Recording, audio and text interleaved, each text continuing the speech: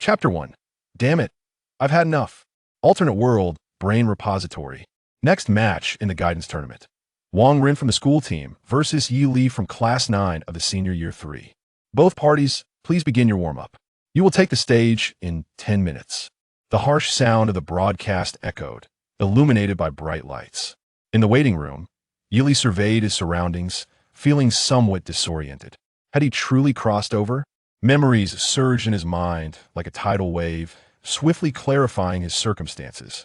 In a world dominated by martial arts, the martial path flourished.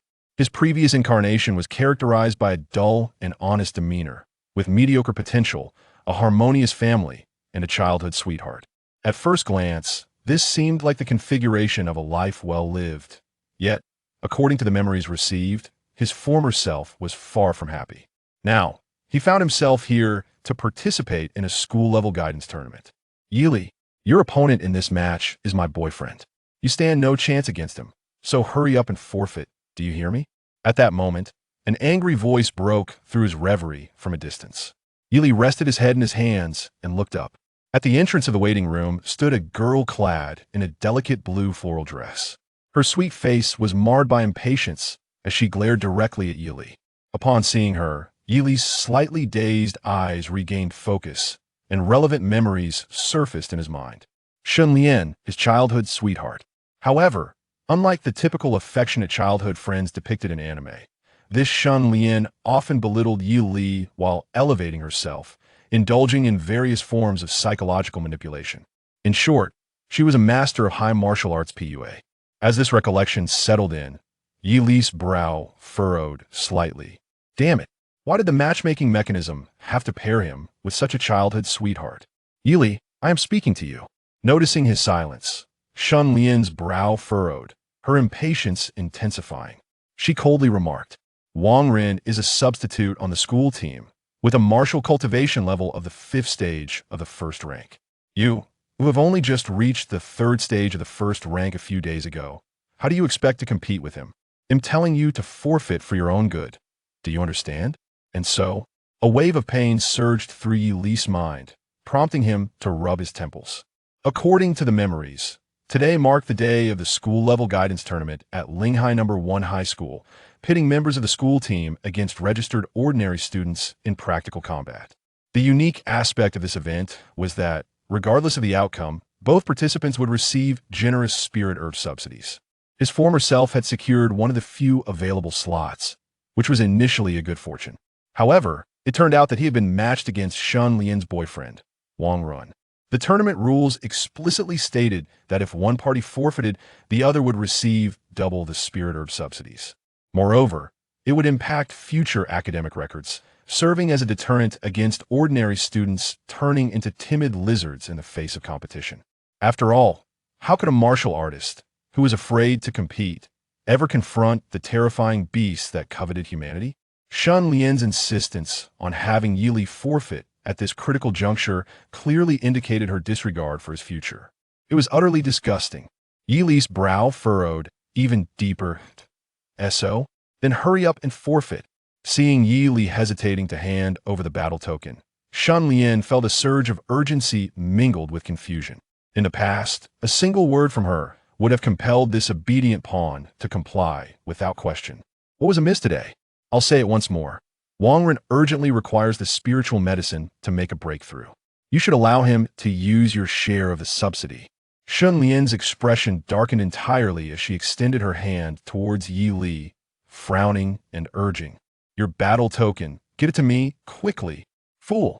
Yi Li scoffed, swatting Shun Lian's outstretched hand away. The previous owner of his body may have been compliant with Shun Lian, but he himself was a normal person. How could he endure such indignity? At that moment, a shimmering light curtain suddenly appeared before Yi Li. Ding! Detected that you have spoken harshly to your childhood sweetheart, whom you have secretly loved for over a decade. Maliciousness value 500. Maliciousness system loading completed. In a world of high martial arts, the strong must mercilessly humiliate the weak. By committing acts of malice recognized by the system, you can earn corresponding malice points. Current martial arts skills. Flowing fist technique. Major completion 78. Cloud-breaking spear technique, beginner 36. Current maliciousness value, 500. You can inject maliciousness points into relevant entries to enhance corresponding progress. Comment.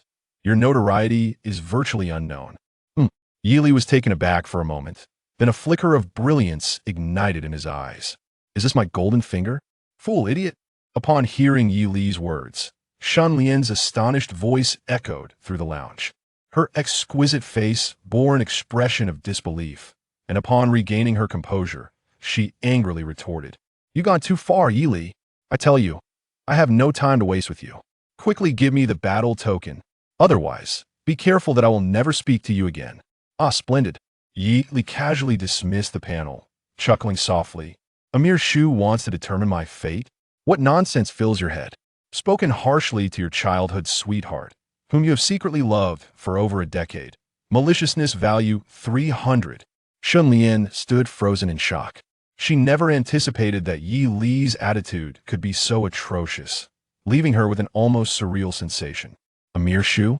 He dares to insult me as a mere Shu. Staring incredulously at Yi Li, her lips quivered slightly as she exclaimed, You dare to insult me? I am indeed insulting you, you fool."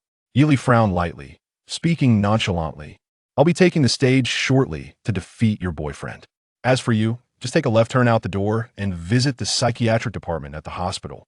Spoken harshly to your childhood sweetheart, whom you have secretly loved for over a decade. Maliciousness value 200. I am not insane. Shen Lian was incensed by Yi Li's mocking gaze, which seemed to regard her as a fool. Her face flushed crimson, as if it might bleed, her chest heaving violently. She stared at Yi Li for 2 or 3 seconds, then took a deep breath, gradually calming herself, her voice turning icy as she said, "Go ahead and be stubborn. As long as you dare to step into the arena, Wang Run will undoubtedly make you question your very existence." Her words dripped with menace. After speaking, she turned and walked towards the exit of the lounge. As she made her way to the audience area, her anger intensified, grinding her molars in frustration. How infuriating. That insufferable recluse. Does he not realize how much I've cared for him all this time? Truly ungrateful. And he dares to challenge my boyfriend? How laughable. You might as well be rendered incapacitated.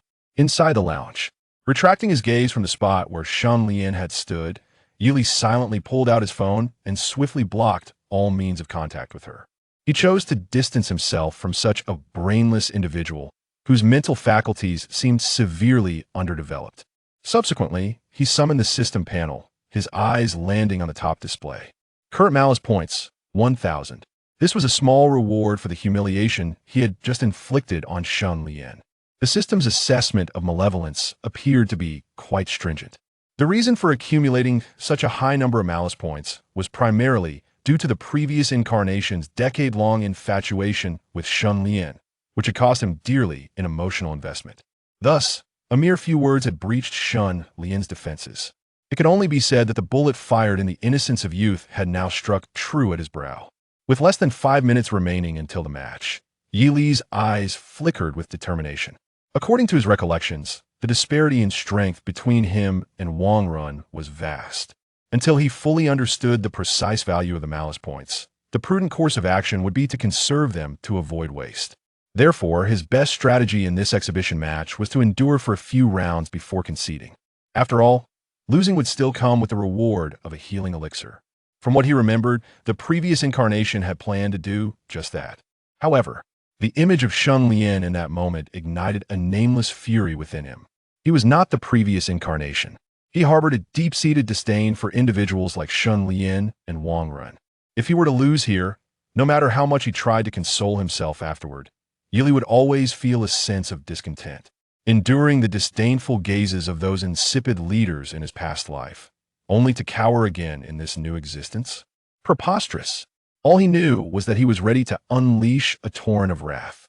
With a sinister grin, Yi Li waved his hand, and a pale blue light curtain swiftly unfurled before him. Patience is a virtue of the mundane, while cowardice is the gambler's greatest folly. System, I'm all in. Buzz. As his malice points rapidly diminished, the progress indicators for 2 martial techniques began to rise exponentially. Chapter 2: A glimmer of cold light approaches. Ding. Consumed 100 points of malevolence value. The first-tier martial skill, flowing fist technique, has reached perfection. Consumed 800 points of malevolence value. The second-tier martial skill, cloud-breaking spear technique, has reached perfection. Ding. After diligently honing 2 martial skills, your martial arts level has broken through to the first stage, 5th layer. Remaining malevolence value, 100. The light screen shimmered, akin to a jubilant dance. In an instant, Yili felt every cell in his body rejoicing, as if he had indeed been tirelessly refining his martial arts, elevating his proficiency to such an extraordinary level. Moreover, his vitality surged dramatically, and he experienced no discomfort in wielding his newfound skills. It felt as if his physical prowess had naturally enhanced as a result of his rigorous training. Is this the allure of investing resources? Yili's eyes sparkled with delight. He perceived his current state as unprecedentedly perfect. Just then, the announcement echoed. 5th match of the guidance competition. Yili from Class 39 of the Martial Science Senior 3 team versus Wang Ren. Upon hearing the announcement, the combatants were instructed to swiftly take the stage. The timing was impeccable. Yili rose with enthusiasm. He casually picked up a spear from the weapon rack, a fierce aura emanating from his being. A slight smile graced his lips. Excellent. I am gradually comprehending everything. Gripping the spear tightly, Yili stepped into the passageway. The sun shone brightly, and the sky was a pristine blue. The entire training arena was abuzz with excitement, filled with curious boys and girls. Additionally, he noticed several content creators wielding DSLR cameras and a few stern-faced school officials. Soon, amidst the sea of gazes, a male student clad in a sky blue team uniform ascended the training platform. It was none other than Wang Ren, the substitute member of the school team.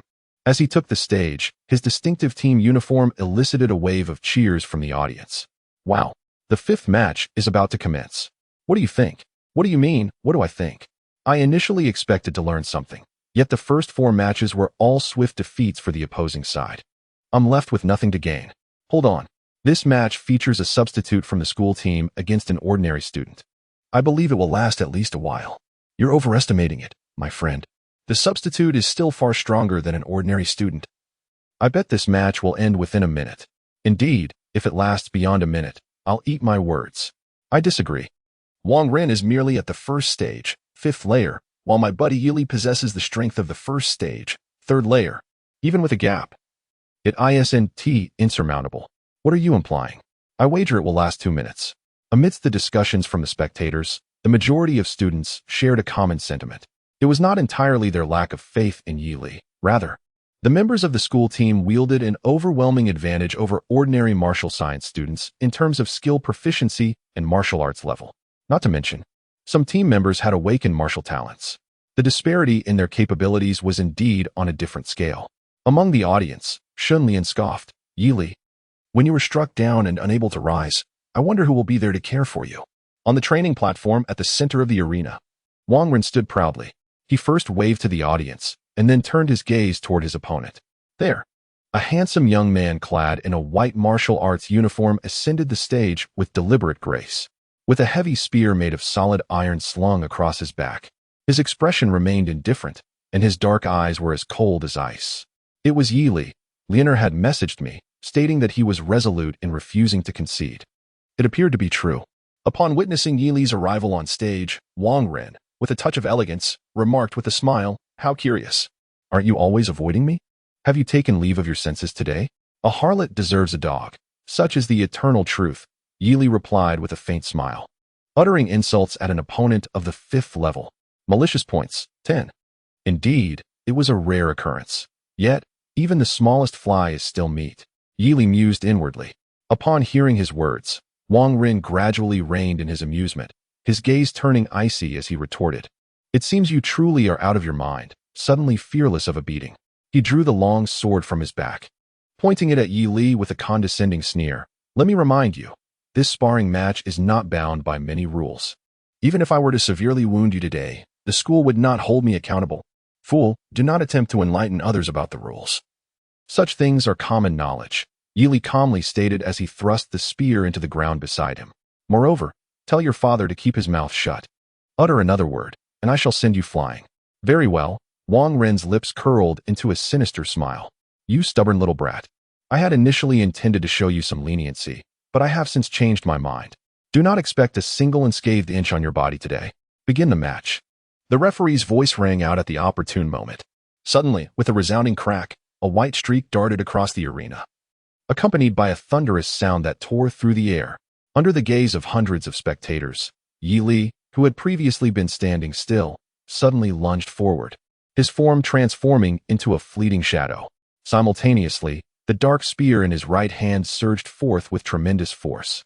The spear's tip, glinting with a dazzling cold light, sliced through the air like a dragon, reaching Wang Run in an instant. A flash of cold brilliance preceded the spear's advance. The cloud-breaking spear technique. The cold smile on Wang Rin's face had yet to fade when he felt an overwhelming gust of wind bearing down on him, a palpable threat of death closing in. His pupils dilated in shock. In that fleeting moment, he barely had time to cross his long sword before him. Boom! The dark spear, akin to a dragon in flight, collided with the sword, shattering it instantaneously. The spear, driven by immense power, pierced through Wang Rin's right shoulder, producing a sickening crack that echoed through the air. A spray of crimson erupted from his shoulder as he was sent hurtling backward by the force, crashing violently against the edge of the elevated platform and scattering a cloud of debris. A piercing wail escaped Wang Rin's lips, the excruciating pain in his shoulder causing him to thrash wildly. He hadn't even comprehended the motion of his opponent's strike before he found himself grievously wounded. It was too swift. Moreover, Yi Li had indeed kept his word and sent him flying. Aside from Wang Run, the entire arena fell into an eerie silence. The students stared, transfixed by the unfolding scene. On the platform, even the typically composed teachers were rendered speechless. What sort of jest was this? The school team's rise was abruptly halted, eliminated with a single strike. Is there truly such a monster among the ordinary martial science students? If you were this formidable, why not reveal it sooner? In this day and age, still resorting to hidden strength tactics.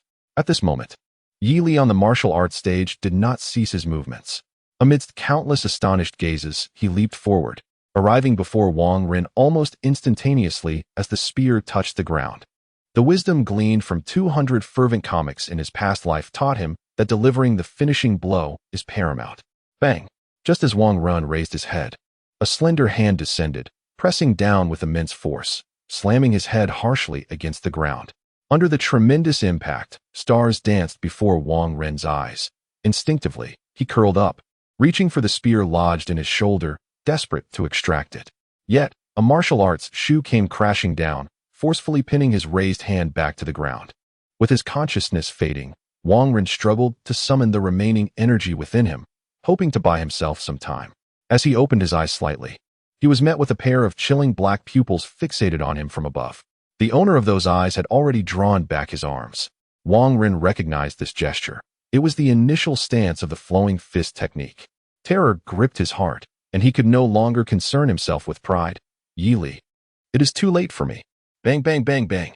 Yi Li swiftly bent down, unleashing a tempest of punches that interrupted Wang Ren's surrender, sending debris flying and causing the entire martial arts stage to tremble. The flowing fist technique reached its zenith in this moment, publicly crushing a fellow martial artist of the same rank. Evil deed value 200. Bang, bang, bang, bang. Accompanied by the sound of notifications ringing in his ears, Yi Li's punching speed escalated. Only when Wang Ren ceased to struggle did he straighten up, his handsome visage now appearing exceedingly fierce. If the members of the school team possess such abilities, they ought to refrain from embarrassing themselves. Worthless. His calm voice resonated throughout the arena as he casually withdrew the spear and strode off the stage, publicly humiliating a defeated adversary. Evil deed value 500. Detected collapse of Wang Ren's confidence. Evil deed value 1000. Congratulations. Unlocking cultivation point allocation path. The entire martial arts arena fell into a profound silence. Chapter 3. Bountiful Gains. Yi Li is victorious. It was not until Yi Li descended from the duel platform that the referee's hollow voice finally broke the silence. The audience, having regained their senses from the shock, erupted into a chorus of astonished cheers. What in the world? This is outrageous. The school team was utterly annihilated. My goodness, did you see that? That spear was simply incomprehensible. An ordinary student? This is an extraordinary student. This fellow is incredible, concealing his true prowess. Who said ordinary students cannot triumph over the school team? In this moment, the students were overwhelmed with excitement. No one could have anticipated such an upset in an internal competition. In the spectator stands, Shun Lian was utterly taken aback. It was as if she were rooted to her seat, staring blankly at the unfolding scene. The joys and sorrows of individuals do not resonate with one another. All she felt now was the noise of those around her. Wang Ren lost. How could this be possible? She had divulged all of Yi Li's intelligence to Wang Ren, intending to grant him an easier victory. It is worth noting that even as a formal member of the school team, it would be exceedingly difficult for her to triumph over Wang Ren effortlessly. Shun Lian clenched her fists tightly, biting her lip, her eyes glimmering with uncertainty. How on earth did Yi Li accomplish this? At the elevated platform at the back of the audience, the teachers exchanged bewildered glances, each face reflecting astonishment. The school team comprised the best talents among the students, and even the substitutes possessed strength far superior to that of ordinary martial arts students. This was nearly common knowledge. In a scenario where one's martial skills, rank, and innate talent were all inferior to the opponents, achieving victory against a stronger adversary was an impossible feat. The current situation could only be interpreted as Yi Li having concealed his true abilities. Principal Li, this student named Yi Li is quite a promising prospect. The homeroom teacher of Class 1 adjusted his glasses, his tone laced with undisguised astonishment as he spoke to the vice principal. Principal Li smiled and replied, "Indeed. His vitality is on par with Wang Ren, both likely at the 5th rank of the first level. However, his martial skills are remarkable. The two techniques he employed, though not of high rank, exuded a sense of completeness. Given his age, achieving such proficiency in two low-tier martial techniques is indicative of exceptional talent. This child must have engaged in rigorous training privately." There was a clear note of admiration in Principal Li's voice. "Xiaoyang." He then turned to a young woman behind him, who appeared equally astonished, and casually inquired, "This is a promising student from your Class 9, and I believe he is fully qualified to join the school team. Why have I not seen you report this?" Upon hearing this, Yang Shan, the homeroom teacher of Class 9, began to sweat. Principal Li, during the vitality test 2 weeks ago, Yi Li was still at the 3rd rank of the first level. "I did not anticipate his progress to be this swift," she hurriedly clarified. She understood all too well that the principal was questioning her motives, suspecting that she might have intentionally overlooked talent due to personal grievances. Vice Principal Li of Linghai No. 1 High School was notorious for his fierce advocacy for talented students. He had once, in front of the entire faculty and student body, forced a teacher who had maliciously targeted students to kneel and beg for mercy. A scene that was utterly harrowing, only ceasing when officials from the disciplinary bureau arrived. It was indeed terrifying. Moreover, to be candid, Yang Shan had a fondness for Yi Li. With his parents having passed away, he lived alone and trained diligently. Besides his overly earnest nature and somewhat average talent, there were no other faults to speak of. Thus, it was unfathomable to her that the previously reticent Yi Li harbored such formidable abilities. It was utterly absurd. "Is that so? I shall investigate further upon my return," Li Haohan remarked, casting a deep glance at Yang Shan before redirecting his attention to the slender figure making its way back to the platform. The youth, clad in white, stood tall and walked steadily, exuding an air of confidence. He casually handed the long spear to the astonished referee, nodded politely, and then turned to enter the passage. "Indeed. Quite remarkable," Li Haohan mused, nodding with a smile as he observed Yi Li's performance. A teacher gazed at him and tentatively suggested, "Since Yi Li has triumphed over Wang Ren, why not grant Wang Ren's substitute position on the school team to him? In just half a month, the provincial intercollegiate exchange competition will commence. The more outstanding students we have participating, the better our ranking at Linhai No. 1 High School will be." Upon hearing this, Li Haohan turned to the head teacher of Class 1. The head teacher promptly nodded in agreement, stating, "I have no objections." Wang Ren was indeed a student in his class. Seeing his approval, the other teachers likewise nodded in agreement. Li Haohan smiled and declared, "Then it is settled. Xiaoyang, please assist him in applying for the exclusive training room for the school team and inform him of the specific benefits associated with it." "Understood," Yang Shan promptly replied. However, she quickly expressed her concern. "But Principal Li, with the provincial competition just a month away, won't bringing Yi Li into the school team cause discontent among the other members?" The official members of Linhai No. 1 High School's team all possessed a minimum strength of the 7th level of the 1st rank. The current disparity between Yi Li and them was considerable. If they were dissatisfied with the school's temporary replacement, it was inevitable that they would ostracize Yi Li in the future, adversely affecting his mindset. Yangshan was particularly worried about this. Teaching him to be resilient can also be seen as a form of training, Li Haohan replied with a smile. All right, Yangshan said after a moment of silence, ultimately acquiescing to his perspective. Meanwhile, Yili remained oblivious to the change in the school's higher-ups' attitude toward him. After collecting his allotment of spiritual medicine subsidies, he left the school directly and took a taxi home. Once home, Yili locked himself in his room and began to study his unique abilities. Infamy Level 1. Your infamy is almost unknown to anyone. Note: upgrading infamy will yield generous rewards. Current infamy points: 1,800, gazing at the nearly doubled infamy points compared to before. Yili felt a sense of lightness in his heart. Indeed, the gamble was a stroke of genius. Utilizing the accumulation from his previous life, he had expended merely 900 infamy points to elevate 2 martial skills to perfection.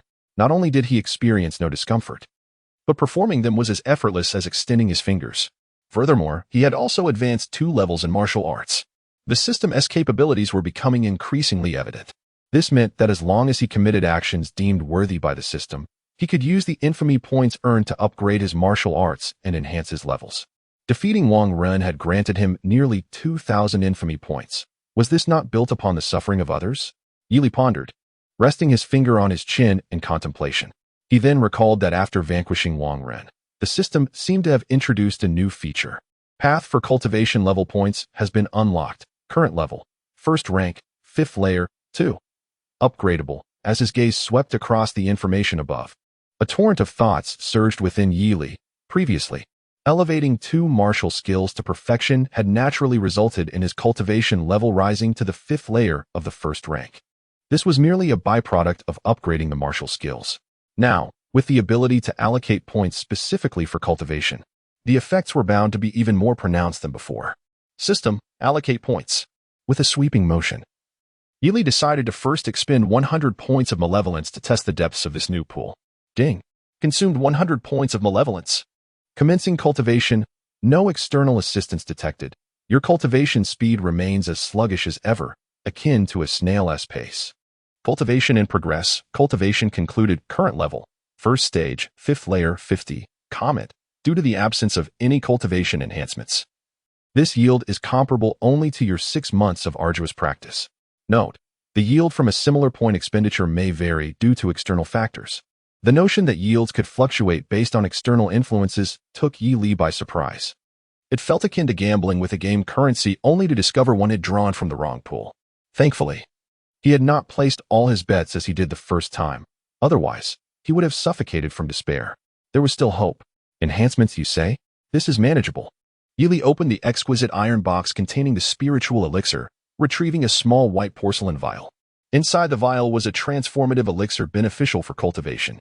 For a first-stage body-refining martial artist, this vial's enhancement of vitality equated to 2 months of strenuous training, rendering it quite precious. It was perfectly suited as a cultivation enhancement at this moment. Twisting off the cap, a rich and fragrant aroma wafted forth, refreshing and uplifting. Without hesitation, Yili downed the entire vial in one gulp. The cool liquid coursed down his throat as he embarked on a new round of enhancements. Chapter 4. Rapid Ascent in Martial Arts Level. Ding. Consumed 1,000 points of malevolence. Commencing cultivation.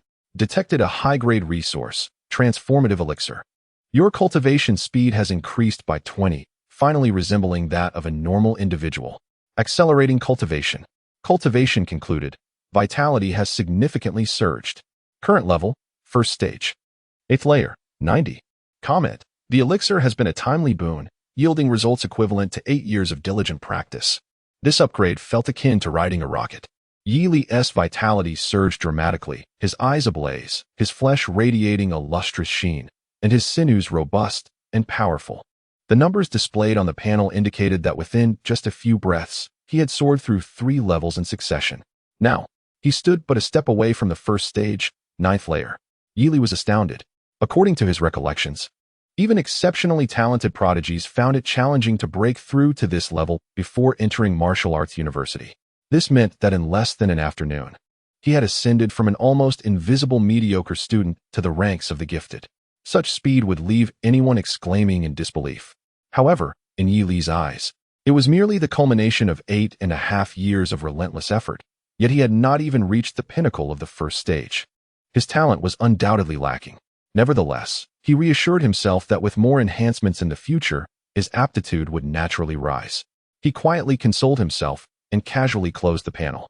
After all, with the visible speed of his cultivation, who would dare to claim he was not a genius? Enhancements were indeed the key to achieving greatness. With 700 points of malevolence remaining, there is still a considerable surplus. Tomorrow, I shall visit the school's library to select some new martial arts techniques to enhance my skills. Merely mastering a single boxing style alongside a firearm technique feels rather insubstantial. It is akin to a fragile warrior who has maximized their offensive capabilities while neglecting all else. One must learn methods of attack as well as techniques for evasion and defense to achieve a balanced arsenal. After a brief morning routine, Yili reclined on his bed.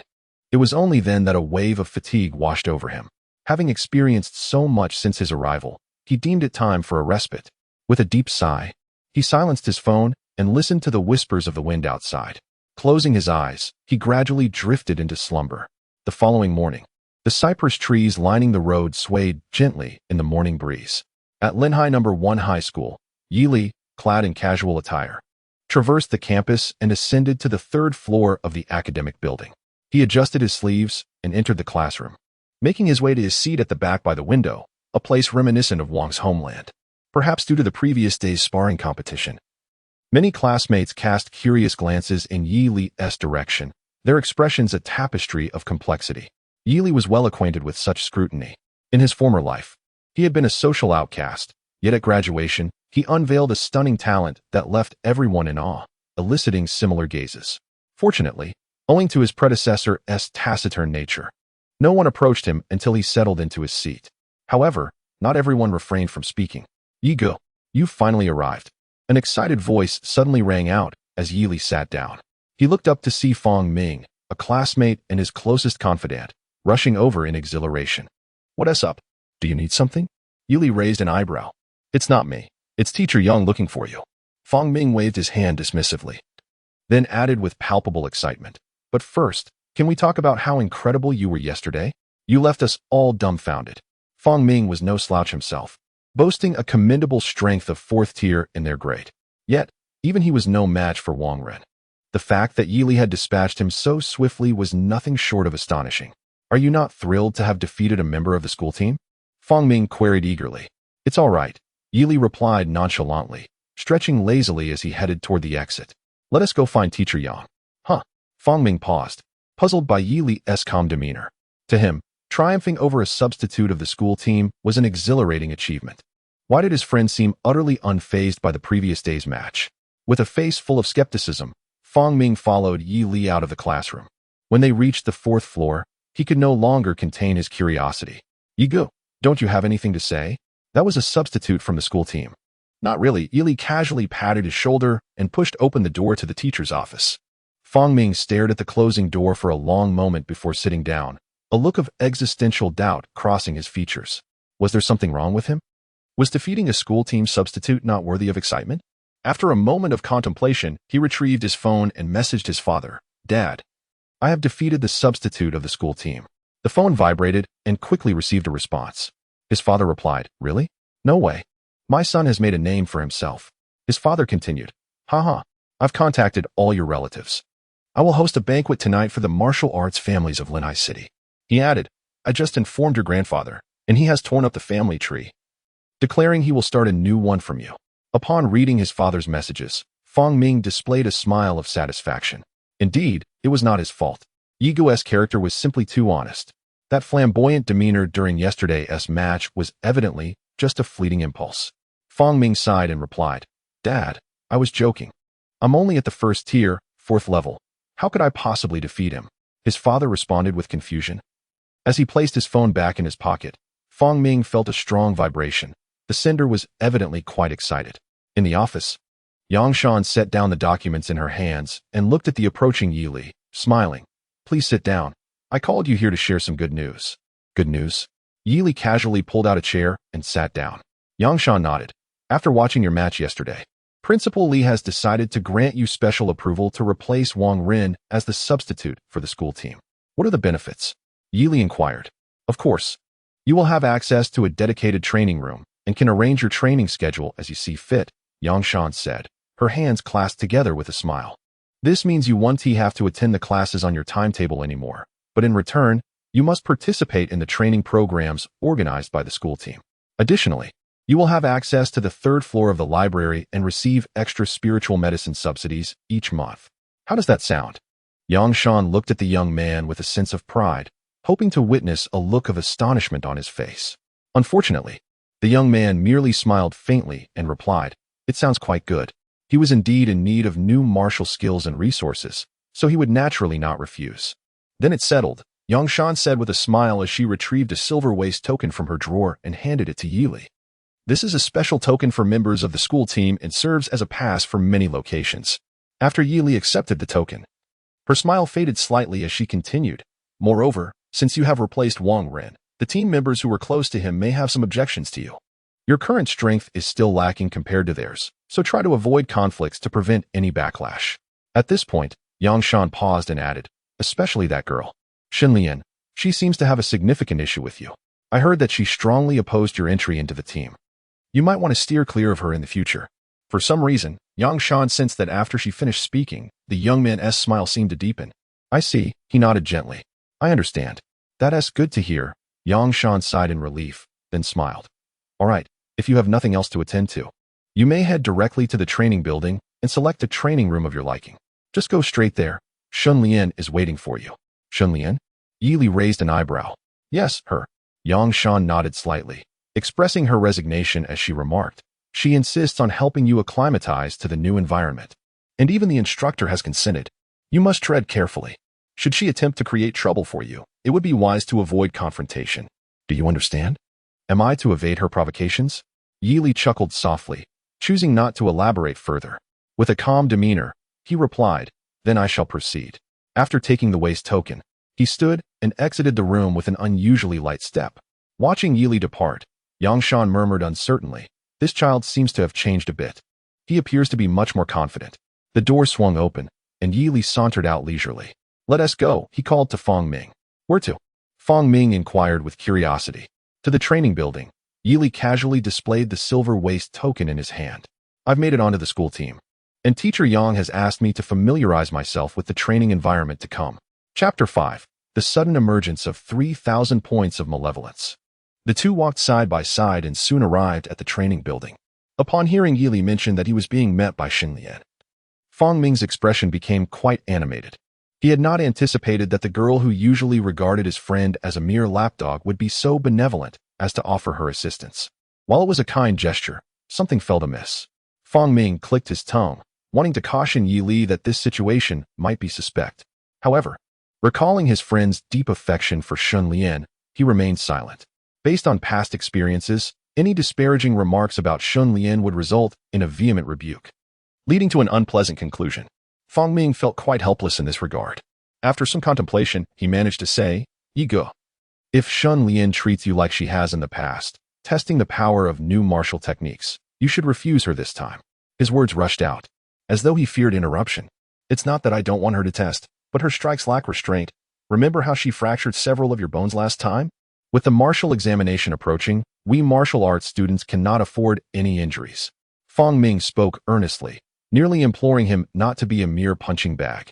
After all, in his mind, the girl named Shenlian frequently used the pretext of testing new techniques to practice on Yili, leaving him battered and bruised each time.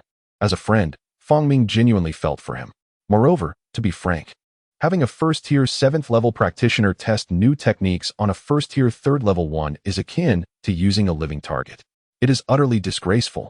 Rest assured, I will exercise caution. In response to Fong Ming's exasperated gaze, Yili chuckled lightly and stepped into the training building first. In his recollection, there were less than 2 months remaining until the provincial martial examination. To secure a place in a prestigious institution within such a short time frame, he needed to elevate his martial arts rank to the 2nd tier for a solid chance. The immediate priority was to hastily accrue malevolence points. Unfortunately, the system had yet to provide any guidance, leaving him to navigate this challenge independently. At this stage, gaining malevolence points through combat seemed relatively straightforward. As thoughts raced through his mind, Yili proceeded, with Fong Ming trailing closely behind. The two swiftly traversed the lobby on the first floor and made their way to the staircase leading to the second floor. At that moment, Yili caught sight of a familiar figure, Shunlian, dressed in a sky-blue training outfit. Her eyes were filled with resentment, her silver teeth clenched tightly, and she appeared quite indignant. Upon noticing Yili, Shunlian broke the silence first. "Yili," she hissed through gritted teeth, "you've finally arrived. Lead the way." Yili lifted his chin slightly. "Lead? Not a chance." Shunlian stomped her foot vehemently, pointing an accusatory finger at him. "Yili, I haven't yet settled the score for your insult yesterday." Fang Ming was taken aback, clearly unprepared for such an immediate confrontation. However, he quickly realized the situation. This insufferable woman must have misinterpreted Yi Li's slightly raised voice as an affront. Seeing Yi Li's calm demeanor only solidified his belief. He stepped forward and spoke in a solemn tone. "Classmate Shunlian, Brother Yi is merely here to familiarize himself with the environment. If you are unwilling to assist, familiarize himself? Nonsense." Shunlian interrupted angrily, her foot stamping in frustration. She cast a resentful glance at Yi Li and exclaimed, "You've already used underhanded tactics to defeat my boyfriend, and now you dare to covet his substitute spot? You despicable thief." Venomous words spewed from Shun Lian's lips, as if she sought to wield the most abhorrent language to strike at Yi Li. Her audacity had its roots in her formidable prowess. As a 7th-level martial artist with remarkable talent, she ranked among the strongest in the school team. Although Yi Li had bested Wang Ren, he was merely a 5th-level martial artist at best, and she doubted he could contend with her 6th-level strength, let alone her own. Shunlian wished nothing more than for Yi Li to lose his composure and retaliate, providing her with ample justification to incapacitate him, perhaps even rendering him unable to participate in the upcoming martial arts examination. However, given Yi Li's timid and meek disposition, she doubted he would dare to confront her. Thus, she resolved to strike first. While Yi Li's parents had treated her well during their lifetime, such kindness mattered little to Shunlian now. All she craved was to deliver a severe beating to Yi Li to assuage her pin-up rage. To this end, she had deliberately dismissed the other members of the school team. At this moment, the training facility was devoid of anyone but the three of them. Even if Yi Li were to cry out in agony later, no one would hear. How dare he block my contact, insult me, strike my boyfriend, and covet his spot? Yi Li truly deserves the utmost punishment. With this thought, Shunlian's fury intensified, and she scoffed. "Yi Li, do you truly believe you are worthy of joining the school team? You might as well have perished alongside your parents. What did you say?" Fang Ming was infuriated by her words, his face reddening as he clenched his fists, channeling his inner energy. With his peak strength at the 4th level, even if he could not defeat her, he would not be easily vanquished. At that moment, a slender hand with prominent bones reached out, gently pressing down on his shoulder. Fang Ming turned his head to gaze at Yi Li's calm visage, wishing to convey just how despicable the person before them was. "Brother Yi, even if you hold affection for Shunlian, surely you must come to your senses in this situation." Under his scrutiny, Yi Li calmly shook his head. Fang Ming, feeling helpless, released his hands. He understood that given Yi Li's character, he would likely choose to endure in silence. "Brother Yi, there are countless girls in the world, akin to stars in the sky. There is no need to." Just as Fang Ming was about to offer some words of counsel, he abruptly halted. For Yi Li had already vanished from his position, instantly reappearing before the astonished Shunlian. In the blink of an eye, the youth's arms spread wide. And amidst Shunlian's horrified gaze, he unleashed a punch that descended like a meteor, crashing heavily into her soft abdomen. Boom! With a muffled thud, Shunlian's figure was sent hurtling backward. Her feet left the ground as her body was propelled by tremendous force, soaring over the staircase before crashing down onto the steps of the 2nd floor, blood gushing forth. "Detected that you have gravely injured your childhood friend, whom you have harbored a secret crush on for 10 years. Evil deed value, 2,000. Fang Ming turned to gaze in disbelief, his body trembling. He beheld Yi Li adjusting his cuffs, ascending the stairs step by step towards the bloodied Shunlian, his demeanor composed, and his expression tranquil, as he remarked, "When asked to assist, simply assist. There is no need for such superfluous chatter." Detected Shunlian's fear value has reached its peak. Evil deed value, 1,000. Current evil deed value, 3,700 points. A terrified sound escaped Shunlian's lips as she looked at Yi Li with eyes wide in fear, as if confronting a monstrous fiend. Ignoring the pain coursing through her body, she frantically retreated on hands and feet. Yi Li cast her a cold glance, and she immediately fell silent, though the relentless agony in her abdomen brought tears to her eyes. A tumult of fear and disbelief filled her heart. She could not comprehend how, as a practitioner at the 7th level of the first stage, she had been unable to discern Yi Li's movements. She hadn't even had the chance to utilize her martial arts talent before being struck down. Moreover, she could hardly fathom that Yi Li would dare to lay a hand on her. "Where's my room?" "The 3rd floor, the leftmost room." Shun Lian stammered. "I can show you the way. Please spare me." Yi Li, indifferent, shook his head slightly, ignoring her further. With a detached gaze, he turned away and said calmly, "Fong Ming, let us go." At this, Fong Ming emerged from his stupor, raising his head stiffly to regard his indifferent friend, his throat involuntarily tightening. If he recalled correctly, Shun Lian was a practitioner at the 7th level of the first stage, and yet she had been defeated in a single blow. Was Yi Li at the 8th level? Or the 9th? Moreover, had his friend truly awakened his potential? Fong Ming's breath quickened as he ascended the stairs, casting one last glance at the writhing Shun Lian. Unable to refrain from asking, "Brother Yi, what about her? She won't die. There's no need to concern yourself." Yi Li's voice was unremarkable, his step steady as he leaped over Shun Lian, making his way upstairs. He had not struck his opponent down with a single blow. Instead, he had merely displaced their internal organs, which he deemed his final act of mercy. Fortunately, the gains from this encounter were substantial enough to somewhat quell the fury within him. Truly, he considered himself a good person. Chapter 6. The Rapid Advancement of Punching Power. The training room was located on the 3rd floor, and Yi Li's exclusive chamber was situated near the edge. After swiping his waist, the grand entrance opened automatically. Yi Li stepped inside, surveying his surroundings. The training room spanned approximately 200 square meters, equipped with exquisite and tidy facilities. The walls were inscribed with formations that gathered spiritual energy, which, when activated by the waist, could significantly enhance the training speed within the room. Additionally, it was furnished with a punching power tester, a vitality strength detector, a recorder, and a mental assessment device, everything one could desire. No wonder Teacher Yang observed my reaction with such anticipation. This training room was indeed impressive. As Yi Li examined the space, he nodded slightly, feeling quite pleased.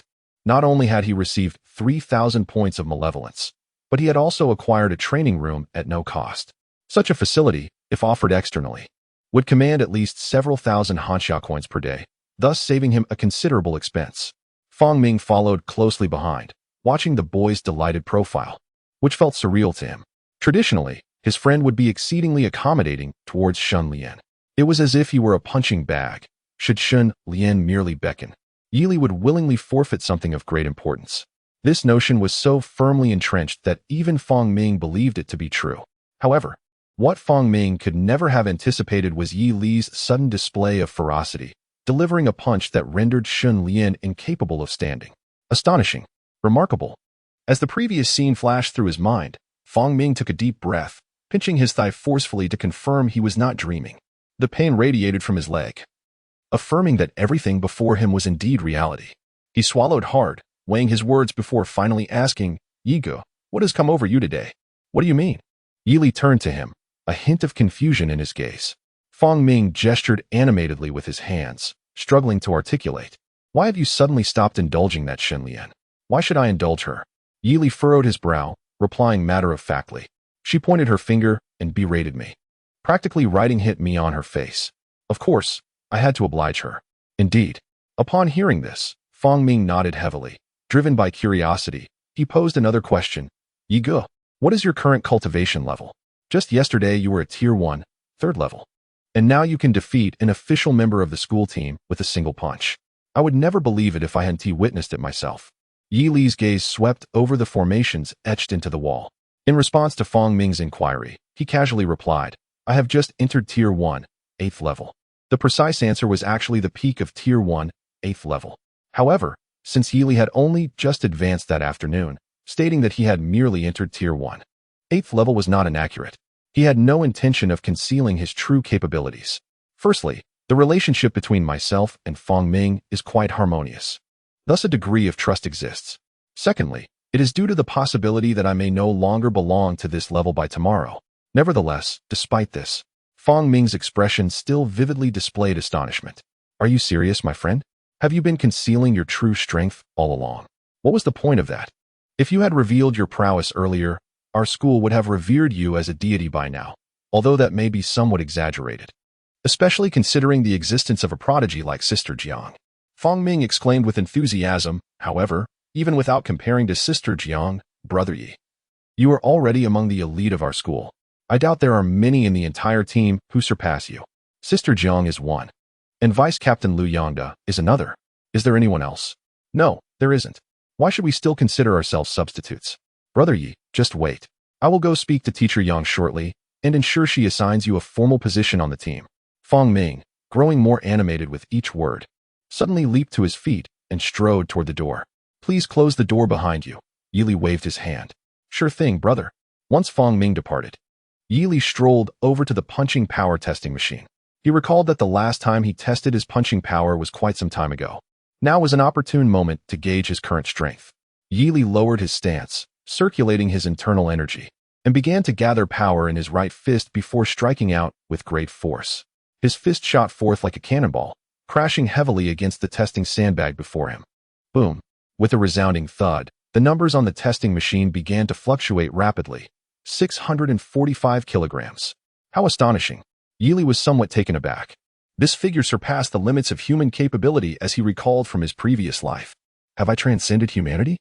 Yili chuckled softly and turned toward the control center of the formation, placing his silver waist token inside. Buzz! The patterns on the wall began to illuminate. And with a subtle humming sound, Yili sensed the concentration of spiritual energy around him steadily increasing. Time is of the essence. Let us commence the next round of enhancements. Yili found a suitable position to sit down, knowing that with the appropriate cultivation boost, it was the ideal time to enhance his abilities. Current evil value, 3,700 points, beat. Consuming 1,000 points of evil value. Beginning to enhance cultivation. Detected a level of concentrated spiritual energy formation. Your cultivation speed has increased by 10. Accelerating cultivation. Cultivation complete. Vitality has significantly improved. Current level, first stage pinnacle, perfection. Comment. The benefits of the formation are remarkable. This gain is equivalent to 7 years of arduous training. Yili felt a surge of vitality coursing through him, his internal energy rapidly expanding. In an instant, the vigorous energy filled his entire being, indicating his ascendance to the pinnacle of the first stage. The effects of this formation are only slightly inferior to rare spiritual herbs, yet while such herbs are scarce, this formation is a constant resource. As Yili reveled in his burgeoning strength, he murmured with a trace of reflection, no wonder the school's team is far stronger than the average martial science students. This is a dual onslaught of resources and innate talent. After a brief moment of contemplation, he strode directly to the punching power testing machine, raising his pair of ebony eyes. With a simple adjustment of his breath, Yili gently placed his palm against the testing bag and exhaled deeply. In that very instant of exhalation, he twisted his waist and abdomen, pushed off the ground with his right foot, and clenched his fist tightly. In a split second, he unleashed a tremendous force. Bang! A sound more thunderous than before erupted, and the screen of the testing machine vividly displayed the number, 885 kilograms. The standard for peak first-rank punching power was supposed to be 800 kilograms, yet Yili's strength surpassed this figure by a considerable margin. Yili gazed at the number above, his expression calm, a smirk playing upon his lips. It was only reasonable, after all. Others had relied on arduous training to elevate their abilities, which seemed rather insubstantial. The corners of his mouth lifted slightly, and as for me, I have advanced step by step through the augmentation of the system. The distinction is unmistakable. Little did Yili know that this punching power testing machine was directly linked to the campus database. At that moment, his punching power ranking surged to the second position in the entire school, surpassed only by the universally acknowledged genius of Linghai No. 1 High School, Jiang Qizhu. Meanwhile, the supervising teacher responsible for the relevant data had yet to notice this occurrence. Chapter 7. Yili's provocation, Liu Yangda's fury within Linghai Hospital. The air was saturated with the scent of disinfectant as medical personnel in white coats moved about. In a hospital room, Wang Run, who had been knocked unconscious by Yili the previous day, was now propped up on a hospital bed, his face pale. He looked at the individual dressed in a blue team uniform seated by his bedside and addressed him respectfully. Brother Liu, I have something to discuss. The young man referred to as Brother Liu sighed, his gaze sweeping over Wang Ren as he solemnly added, if this concerns your substitute position, there is no need to elaborate. This decision comes from Principal Li, and I have no say in the matter. Wang Ren clenched his teeth in frustration, retorting, "So, my position is just handed over to that Yili? Do you have any other options?" Lu Yongda asked with a sardonic smile. Wang Ren's fists tightened gradually, his nails digging into his flesh. Lu Yongda was the most likely person among those he knew to assist him. As the vice captain of Linghai No. 1 High School's team, he had reached the peak of the first rank half a year ago. In the past, the coaching staff would consult him and Jiang Qingzhu before making such decisions. However, this time was different. He was merely informed that a martial arts student named Yi Li would take on the substitute position, leaving no room for dissent. "Save your breath." Lu Yongda patted Wang Ren's shoulder with a gesture of pity, saying, "Your substitute position is certainly lost, considering your previous commendable performance. I will have Yi Li come over to apologize to you, and we can consider this matter settled." Yet, Wang Ren remained visibly dissatisfied. The very person he had wanted to teach a lesson had instead humiliated him, and he could not accept such a turn of events under any circumstances. "Enough." Lu Yongda frowned, sneering. "Didn't you send Shun Lian to deal with that kid? Do you think I'm unaware?"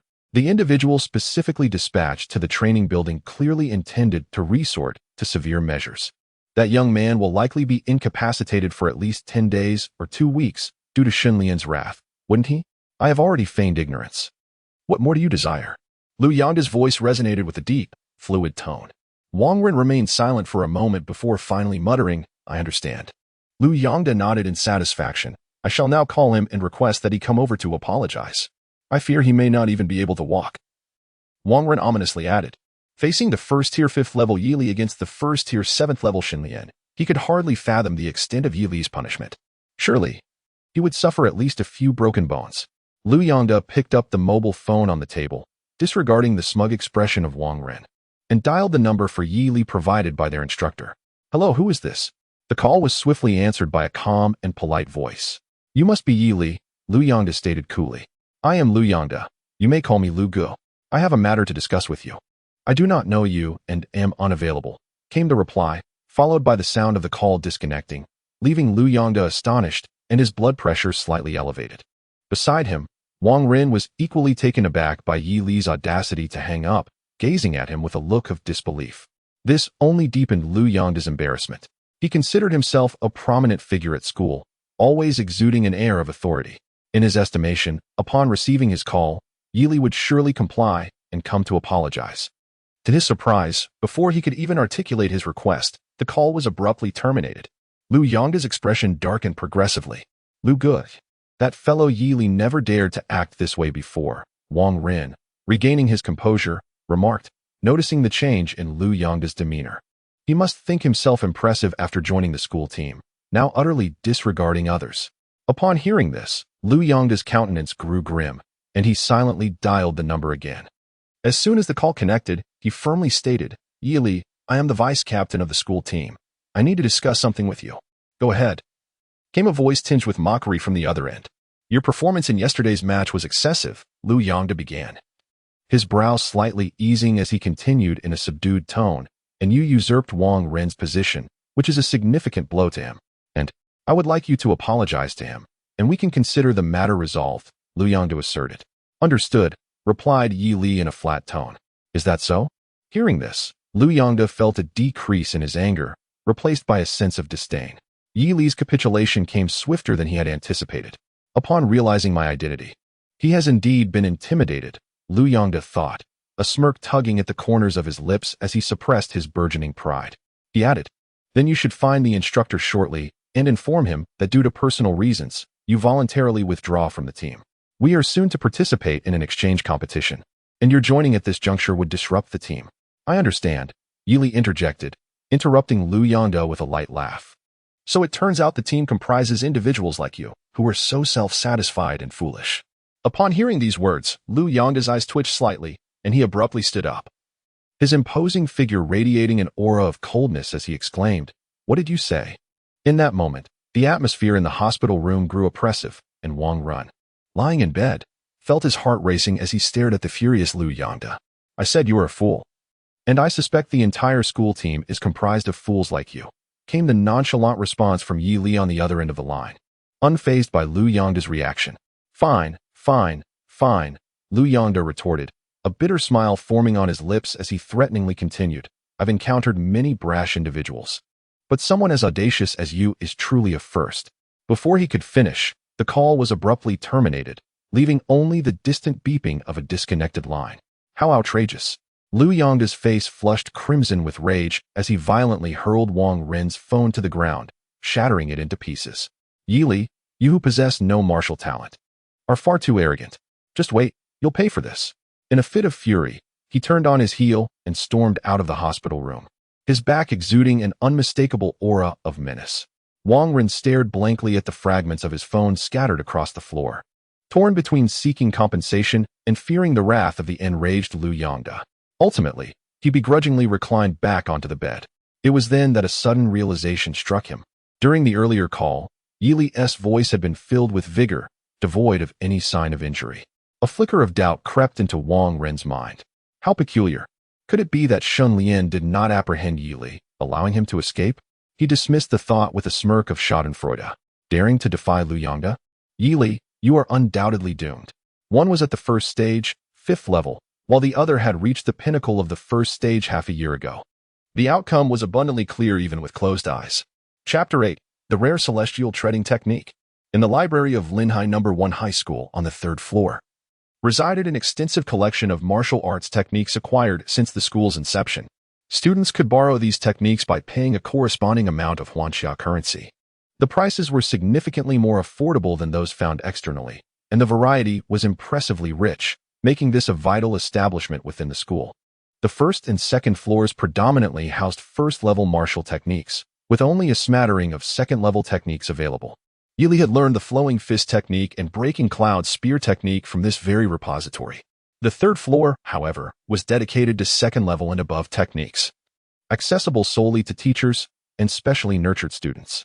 After swiping his badge, Yili ascended to the 3rd floor amidst the curious and envious gazes of others, dismissing Liu Yongda's hostility with ease. After all, a mere phone call rendered many actions impractical.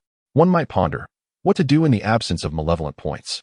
The answer: relentlessly beat the enemy until they yield the requisite malevolent points.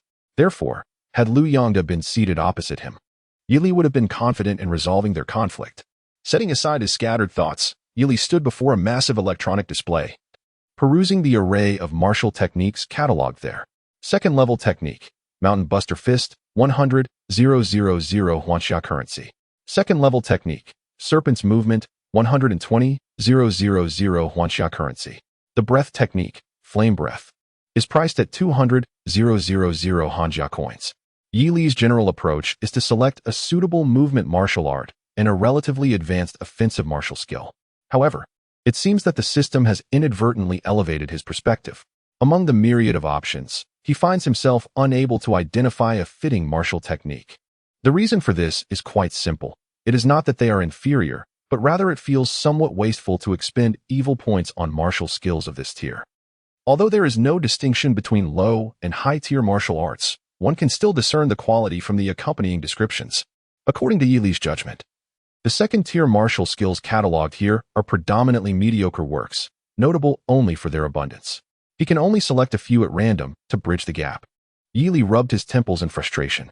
As for the breathing techniques, they must also be prioritized. This is a method that can only be mastered after entering the second tier. Although termed a breathing technique, it could also be referred to as a second-tier cultivation method. The ranking, akin to martial talent, is categorized from high to low into 6 levels. The breathing techniques cataloged at Linhai No. 1 High School are, at most, of the first tier, and even these cost 300,000 Huanxia coins. With only about 100,000 Huanxia coins to his name, he finds himself in a rather precarious situation. Alas, students of martial arts need only display their skills here, whereas those of the martial sciences have much more to consider. As he pondered his options, a melodious female voice rang in his ears. Turning to look, he saw a literary young woman with round glasses, clutching a book, standing nearby and tilting her head towards him. "Who are you?" Yili raised an eyebrow. "I am Yu Qianqian," the literary girl replied with a smile. Noticing the confusion in Yili's eyes, she quickly added, "I am also part of the school team. I watched your match yesterday. You are Yili, at the 5th level of the first tier, correct?" "Indeed," Yili nodded politely. "I am selecting martial techniques. Do you need something?" "You seem dissatisfied with the martial skills here," Yu Qianqian stepped forward to stand beside him, glancing at the electronic screen with a gentle smile. I noticed you frowning. The quality is simply too poor, Yili calmly expressed his opinion. That is certainly true, Yu Qianqian chuckled lightly. The prized martial techniques are reserved by the school for various rewards. They wouldn't be openly sold here. Well then, I suppose I was mistaken. Yili waved his hand dismissively and turned to leave. Wait a moment, Yu Qianqian called out to him, pausing for 2 seconds before asking. Although there are no complete prized martial techniques here, there are some incomplete versions. Would you be interested? Yes, Yili halted in his tracks. Please hold on. I will check for you. Thank you. Soon, Yu Qianqian swiped the screen and revealed a name. Second-tier martial technique. Rare. Celestial Gang Void Step. Incomplete scroll. Priced at 100,000 Hanjia coins. What do you think? Shall we purchase it to take a look? Yu Qianqian tentatively inquired, but as soon as the words left her mouth, she regretted them. The sum of 100,000 Hanjia coins is not insignificant, and she worried that Yili might think she was trying to take advantage of him. Well-intentioned actions often yield adverse outcomes, and Yu Qianqian frequently finds herself ensnared in such missteps. Nevertheless, she remains unable to shed her troublesome habit of meddling in affairs that do not concern her. Unexpectedly, Yili merely expressed his gratitude once more before promptly completing the transaction. All that remained was to retrieve the copied manuscript from the front desk. I shall fetch it for you, she volunteered, her spirits buoyed by a rare sense of emotional fulfillment as she dashed towards the reception. However, Yili harbored doubts about her intentions, suspecting she might be attempting to pilfer his book and thus followed closely behind. You come from a well-off family, don't you? Spending 100,000 on martial arts as if it were nothing, Yu Qianqian jested. Yili cast her a sidelong glance and replied coolly, my parents have passed away. This 100,000 is all that remains of my savings. This successfully instilled a profound sense of guilt within Yu Qianqian, earning her 200 points of malevolence. If it turns out to be useless, I shall have to live off grass, Yili remarked, his eyes brightening at the system's alert. Detection of heightened guilt within Yu Qianqian, earning her an additional 100 points of malevolence. In response, Yu Qianqian took a deep breath and forced a smile, saying, Rest assured, it will be useful. As for my understanding of martial arts, I am the strongest in our grade. Yili nodded slightly. Soon, they procured the relevant texts. Yili casually flipped through the pages, discovering a substantial number of omissions in the content. It was not merely a case of missing the latter or former sections. Rather, entire phrases were absent, with some pages entirely missing. In every regard, the material was rendered utterly unlearnable. In essence, it felt as though the 100,000 had evaporated without a trace. I'm so sorry. Yu Qianqian wished fervently for a crevice to hide in, silently lamenting. How could this happen again? Why must my good intentions lead to such disastrous outcomes? This was dire. Given Yuli's predicament, she felt utterly irredeemable. Yili, for the moment, chose to ignore her, calmly examining the damaged book. Yet, to his eyes, a faint blue panel, visible only to him, slowly revealed its text. Tian Gang Treading the Void Technique, Entry Level. Points available for allocation. Current malevolence points, 3,000 at last. I have stumbled upon something worthwhile. Chapter 9, A Swift Ascension. Mastery of the Treasure Technique. This technique appeared to be a blend of agility and defensive martial arts. The description indicated that it comprised 3 significant levels, and at its pinnacle it could transform flesh and bone, rendering one elusive and enigmatic. Coupled with peculiar footwork, it could mitigate and evade most attacks while enhancing one's own speed. As Yu Qianqian cautiously observed Yili's expression, she awkwardly remarked, This is undoubtedly a superior creation among second-tier martial techniques. Most third-tier techniques likely pale in comparison to its intricacy. If only it were learnable, Yili retorted. But in its current state, even a martial sage would struggle to grasp it. But I genuinely put in effort to assist you. Please, do not regard me with such disdain. I am truly remorseful and willing to reimburse part of your loss, Yu Qianqian said, her head bowed in shame, hands covering her face, feeling utterly unworthy to face the handsome youth before her. Apologies require one to take a humble stance. Is this not common knowledge? Yili restrained his inner delight, casually resting his chin on one hand. Upon hearing this, Yu Qianqian's eyes widened, her delicate face suddenly paling as she stammered, Is that true? Of course, it's not true. What are you thinking? Yili waved his hand dismissively. He then added with a teasing tone, however, If you wish to apologize in that manner, I would not object. With her hands clasped in front of her, Yu Qianqian bit her lip before suddenly kneeling down with a thud. Her hands pressed down, causing her ample bosom to be compressed against the ground, striking a remarkably standard kneeling position. Had there been anyone on the third floor, this act would surely have drawn considerable attention. Isn't this a bit excessive? Yili observed in surprise, stating, I was merely joking. I never intended for you to actually kneel. However, given how perfectly you executed that gesture, I shall forgive you. After all, it was only fitting for Yu Qianqian to apologize for causing Yi Li to waste $100,000. Rising from the ground, Yu Qianqian expressed her embarrassment. You're the first person to trust me like this, yet I still couldn't be of much help. I truly apologize. Yi Li replied with a hint of resignation. Ultimately, it was my choice to make that purchase, and I never claimed I couldn't comprehend it. Is that so?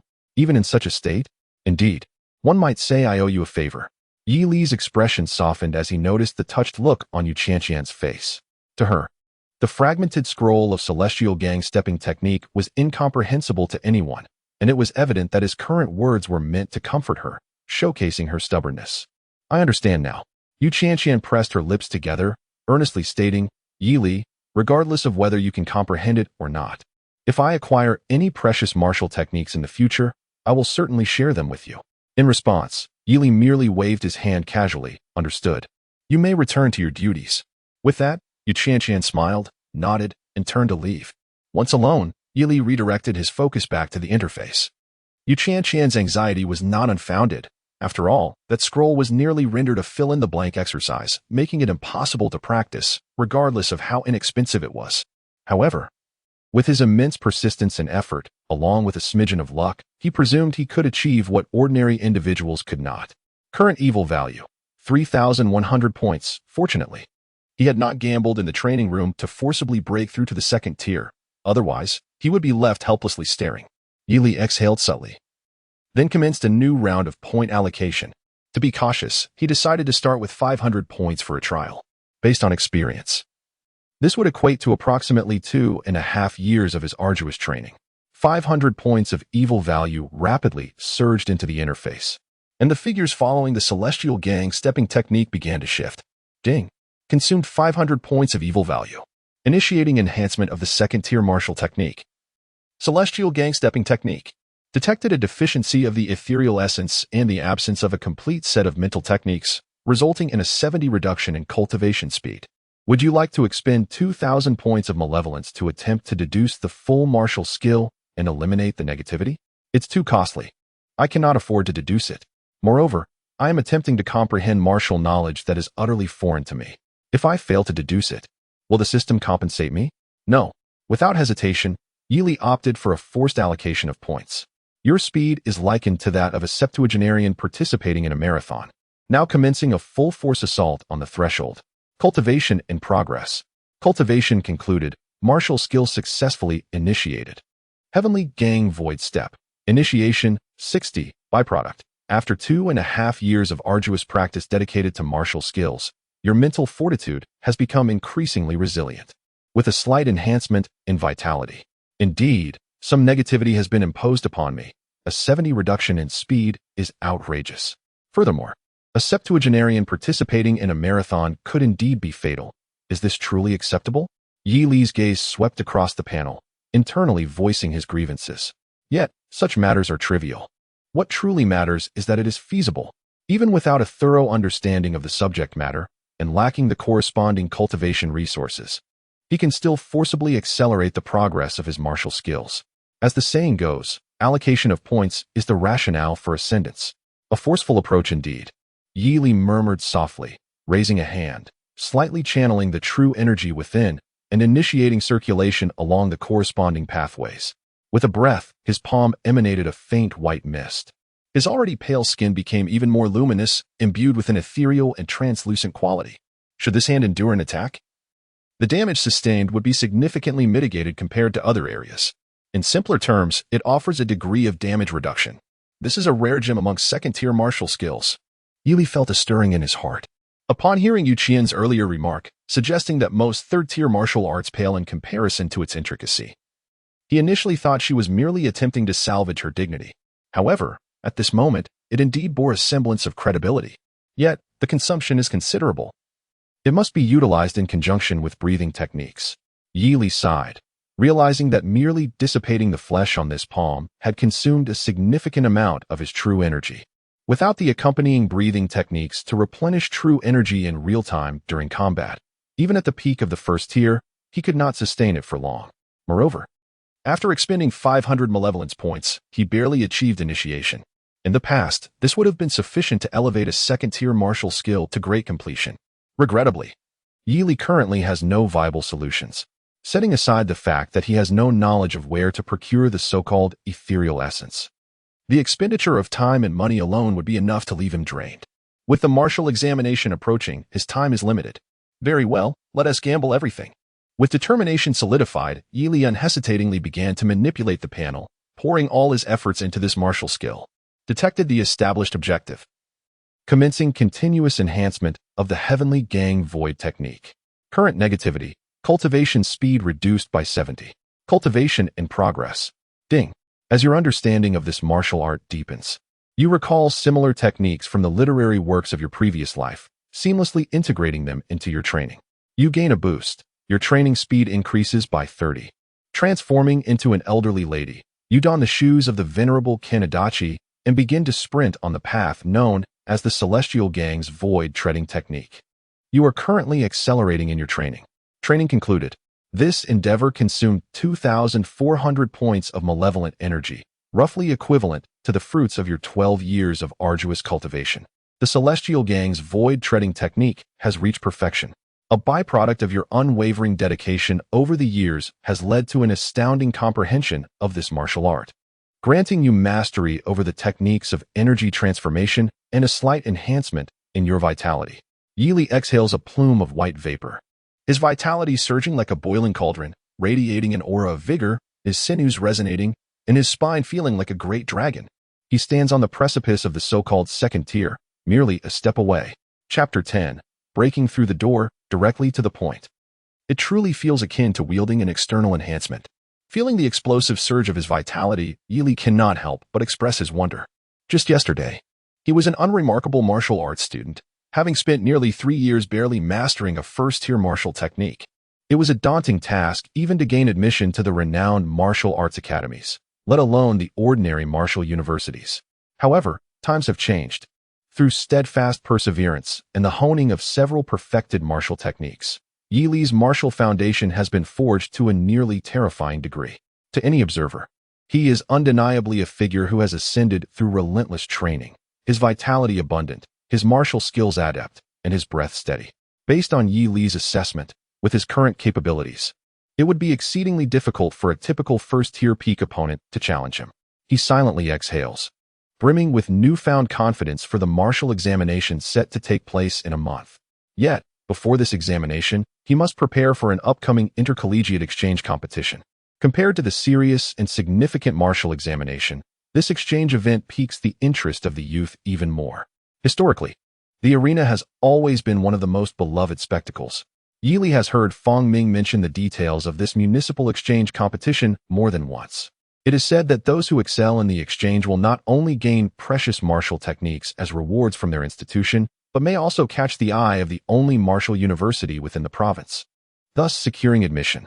The date for the exchange competition is set for next week, and even as a substitute, there remains a chance to participate. Contemplating this, Yi's anticipation grows. The martial university is a coveted institution for every martial arts student. The techniques and resources offered therein are far beyond what a martial arts high school can provide. Many of these academies have close collaborations with local cities, allowing capable students to venture beyond city limits to slay exotic beasts in exchange for the cultivation resources they require. The more prestigious the martial university, the greater the support it can offer. To gain entry into the desired institution, one must stand out in the martial examination and achieve remarkable results. Only by stepping into the second tier does one acquire the qualification to compete with the most elite students from martial arts high schools, just a hair's breadth away. The second tier is nearly within reach. At this juncture, it is possible to ensnare a warrior at the 50th level. However, for Yi, as long as the malevolent value is ample, even with negativity at its zenith, he can still achieve a breakthrough. The system has yet to delineate a clear standard for acquiring malevolent values, yet Yi has discerned a modicum of insight. The suffering of others brings him pleasure. Satisfying even a fragment of this behavior can yield corresponding malevolent values. Yili perceives no moral quandary in this, for in a world dominated by martial prowess, the weak are destined to be mercilessly humiliated by the strong. Of course, it is worth noting that there are instances where both conditions may be met, yet no malevolent values are accrued. Ultimately, the authority lies with the system. For now, he shall return. Yili closed the tattered tome, casting a glance at his panel. Feeling a twinge of regret, the rewards he had recently obtained from Shun Lian had barely allowed him to deduce a rare martial art. And now his resources were nearly depleted. Current malevolent value, 200 points. He must seek someone to acquire more rewards. With a sigh, Yili rose and exited the library, making his way towards the training building. The rooms designated for the team members are equipped for overnight stays. After all, he is alone at home, so it matters little whether he returns or not. Sigh, when will he encounter those mindless, confrontational villains? As these thoughts swirled in his mind, Yili stepped through the training building's doors, ascended the staircase, and arrived at his training room. Creaking, he pushed open the door and, upon reaching the bedside, lay down, stretching luxuriously. He then closed his eyes to rest, intending to take a brief nap. The unexpected acquisition of the precious level Tian Gang void-stepping technique had significantly uplifted his spirits. Knock, knock, knock. Just past 6 in the evening. A series of rapid knocks echoed from the entrance. Who is it? Yili sat up, the drowsiness in his dark eyes dissipating. It is I, Yu-Chan-Chan. I'm coming. Yili hurried to the door and opened it, observing the slightly uneasy expression on the bespectacled girl's face. Raising an eyebrow, he curiously inquired, "Have you found a precious martial technique already?" "No, it's something else." Yu-Chan-Chan swiftly waved her hands, her discomfort becoming increasingly apparent. Noting her demeanor, Yili harbored some suspicions. "Speak your mind," he urged. "It's just that." Yu-Chan-Chan twisted her hands nervously. "Lu Team wants you to visit his training room, the one at the far left on the 4th floor. "Lu Team? You mean our vice-captain, Lu Yongda?" Upon saying this, a flicker of struggle appeared in Yu-Chan-Chan's eyes. After a brief hesitation, she gritted her teeth and added, "Perhaps you should not go. I sense he harbors ill intentions." "Ill intentions?" Yili perked up, feigning nonchalance as he inquired, "Why do you say that?" "He claims he wants you to understand that there are always greater talents beyond oneself, to make you aware of the Team's rules." After uttering this, Yu-Chan-Chan exhaled deeply, as though voicing this concern had required considerable courage. Adjusting her glasses, she continued, "Did you have any previous grievances with him?" "Just a minor issue." "Then it seems that confirms it." With her delicate silver teeth clenched tightly, Yu-Chan-Chan expressed her indignation. "This person is exceptionally petty. You should refrain from approaching him for now. He is not alone in the training room. He has 2 sycophants accompanying him. Both are members of the school team. One at the peak of the 1st stage, and the other at the 8th level of the 1st stage, along with Lu Yongda, who is at the pinnacle of the 1st stage. If you go there, you will undoubtedly face dire consequences."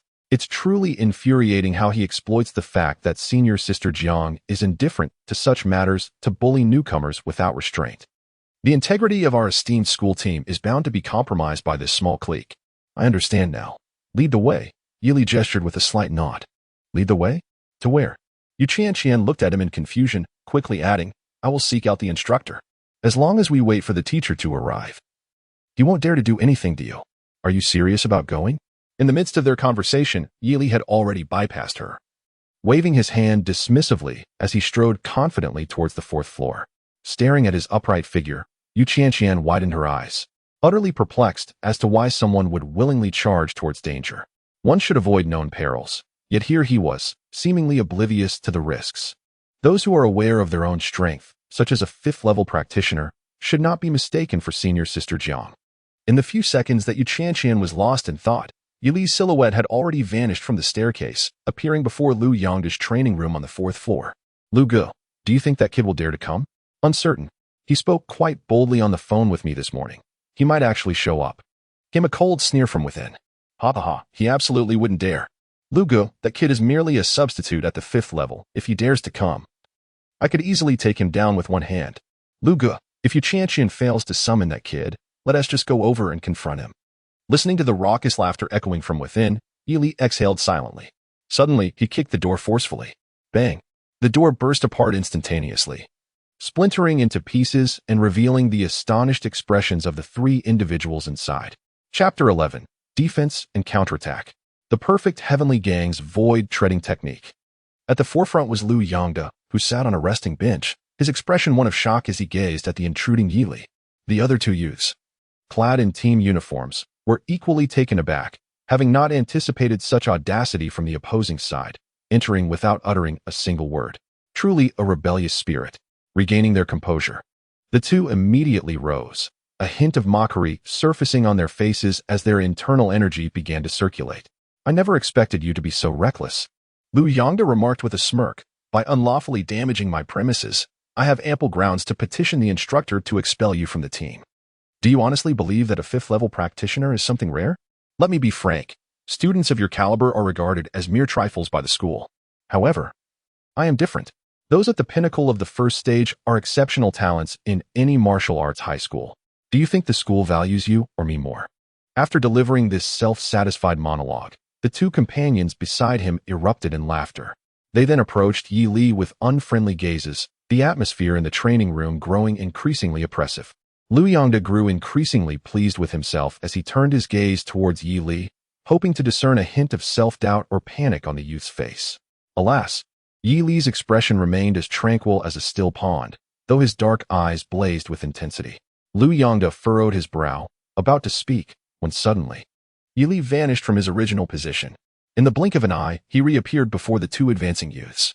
Upon encountering the icy gaze of the young man, one of them was struck with astonishment, completely unprepared for such swiftness. Without delay, Yi Li unleashed his right arm, his entire being resonating with vitality as his potent energy erupted forth. He delivered a powerful punch that collided heavily against the man's abdomen. Boom! The force of over 1,000 kilograms surged forth, catching the man off guard, causing him to spew blood as his body was violently propelled backward, crashing into the crumbling wall, severely injuring a first-tier 8th-level martial artist. Evil value, 700. Good heavens! Witnessing this, the other man finally reacted, his eyes betraying a palpable fear as he beheld the formidable aura radiating from Yi Li, clearly thrown into disarray. In a desperate attempt to protect himself, he hastily summoned his internal energy, crossing his arms defensively in front of him, hoping to buy some time for rescue. Yi Li had mastered the essence of flowing fist techniques, perfecting the art of delivering punches with the fluidity of water. After sending one man flying, his second punch was already charged and ready to strike. Even before cultivating the celestial steps, his punching power had neared 900 kilograms. Now, after dedicating over a decade to the celestial steps, although his cultivation had not significantly increased, his punching force had undeniably surpassed 1,000 kilograms. As the young man raised his arms in defense, Yi Li's fist shot forth like a cannonball, shattering the barrier of the crossed arms as if they bore the weight of 1,000 June. A distinct sound of fracture echoed as the young man screamed in agony, stumbling backward. However, Yi Li was relentless, his long hand darting forward like lightning to seize the man's face, and with a fierce motion, he slammed him down onto the shattered floor, severely injuring a first-tier 9th-level martial artist. Evil value, 800. The impact was so tremendous that the young man was instantly lulled into a sleep akin to that of an infant, collapsing into unconsciousness. You. Liu Yangde gazed in horror at this scene, utterly bewildered by how a first-tier 5th-level martial artist could possess such terrifying speed and strength. In the blink of an eye, two had been gravely injured. If it were him, he could hardly imagine achieving such feats. At that moment, Yi Li rose to his feet, adjusting his sleeves with an indifferent demeanor as he regarded Liu Yangde, who was still in shock on the bed. "It's your turn," the youth's voice was cold. Seizing this rare opportunity to strike, he was unwilling to grant his opponent a chance to plead for mercy. "What realm are you at?" Liu Yangde stared at Yi Li's placid face, both astonished and terrified, exclaiming, "You are certainly not a first-tier 5th level.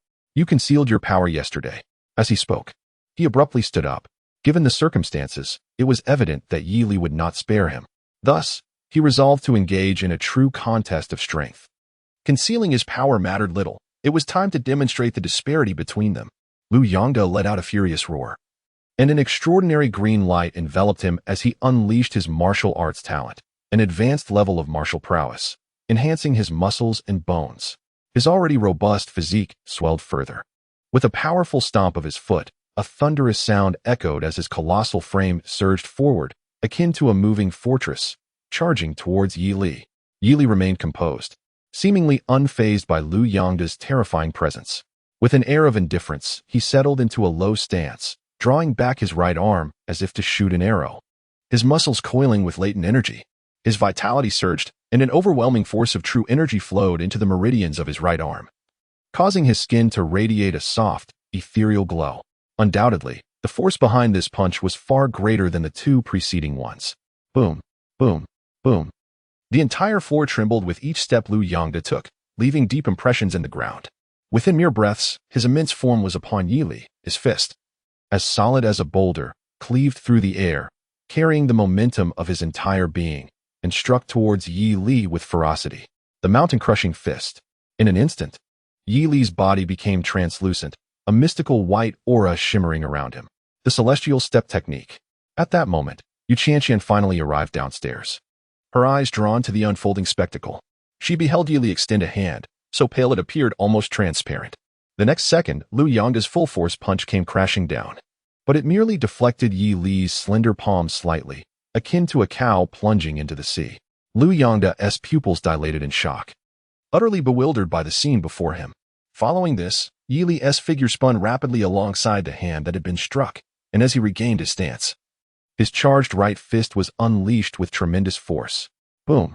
The air erupted in rippling waves, and Liu Yangde's massive form was hurled backward, crashing through the floorboards and smashing into the shattered wall.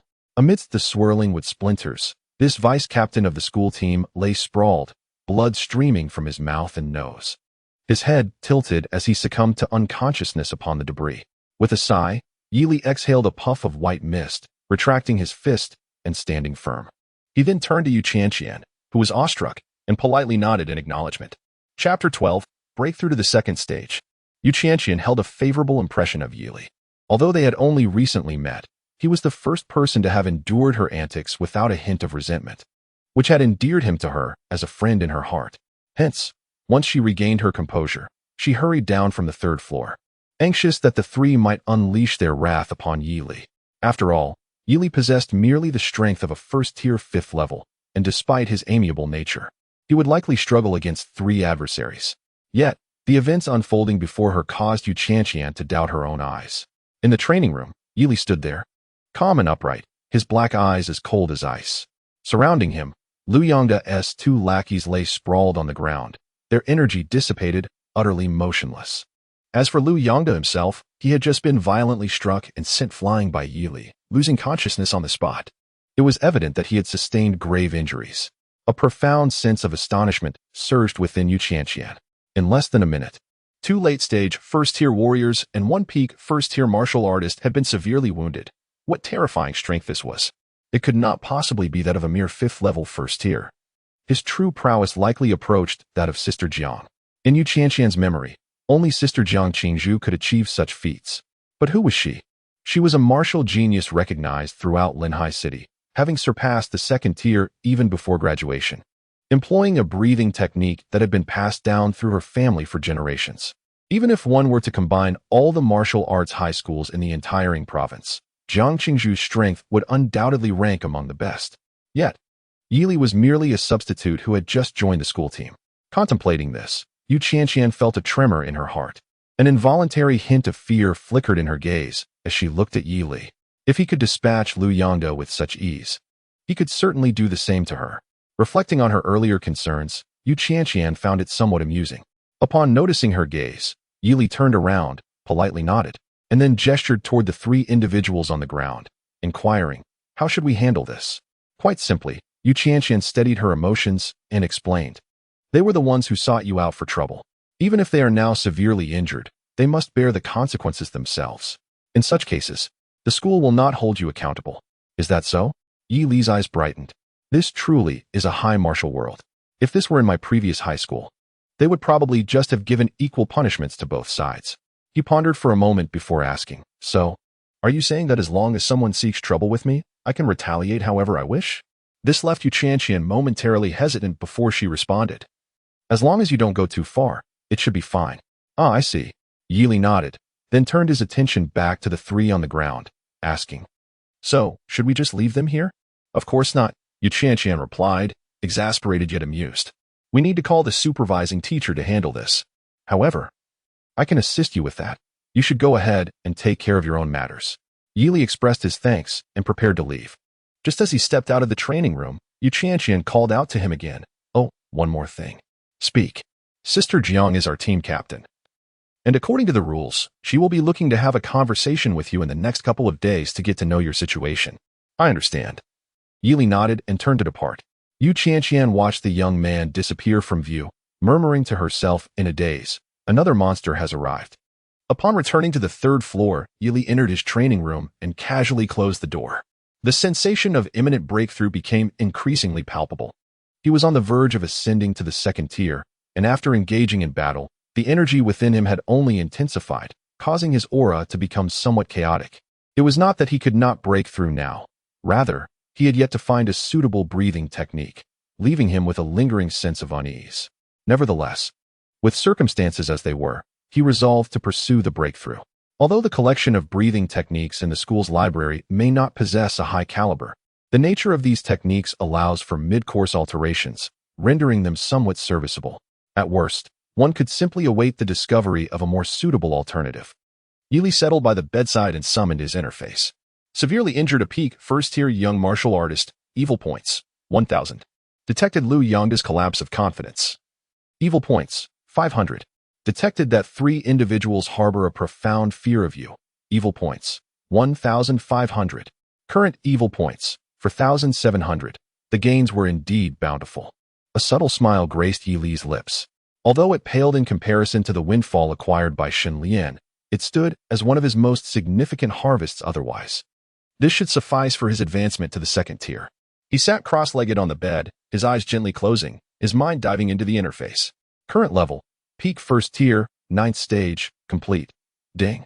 The goal for this training session has been set to break through to the second tier, commencing training, second tier. Jade Muscle Realm. Involves gradually merging the abundant true energy with the meridians and muscles to enhance the vitality of one's blood. In the past 2 days, your relentless practice of martial arts, accumulated over nearly 20 years, has granted you mastery over your internal true energy. Making this endeavor remarkably efficient, acquired boost, training speed increased by 50. You begin to fortify your meridians with true energy, nurturing your vitality. But due to the absence of a breathing technique to timely replenish your true energy, this process is rather sluggish. Acquired negative, training speed reduced by 20. Acquired negative, emotional agitation, the moment the text appeared on the interface. A genuine sense of agitation welled up within Yili. This surprised him. Nevertheless, this fleeting anxiety did not significantly impact him, for he was merely engaged in the straightforward act of enhancing his attributes. Accelerating training. Through persistent effort, you have finally completed the fortification of part of your meridians, resulting in a substantial surge in vitality and successfully breaking through to the first stage of the second tier. Your punching power has significantly increased. Your reaction speed has significantly increased. Training concluded. Comment. This training session was seamlessly executed, requiring minimal mental exertion. With a total consumption of 200 evil points, as the final lines of text materialized, a distinct sound resonated through Yili's bones. In an instant, several meridians underwent transformation, radiating a lustrous sheen akin to jade, nourishing his entire body's vitality. Yili's aura surged accordingly. The true energy coursing within him had multiplied several times over compared to mere moments ago. Even his vitality was restored to its peak state in an instant.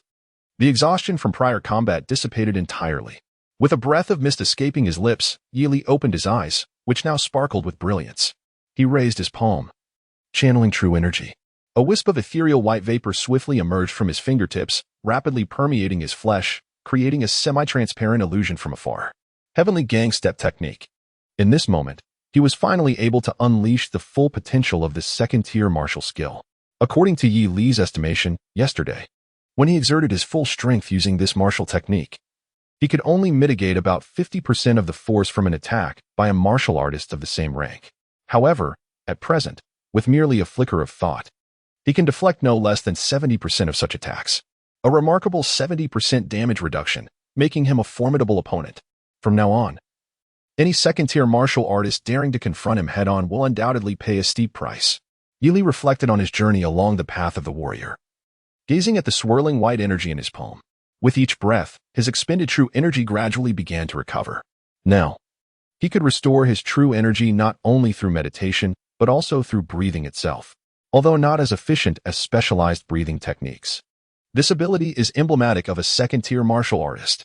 In the past, he found the concept of recovering health through breathing in games absurd. Now, he found it entirely normal to replenish his energy through his own breath. Casually dispersing the white energy from his palm, Yili chuckled, reveling in the myriad changes within himself. At this moment, he finally confirmed that he had ascended to the second tier of martial artistry, the Jade Muscle realm. Should he encounter Liu Yangda and his companions again now, Yili felt confident that he could defeat all three within half a minute, even without employing the Celestial Gang Void technique. Next, he must focus on preparing for breathing techniques. Otherwise, every subsequent level up would likely incur a negative effect of training speed reduced by 20. Chapter 13. Whispers abound. In the 2 days following his breakthrough to the second tier, Yili remained in the library. It was relatively peaceful there. As Qian had noted, despite the hurried arrival of the instructor that night, who was astonished by the situation concerning Liu Yangda and his companions, no punishment was imposed upon Yili after the full context was understood. Instead, the instructor actively petitioned the school to have Yili become a formal member of the school team, displaying an eagerness that was unmistakable. Upon hearing the relevant details, Vice Principal Li Haohan immediately consented. He had planned to have a conversation with Yili afterward to strengthen their rapport. But upon learning that the young man had been immersed in the library for the past 2 days, he refrained from intruding. Regardless, Yili was now officially a member of the Linhai school team. Notably, this morning, while en route to the library, he fortuitously encountered Wang Ren returning from the hospital. Wang Ren's face was bandaged, and his body was encased in steel plates. Upon seeing the composed Yili, an expression of shock overtook his features, and he exclaimed, "How are you unscathed? With Liu Yangda involved, I thought you would surely suffer a major setback. At the very least, you should be dejected, like a plucked chicken." Yet, the Yili before him radiated vitality, exuding calmness and a steady, prolonged aura. There was no sign of having been thwarted at all. Could it be that Liu Yangda did not lay a hand on him? Yili casually inquired, "Why would I be harmed? Liu Yangda? He actually did not touch you?" Wang Ren instinctively replied, "Liu Yangda? Ah, him," Yili responded, a look of realization crossing his face as he chuckled lightly. "I have already dealt with him." "Dealt with him? What does that mean?" Wang Ren queried, sensing that they were not at the same hospital. Yili shook his head in disappointment. As he stepped forward, intending to earn a few points for his misdeeds, he was taken aback when Wang Ren, frightened by his approach, turned and fled. Observing the panicked figure retreating, Yili felt a twinge of surprise. Am I truly perceived as a villain? With merely a week remaining until the upcoming exchange competition, there were only 6 official positions on the team, and Yili was indifferent to who he had replaced. He was simply aware that the team's mentor had managed to secure a scholarship for him, amounting to 500,000 Hanxia coins, which had already been deposited into his account. This enabled him to select a slightly more advanced breathing technique. The first-level breathing technique, Blazing Fury, cost 450,000 Hanxia coins. The second-level breathing technique, Raging Tide, was priced at 500,000 Hanxia coins. A fragment of the third-level breathing technique was available for 700,000 Hanxia coins. On the 3rd floor of the library, Yili gazed at the rows of breathing techniques displayed on the screen, feeling a headache coming on. Nothing suitable seemed to be available.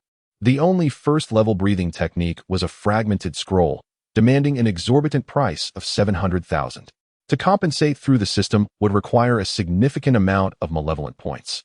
Never mind, if it comes to that, I shall simply approach the school administration. After all, it is merely a breathing technique. I find it hard to believe they would be unwilling to provide it to me. After 2 days of indecision in the library, Yili resolved to seek assistance from the school. Departing the library, he made his way to the training building, encountering numerous peculiar glances along the way, most of which were tinged with fear. It then dawned on him that after he had taken down Liu Yangda and his companions the day before, despite the school's lack of objection, the news had spread throughout the campus as if it had sprouted legs. However, the versions of the tale circulating were somewhat ludicrous. The newly joined substitute member of the school team was openly challenging others, disrupting the team's morale. Yili from Class 9 of the Martial Sciences had brazenly injured 3 team members. How could a substitute possibly defeat 3 official members? I have heard that this individual possesses only the strength of the 5th level. He must have resorted to some underhanded means. With the exchange competition next week, what could his intentions be in attacking his own teammates? I too sense ulterior motives behind his actions if it were not for Senior Jiang's presence. The school team of Linhai No. 1 High School would surely be on the verge of collapse due to this individual. The rumors generally aligned in their outrageous claims. Yili was arrogant, employing dubious methods to severely injure 3 team members. The saying 3 men can create a tiger rings true. The fear of public opinion is formidable. Such absurd rumors, akin to a student challenging the principal to a duel over the weekend, quickly became a hot topic on campus. Consequently, Yili became the subject of much discussion. And due to the viciousness attributed to him in the tales, those who believed the rumors developed feelings of trepidation towards him. Those who spread rumors are universally detestable, regardless of their location.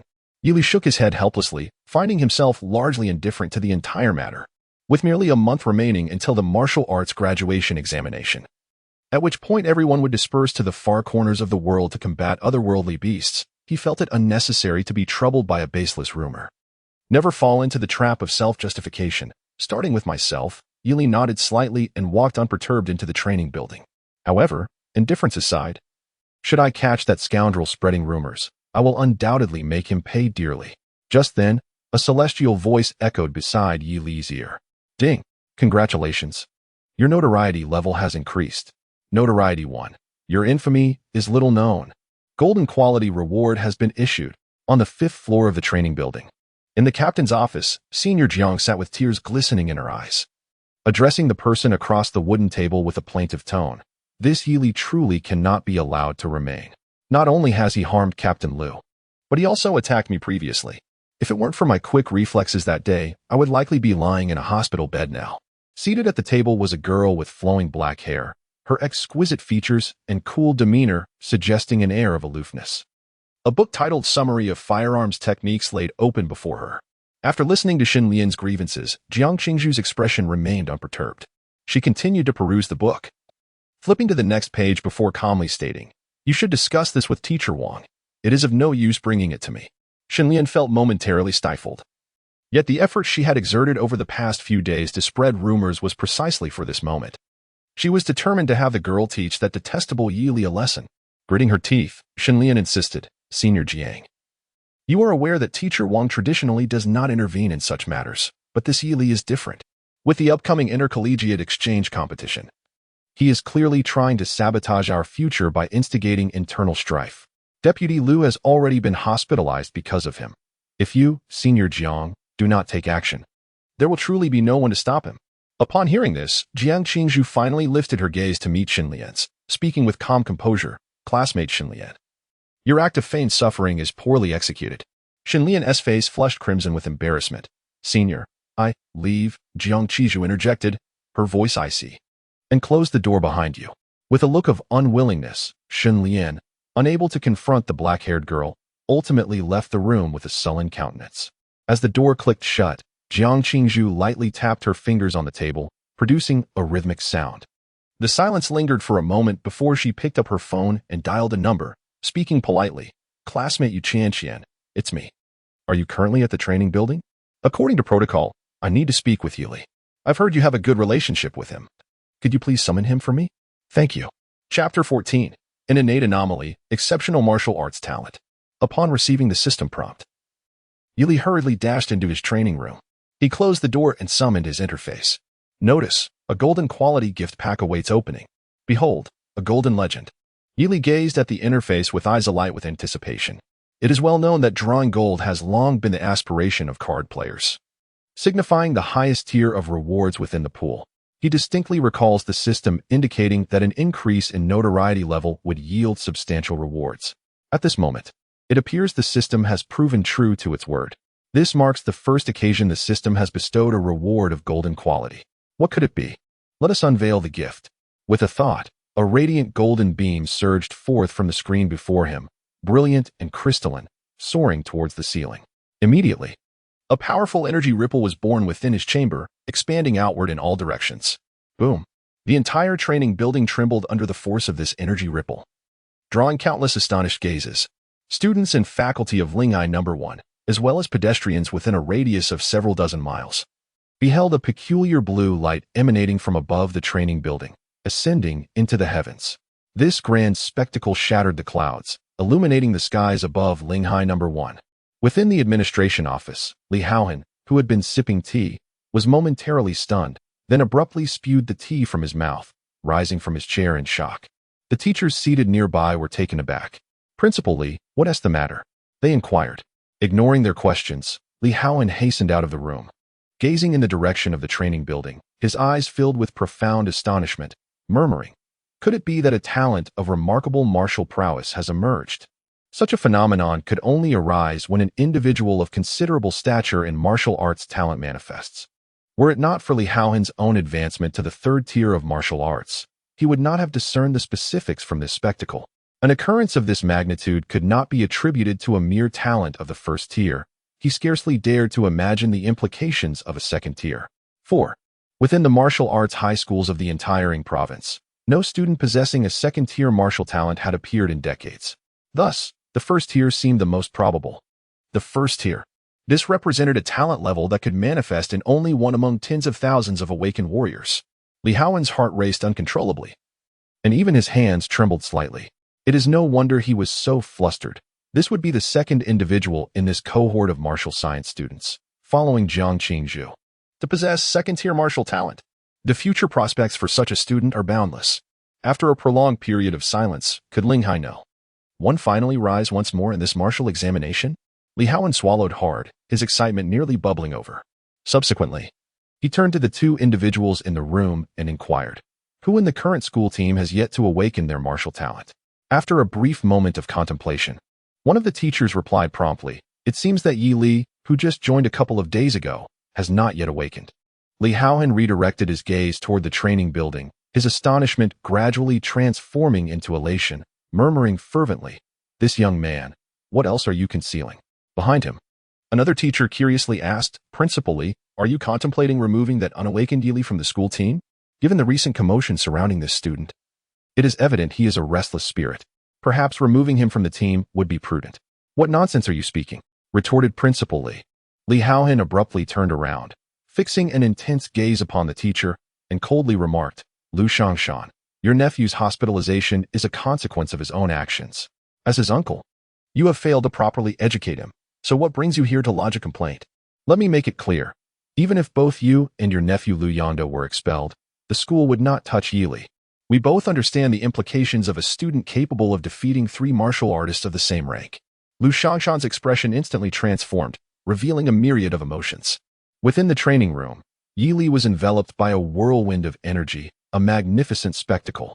A refreshing sensation continuously emanated from the depths of his spirit, akin to a soul undergoing metamorphosis.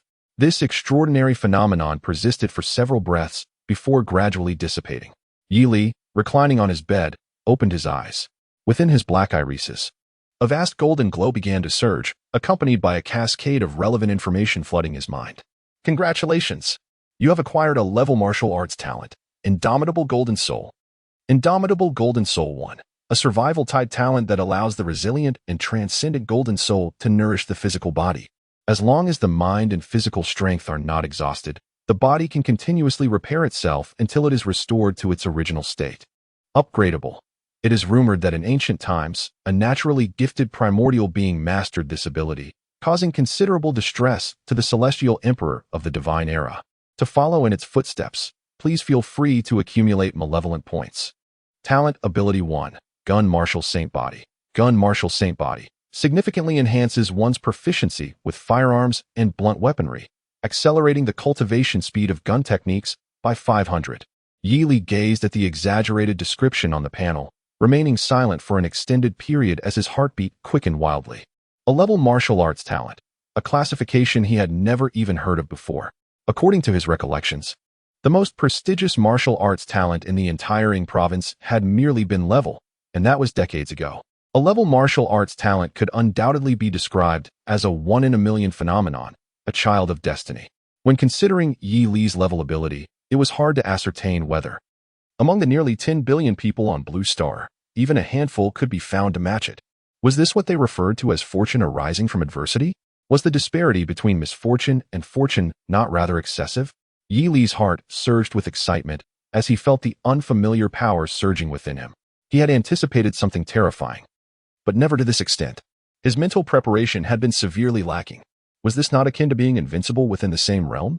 Yili opened his mouth and stroked his chin. Well, it matters not. After all, I am the one with the cheat, so if I am invincible, then so be it. At that moment, a series of knocks echoed from the door. Yili swiftly rolled off the bed, reigning in the extraordinary aura surrounding him.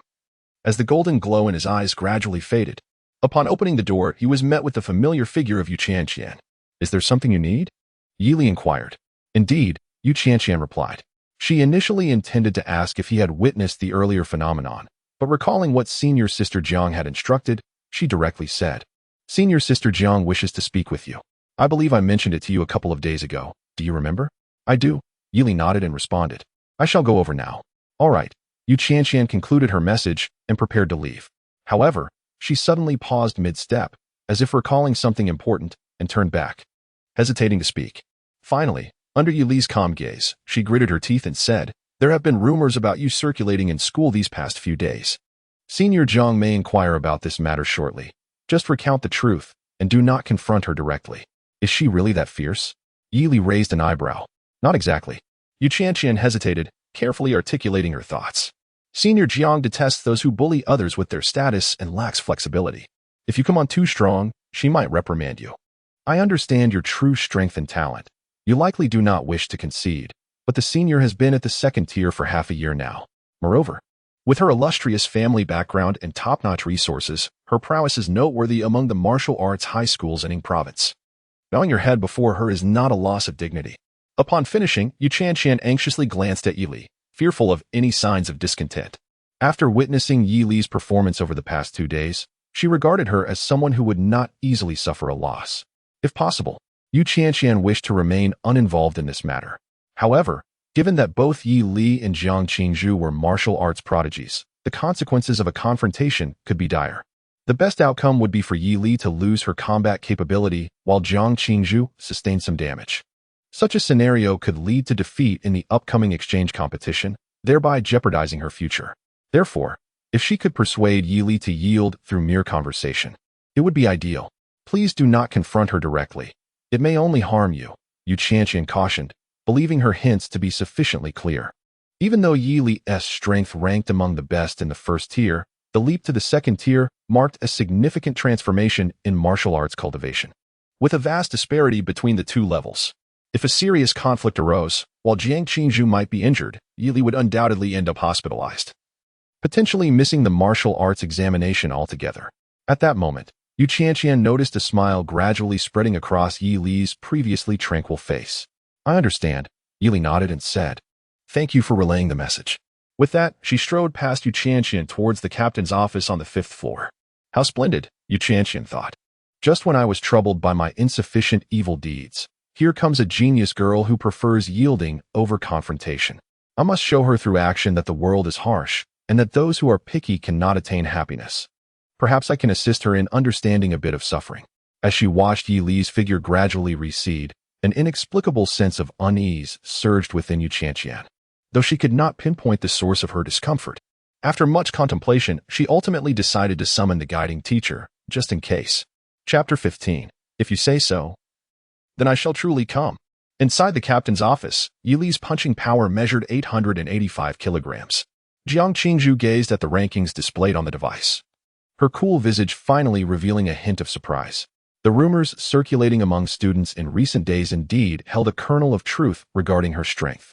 She recalled how, just a few days prior, the guiding teacher had excitedly rushed over to inform her that Yi Li had concealed her capabilities, and her true strength was likely only slightly below her own. It was indeed not a mere exaggeration. Jiang Qingzhu nodded lightly. With such punching power, Yi Li had already distinguished herself as a force to be reckoned with among first-tier martial artists. Even when Jiang Qingzhu was merely a first-tier martial artist, her maximum punch force barely exceeded 1,000 kilograms. This was achieved only with the assistance of various top-tier medicinal baths and training equipment provided by the Jiang family. On the other hand, Yi Li's background was reportedly quite ordinary. To have reached such a level is indeed a matter of pride. It is no wonder he looks down upon his peers. As for the rumors circulating in the outside world, Jiang Qingzhu chose to believe only half of them. She neither fully trusted that Yi Li was entirely without flaws nor believed in the notion that he was excessively arrogant. After all, in the past 3 years, she had never heard his name, which was sufficient to indicate that he was not one to seek the limelight. If not for the impending martial arts examination, he might have continued to conceal his true capabilities, Jiang Qingzhu mused. Such restraint speaks volumes about the tenacity of his character. However, regardless of her reflections, it was undeniable that his actions in severely injuring Lu Yangda and others were somewhat excessive, bearing the weight of countless expectations. She knew she could not afford to lose even once before expelling all the exotic beasts from Hanjia. Hence, she had to dedicate herself to daily training and could not afford to waste too much energy on such matters. This was also the reason why Jiang Qingzhu seldom involved herself in trivial affairs. A mere warning to ensure he refrains from harming his teammates would suffice. With her thoughts settled, Jiang Qingzhu returned to her wooden desk and reopened the tome titled Essence of Marksmanship, studying it diligently. This was no ordinary text. It contained the insights and reflections of the Jiang family's generations of marksmanship masters, guiding lower-tier martial artists to avoid numerous pitfalls in their techniques. In fact, in the long run, it could significantly enhance their training efficiency and marksmanship. Thus, when considering its worth, this book surpassed even some third-tier martial arts techniques. Just then, a knock echoed through the room. Jiang Qingzhu marked her place, closed the book, and calmly said, "Come in." She glanced toward the door, where a handsome youth clad in white entered. "Hello," Yi Li greeted with a gentle smile as he stepped inside. "I am Yi Li. I heard you wanted to discuss something with me?" His approach of courtesy before conflict had always been a commendable trait of his. Jiang Qingzhu acknowledged him with a soft gesturing for him to take a seat across from her, and then asked in her cool, clear voice, "Having just joined the school team, have you encountered any discomfort?" "Indeed, there is a slight issue," the youth replied candidly, catching Jiang Qingzhu off guard. Nevertheless, she maintained her composure and inquired further, "What specifically feels uncomfortable?" "There are simply too many fools," Yi Li sighed. Under Jiang Qingzhu's peculiar gaze, he began to enumerate. "There are Shenlian, Lu Yangda, and his 2 sycophants. That makes 4. Counting Wang Ren, who recently left the team, that's a total of 5. The school team has only 7 members, including substitutes, and as the saying goes, birds of a feather flock together. Classmate Jiang, I worry you may share their ilk." Yi Li lamented, fingers interlaced before him. Jiang Qingzhu felt her mind buzzing. She had never encountered such a blunt insinuation before and momentarily struggled to regain her composure. "Worrying that I am like them," she pondered. "Does that imply you consider me a fool as well?" Upon contemplating this, Jiang Qingzhu's elegant brows furrowed slightly, and a flicker of indignation ignited within her usually composed heart. Coldly, she remarked, "You needn't worry. I am not that idle." Captain Zhang's implications seemed to suggest that they were indeed foolish, to which Yi Li inquired with a smile, "Am I to take it that you are acknowledging their foolishness?" "I never stated such a thing," she replied. "Why not admit it?" Yi Li asked, unhurriedly. "Deep down, you must realize that you are not of their ilk." "Am I wrong?" Jiang Qingzhu inhaled deeply, sensing the conversation had veered off course. Her intention had been to admonish him, to temper his reckless demeanor. How had the topic strayed so far? Casting aside her disordered thoughts, she spoke in a tone devoid of warmth. "I summoned you not to engage in such discussions, but rather to convey an important matter." "Listen well." "Convey?" Yi Li leaned back against the uncomfortable chair, feigning no immediate displeasure. "Proceed." "I have received reports alleging that you have maliciously injured several teammates," Jiang Qingzhu stated, observing him intently. "For now, I shall assume there are reasons behind your actions. However, I implore you to refrain from such behavior in the future. With the martial examination approaching, it is crucial for everyone to focus on their own futures. You ought to devote your energies to training, not to reckless bravado. Bullying the weak is no mark of skill, if you truly cannot restrain yourself."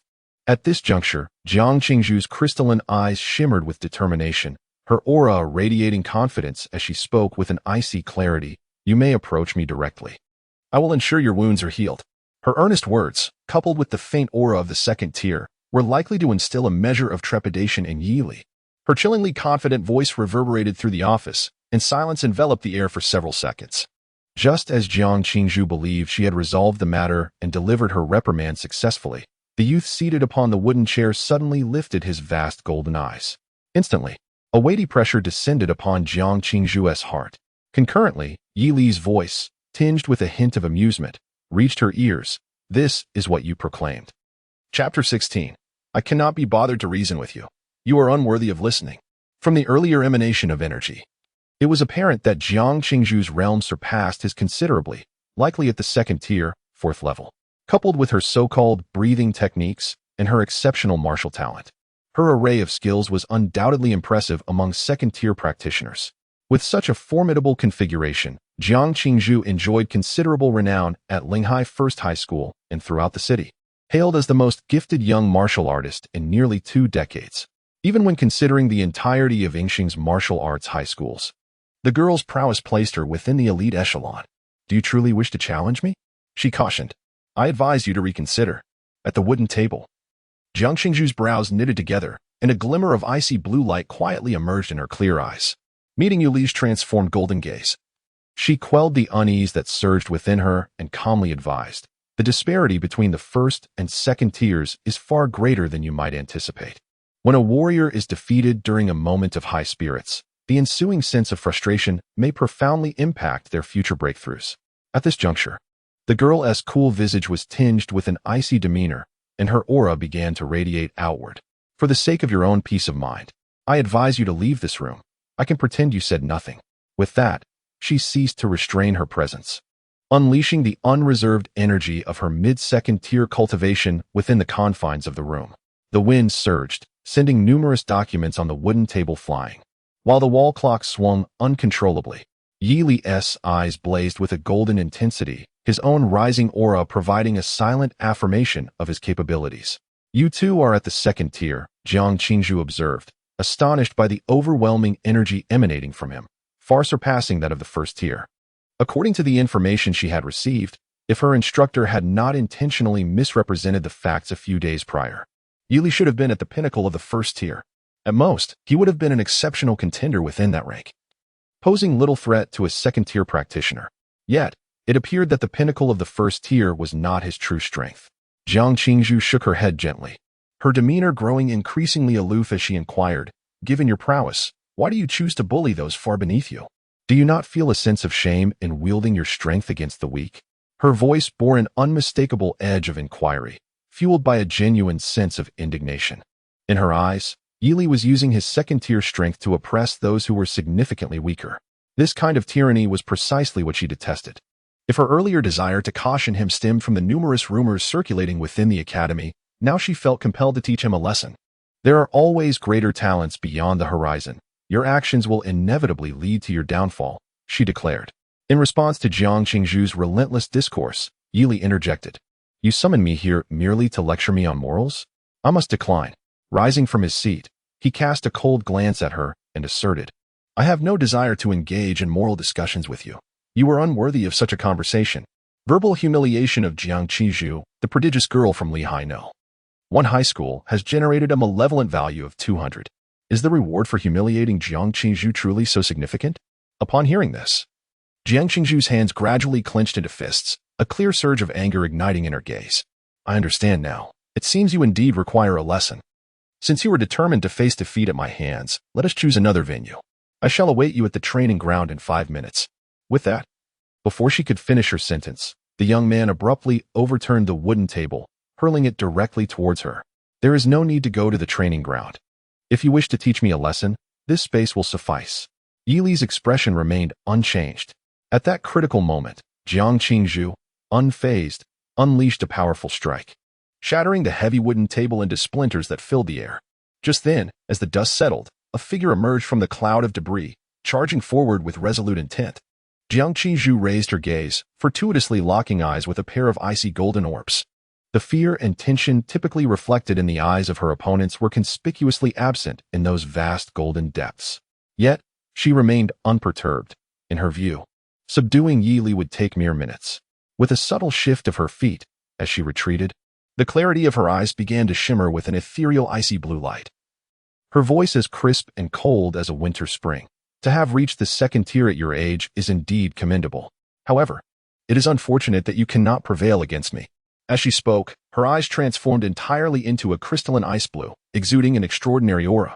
With a breath, she exhaled a plume of white mist, which swiftly spread throughout the room, causing the temperature to plummet.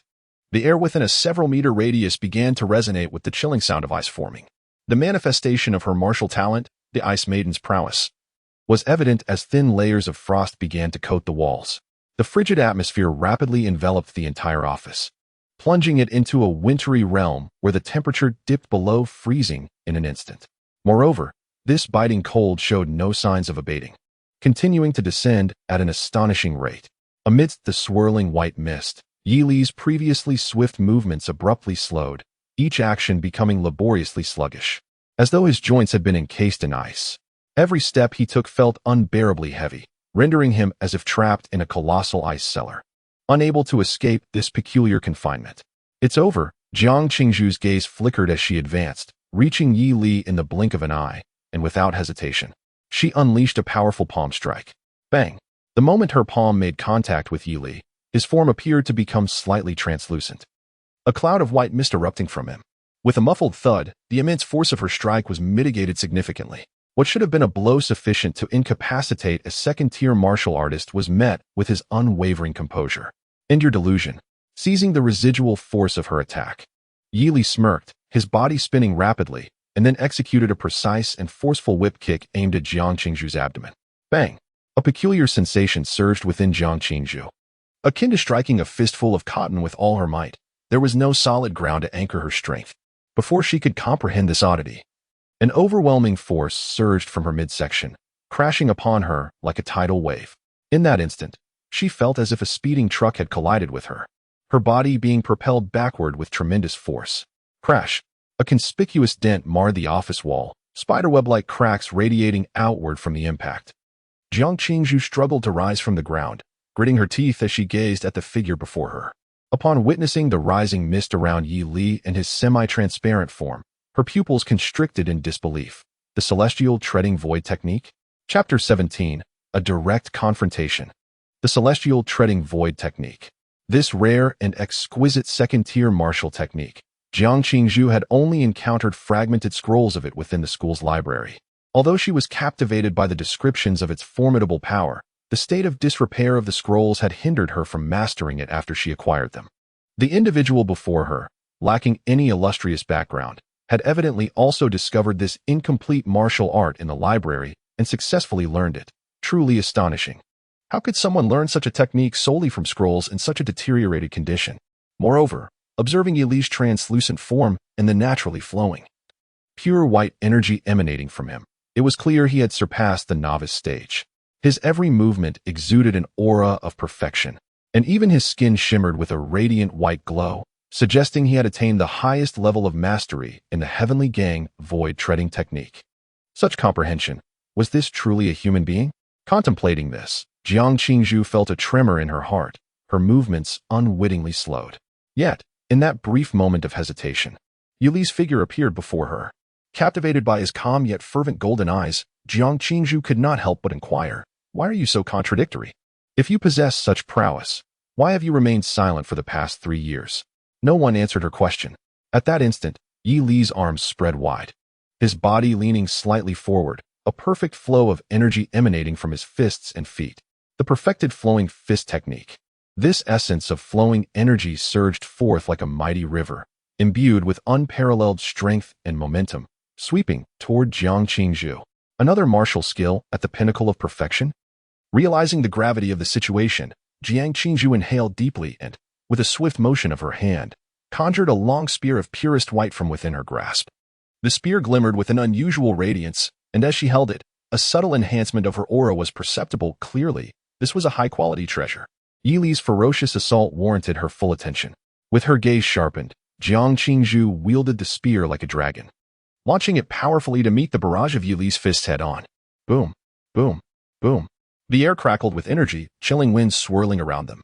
Under the influence of the perfected Heavenly Gang Void Treading Technique, Yi Li's body appeared nearly translucent, significantly resisting the cold.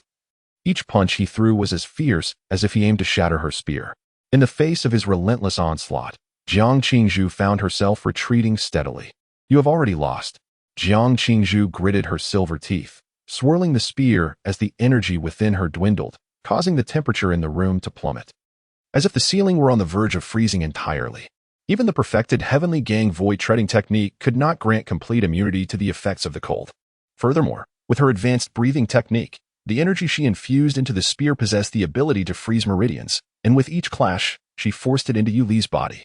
Although Yi Li appeared unaffected, it was certain that his meridians and bones had sustained varying degrees of damage. Unless he was concealing some lethal move, the ensuing battle would devolve into a tug-of-war, testing the depths of their internal energies. Boom. As both sides engaged in yet another round of fierce exchanges, Jiang Qingzhu's figure skimmed along the ground before being hurled several zhang away, crashing heavily against the wall. Exhaling a breath of cold air, Jiang Qingzhu's expression turned grave as the tumult within her body surged uncontrollably. Despite the immense toll exerting her innate abilities took on her, her opponent continuously maintained the Celestial Gang's void treading technique, indicating that his consumption could not be significantly less than hers. Yi Li seemed to have just entered the second tier, yet he had not even cultivated a breathing technique. Jiang Qingzhu believed her martial arts rank to be considerably higher than Yi Li's, coupled with a breathing technique that consistently replenished her true energy and sustained her cold aura. If they continued to clash in this manner, victory would undoubtedly be hers. Do you think you are assured of victory?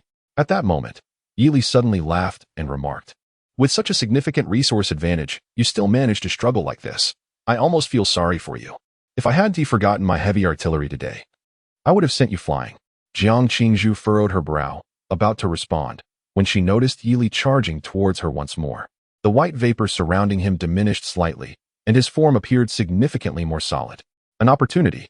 His true energy could no longer sustain the full power of the Celestial Gang's void treading technique. Jiang Qingzhu's gaze sharpened, and without hesitation, she stepped forward, channeling her true energy into a powerful thrust of her spear.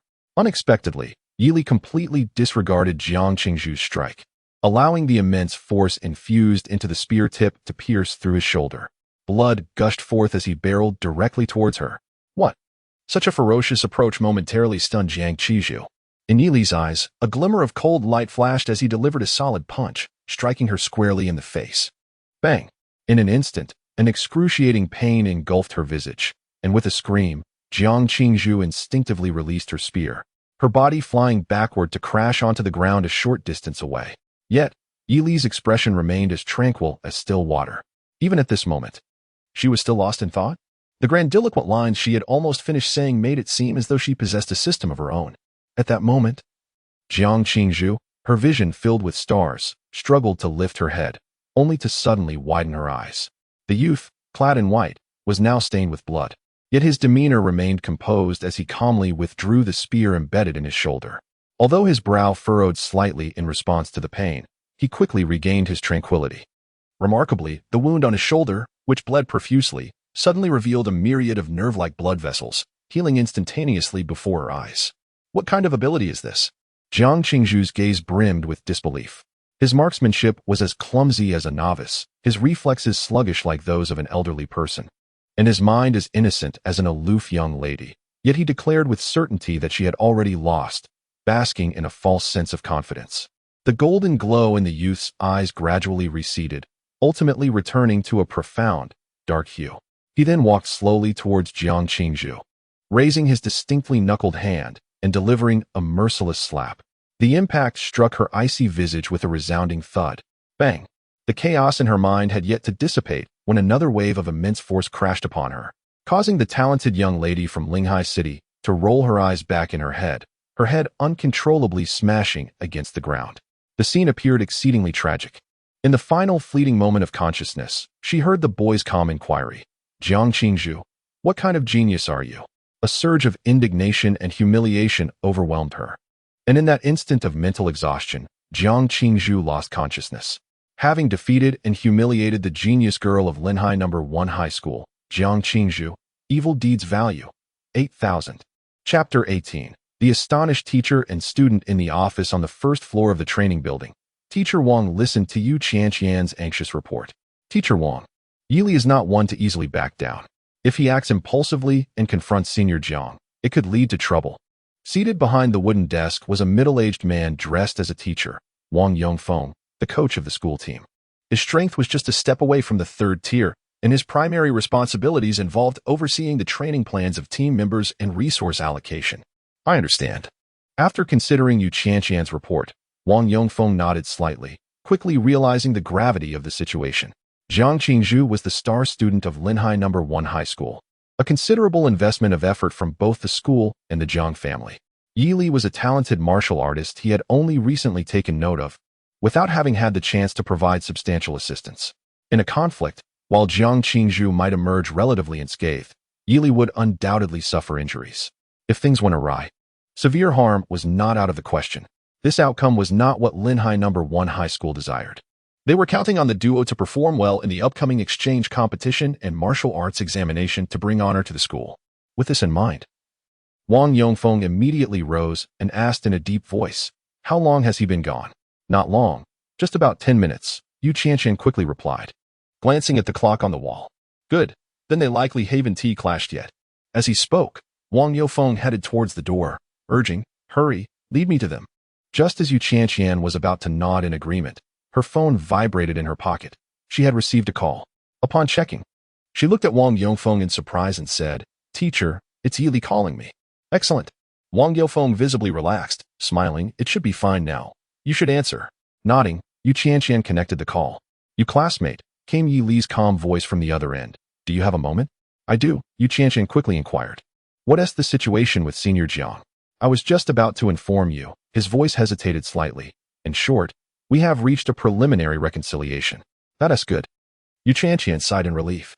However, Yi Li's next words made her heart race again. "But she has lost consciousness. I need you to assist me with this." "She is unconscious?" Yu Qianqian exclaimed. Wang Yongfeng, startled, whispered, "What happened?" "She has indeed fainted," Yi Li confirmed calmly from the phone. "Senior Jiang." Yu Qianqian struggled to compose herself, covering the phone, and cautiously asked, "How did she lose consciousness?" "I did," came his unflinching reply. The voice on the other end of the line responded with an air of incredulity, seemingly perplexed as to why Yu Qianqian would pose such a seemingly foolish question. "What?" Yu Qianqian trembled in disbelief at this remark. "What is happening?" Wang Yongfeng, startled by her reaction, momentarily forgot to lower his voice and quickly inquired, "Is someone with you?" Yi Li asked, somewhat astonished. "Yes, there is someone."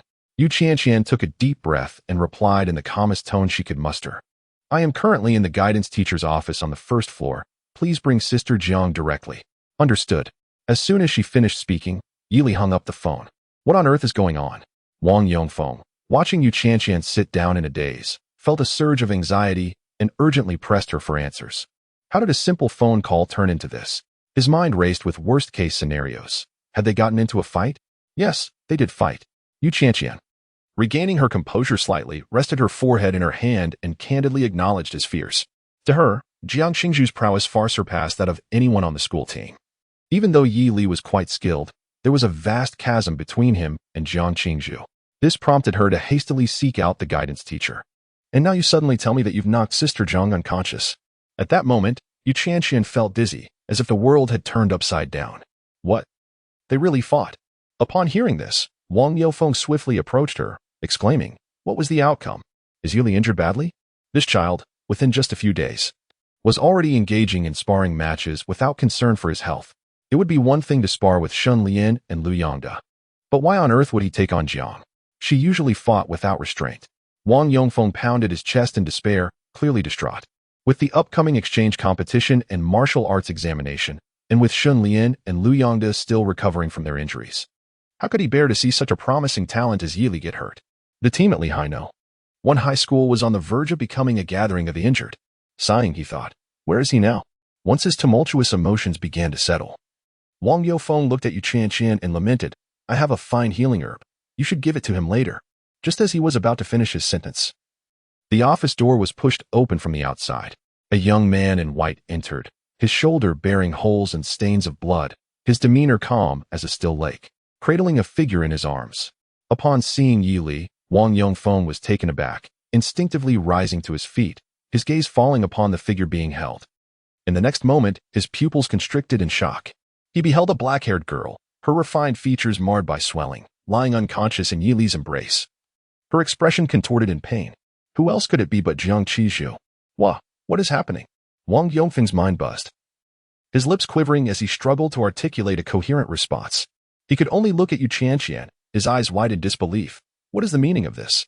As you can see, Teacher Wang, Yu Qianqian replied, equally incredulous and with difficulty, Sister Jiang has been knocked out by Yili and now requires a place to recover.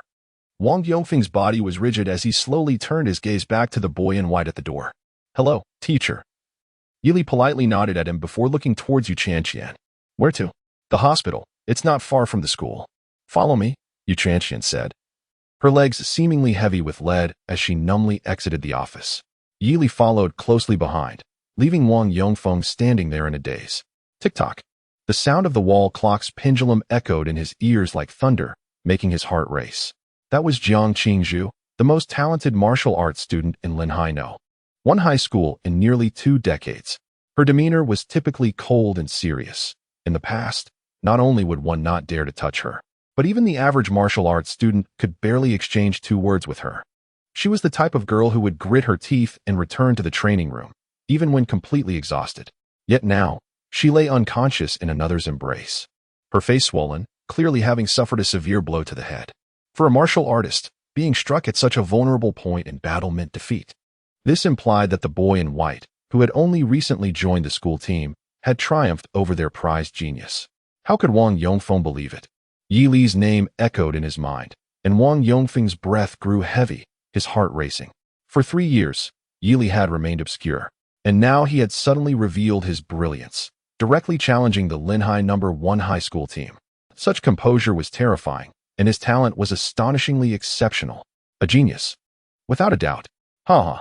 Wang Yongfeng plopped down onto the sofa, one hand pressed against his forehead, bursting into laughter. Yi Li, you are simply a monster. With a prodigy like this on their side, what could other schools possibly do? The exchange competition was secure. The martial arts examination was assured. Chapter 19. The ashamed Jiang Qingzhu Linhai First People's Hospital. The clean and tidy ward was filled with the scent of disinfectant. Unlike in the past, some exceptionally strong martial artists have bodies far superior to ordinary humans. Once injured, ordinary doctors cannot even cut through their skin with surgical knives, let alone perform sutures. Therefore, many top doctors in municipal hospitals possess healing abilities. Beside Jiang Qingzhu's bed, a female doctor in a white coat was using her healing powers to treat the injuries on her face. Yi Li sat on a nearby chair, arms crossed, summoning a panel. Current evil value, 12,700 points. The original surplus, combined with the 8,200 points gained from the encounter with Jiang Qingzhu, had allowed Yi Li's reserves to surpass the 10,000 point threshold for the first time since his arrival in this world. Once he acquired a suitable breathing technique, he would be able to significantly increase his points. His confrontation with Jiang Qingzhu was the first time Yi Li felt the pressure an opponent could exert. A second-tier martial artist possessing a breathing technique was vastly different from any past adversary. Even Yi Li's perfected martial arts techniques and his strength, which surpassed that of his peers, could not swiftly breach Jiang Qingzhu's spear defense, as the vital energy within him had nearly depleted by 70%. There was still no trace of exhaustion visible on his opponent's face. This was largely attributed to the opponent's breathing technique, which enabled a continuous replenishment of vital energy.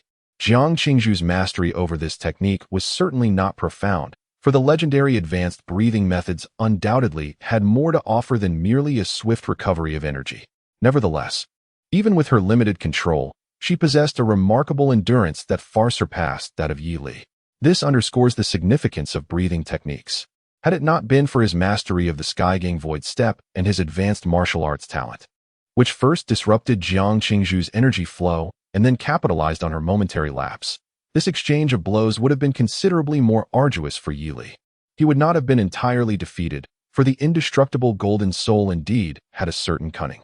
As long as the disparity in ranks was not excessively vast, one could rely on mutual exchange of injuries to stubbornly cling to victory. It is worth noting that Jiang Qingzhu's caliber placed her merely in the first echelon of the Ying province's martial practitioners, and she was not alone in her prowess. There were likely a dozen or so individuals within the province who matched or even surpassed her capabilities. Should these dozen or so individuals conspire against him during the martial examination, given Yi Li's current configuration, even with his renowned phrase about escaping, he would struggle to break free from the encirclement, let alone achieve victory. Although the likelihood of being besieged is low for the average person, According to the tendencies of his own system, if one wishes to accrue more malevolent points, one must be prepared for the eventuality of being surrounded.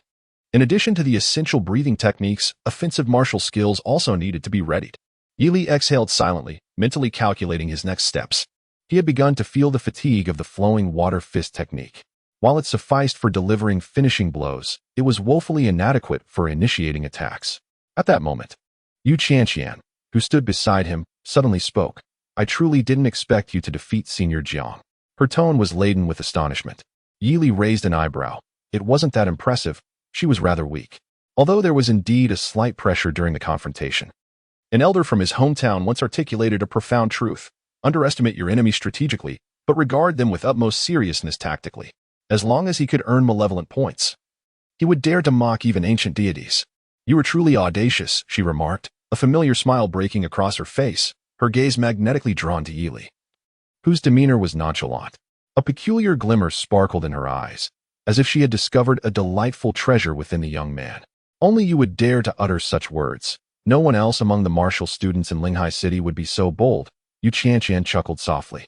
Yili could not deny his light laughter. At that moment, the female doctor treating Jiang Qingzhu concluded her work. After conducting a thorough examination, she quietly sighed in relief. There are no major issues, just a mild concussion, she stated as she rose, addressing Yili, who was seated. The swelling on her face has been resolved.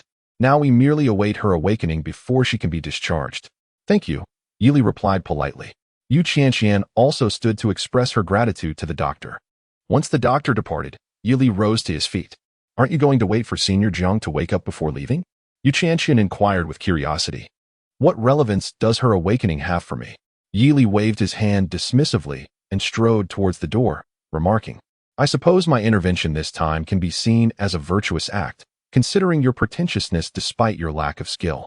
Language sarcasm, derived from Jiang Qingzhu's malevolent deeds. 100. Awakened?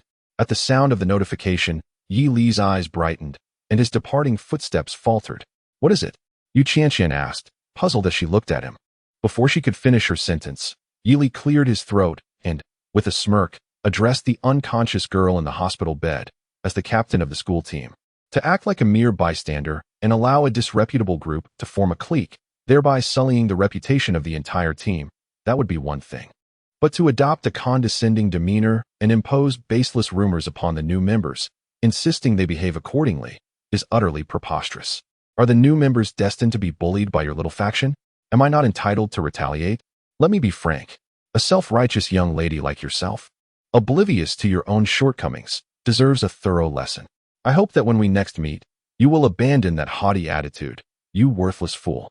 With that, Yili turned on his heel and departed, disregarding Yu Qianqian's astonished gaze. In the hospital bed, Jiang Qingzhu's delicate hands gradually clenched, her teeth gritted in frustration. A nameless fire ignited within her, yet she found herself unable to articulate a rebuttal.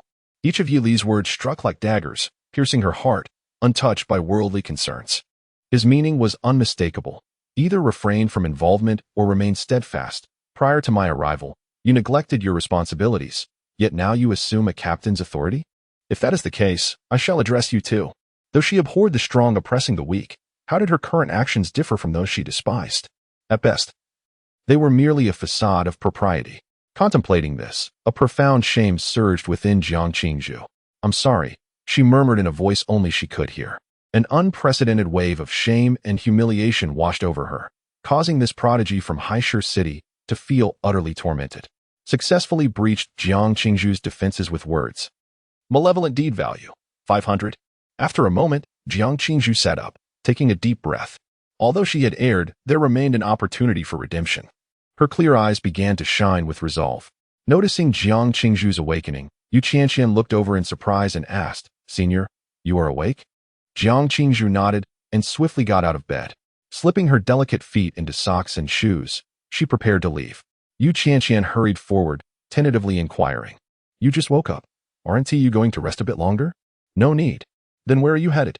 Yu Qianqian asked quickly as Jiang Qingzhu moved toward the exit. To apologize in person. Jiang Qingzhu spoke with determination, her figure soon disappearing through the doorway. Apologize? To whom? A multitude of questions swirled in Yu Qianqian's mind. However, Jiang Qingzhu soon reappeared at the hospital room door. Looking at the bewildered Yu Chanqian, she inquired coldly, "On which floor is Yi Li's training room?" Yu Chanqian's expression immediately froze. Chapter 20. The Dragon Stirs the Mountains. As evening descended, Yi Li found himself back in his room on the third floor of the training building at Linhai No. 1 High School. He let out a sigh of relief, having unconsciously begun to regard this training space as his home. Now, what should he upgrade first? Seated in his chair, he summoned his panel and fell into contemplation. Name: Yi Li. Current level, 2nd stage. First layer, 10. Current martial skills: Flowing Fist Technique, perfected. Breaking Cloud Spear Technique, perfected. Skyward Step Technique, perfected. Current talent: Indestructible Golden Soul, level 1, upgradable. Talent ability: Spear Martial Saint Body. Additionally, on his way back, Yi Li had visited the library and spent 200,000 Hanxia coins to acquire a second-tier martial technique. It was named Dragon Stirs the Mountains, a formidable fist technique within the realm of second-tier martial arts. After a brief perusal, relevant information appeared on his panel. Second-tier Dragon Stirs the Mountains. Unlearned. Points can be allocated. Currently, lacking a suitable breathing technique, he felt no urgency to allocate his cultivation points just yet. After all, once he found an appropriate breathing method, the allocation might yield beneficial enhancements. For the moment, it would be prudent to focus on martial skills and martial talent. Yi Li had always been particularly attentive to the upgradable notation following the Indestructible Golden Soul. The level 1 Indestructible Golden Soul could instantly heal the penetrating wound on his shoulder without depleting much stamina, transforming him into a veritable tank of resilience. If he were to elevate it to level 10, would that not enable him to undergo a rebirth from his own blood, rendering him indestructible? A flicker of excitement ignited within Yi Li. However, he was still inexperienced in allocating points to martial talents, and thus uncertain of the precise cost in malevolent points. There was a possibility that investing over 10,000 malevolent points might yield no audible response. Therefore, he resolved to fully upgrade the relatively economical Dragon Stirs the Mountains before considering the enhancement of the Indestructible Golden Soul. In all matters, it was wise to proceed step by step, and point allocation was no exception. Yi Li chuckled softly, and with a mental command, a torrent of malevolent points surged into the Dragon Stirs the Mountains on his panel. Ding! Consuming malevolent points. Commencing enhancement of the second-tier martial skill Dragon Stirs the Mountains. Due to your profound study of the Skyward Step technique, the cultivation difficulty of this less intricate fist technique has significantly diminished in your eyes. Gain: Cultivation Speed 20. Indeed, not a single point of malevolence was wasted. Yi Li gazed at the panel with satisfaction, reassured that his substantial expenditure of malevolent points to fully realize the incomplete Skyward Step technique had not been in vain. In the midst of intensifying training, after expending 200 points of malevolence, you have finally discerned the secret of this martial art. By compressing your muscles upon striking and releasing them at the moment of contact with your adversary, not only can you augment the force of your punch, but you also bestow a dizzying effect upon your opponent, which is the origin of the martial art's name, shock. You have successfully embarked on the path of the dragon's roar that shakes the mountains. This formidable martial technique evokes memories of the widely renowned 8 Extremes fist from your past life. By amalgamating the philosophies of both, you have made a slight enhancement to this fighting style. You have gained a boon: training speed increased by 30 and a 10 reduction in malevolence consumption. After expending 800 points of malevolence, you have adeptly mastered the techniques of the shock fist, allowing you to freely control the timing and degree of muscle compression to dictate the power of your strikes. You have achieved great proficiency in the dragon's roar that shakes the mountains. After expending 1,000 points of malevolence, you have become intimately familiar with this martial art. Even its originator would not dare claim a greater understanding of it than you possess. You have attained perfection in the dragon's roar that shakes the mountains. Having acquired this martial skill just half an hour ago, you have reached its pinnacle in less than 5 minutes. This is the power of the system's enhancements. Truly remarkable. Yi Li exhaled silently, raising his slender hand, continually stretching and clenching it, feeling the muscles responding to the movement. Martial arts like the dragon's roar that shakes the mountains, which emphasize the technique of exertion, have significantly improved his control over his own body. Turning off the interface, he approached the familiar punching power testing machine. Gazing at the enormous sandbag used for testing, Yi Li relaxed his shoulders and sunk his center of gravity, slowly forming a fist. The muscles of his entire arm gradually tightened and compressed, revealing terrifying lines akin to sinuous serpents, with formidable power brewing within. In the next moment, Yili's right arm shot forward with great force, shattering the air, the overwhelming momentum akin to a cannonball being discharged.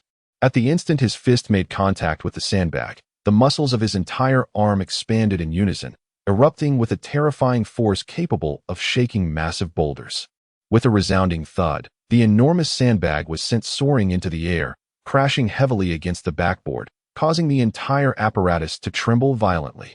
Almost immediately, the large screen displayed an astonishing figure, punching power of 2,100 kilograms.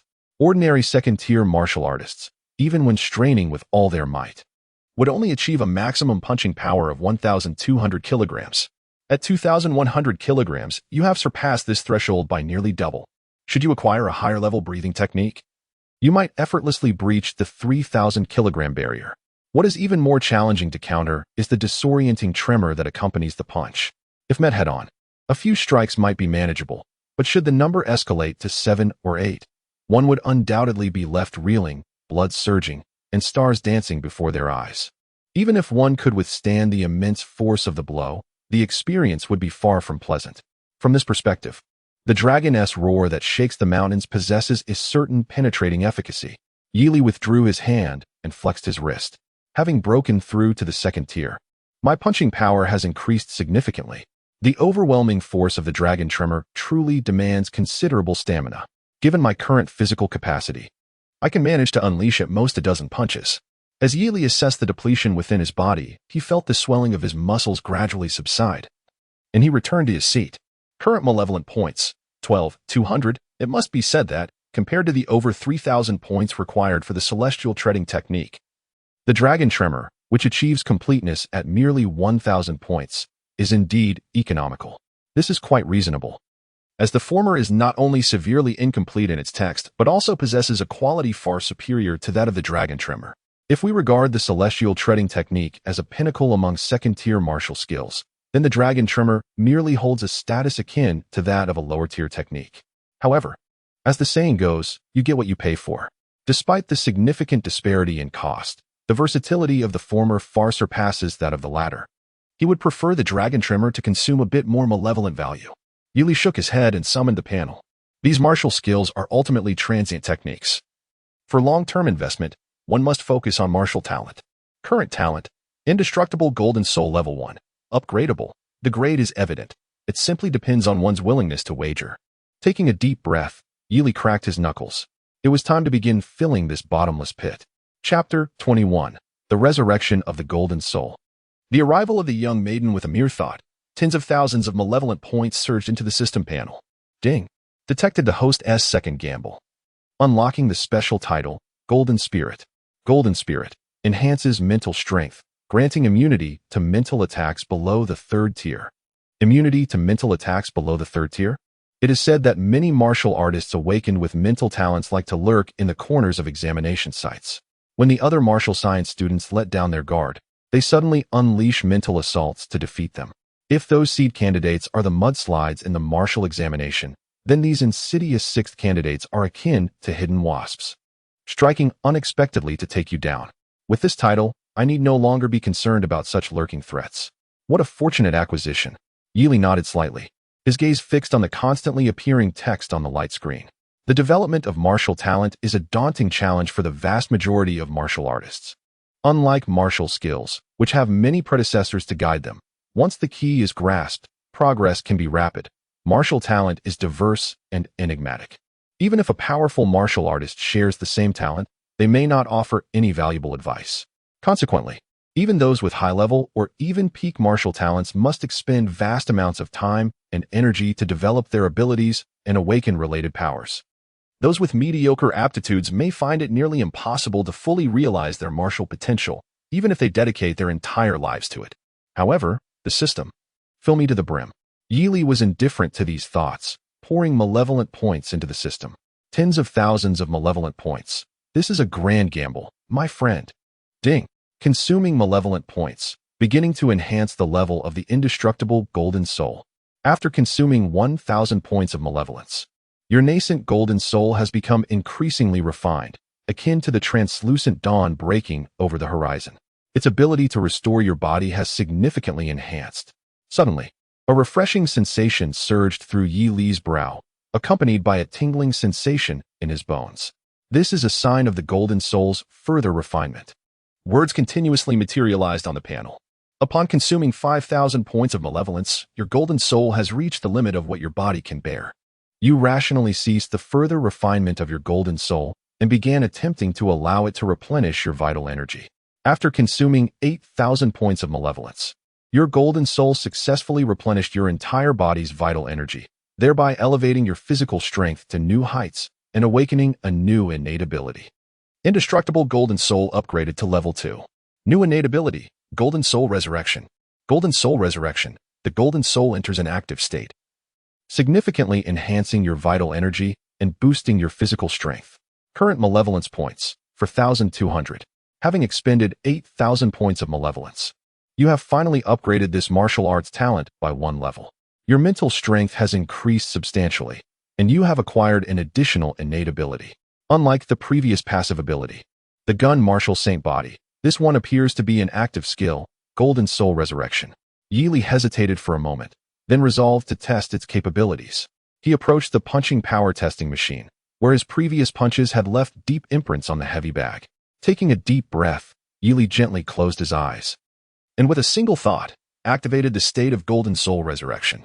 In an instant, his entire being surged with vital energy, the muscles beneath his skin bulged, and his aura intensified violently. Exhaling softly, Yi Li opened his eyes to reveal a pair of fiery, golden orbs, sharp enough to pierce through deception. Simultaneously, a hint of golden hue emerged at the tips of his hair, radiating an extraordinary brilliance. As the golden aura expanded, he began to exhibit traits reminiscent of a Super Saiyan. Throughout this transformation, Yi Li's momentum steadily escalated, resembling a ferocious beast awakening from ancient slumber.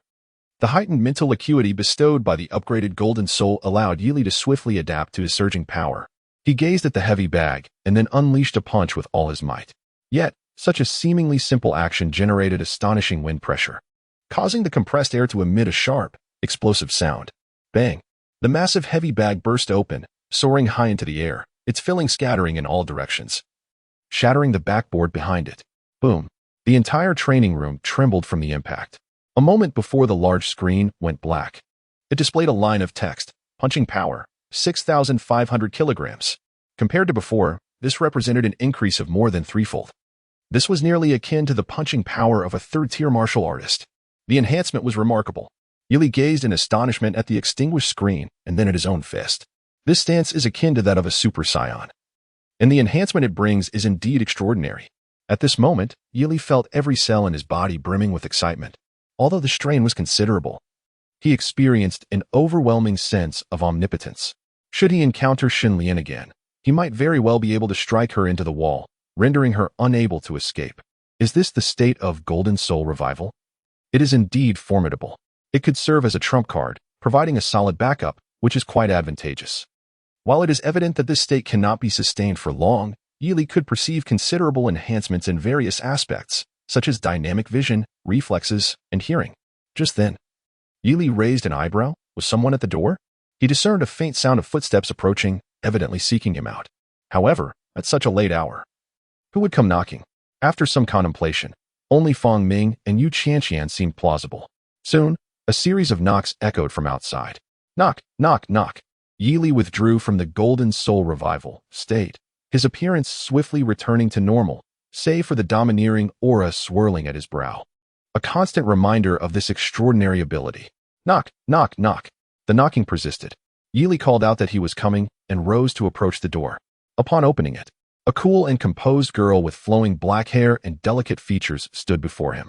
Her cherry-pink lips were slightly pursed, and her eyes, as clear as spring water, gazed at Yi Li with what seemed to be newfound courage. Jiang Qizhu? Yi Li furrowed his brow slightly, surprised that she had chosen to visit him at this hour.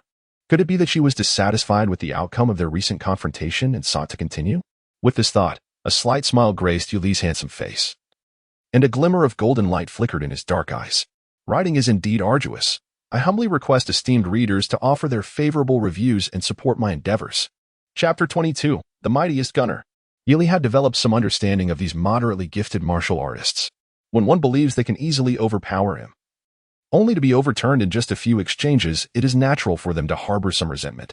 To prevent such situations, he never held back, striving to shatter their pride in one fell swoop, thereby accumulating a significant amount of malevolent points.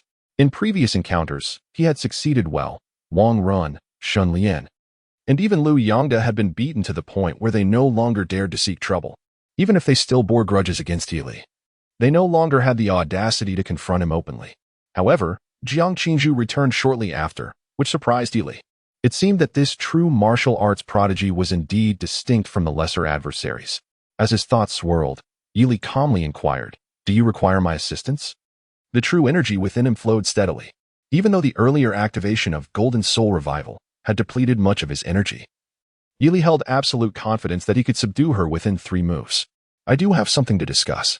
Jiang Qizhu took a deep breath, as if summoning great courage, and earnestly stated, "I would like to apologize." "Apologize?" Yili raised an eyebrow, perplexed by her intentions. "Indeed, I heard everything you said at the hospital." Jiang Qingzhu nodded gently, her expression filled with remorse as she confessed, "I genuinely intended to resolve this matter swiftly, believing I could not afford to delay my cultivation. Therefore, I summoned you here. Having been bested by you, I cannot argue. I merely hope you will accept my apology." Her words carried an earnest sincerity, and even Yi Li could discern no trace of pretense. Moreover, if it were an act, it would be excessively contrived.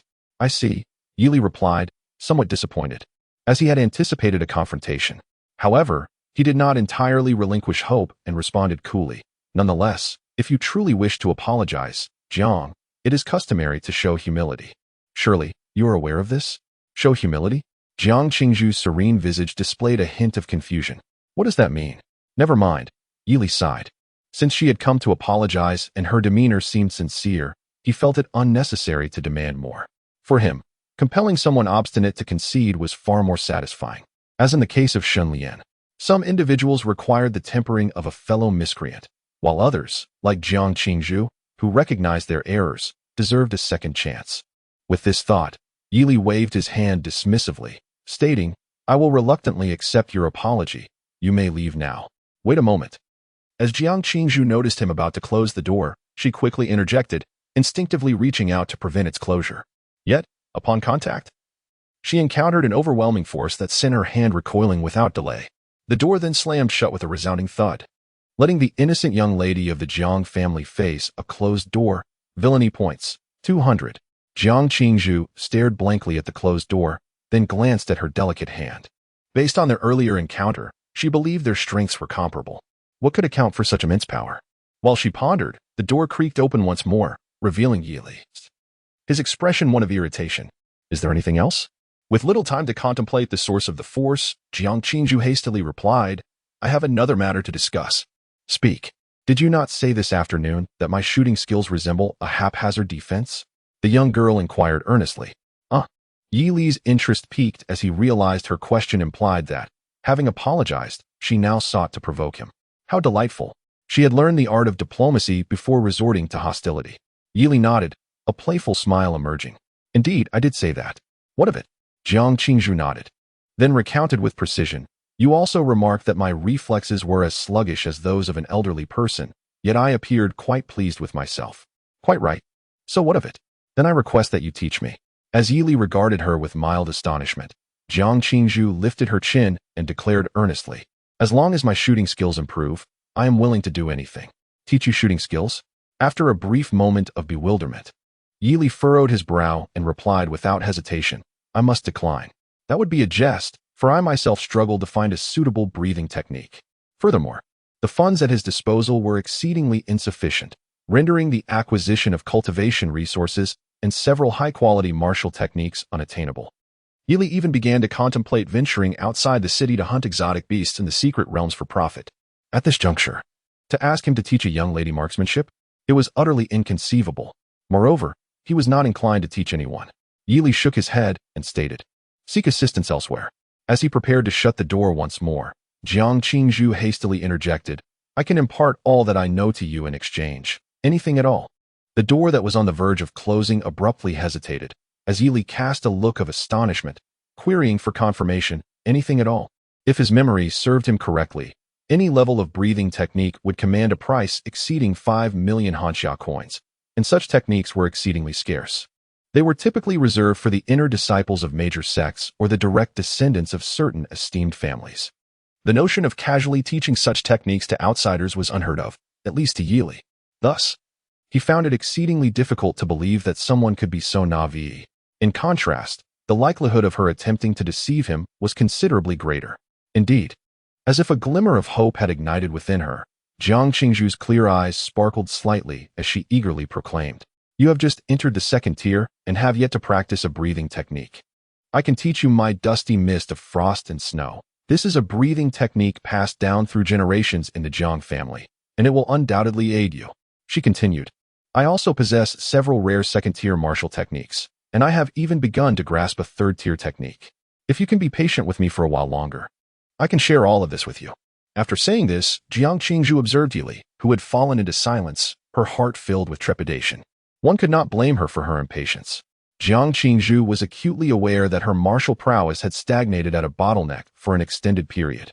Although she possessed some innate talent in martial arts and breathing techniques, enabling her to surpass most of her peers, her mastery of martial techniques was, regrettably, quite inadequate. Several precious second-tier martial arts hovered at the brink of proficiency but had never reached the level of mastery. The elders in the Jiang family, who had trained in these techniques, were all occupied in frontline battles against exotic beasts and could spare little time to instruct her. As the martial examination drew ever closer, it would be disingenuous for Jiang Qingzhu to claim she was not anxious. Thus, she toiled diligently day after day, paying little heed to the affairs of the school team, all in hopes of achieving a breakthrough in her martial training. Alas, the results were minimal. If this continued, she would find herself at a disadvantage against opponents of comparable martial levels and talents. Jiang Qingzhu was well aware of this and persistently sought solutions. Among all those she had encountered, Yili was the only one who had criticized her marksmanship as abysmal. Moreover, he had managed to cultivate the Heavenly Gang's void step to what seemed like perfection, relying solely on a severely flawed text. Therefore, despite the slim chances, Jiang Qingzhu longed to give it a try. Gazing at the youth clad in white, she bit her lip and mustered the courage to ask, "But, is that truly possible?" Such an expression truly makes it difficult to discern any possibility of deceit. Having confirmed this, at last, under the gaze of the esteemed young lady from the Jiang family, Yili took a deep breath and ultimately provided his answer. "Anything is possible? Absolutely anything. Then I shall certainly train you to become the most formidable marksman in the entire school." Chapter 23. The Precious Dragon Riding the Wind. Although the breathing technique has parallels with second-tier martial skills, its efficacy extends beyond merely second-tier warriors. Before a martial artist reaches the fourth tier and unlocks the secrets of the human body, breathing techniques play a significant role in combat, cultivation, and various other aspects. Even after attaining the fourth tier, advanced breathing techniques can still offer considerable assistance across numerous facets of a martial artist's capabilities. Grade A breathing technique. Red Sun Flame Martial Arts. Latest transaction price, 8 million Hanxia coins. Grade A breathing technique. Endless Vitality. Latest transaction price, 5 million Hanxia coins. Sitting on a wooden chair, Yili gazed at the prices displayed on his phone, his eyes twitching slightly. Clearly, his prior understanding of the prices for Grade A breathing techniques had been woefully inadequate. He had thought they would be worth no more than 5 million Hanxia coins. Yet the results of his search revealed such exorbitant prices. It can only be said that poverty has severely limited Yili's imagination. However, considering that such a breathing technique could continuously benefit a prominent family or sect, thereby increasing the likelihood of nurturing an exceptional younger generation, the prices do seem justifiable. Fortunately, he had agreed to it in advance. Otherwise, letting someone else seize this opportunity would be more unbearable than death. Yili closed his phone and lifted his gaze towards Jiang Qingzhu, who was shutting the door, and gently inquired, "What do you wish to learn?" "Marksmanship," Jiang Qingzhu replied. Turning around, her lips moving softly, "My marksmanship is rather poor." In truth, it was merely at a mediocre level, considering the assistance the other party could provide. Yili's tone became unexpectedly gentle. In reality, during their afternoon battle, Jiang Qingzhu had attempted to employ her martial skills several times, only to have her flaws discerned and her techniques interrupted by him. While this was partly due to the full mastery of the breaking cloud marksmanship, which is, at best, A somewhat below-average second-tier martial skill, the more significant reason lies in Yi Li's saintly body of firearms, which greatly enhances his proficiency with firearms and accelerates the cultivation speed of gun-related martial skills by 500. On its own, the description is somewhat daunting. Upon examination of his performance, it becomes even more impressive. At this very moment, even when considering the entirety of the winning province, Yi Li's marksmanship undoubtedly stands as the strongest among his peers. After all, one cannot help but recall the legendary figures from past myths, possessing indomitable golden souls.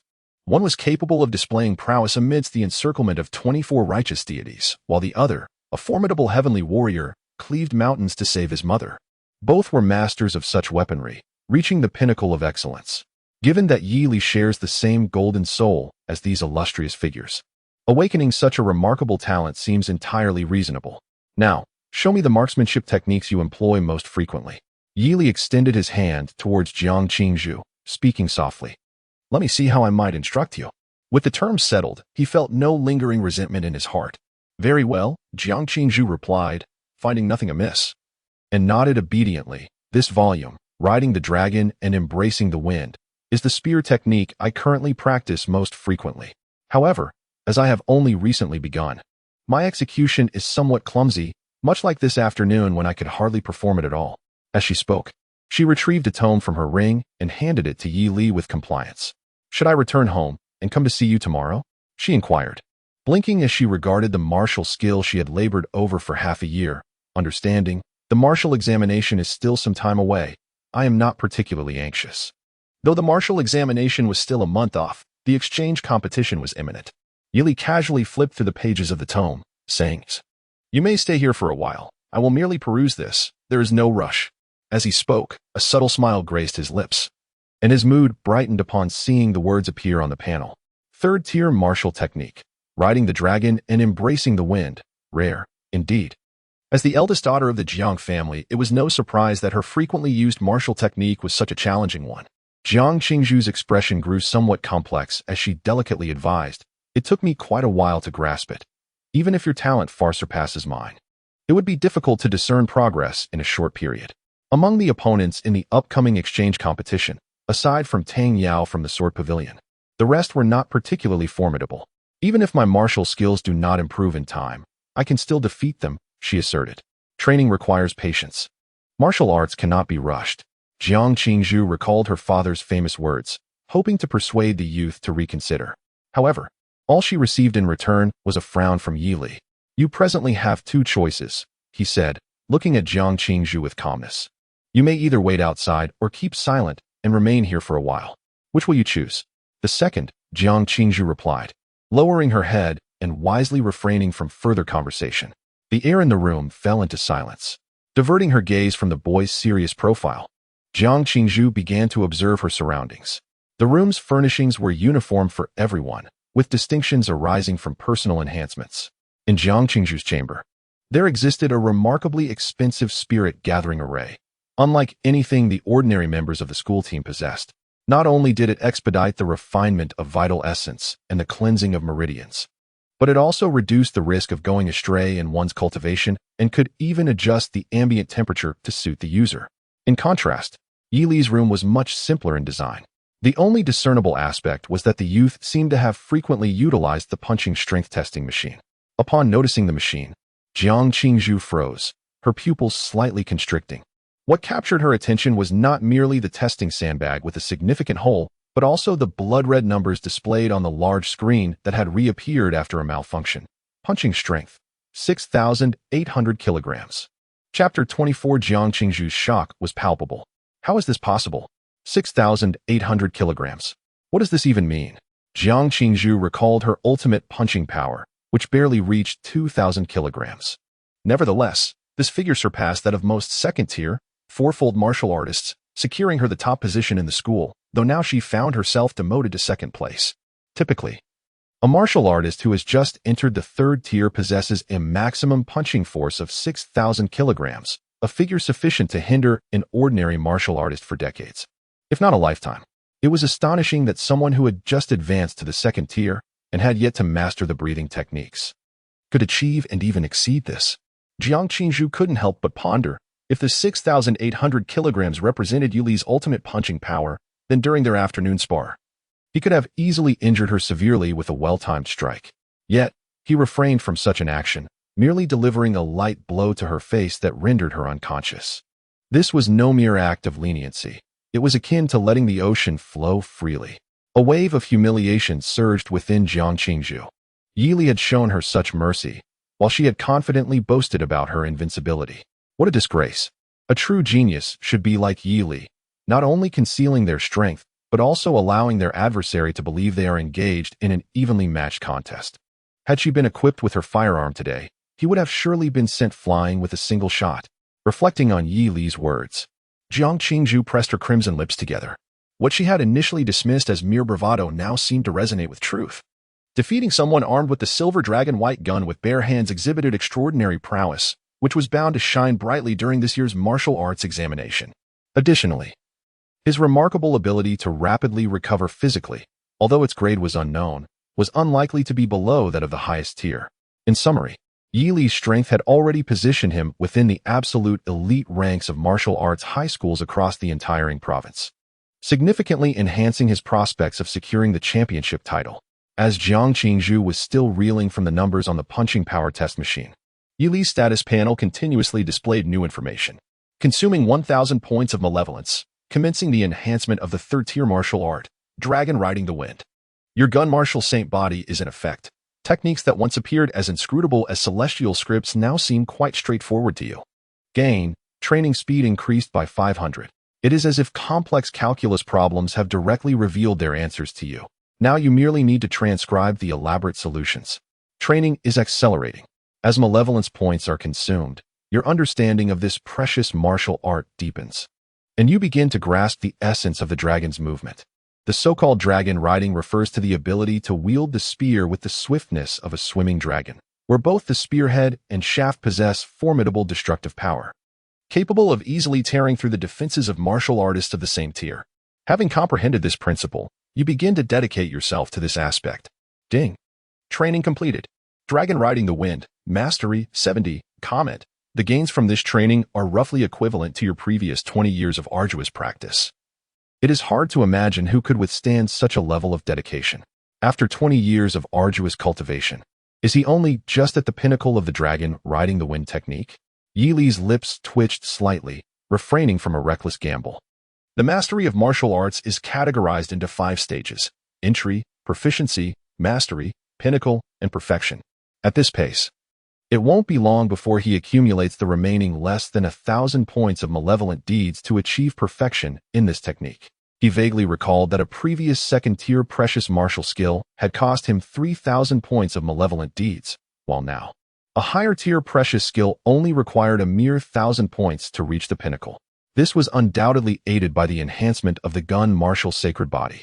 Yet Yili believed it also stemmed from his unwavering persistence and effort.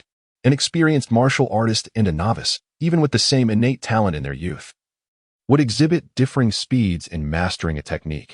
The former would certainly learn at a considerably faster pace.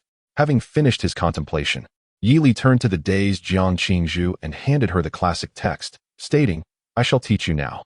Are you prepared? So soon?" Jiang Qingzhu snapped back to reality, a hint of surprise in her voice. She immediately stood up, asking, "Shall I demonstrate it for you now?" She assumed Yili had merely skimmed through the content to assess her proficiency level. "There's no need for such formality," Yili replied, rising to fetch a pitch-black spear from the weapon rack in the corner of the room. Turning to Jiang Qingzhu, he calmly instructed, "You should execute the Dragon Riding the Wind technique and attack me. Engaging in battle is always the fastest method of improvement, barring the addition of points." "Attack me?" Jiang Qingzhu was taken aback, pondering how he intended to guide her breakthrough. Was he to exploit her deficiencies in martial skills? Despite her confusion, upon seeing Yili nod in affirmation, she quickly caressed her ring, summoning a long spear of purest white, which seamlessly harmonized with her aura and elevated her presence. She had sensed something intriguing about this spear the last time, and now, seeing it again, her suspicions were confirmed. Yili regarded the silver white spear with a slight nod. The silver dragon white spear, a top-tier second-grade treasure. Noticing Yili's gaze linger on her weapon, Jiang Qingzhu, with a cool voice, remarked, It enhances my cold aura while also augmenting the power of my martial skills. Let us begin. Yili lowered his chin, lifting the long spear. His gaze steady upon her. Jiang Qingzhu nodded, taking a deep breath. As she activated her breathing technique, her inner vitality surged forth. In the next moment, her figure vanished from sight. When she reappeared, she was barely 3 feet away from Yili. Her 7-foot white spear crashing towards him like a dragon emerging from the sea. The sharp tip radiated a white glow, piercing through the air with an unstoppable force. Yili's dark eyes lowered. Jiang Qingzhu's execution of the dragon riding the wind technique had reached a proficient level, with the spearhead emanating a white radiance capable of penetrating armor. Among her peers, her accomplishments were already remarkably outstanding. Upon mastering the dragon riding the wind technique to its zenith, Jiang Qingzhu's offensive trajectory appeared glaringly apparent to Yili. The surging true energy coursed within Yili's body, swiftly circulating through the acupoints opened by the technique. Suddenly, with a resounding gunshot, an ethereal silhouette of a dragon materialized atop Yili's obsidian spear. At that moment, Jiang Qingzhu's spear tip was mere inches away. Yili slightly shifted his posture, deftly evading the spear's point, and with a subtle lift of his right hand, he unleashed a forceful swing toward Jiang Qingzhu. The entire motion flowed seamlessly, devoid of any hint of delay. As the dark spear whirled, the air rent with a tearing sound, and illusory dragon scales flickered into view. This was it. Witnessing the extraordinary phenomenon upon the spear, Jiang Qingzhu's eyes widened in profound astonishment. This illusion was precisely what she had yearned for, a manifestation that could only arise from mastering the technique to its fullest. How could this be possible? From the moment the opponent acquired the technique until now, scarcely 10 minutes had elapsed. Chapter 25. A remarkable advancement. Jiang Qingzhu's grip on the spear trembled slightly as she struggled to suppress her shock, instinctively channeling her protective true energy. In an instant, a torrent of overwhelming energy surged forth, rapidly coalescing into layers of impenetrable ice crystal barriers before her. However, despite the formidable appearance of this layered defense, it seemed utterly feeble against the fierce and formidable dragon silhouette, akin to mere paper, lacking any defensive capability. Crack! The sound of shattering ice resonated sharply as the layers exploded one after another. In a heartbeat, the spear obliterated Jiang Qingzhu's energy defense, the dark shaft casually striking her. Boom! At the last moment, Yili tempered his strength, retracting the spear just enough so that only a fierce gust of wind struck Jiang Qingzhu. Her immaculate attire was ruthlessly torn, revealing expansive patches of her fair skin. Jiang Qingzhu was propelled backward over 10 paces before regaining her balance, her breath momentarily disordered. Though she appeared somewhat disheveled, her eyes, as clear as a winter spring, shone ever brighter. From the deliberate display of the dragon riding the wind technique by her opponent, Jiang Qingzhu discerned the very essence she had been lacking. Standing firm with her spear, she fell silent, deep in contemplation. The air fell into stillness. Yili planted his spear into the ground, observing her without interruption. He had revealed as much as he could about the intricacies of this martial art. Whether she could grasp its essence depended solely on her innate talent. Ah, thus it is. After a silence stretching over several seconds, Jiang Qingzhu lifted her spear once more. Assuming her stance, buzz. This time, an ethereal dragon scale emerged upon her silver spear. She had succeeded. Jiang Qingzhu, filled with delight, lifted her gaze towards Yili, exclaiming, "I have finally attained a level of mastery as described in the book. You are truly remarkable." She felt as though she had stumbled upon an immense fortune, breaking through a bottleneck that had plagued her for several months, an achievement her elders could never hope to accomplish. Yili smiled silently, though internally. He felt as if his heart had shattered into 1,000 pieces. Damn it, I have trained for 20 years to reach the level of proficiency in martial arts.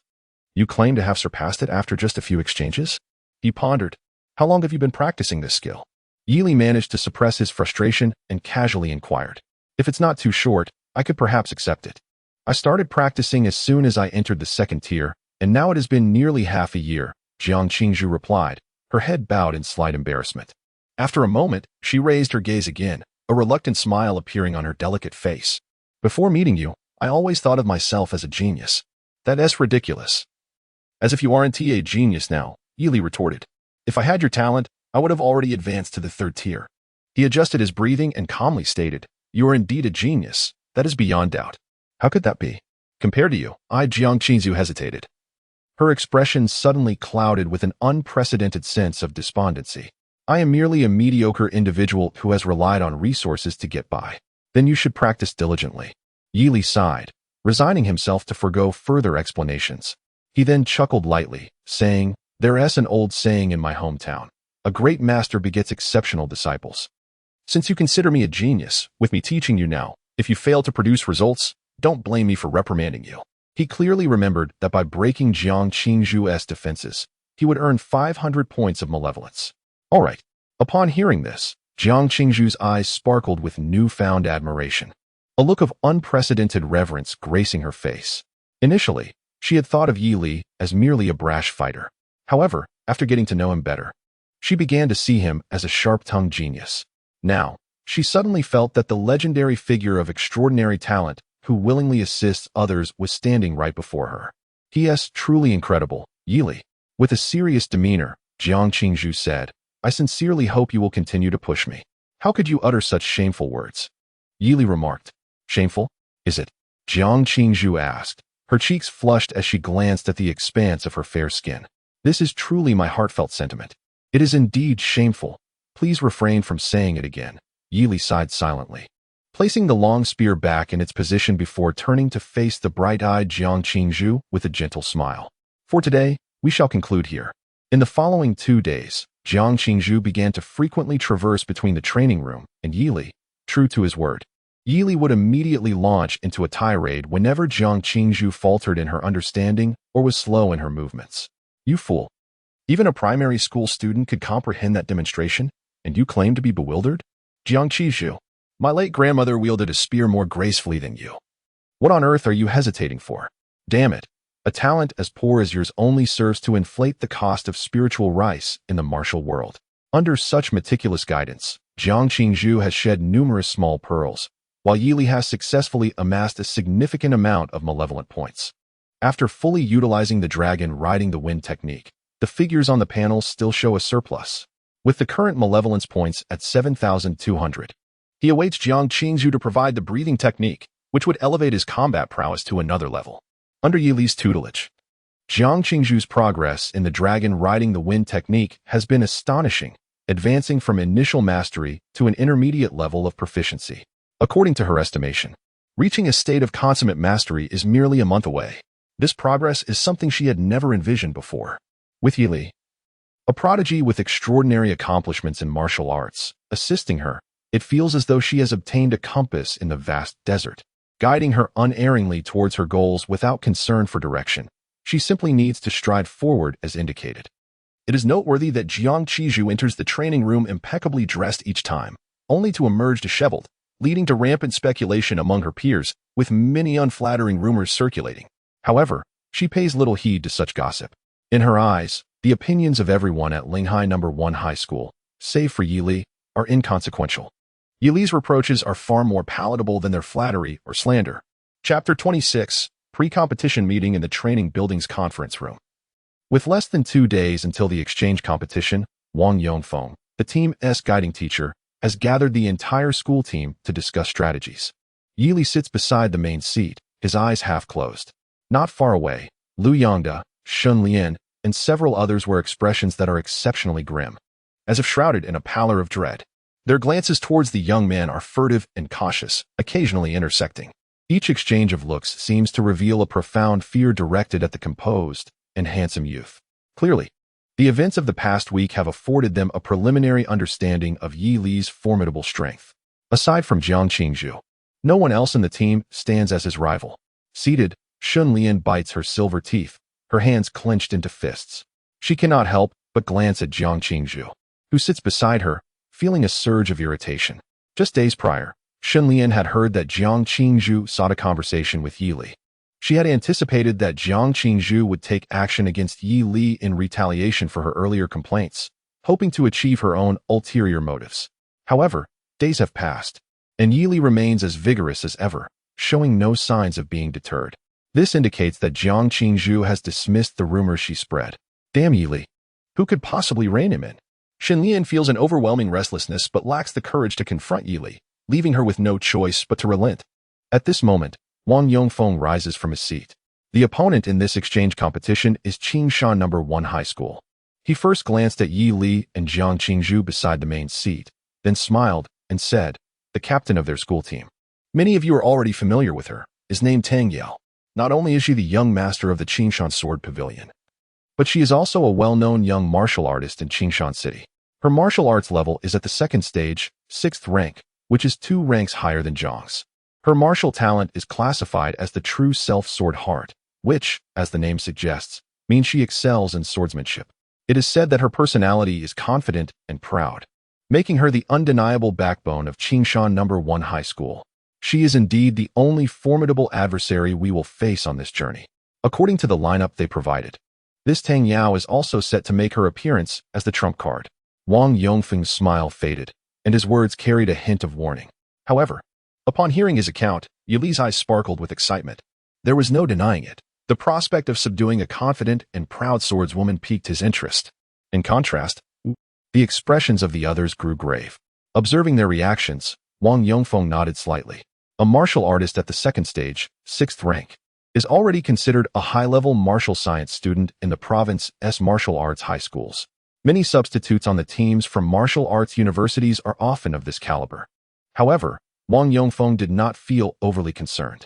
In his view, the combined strength of Yi Li and Jiang Qingzhu would certainly be sufficient to dethrone this young master of the Sword Pavilion. Among the remaining 6 members of Qingshan No. 1 High School, 4 are at the first stage, 7th rank, 2 at the first stage, 8th rank, and 1 at the pinnacle of the first stage. Even with the addition of Xinlian, who has been relegated to a substitute, their overall strength remains significantly superior. Unless unforeseen circumstances arise, victory appears almost assured.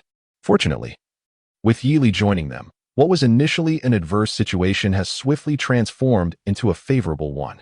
The victorious side will reward its formal members with 1 million Hanxia coins, along with a Qi blood pill as a bonus.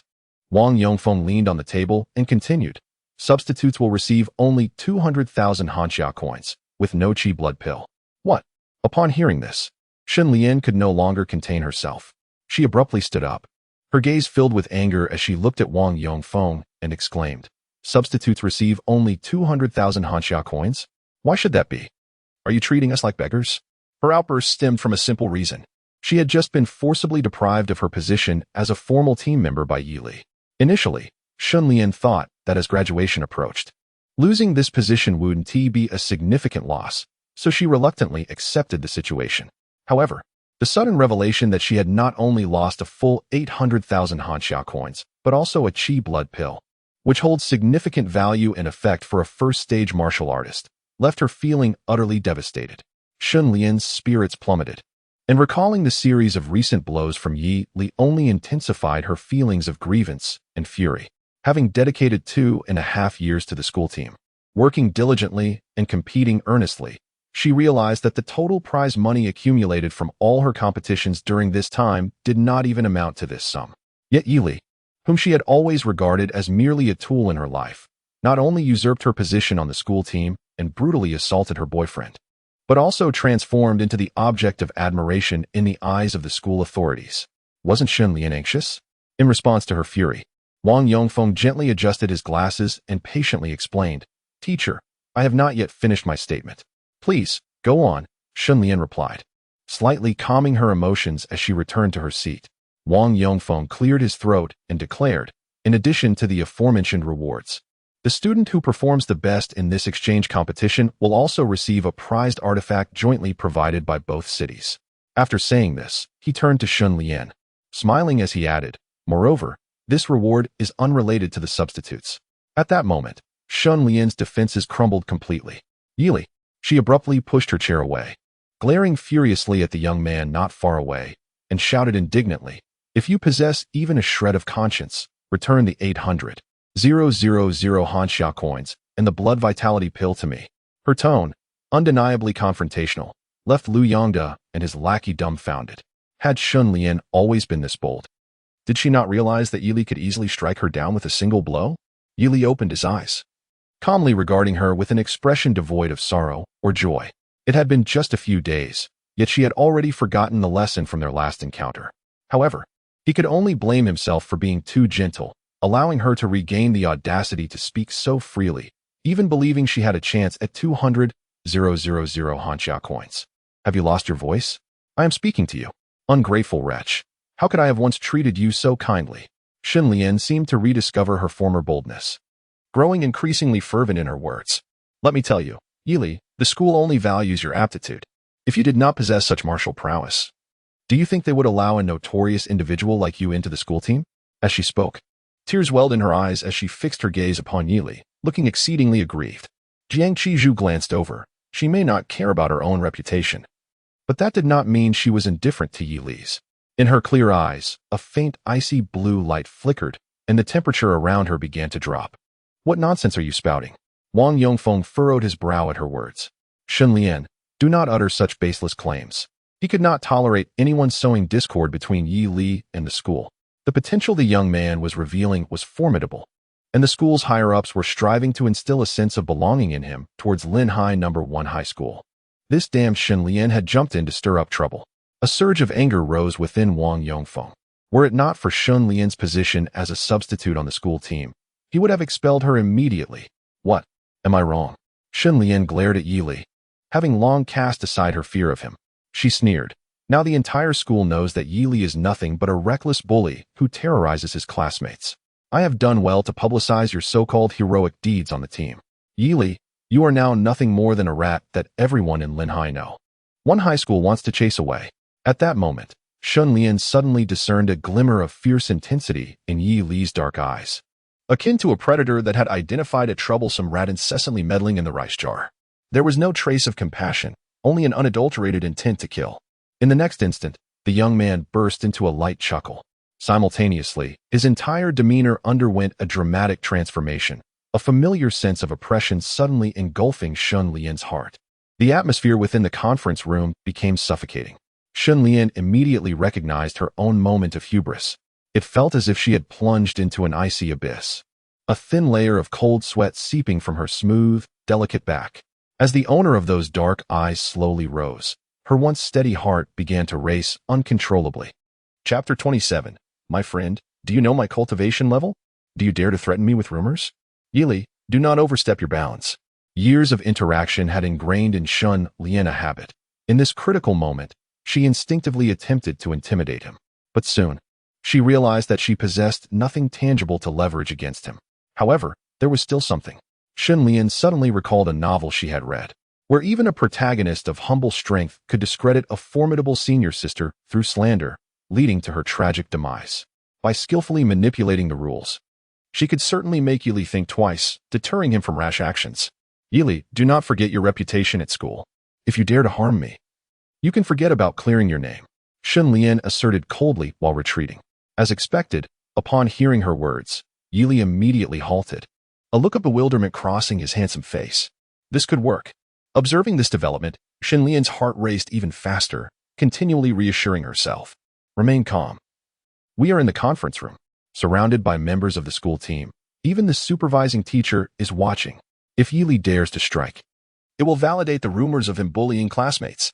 Regardless of his talents, the school would reconsider his position on the team. This truly could work. As long as she held the moral high ground, Yili would undoubtedly refrain from acting against her. You should apologize now. Just as Shen Lian was about to articulate something further, her eyes widened in shock. In her line of sight, Yi Li's figure had instantaneously vanished. Almost simultaneously, she felt a hand gently pressing against her chest. The chilling breath of death loomed near. Suddenly, a thunderous crash reverberated throughout the conference room. Boom! The heavy wooden door exploded open, and amidst a storm of debris, Shen Lian was hurled backward, blood gushing forth. A horrifying indentation marred her chest, with more than half of her protective ribs shattered. Her body crashed heavily onto the stone floor, rolling several times before finally coming to a halt. In a state of parched silence, she could only watch the scene unfold. Lu Yongda trembled all over, too frightened to even turn his head, fixating his gaze on the table before him. Jiang Qingzhu nodded slightly, as if she had anticipated the young man's actions, calmly returning to her seat. To respond with violence to violence, and to repay kindness with kindness, was indeed the hallmark of the opponent's modus operandi. Wang Yongfeng's expression was stiff, and he swallowed hard. Casting a complex gaze towards Shen Lian, who lay outside the room, barely clinging to life. He chose not to utter a word. He observed intently. Had Shunlian not thrust herself into turmoil, Yili would have scarcely acknowledged her existence. If he had simply restrained himself until the end, it would have appeared rather lacking in vigor. The martial arts realm is not an academic pursuit. For a prodigy like Yili at such a young age, a display of brilliance is an essential trait. Furthermore, he discerned that Yili had restrained his strength at the last moment. Otherwise, that punch could have easily claimed Shunlian's life, rather than merely fracturing a few ribs. Sigh, youth without fervor is a waste, Wang Yongfeng lamented inwardly. Before Shunlian, Yili flexed his wrists, a smile gracing his face as he approached her leisurely. Upon witnessing this, Shunlian trembled violently, an overwhelming surge of fear and regret flooding her heart. That madman Yili, did he not care about his reputation? Cursed be the day. Why did I provoke him? Forget the 800,000 and the chi blood pill, even 20,000 is at stake. My martial examination results could be adversely affected. My future training might even bear hidden injuries. Shunlian's features contorted as she writhed in agony on the ground, blood continuously spilling from her mouth. Then, Yili's nonchalant, mocking voice reached her ears. Classmate, do get up. This is no place for slumber. Severely injuring and humiliating a long-time crush. Evil Deeds 3000. Current Evil Deeds value. 10,200 points. Shunlian's vision darkened, and amidst the searing pain engulfing her, she fainted on the spot. Teacher Wang. She openly slandered me first, and then humiliated me to my face. Yili turned to Wang Yongfeng, whose expression was a blend of complexity, and calmly remarked, a minor lesson should not contravene school regulations, I presume? To be honest, he found it perplexing where Shunlian derived her audacity. Was she unaware of her own capabilities? Those 3,000 points of evil deeds seemed to have been thrust directly into his lap. Of course, upon hearing this, Wang Yongfeng inhaled deeply, his expression gradually morphing into one of resignation as he chuckled wryly. Encountering such individuals in one's youth can indeed ignite frustration. Losing one's substitute is inconsequential for this exchange competition. Thus, we shall conclude today's meeting. As he spoke, Wang Yongfeng took out his phone and dialed emergency services. And before the call connected, he addressed the crowd earnestly, prepare yourselves. We shall depart tomorrow. Chapter 28, The Scheme of Qingshan No. 1 High School at Qingshan No. 1 High School. Within the training building, a middle-aged man sporting a Mediterranean hairstyle surveyed the serious faces in the room and said with a smile, the pertinent information regarding our opponents for this exchange competition has been shared with you. They will arrive at our school tomorrow morning. Consider this a pre-battle meeting. If you have any thoughts, now is the time to express them. His gaze ultimately settled on a figure across the long table, and he gently encouraged, Tang Yao. Why don't you begin? The young girl known as Tang Yao donned a striking black and white sword outfit. Before her lay a perfectly straight horizontal sword resting on the table, exuding an aura of unparalleled sharpness. She sat there quietly, and everything around her seemed to fade into obscurity, losing its original brilliance and vitality. This was a demeanor only attainable after one had made significant strides in the way of the sword. The identity of the girl was unmistakable. She was the proud swordsmanship prodigy of Qingshan No. 1 High School and the deputy master of the sword pavilion, Tang Yao. I held no particular opinion. Tang Yao raised her bright eyes, and a smile devoid of warmth graced her delicate face as she remarked, aside from Jiang Qingzhu, they are merely a rabble. Her tone carried an extreme confidence that compelled one to acquiesce. Upon hearing this, the middle-aged teacher nodded in apparent satisfaction. Over the years, he had come to regard her as the most promising talent he had ever encountered. Her future achievements were unlikely to be surpassed by even the master of the sword pavilion. The middle-aged teacher then shifted his gaze to the others, feigning a smile as he inquired, what about you?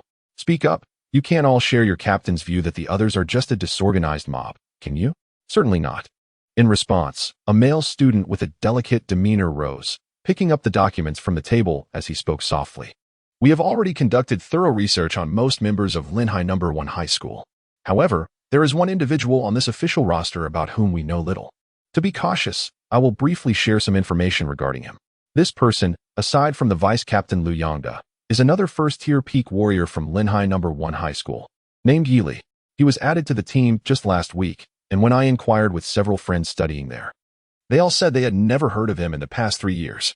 The middle-aged teacher looked on in surprise, so he has been biding his time all this while, accumulating strength for a sudden outburst? The delicate male student nodded. That is my belief. He then set down the documents and addressed the group. Compared to the others, this Yili seems to have materialized from thin air. His combat style remains unclear, and we cannot ascertain whether he possesses any martial talent. Therefore, I believe it would be prudent to regard him with caution. Chingu, you are also at the first-tier peak. Do you not have confidence in dealing with him? A team member inquired. That is difficult to say. The student named Tsundere glanced at the inquirer and replied solemnly, primarily because Yili has garnered quite a sinister reputation at Linhai No. 1 High School. Sinister? Yes. It is said that he single-handedly defeated Vice Captain Liu Yangda along with 2 official members of the school team. As soon as Tsundere finished speaking, not only did the middle-aged teacher furrow his brow, but the other team members also displayed expressions of concern. The school team of Linjiang No. 1 High School consisted of members at least at the level of first-tier 7th realm. Aside from Tang Yao, no martial arts student from Qingshan No. 1 High School could achieve such a feat. Tsundere, with a shadowed gaze, remarked. Though this rumor surely has its exaggerations and Yili must have faced considerable challenges in securing those victories, he may indeed pose a threat to the captain. So we cannot afford to be complacent. With a light chuckle, Tang Yao, who was meditating with her eyes closed, revealed a mocking smile at the corners of her lips.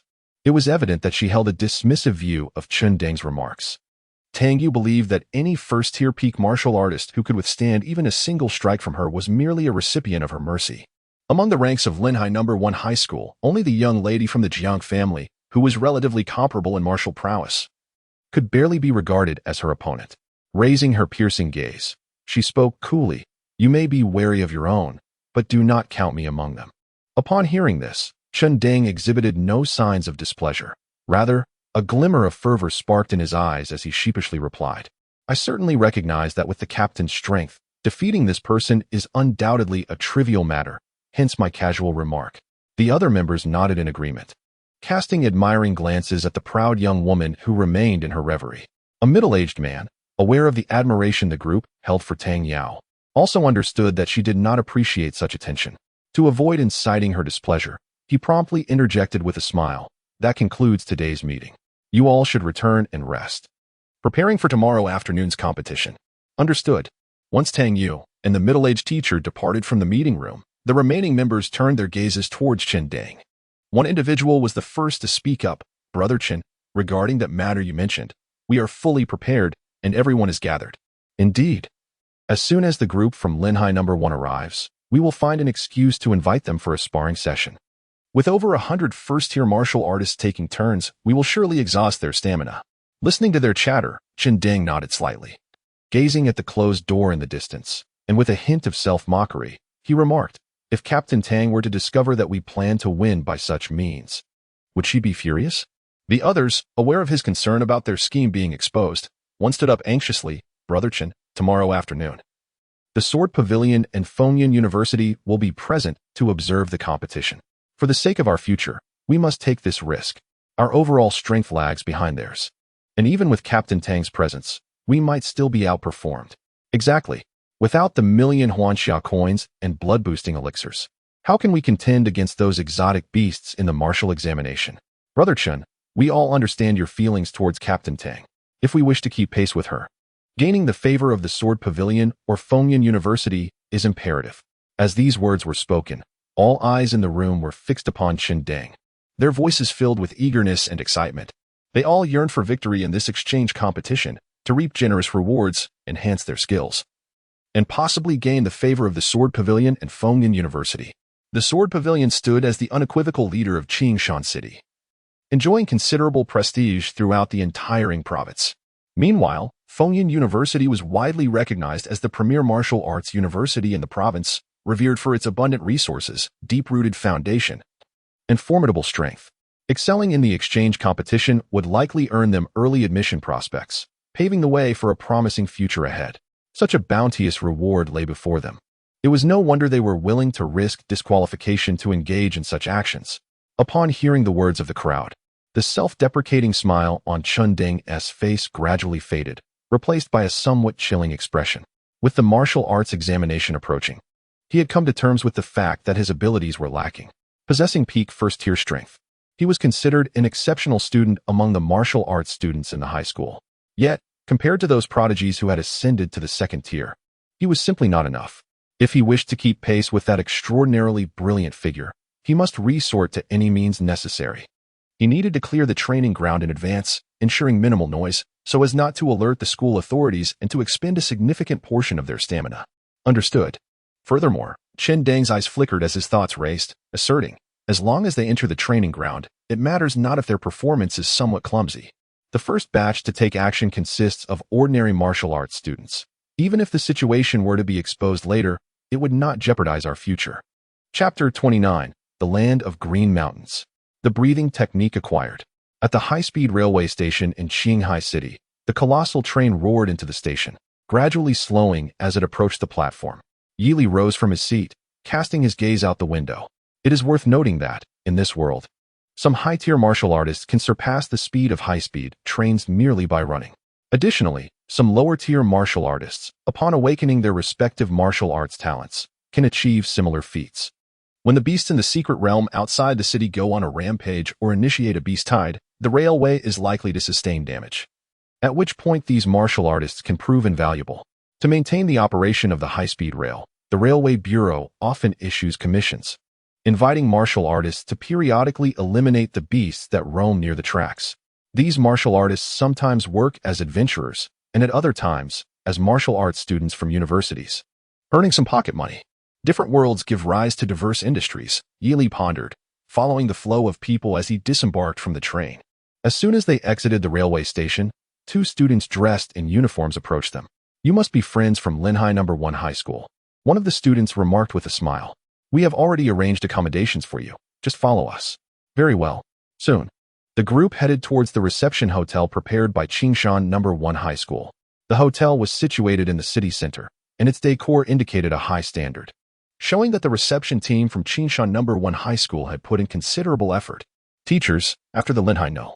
1 High School team members proceeded to their respective rooms. The two reception students from Qingshan No. 1 High School approached Wang Yongfeng, smiling lightly.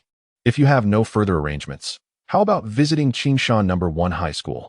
It has been quite some time, and it would be a good opportunity to familiarize yourselves with the environment." Wang Yongfeng contemplated for a moment before nodding. "All right, I will go call the others." "No rush." The two students exchanged glances, clearly delighted by the prospect. As long as their counterparts entered Qingshan No. 1 High School, their plan would be halfway to success. Inside a room at the hotel, Yili surveyed the surroundings and found himself quite satisfied with the overall environment. The scheduled time for the exchange competition is set for 3 in the afternoon, leaving ample time to pass. After settling on the bed, he summoned the system panel. Name: Yili. Martial arts level: second stage. First layer: 15. Current evil value: 10, 200 points. It has been several days since his breakthrough to the second stage, yet he remains at the first layer level. He found himself increasingly restless. In anticipation of the enhancement from the breathing technique, despite holding over 10,000 evil points, Yili refrained from allocating any. However, after several inquiries, Jiang Qingzhu consistently replied that it would require a bit more time. It seems that acquiring a breathing technique of such caliber is not an easy task, and Yili made no effort to press the issue, merely nodding silently. Yet, as time passed, the sight of such a significant number of points without the ability to allocate them was indeed a source of frustration. If after 2 more days, following the exchange competition, he still had not obtained the breathing technique, he would no longer wait. Yili exhaled deeply. Once the exchange competition concludes, the martial arts examination would be imminent. Prudence dictated that he must seek a breathing technique to utilize. His aversion to settling for less had indeed caused some delays. Just then, a soft knock echoed through the room. Yili rose and approached the door. Upon opening it, he was greeted by the sight of Jiang Qingzhu's delicate and serene face. "Teacher Wang has asked us to gather and visit Qingshan No. 1 High School," she announced with a cheerful tone, blinking her eyes. "A visit?" "Yes, it's to familiarize ourselves with the environment in advance." With that, Jiang Qingzhu elegantly swept her hand across her ring, and a hefty tome materialized in her grasp.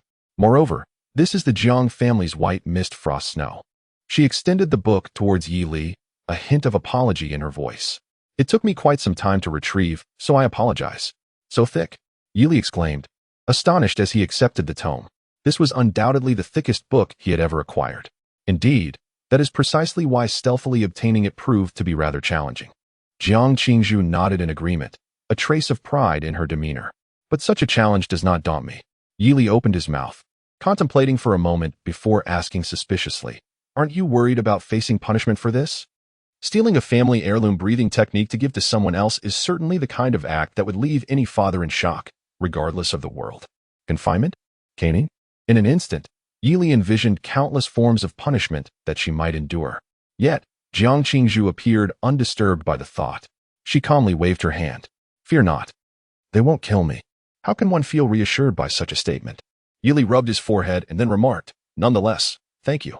If you ever find yourself in trouble, I will assist you." "What are you saying? This is merely a fair exchange."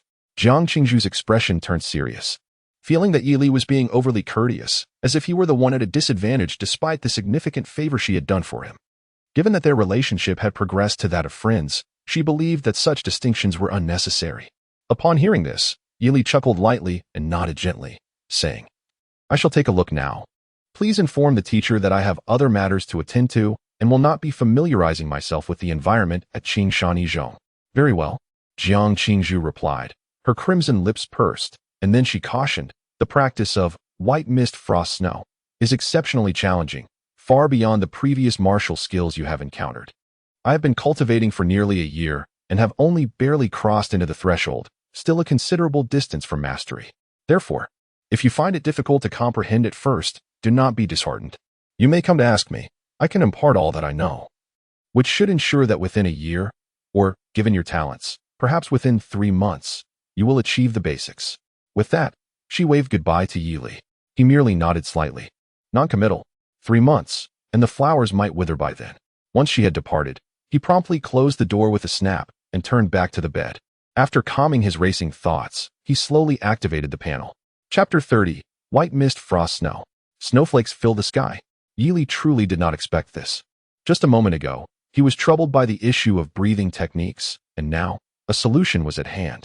Initially intending to use the second-tier white panel to engage with the so-called Tangyu for rewards, he now found that waiting was unnecessary. He gazed at the panel. Current evil value, 10,200 points. He exhaled silently, and the thick tome opened before him. He began to peruse the pages one after another. Level of breathing technique, white mist frost snow, not yet initiated. According to Jiang Qingzhu, the difficulty of mastering this breathing technique was exceedingly high and would likely consume a significant amount of evil value. Yili had previously had little acquaintance with breathing techniques and surmised that this level of investment might not yield substantial benefits. However, there was no need for excessive concern. The last time, 8,000 points of evil value had sufficed to elevate the indestructible golden soul to level 2, so it was reasonable to expect that this time, with over 10,000 points, he could at least initiate the breathing technique. Let him behold the mysteries of this advanced breathing technique, valued at millions of Hanxia coins. System. Allocate points. Yili focused his mind, and the vast expanse of evil value transformed into a torrent that surged forth towards the breathing technique. Clang. Consuming evil value. Commencing the upgrade of the breathing technique. White mist frost snow.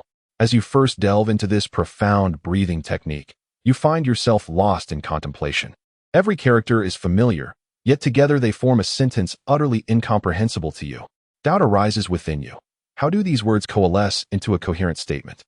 To master this extraordinarily complex breathing technique, one must momentarily calm the mind and begin to comprehend the method and context. After expending 1,000 points of malevolence, you have acquired a novel approach to restoring your vital energy through breath.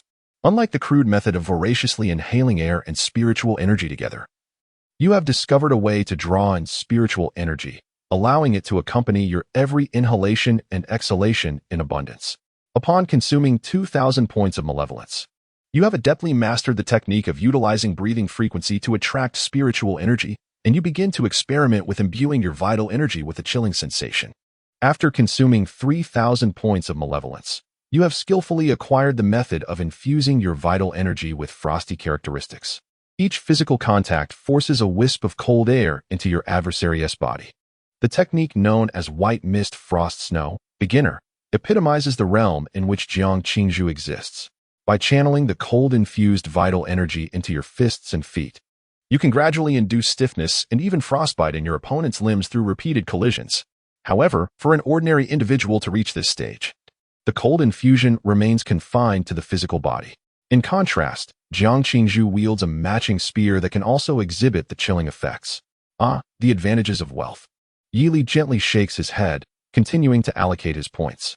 After expending 5,000 points of malevolence, you have, through years of diligent study, transcended the need for specific breathing frequencies. Now, with merely a regular breathing rhythm, you can swiftly restore your vital energy. Your martial skill level has risen. White Mist Frost Snow Proficient. After expending 6,000 points of malevolence, your profound understanding of this breathing technique allows your vital energy to possess a significant cold effect. With mere contact of your palm to an enemy for mere seconds, you can instantaneously freeze them by consuming a substantial amount of vital energy. Your martial skill level has ascended. White Mist Frost Snow Expert. After expending 8,000 points of malevolence, your mastery over the cold has reached an exceptional level. The speed at which you restore your vital energy through this breathing method is now several times faster than before your cultivation began. Your martial skill level has culminated. White Mist Frost Snow Perfection. After expending 9,000 points of malevolence, you have gained complete control over the cold energy within you, prompting you to investigate the method of releasing it all at once. Upon expending 10,000 points of malevolence, you have mastered the technique of unleashing a vast amount of cold energy in an explosive manner, sweeping in all directions. Technique Comprehension. Snowstorm in the Sky. Snowstorm in the Sky enhances the output capacity of your vital energy, enabling the sudden eruption of a vast amount of cold energy that can freeze everything in the vicinity. Your martial skill level has reached its zenith. White Mist Frost Snow has attained consummate perfection. Comment. This enhancement has consumed a total of 10,000 points of malevolence, resulting in a progression comparable to the fruits of 50 years of arduous cultivation, despite being under 20 years of age.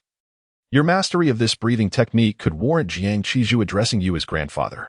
After 50 years of relentless cultivation, you have finally perfected this advanced breathing technique.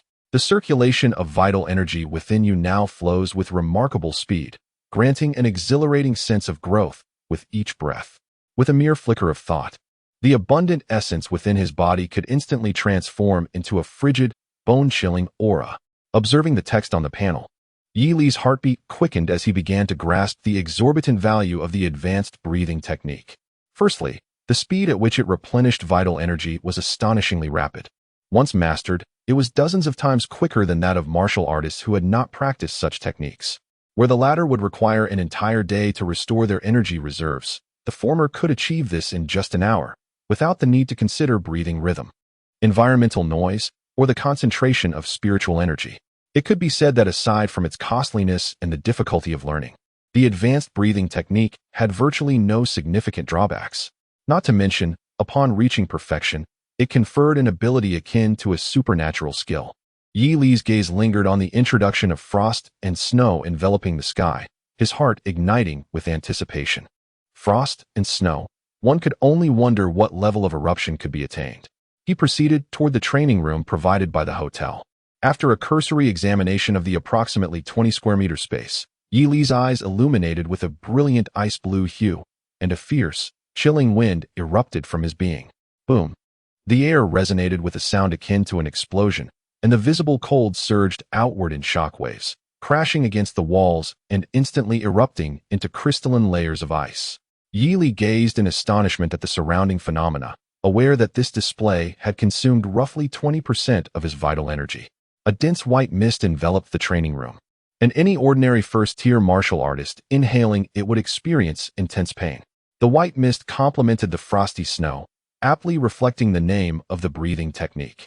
Moreover, the cushion, the steps, and the instruments between Yi Li and the walls were all encased in a thick layer of solid ice, motionless. When Yi Li attempted to pry at the ice layer, he discovered it measured a solid 3 to 4 centimeters in thickness, leaving him astounded. It seemed evident that an unprepared ordinary first-tier martial artist would likely be instantaneously defeated by their own frost and snow enveloping the sky. Even if they were not frozen into unconsciousness, they would likely find themselves incapacitated on the ground. Was this a bit too exaggerated? The accompanying skill of the advanced breathing technique was so formidable that a typical martial arts student would need to strike with their head. Yi Li exited the training room, and within mere breaths, the vital energy he had expended was restored to a significant degree. Current malicious value, 200 points. Gazing at the dwindling figure, A flicker of anxiety surged within Yi Li, prompting a soft sigh. Were it not for the absence of unscrupulous martial arts schools in the vicinity, he would have considered storming one outright. With several hours remaining until the so-called exchange competition, he needed to earn a substantial amount of malicious value. A mere 3-digit savings was far too unsettling. Regrettably, he had yet to find a reason to engage nor suitable targets. He could only hope that the rumored Tang Yo possessed popularity on par with Jiang Qingzhu within the school, or else it would be challenging to amass significant malicious value. Just as he was about to retire to bed, his phone on the nightstand vibrated. He picked it up, and the languid expression on his face vanished in an instant as he sat upright. The screen prominently displayed 2 brief messages. Jiang Qingzhu, I am surrounded at the martial arts arena. Jiang Qingzhu, many individuals have approached with ill intent, insisting on engaging in a sparring match, leaving us in a difficult position. Could you possibly fetch some assistance? Chapter 31. Classmates. Entry is prohibited here within the vast confines of the martial arts arena. Beneath the imposing and magnificent architecture, over 100 figures congregated at the opposing platform, encircling a group of individuals. A strikingly composed young girl stood behind the crowd, her fair fingers tapping rhythmically on the screen of her mobile device. Just summon their teacher. This group disregards the rules. Is there no teacher present? No. Only students from Qingshan No. 1 High School, persistently pressuring us to take action. All right, I understand. Upon reading this message, Jiang Qingzhu exhaled in relief, subsequently placing her phone back into her pocket. The youth has always been reliable, thus she need not worry. Jiang Qingzhu gazed towards the nearby ruckus, her elegant brows slightly furrowing. A warm hue quietly blossomed in her clear eyes. She had initially assumed this was merely a routine visit. The leading Wang Yongfeng, unconcerned, made his way to the grade office, intending to discuss educational insights with the teachers of Qingshan No. 1 High School. However, as soon as Jiang Qingzhu and her companions entered the arena, the previously tranquil atmosphere abruptly shifted. Out of nowhere, 100 martial arts students enthusiastically approached to engage in conversation. As the team leader, Jiang Qingzhu, out of courtesy, exchanged a few pleasantries. Yet, following this brief exchange, the tone shifted dramatically as they inquired, having heard of the remarkable prowess of the Linhai No. 1 High School team, whether they could partake in a friendly sparring session. Although Jiang Qingzhu coldly declined this request, one individual from Linhai No. 1 High School, named Yu Qianqian, resembling a naive do-gooder, succumbed to the persistent pleas and ascended the platform. This development stirred a sense of unease within Jiang Qingzhu. Nevertheless, considering Yu Qianqian's first-tier 8th-level cultivation, she reasoned that a match against an ordinary martial arts student would not consume much time or energy, ultimately acquiescing. Unfortunately, this decision led to unforeseen consequences. The opponent, a young man with an effeminate demeanor, capitalized on his peak first-tier cultivation to swiftly incapacitate the unsuspecting Yu Qianqian. This incident infuriated the students of Linhai No. 1 High School. Lu Yangda and his 2 lackeys charged forward, vociferously demanding an explanation. The throng from Qingshan No. 1 High School was equally defiant, loudly mocking. You simply lack skill, and now that you have lost, you're in a frenzy? If you couldn't handle the challenge, why agree to it in the first place? Upon hearing this, Lu Yangda's composure shattered. Damn it, Qingshan No. 1 High School, employing such underhanded tactics. If it weren't for our brother not being present, would you dare to resort to such tricks? Exactly. If our brother had been here during your provocation, he could have dispatched you with a mere slap. Boasting, without substantiation. Is Linhai No. 1 High School merely comprised of all talk? If you have the capability, step onto the platform and show us. The 2 factions erupted into a heated exchange, devolving into a cacophony of insults. On one side, there exists a tempest of anger, while on the other, a calculating demeanor prevails, leaving no signs of reconciliation in sight. Throughout this turmoil, the androgynous youth on the platform maintains an expression of calm, exuding an air of charisma. After assisting the unconscious Yu Qianqian down to rest, Jiang Qingzhu promptly sent a message to Yi Li. At this moment, she surveyed the quarrelsome crowd, inhaling deeply to compose her thoughts. Subsequently, she cast a cold glance at the androgynous youth on the platform and strode forward. The casual injury inflicted upon her teammates by the opposing side was a blatant provocation. Jiang Qingzhu's second-tier 4th-level cultivation began to manifest, and in a mere breath, she arrived at the combat stage. Noticing the coldly beautiful girl with long black hair approach, Chen Deng felt a bead of cold sweat trickle down his back. This was undoubtedly the renowned young lady of the Jiang family from Linhai City. Her solid second-tier 4th-level cultivation and formidable martial talent weighed heavily on him. As he realized his own prowess, being merely mediocre at the peak of the 1st tier, suppressing his rising anxiety, Tsundere forced a smile and deliberately raised his voice to inquire, "What do you intend to do, classmate Jiang?" His elevated tone instantly captured the crowd's attention, momentarily halting the clamor as hundreds of gazes turned toward him. Upon seeing the coldly radiant girl ascend the platform, their expressions hardened. Her substantial second-tier 4th-level cultivation immediately instilled a sense of pressure among them. "You bully the weak. Thus, I shall respond with violence." Jiang Qingzhu's voice was frosty, her face like ice. "Do you wish to spar? Very well." Tsundeng's heart surged with elation. He had anticipated her words, considering the necessity of preserving his strength. He turned to the crowd below and cheerfully proclaimed, "Is there anyone eager to experience the prowess of the captain of Linhai No. 1 High School's martial team? I can relinquish this opportunity." At his words, someone immediately seized the moment, gritting their teeth and exclaiming, "I will." A glimmer of coldness flickered in Jiang Qingzhu's eyes as she discerned their intentions. They clearly aimed to employ a strategy of overwhelming numbers to deplete her team's stamina, ensuring an effortless victory in the afternoon's exchange competition. They had even marked the area outside the training ground as temporarily sealed off and sent away the supervising teacher. Despicable. Fortunately, she had timely informed Yili. She believed it would not be long before the opposing side returned with a teacher to intervene.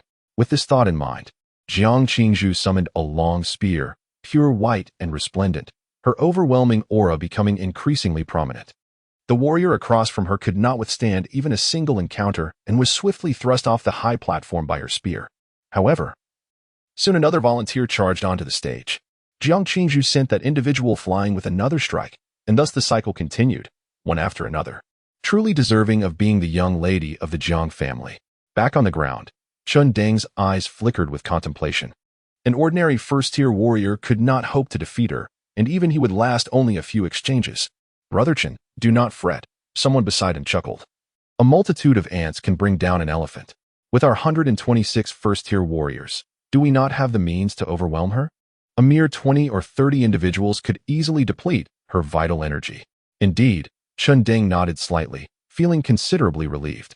With the plan reaching this stage, success was essentially assured. The vice-captain, Liu Yongda, was still below the stage, eagerly preparing to ascend, a true jester. A faint smile graced Tsundeng's lips. "Brother Chen, what about Yili?" At that moment, one individual approached, expressing concern. "If he hasn't come to observe, will he rush to inform a teacher upon hearing the news?"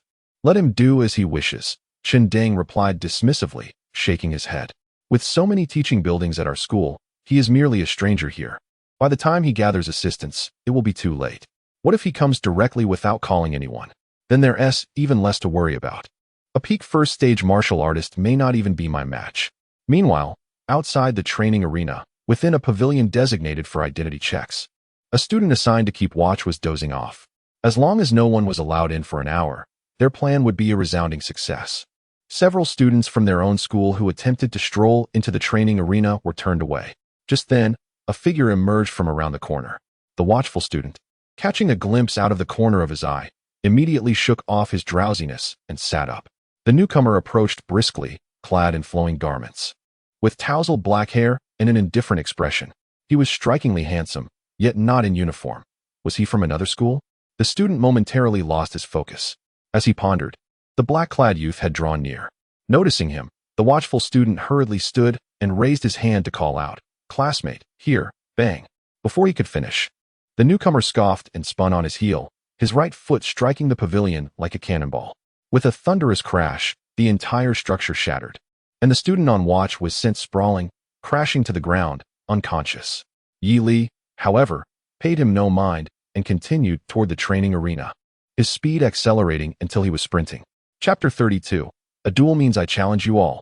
With fervent black eyes, Yi Li felt his vital energy circulating within him, gradually infused with an icy aura. To err on the side of caution, even though he was moving at great speed, his presence remained undetectable. Yi Li understood well that his cultivation was meant for overwhelming his opponents, not for merely intimidating them. That said, he was aware that upon seeing him approach alone, his adversaries would likely feel elated. In Yi Li's perception, there were over 100 faint auras within the training arena, all representing first-stage martial artists. In such a formation, the combat prowess of a second-stage martial artist would undoubtedly seem inadequate. Clearly, this was a trap set by Qingshan No. 1 High School, likely designed to weaken the combat effectiveness of Lin Hai No. 1 High School as much as possible before the battle. Yet, Yi Li remained unfazed. In truth, he was unaware of the mastermind behind this scheme or the stance of Qingshan No. 1 High School regarding the matter. He only knew that he was prepared to unleash a massacre. It is not the overwhelming allure of immense profits that has clouded his judgment, quite the contrary. Yi Li's thoughts are remarkably lucid at this moment. He is unfamiliar with the terrain of Qingshan No. 1 Middle School and lacks the contact number for Wang Yifan. Seeking assistance from external allies would undoubtedly lead to delays. In such a case, even if he manages to extricate Jiang Qingzhu and her companions later, it would be of little consequence, as the adversary's objectives would have already been fulfilled. Therefore, to render substantial aid, it is imperative that the opposing side suffers unacceptable losses in battle. They must have conducted prior assessments of the combat capabilities of Lin Hai No. 1 Middle School. Since they dared to set a trap, they surely possessed the confidence to engulf the entire group. And he, Yi Li, is the variable in this equation. Initially troubled by the depletion of his malevolent points, he now finds solace in the unexpected turn of events. A flicker of warmth ignites within him, only to be swiftly tempered. The howling winds swirl around him, his dark attire billowing fiercely. With the perfected technique of riding the wind and soaring dragon, his slender figure seems to ride the tempest, surging towards the entrance of the training grounds. Boom! The heavy wooden doors burst open with a thunderous crash. As a figure enveloped in fierce wind pressure crashes into the arena, landing amidst the astonished onlookers. The dramatic entrance clearly takes the crowd by surprise. Even on the combat stage, Jiang Qingzhu, who had just sent her opponent flying, raises her spear and looks up. As the tempest subsides, a strikingly handsome young man clad in black emerges. Brother. Upon recognizing the visitor's face, Lu Yangda, stationed below the platform, is overwhelmed with joy. My heavens! You actually came. Even a fool would have discerned the unusual circumstances upon witnessing Jiang Qingzhu's increasingly strenuous demeanor, and Lu Yangda is no exception. Realizing that the situation was awry, he had intended to slip away and summon external aid, yet he found himself blocked by the throngs of Qingshan No. 1 Middle School. Even his loyal lackey was firmly kept in check. This predicament left Lu Yangda in a state of agitation. Unexpectedly, just when he felt utterly helpless, the formidable figure who had once treated him like a dog appeared to rescue the situation. Lu Yangda had never imagined that the once terrifying silhouette would now shine like a savior. Brother? Hearing this, Tsundere, seated in the observation area, momentarily stunned, gradually adopts a grave expression. Is that Yi Li? Has he arrived so swiftly? He had not anticipated that the lookout would fail to issue a timely warning. This is indeed peculiar. Could it be that they inadvertently dozed off? Nevertheless, he is relieved to note that no other figures accompany Yi Li, suggesting he has come alone. Reflecting on this, Tsundere exhales, his voice laced with amusement. It seems we have a reckless young fool on our hands. Most likely. He rushed over after hearing news of his companions in distress, entirely oblivious to the trap laid before him and the disparity in strength. A smirk graces Tsundere's lips as he rises, addressing the young man in black with a smile. My friend, your timing is impeccable. We are engaged in a friendly sparring session. Might you be interested in joining us? As the conversation unfolded, numerous martial artists from Qingshan No. 1 subtly shifted their positions, discreetly blocking the exit. Observing their furtive movements, Yi Li couldn't help but chuckle. Well then, how do you wish to spar? Naturally, a one-on-one match on stage. Tsundere replied with a smile. A one-on-one? Are you implying that your idea of a duel is me taking on all of you? Yi Li remarked with a hint of mockery, glancing at the growing crowd around him. Upon hearing this, Tsundere furrowed his brow, questioning, what do you mean by that? Nothing much. Don't misunderstand. Yi Li responded, surveying his surroundings, as a surge of true energy roared within him. He raised his gaze and smiled. What I mean to say is, I quite fancy your method of dueling. Are you suggesting, Tsundere's eyes narrowed, that you are willing to accept a duel? Indeed. Yi Li replied, as if making an announcement. In the instant his words fell, a torrent of ethereal white mist began to swirl around him, rendering his form almost translucent. This extraordinary sight caused Tsundere's expression to shift.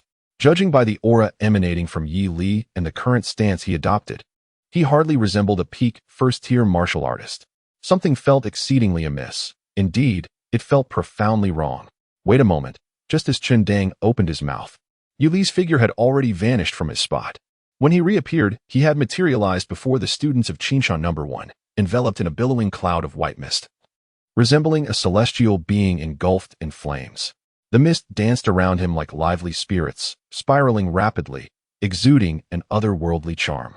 In the instant the crowd's pupils constricted, this ethereal figure took a decisive step forward, delivering a thunderous punch that shattered the air, striking the foremost individual. A deep, resounding explosion echoed throughout the venue. The ancient saying holds true: a sound, once made, is priceless. Crack! The sharp, chilling sound of bones fracturing pierced the air as the immense force exploded upon the individual, sending him hurtling backward, blood spraying forth as he crashed into several others, ultimately colliding with the wall. Boom! The entire sequence transpired with the speed of lightning. And it wasn't until Yili's body ignited with a fiery white mist that the others finally reacted, their eyes wide with terror as they instinctively recoiled. Tsundere, seated in the stands, was equally dumbfounded. He never anticipated that when the other party decided to engage, it would be without mercy. That single punch had grievously injured 5 or 6 first-tier martial artists, rendering them incapable of further combat. Moreover, the severity of their injuries raised concerns about their ability to participate in the martial examination afterward. Boom! At that moment, yet another explosive sound erupted. Tsundere instinctively glanced down, witnessing several more students from Qingshan No. 1 being sent flying, bloodied and unconscious by the blows of the dark-clad youth.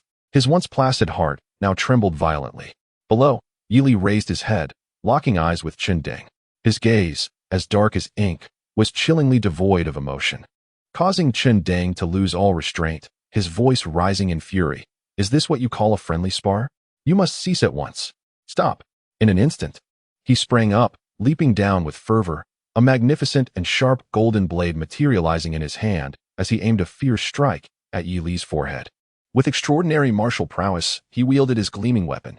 The remaining students of Qingshan No. 1 High School regained their senses, their humiliation transforming into rage as they shouted in unison and brandished their weapons, encircling the young man in black. At the moment Tsundere's blade descended, Yili's ethereal form began to move at an astonishing speed, morphing into a fleeting shadow. Empowered by the perfected techniques of Tiangang treading the void and Yulong riding the wind, his velocity had long surpassed that of his peers, not to mention Tsundere, who barely reached the pinnacle of the first level. The seemingly rapid strike, in Yili's eyes, appeared to unfold in slow motion.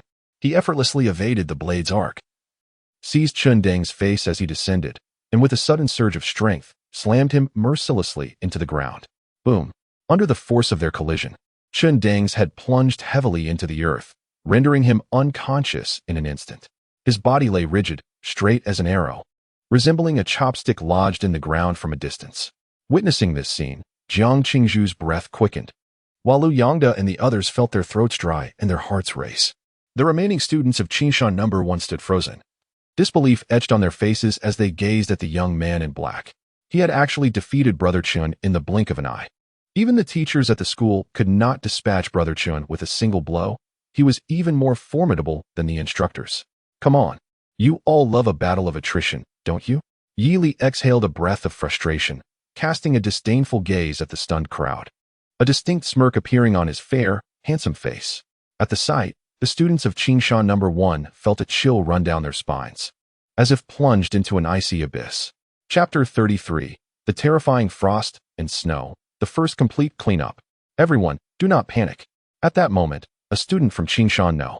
1 finally steeled himself, realizing a crucial point. With such a vigorous expenditure of energy, even a second-level martial artist could not sustain this for long. Yes, indeed. Someone exclaimed with newfound clarity, joy illuminating their features. His energy must be nearly depleted. He likely intends to intimidate us to buy himself time to recover. What? Is it truly so? This reasoning holds merit. We must not allow him to regain his strength. The student who first recognized the issue shouted fervently, his gaze fixed intently on Yili. Perhaps it was merely his imagination, but he thought he detected a pallor on Yili's face, a clear sign of exhaustion. My speculation was indeed correct. The student felt a surge of elation, calling out excitedly, "Everyone, rally with me. Let us see how much energy he has left to squander." Upon hearing his words, the others were moved. Their nascent fear dissipated swiftly as they began to uniformly converge upon the young man in the black robe. Observing this development, Jiang Qingzhu furrowed her delicate brows. What the other party asserted was not unfounded. Yi Li's previous strikes were astonishing, revealing no inclination to conserve his true energy, and instead, there was an air of extravagance surrounding his actions. Such lavish expenditure of true energy inevitably led to substantial consumption by his own reserves. He had already depleted approximately 70%. Given that Yi Li's martial prowess was inferior to his own, it was likely that his consumption ratio was even higher than 70%. Contemplating this, Jiang Qingzhu grasped her spear, preparing to charge forward. However, Yi Li cast her a cold glance, the warning unmistakable. Does he not require my assistance? Jiang Qingzhu halted, momentarily bewildered by Yi Li's calm demeanor amid the crowd, unable to comprehend his decision. Yet, she respected his choice, pausing slightly, her gaze filled with concern for him. Meanwhile, the first-tier martial artist from Qingshan No. 1 had approached Yi Li. The nearest student was scarcely 3 feet away. At that moment, the student suddenly noticed Yi Li closing his eyes. Subsequently, the white mist surrounding him rapidly converged, and his semi-transparent form solidified. To all appearances, it seemed he had exhausted his true energy and was forced to cease his cultivation. The student initially intended to smile, but inexplicably, a surge of fear welled up within him. An overwhelming aura of danger was almost palpable. Not just him, but the others nearby also felt a chilling sensation, their hair standing on end, instinctively looking up. They beheld the boy in the black robe, whose dark eyes now glimmered with a hint of azure light. Under the brilliant illumination, it resembled a frozen lake in the depths of winter. In the next instant, a visibly fierce storm erupted from the boy's body. This tempest carried an intense chill, causing the air temperature to plummet dramatically, with spiral shockwaves rapidly radiating outward. The frost and snow descend. Recognizing the technique, Jiang Qingzhu's pupils constricted, an utterly absurd emotion surged within her, leaving her utterly dazed. He had only just grasped the breathing technique for less than an hour, and he had already mastered the frost and snow descent. How could that be possible? At that moment, beneath the stage, accompanied by the boy's soft laughter, the frigid storm swept across a radius of several dozen meters. The expressions of the first-tier martial artists turned ashen. As they attempted to retreat, chaos ensued, and they were instantly engulfed by the storm. What terrifying martial prowess this was. In the final moments before losing consciousness, they all shared the same thought. Buzzing, amidst the howling reminiscent of a blizzard in the far north. The sound of ice forming and the anguished cries intertwined, composing a symphony known as the frost and snow descent. When the storm subsided, it revealed dozens of lifelike ice sculptures, frozen figures who, despite their struggles, could not break free from their icy confines. Clatter, clatter, one after another. The ice sculptures fell to the ground, producing a series of crisp, melodious sounds. Amidst the astonished gazes of Jiang Qingzhu and others, the youth clad in black garments exhaled a puff of white mist, emerging leisurely from among the dozens of ice sculptures. The vitality within him had indeed dwindled to a mere few drops. Fortunately, the gains were substantial. As he strolled, he listened to the notifications resonating in his ears. Injured a peak first-stage martial artist, malevolence points, 1,000. Injured 17 first-stage fifth-layer martial artists, malevolence points, 8,500. Injured 46 first-stage third-layer martial artists, malevolence points, 13,800. Injury report. Current malevolence points, 46,000. Eligible for treasure extraction. Yi Li walked towards the exit, feeling exceedingly pleased. Thus, the malevolence points expended in the breathing technique had been replenished. He could return to tally his spoils and await the afternoon's exchange competition. Tidying up a bit was in order. In the astonished eyes of Jiang Qingzhu and the others, Yi Li waved his hand, nonchalantly dropping a remark before stepping out of the martial arts arena. Upon exiting, he unexpectedly encountered Wang Yongfeng and a group of teachers from Qingshan No. 1, engaged in cheerful conversation. Yi Li, have you finished your business? Wang Yongfeng remarked, slightly surprised. I was planning to ask if you needed any assistance. No need, thank you. Teacher, Yi Li replied politely, walking past him without pause. Oh, Teacher Wang, is this the Yi Li from your team? He seems quite courteous. One teacher chuckled. Another, a burly figure, expressed mild discontent. A martial artist appearing so refined and scholarly is rather absurd. How can one lack any sharpness? Teacher Wang, if I recall correctly, This Yi Li is at the peak of the first stage, right? As the discussions about Yi Li unfolded, one of the teachers from Qingshan number 1 subtly inquired. This suggests his talent is commendable. I wonder if he has awakened his martial arts aptitude?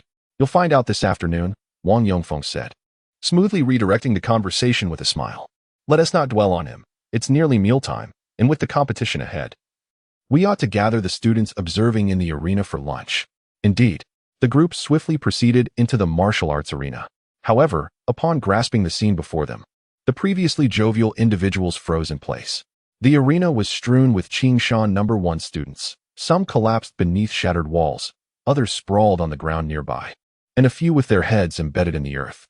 In addition, dozens of crystalline human-shaped ice sculptures stood majestically beneath the combat platform, their surfaces marred by spreading cracks. At the center of the group of ice sculptures, the ground bore traces of ice radiating outward in irregular shapes, resembling marks left by a tremendous force, strikingly conspicuous. Undoubtedly, a heart-stopping battle or a violent release of energy had just transpired here. My heavens! Witnessing this sight, Wang Yongfeng and the other teachers from Qingshan No. 1 felt as though the world was spinning, their minds momentarily disoriented, nearly causing them to collapse. Observing the school team, it is evident that these are all senior martial arts students from Qingshan number 1 high school. The sight of so many fallen here raises the question, what has transpired? In this expansive arena, only a few individuals from Linhai number 1 high school remain standing, their faces still etched with shock. Wang Yongfeng, struggling to steady his mind, turned his gaze towards Jiang Qingzhu on the platform and, with a trembling voice, posed the question that weighed heavily on everyone's minds. Who is responsible for this? Without hesitation, Jiang Qingzhu replied, "It was I." Lu Yongda, who had been brimming with excitement, felt his spirits plummet, overwhelmed by a sensation akin to heartbreak. The typically detached and righteous Jiang Qingzhu had boldly stepped forward to shoulder the blame for Yi Li's actions and uttered falsehoods. Lu Yongda felt an acute bitterness in his heart, yet jealousy eluded him. Can you truly accomplish such a feat alone? Not far away, a teacher from Qingshan No. 1 high school, regaining his composure, immediately changed his expression and questioned her. There are over 100 students from Qingshan number 1 high school here. How could you have defeated them all by yourself? Do not attempt to deceive us. You must provide an explanation. Is it your place to speak? Jiang Qingzhu coldly interrupted him. As she spoke, her clear eyes abruptly shimmered with an icy blue light, reminiscent of Yi Li moments before. A visible chill emanated from her.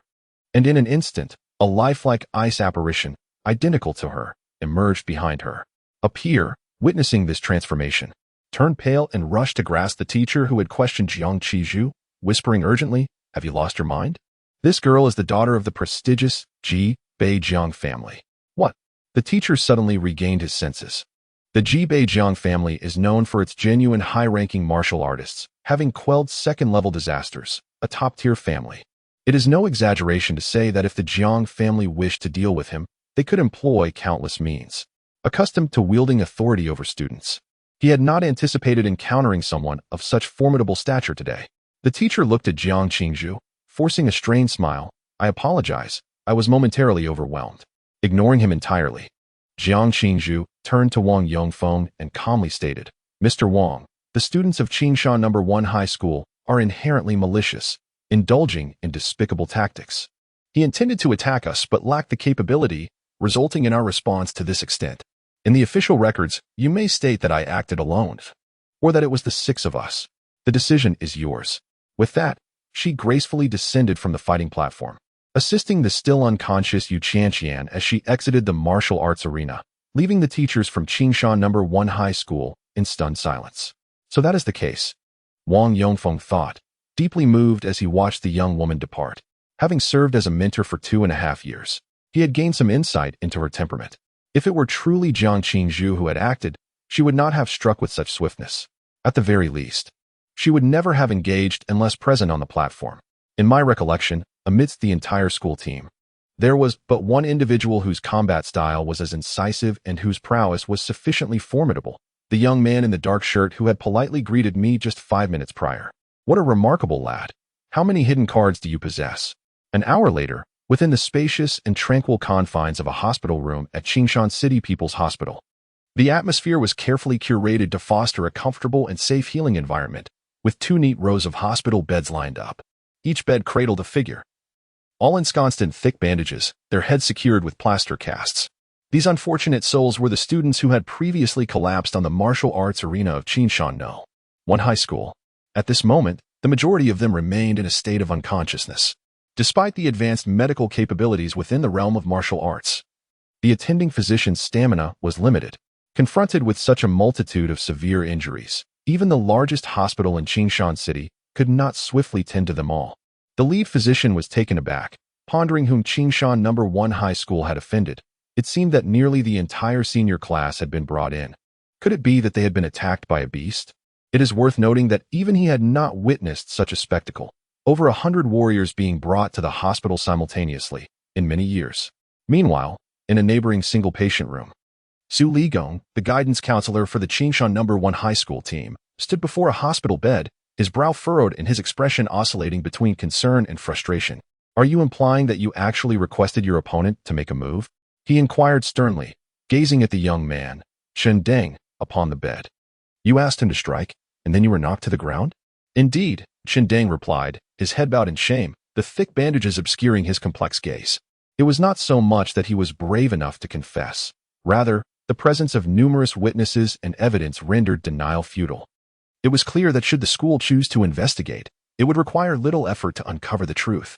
Thus, he deemed it prudent to be forthright, as it might elicit the school's understanding. After all, even though he had been rendered unconscious by a single blow from Yi Li, there were still over 100 first-tier warriors to consider.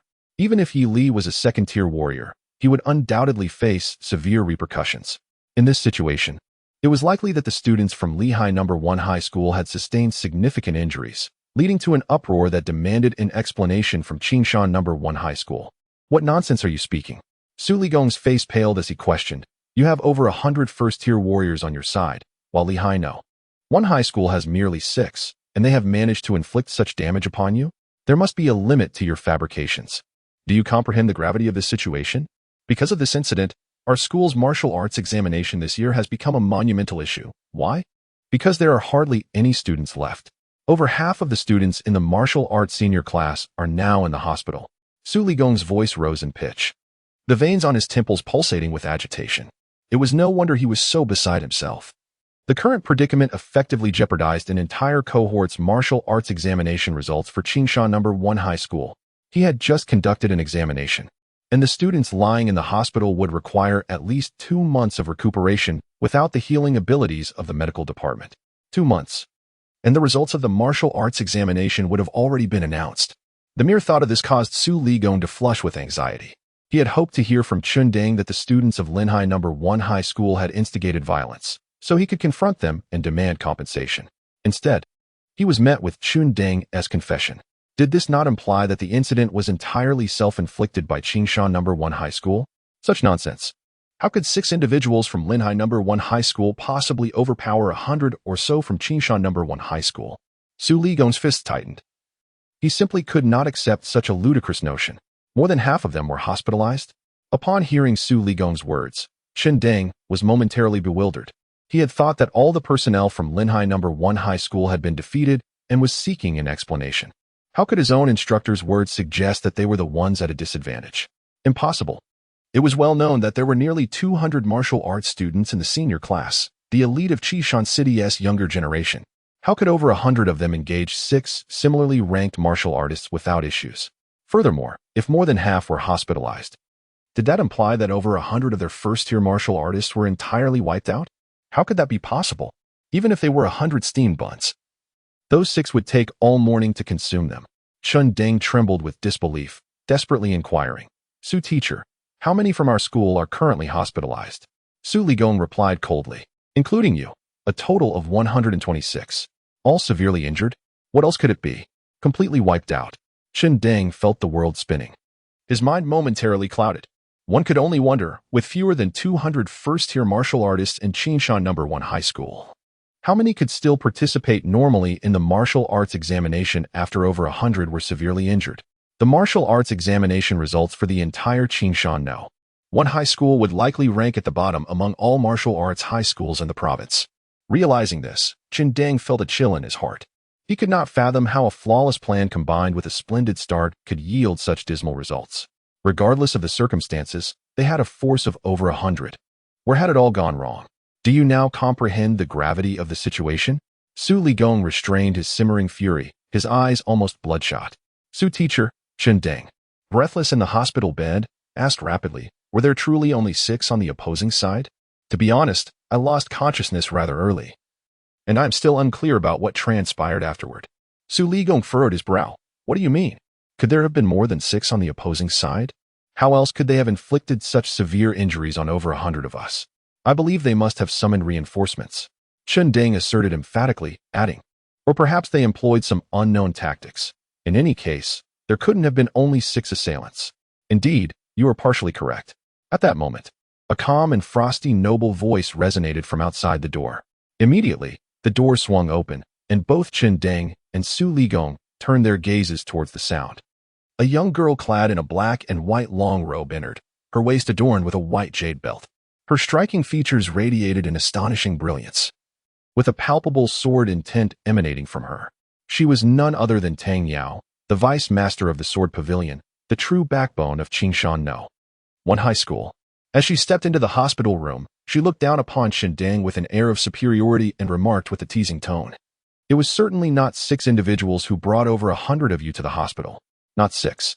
At her words, Tsundere felt a surge of energy and instinctively exclaimed with a joyful expression, I knew it. How could just 6 people possibly injure so many of us? Why the haste? The girl's voice, cold and disdainful, cut through Tsundere's moment of elation like a bucket of icy water, awakening him to her continued speech. What more is there? Tsundere asked, bewildered. Su Ligong, however, felt a sinking sensation in his heart, a premonition of something ominous. Could it truly be Jiang Qingzhu? In the next moment, Tang Yao's mocking laughter echoed. It was not 6. All of you were incapacitated by a single individual. Yili. It was he alone who pierced through you all. Chapter 35. They are the challengers. What did you say? The most shocked was not Tsundere, but Su Ligong, who had remained silent since the beginning. As a teacher at a martial arts high school, he understood better than anyone present how unfathomable her words were. 1 person defeating over 100. Su Ligong stared intently at the girl, disbelief etched on his face. Are you serious? Tang Yao replied casually. I have inquired with more than a dozen individuals. It would be pointless to jest further. Even upon realizing that Yili had single-handedly overcome over 100 adversaries, there was no trace of tension on her proud and elegant visage. At her words, Tsundere collapsed onto the bed, gasping as he bitterly chuckled, aside from you, there is indeed such genius in Ying province. Initially, he believed that a talent of Tang Yao's caliber was unparalleled throughout Ying province. Even the Jiang family's young lady from Linhai City, who awakened a level of martial arts talent, could not compare. After all, Tsundere had personally witnessed her once valiantly challenging the entire student body with her sword. Thus, he admired her so deeply that he pursued her relentlessly, hoping to match her pace. Alas, it was but a dream of a fool. Tsundere's smile turned bitter. The Tang Yao of yesteryear bore an uncanny resemblance to Yili today. Tang Yao furrowed her delicate brows. Unlike Tsundere, she did not consider Yili to be her equal. She merely found him somewhat intriguing. Nevertheless, she dismissed the thought of debating with Tsundere. Such mediocrity was destined for obscurity, and she saw no need to squander her time on such trivial matters. With this thought, Tang Yao turned and prepared to leave the room. She came over to ascertain the situation, and now that she is informed, there is nothing of particular note. So she naturally intends to return and prepare for the afternoon's exchange competition. She slowly exited the hospital room. At that moment, Su Ligong, seated in a chair, suddenly sighed, glancing at Tsundere on the hospital bed, and said with a wry smile, it seems that the afternoon exchange competition is off the table. I shall forfeit on your behalf. Focus on your recovery. Forfeit? Tang Yao's questioning voice pierced through his thoughts.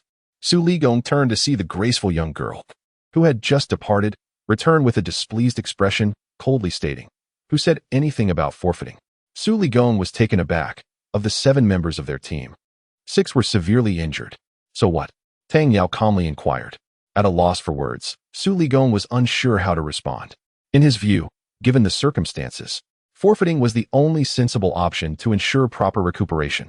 Yet, as he recalled the girl's almost arrogant demeanor, he hesitated to voice his thoughts. Despite her youth, Tang Yao possessed the remarkable ability to unleash an offensive prowess rivaling that of seasoned warriors, reaching the pinnacle of the 2nd stage of martial cultivation.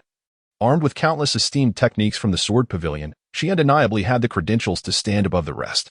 Taking a deep breath, Su Ligong felt an inexplicable surge of confidence. He looked at the girl and asked solemnly, "So, what do you mean? Is that even a question?" A glimmer of amusement flickered in Tang Yao's eyes before she quickly composed herself. Suddenly, an intense aura of sword intent erupted from her, as if she could cleave the very hospital beneath her feet in twain. In Su Ligong's astonished gaze, the fiercely confident young girl raised her cool eyes and stated calmly, "I shall participate in the competition as usual. However, regarding that Yi Li, he does possess some merit." Tang Yao interjected, interrupting Su Ligong's speech, her cherry-colored lips uttering frigid words. "But that is all there is to it. Merely dispatching a host of trivial opponents is something anyone could accomplish. It hardly warrants boasting. I will say this up front. In this competition, they are the challengers." In the city center of Qingshan, within a hotel of considerable stature, Yi Li sat cross-legged on the bed, his mood somewhat heavy. According to Wang Yongfeng, Qingshan No. 1 high school would likely forfeit the afternoon exchange competition due to a lack of participants, thus dashing his plans to thoroughly defeat that swordsmanship prodigy. There would be no opportunity to accrue any malevolent points. Yi Li sighed, attempting to steady his emotions and summon the interface. Current malevolent points, 46,000 points available for artifact extraction. Even with his composure, upon seeing that figure on the interface, he could not help but smile. Indeed, no one could resist smiling at the sight of their account balance. If one did not smile, it meant their funds were dwindling. Although the malevolent points provided by the students of Qingshan No. 1 High School were minimal, their sheer number compensated for it. With contributions from over 100 individuals, his reserves reached a staggering level. Through several experiences, Yi Li had also discerned some patterns in the system's determination of malevolent points. Only those martial artists who harbor animosity towards him will yield a normal level of malevolent points upon their defeat. Take Jiang Qingzhu as an example. At that time, while instructing this young lady in martial arts, Yi Li did not hold back, aiming squarely for the acquisition of malevolent points. Even after he had left Jiang Qingzhu incapacitated on the ground, her eyes dazed, the malevolent points recognized by the system amounted to merely a double-digit figure. How infuriating. Is this to prevent me from endlessly accumulating points? Yi Li sighed. Regardless, now that he had successfully mastered the breathing technique, he could begin to augment his long-stagnant martial arts level. Though it had been termed long-stagnant, it had only been a mere 2 or 3 days. However, before proceeding, Yi Li directed his gaze towards the newly added text behind the malevolent points. Alongside the accumulation of malevolent points, it seemed the system was gradually unveiling new functions. For instance, shortly after his arrival, defeating Wang Run had introduced the function for augmenting cultivation levels. This was indeed a fortuitous development. Not to mention, he was still in need of a suitable firearm relic. With a mere thought, the text on the panel began to shift. Spend 1,000 malevolent points to draw from the relic roulette. Relic roulette, a wondrous wheel encompassing all manner of relics from the heavens. Any extraordinary item could be drawn from here. If one wishes to soar to great heights, why not test their luck? Note, this relic pool guarantees a golden quality relic after 40 draws. Damn it, no wonder this contraption appeared only after accumulating 40,000 malevolent points. Yi Li suddenly understood. It seemed the system believed he possessed the audacity for high stakes and immediately presented this roulette. System, you have misjudged me. I have never been one to gamble recklessly. Yi Li scoffed coldly, then without hesitation opted to make a single draw to test the waters. After all, with a new pool laid before him, who could resist the temptation? Clink. Congratulations. You have obtained a purple rare quality relic. A beam of purple light illuminated Yi Li's handsome visage. Fortunately, although it was not a golden draw, purple was still commendable. He nodded slightly, directing his gaze back to the panel. Function type relic. Harmonious coexistence ring. Effect. Consumes true energy to force enemies within a 5-meter radius to kneel before you. The higher the enemy's level, the more true energy consumed. Cooldown. 1 day, Yi Li was momentarily speechless. Are you certain this relic will facilitate harmonious relations? This relic not only lacks a tier but only possesses quality, and its effect is rather tailored to suit me. Yi Li's dark pupils shimmered with intrigue. At that moment, a gentle knock echoed through the room. Are you still resting? A slightly surprised voice of Jiang Qingzhu called from outside. Qingshan No. 1 has not forfeited. They are calling us to compete. Oh, not only have they not forfeited, but they are approaching me? Inside the room, The corners of Yi Li's mouth gradually lifted. This Tang Yao's courage is indeed commendable. Yet regrettably, that is the only praise I can bestow upon her. Chapter 36. I will win. A declaration of victory before battle. As Qingshan No. 1 stands as the premier martial arts high school in Qingshan City, its training arena is not inferior in scale to Lin High No. 1. At this moment, the arena is bustling with voices. The spectator seats, which can accommodate over 1,000 people, are filled to capacity, predominantly with students from Qingshan No. 1 High School. Conversations abound. A chorus of excitement and speculation fills the air. Only senior sister Tang will be competing in the upcoming match. Is that true? Why? It's a bit embarrassing to admit. But it is said that all the members of our school team were taken to the hospital this morning by Jiang Qingzhu from Lin High No. 1 High School, leaving only senior sister Tang able to compete. Are you serious? Is that Jiang Qingzhu really that formidable? It's no exaggeration, not only the school team, but a significant portion of the entire senior class of the martial arts department has been incapacitated. Have you not noticed how empty the spectator seats are over there? Goodness. It really is. So what are we going to do? Don't panic. Even if they have a Jiang Qizhu, we still have senior sister Tang holding the fort, right? Stay calm. Is senior sister Tang going to pull off another 1-against-7? I remember she did that in our last exchange match against Yujing City, didn't she? Now that you mention it, I'm starting to feel a bit excited. Senior sister Tang truly is audacious and skilled. Indeed, senior sister Tang is strong and attractive. That fellow Wei Ji is quite fortunate. Wait, who is Wei Ji? I haven't heard that senior sister Tang is dating anyone. Well, that would be me. Aminos. The students in the spectator area are animatedly discussing. As the time for the match approaches, it is evident that the students of Qingshan No. 1 High School have unwavering confidence in Tang Yao's ability to conquer all challengers, as if it were an established fact. It is no wonder. Given that Tang Yao has built her reputation in Qingshan City since childhood, remaining undefeated in simulated battles to this day, and all with overwhelming victories. There are even rumors that she once visited a dojo in person and defeated a master who had reached the pinnacle of the 2nd rank with her own strength at the 2nd rank.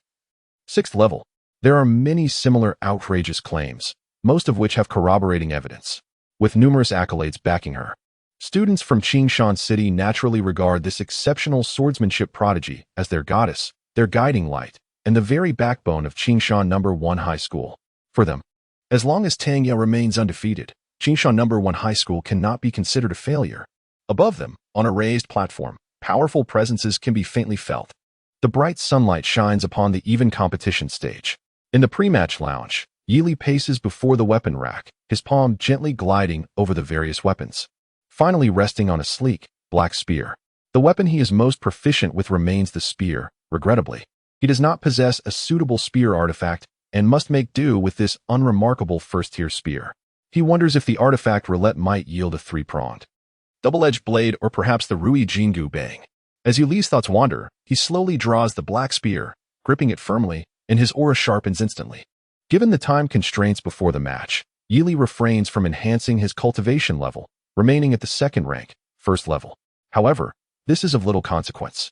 He can always enhance his abilities after the exchange match concludes.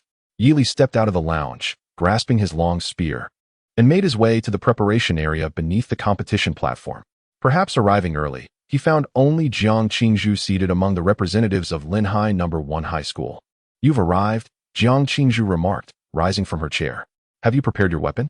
One could only say it is adequate, Yili replied nonchalantly. After a moment's contemplation, Jiang Qingzhu suggested, I have many idle long spears at home, all quite suitable for warriors of the 2nd or 3rd rank. I shall bring one for you next time. What a bold statement. Would the high martial world truly suffer from the addition of another affluent heir? Yili settled into his seat, seemingly with a sigh. That would be acceptable. Jiang Qingzhu nodded gently, withdrawing her gaze to rest her eyes. Soon, discussions regarding Tang Yao echoed through the observation area, gradually offering the two a clearer understanding. Jiang Qingzhu opened her eyes and turned her attention to Yili, who was diligently polishing his spear. She spoke softly. Tang Yao possesses formidable strength and is well versed in various martial techniques. Even I, facing her, would find my chances grim. You will be the first to compete. Be exceedingly cautious of her slashing attacks. She keenly sensed the youthful calmness masking his quickening heartbeat. Naturally, she assumed his agitation stemmed from nerves. Given the away match and the incessant tales of the opponent's valor that filled the air, which could understandably quicken one's pulse and disrupt composure.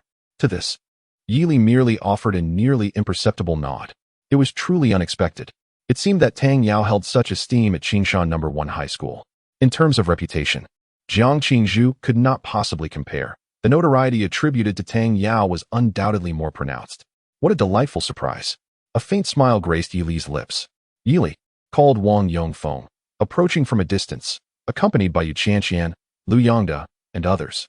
There are less than 10 minutes until the match begins. You should prepare yourself. Yili nodded, rising quietly to enter the competition passage. Meanwhile, in the preparation area of Qingshan No. 1 High School, their instructor Su Ligong was sweating profusely. Feeling the immense pressure Yili exerted. Although he held great confidence in Tang Yao's abilities, the thought of Jiang Qingzhu backing her up made him somewhat apprehensive. Moreover, Su Ligong had only just learned that an elder from the Qingshan Sword Pavilion and a senior instructor from Fengyan University had arrived at Qingshan No. 1 High School to observe this exchange match. The latter was primarily there to scout for promising talents from the 2 municipal martial arts high schools this year to extend olive branches to. However, the elder from Qingshan Sword Pavilion was specifically there to assess Tang Yao's performance. Should she falter in her first match? He would undoubtedly question and express dissatisfaction with the teaching capabilities of Qingshan No. 1 High School. In such a case, Su Ligong, as the guiding instructor, would surely face accountability. Contemplating this, Su Ligong's body trembled slightly. At that moment, the resounding voice of the referee echoed across the martial arts arena. The 5th municipal exchange competition officially commences. First match, Linhai No. 1 High School's Yili against Qingshan No. 1 High School's Tang Yao. As soon as the voice fell, a deafening cheer erupted from the spectators, resonating like thunder and soaring to the heavens, a testament to the girl's almost unparalleled reputation at Qingshan No. 1 High School. Su Ligong took a deep breath and glanced at the graceful young girl seated with her eyes half closed. He posed the question that every student at Qingshan No. 1 was eager to ask, can she win?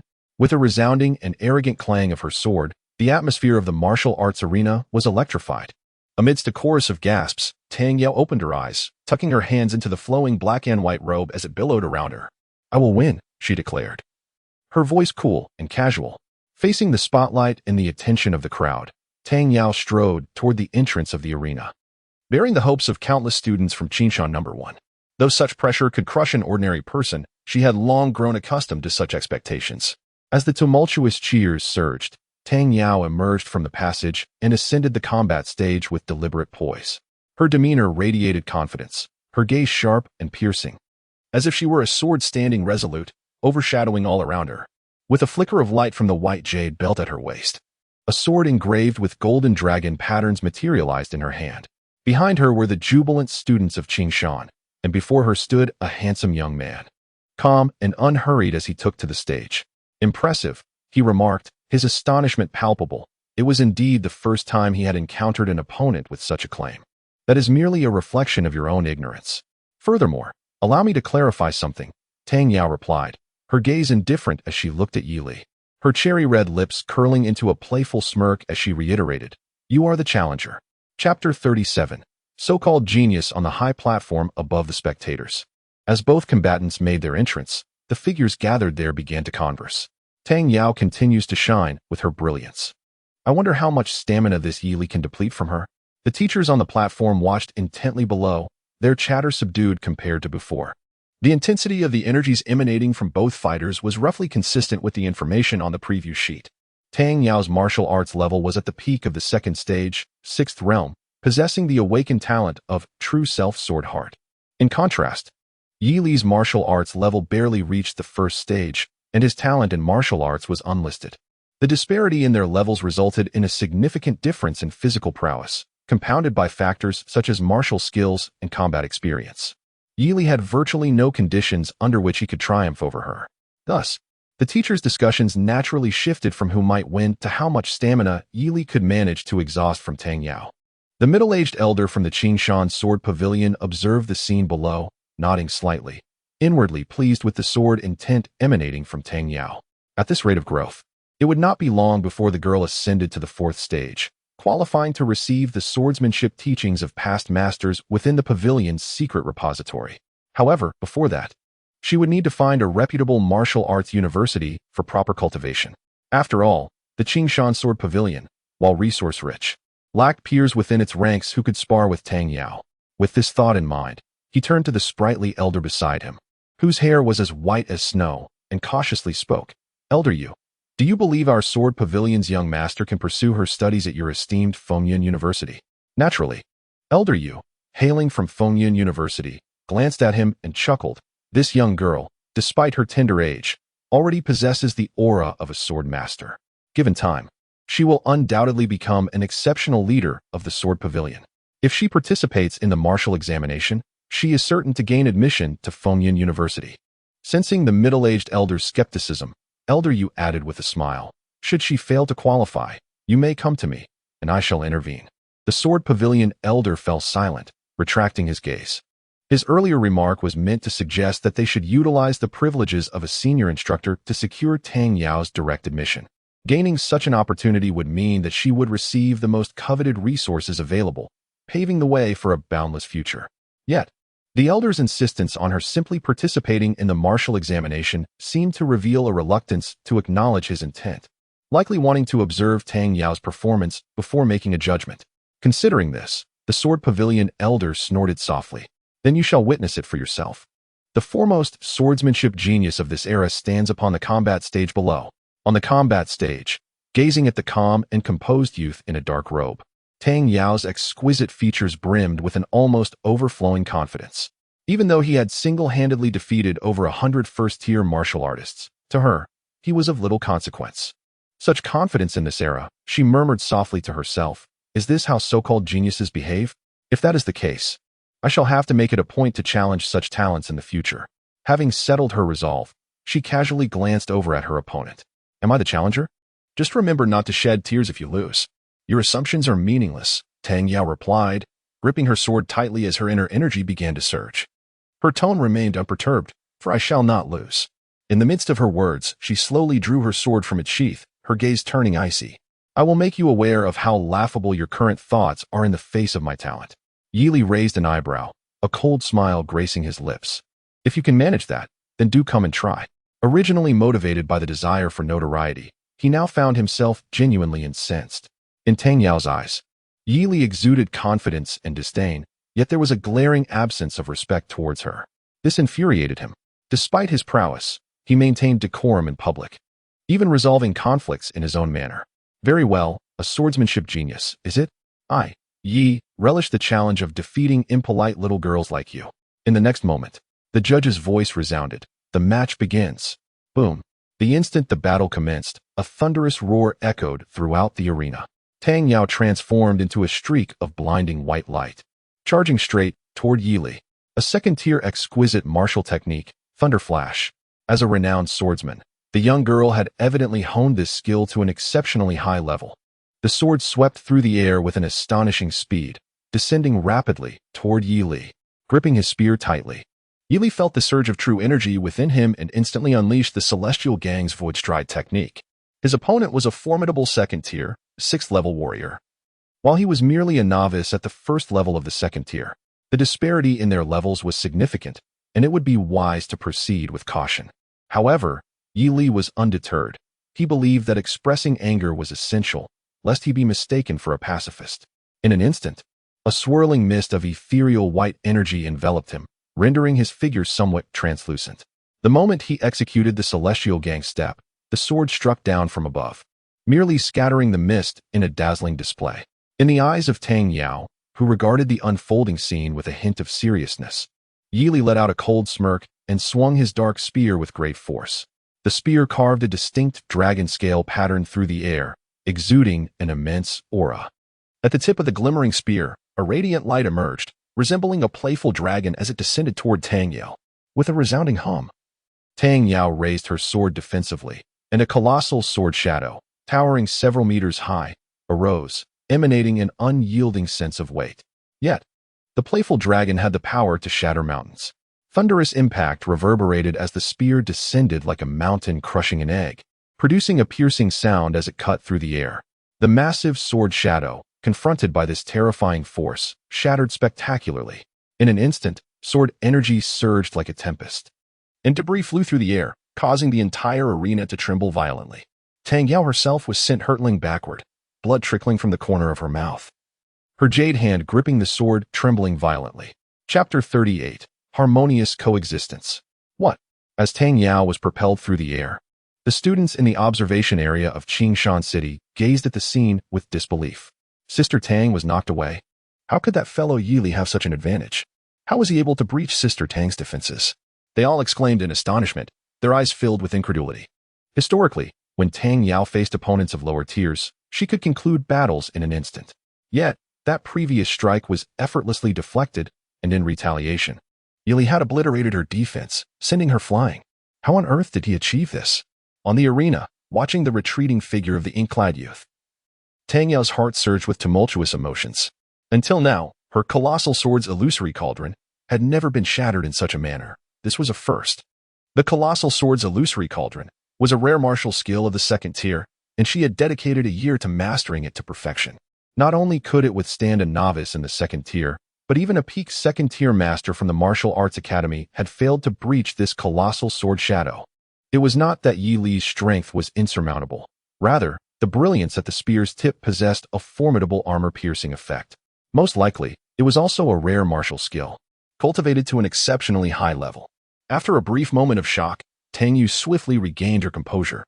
It was merely a martial skill with armor-piercing capabilities. She had yet to regard it as a serious threat.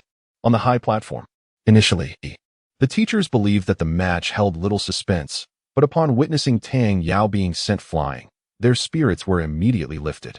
This child named Yili possesses quite an intriguing talent. Yuing gazed at the spirited young man in black robes on the stage, exclaiming in astonishment. The white mist surrounding him has remarkable effects, reducing the sword energy that strikes him by at least 50 to 70%. In his recollection, such an effect from a low-tier martial skill could be counted on one hand, and all were considered treasures. Treasures often signify a high level of difficulty in cultivation.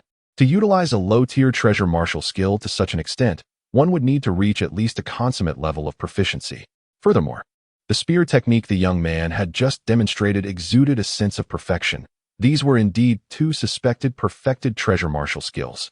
Achieving perfection in two treasure martial skills within 3 years speaks volumes of his terrifying aptitude for martial arts. Considering this, Yuan's astonishment deepened. Even with his ability to mitigate damage alongside a martial skill that could break defenses, he could not pose a significant threat to the young master. With the young master's mastery of swordsmanship, he could undoubtedly forcefully tear through any defenses. As the elders of the Sword Pavilion observed the confrontation, one remarked gravely, "It is not mere posturing. Among all present, none understand the true potency of the martial skills in Tang Yao's arsenal better than I. Those skills can undoubtedly pose a threat even to third-tier martial artists." On the combat stage, Tang Yao steadied herself in midair, her legs gliding along the ground for over 10 zhang, dissipating her momentum. She then lifted her sharp, beautiful eyes, coldly regarding the remarkably handsome young man enveloped in white mist. "Is this all you are capable of?" the youth with the spear asked, a hint of mockery lacing his light laughter. Such arrogance. Tang Yao's tone was icy, yet there was a discernible undercurrent of defiance. Her pride remained unshaken, resolute as a rock. "What if you can mitigate damage? I shall still triumph over you." Boom. A resounding thunderclap echoed as Tang Yao transformed into a blinding white streak. Hurtling towards Yili, Yili maintained his composure, extending his hand towards the swiftly approaching light. Just as the spectators were left in suspense regarding his intentions, a ring of vibrant colors quietly illuminated on his distinctly knuckled hand. Buzz. In the next moment, the dazzling white streak abruptly halted midair, and to Tang Yao's bewilderment, her body uncontrollably knelt down. Thud. Her fair knee struck heavily against the combat stage, the sound of humiliation reverberating throughout the arena. Before the eyes of the crowd, this proud daughter of the Qingshan Sword Pavilion knelt on the ground, dragged forward by inertia until she was before Yili. Witnessing this scene, the thousands of onlookers were left utterly dumbfounded. An overwhelming silence engulfed the venue, transforming the previously fervent atmosphere into one of near stasis. As quiet as the calm before a storm. Publicly humiliating the proud young master of the Qingshan Sword Pavilion incurs a villainy value of 1,500. At this moment, Tang Yao stood on the platform, her face a portrait of confusion.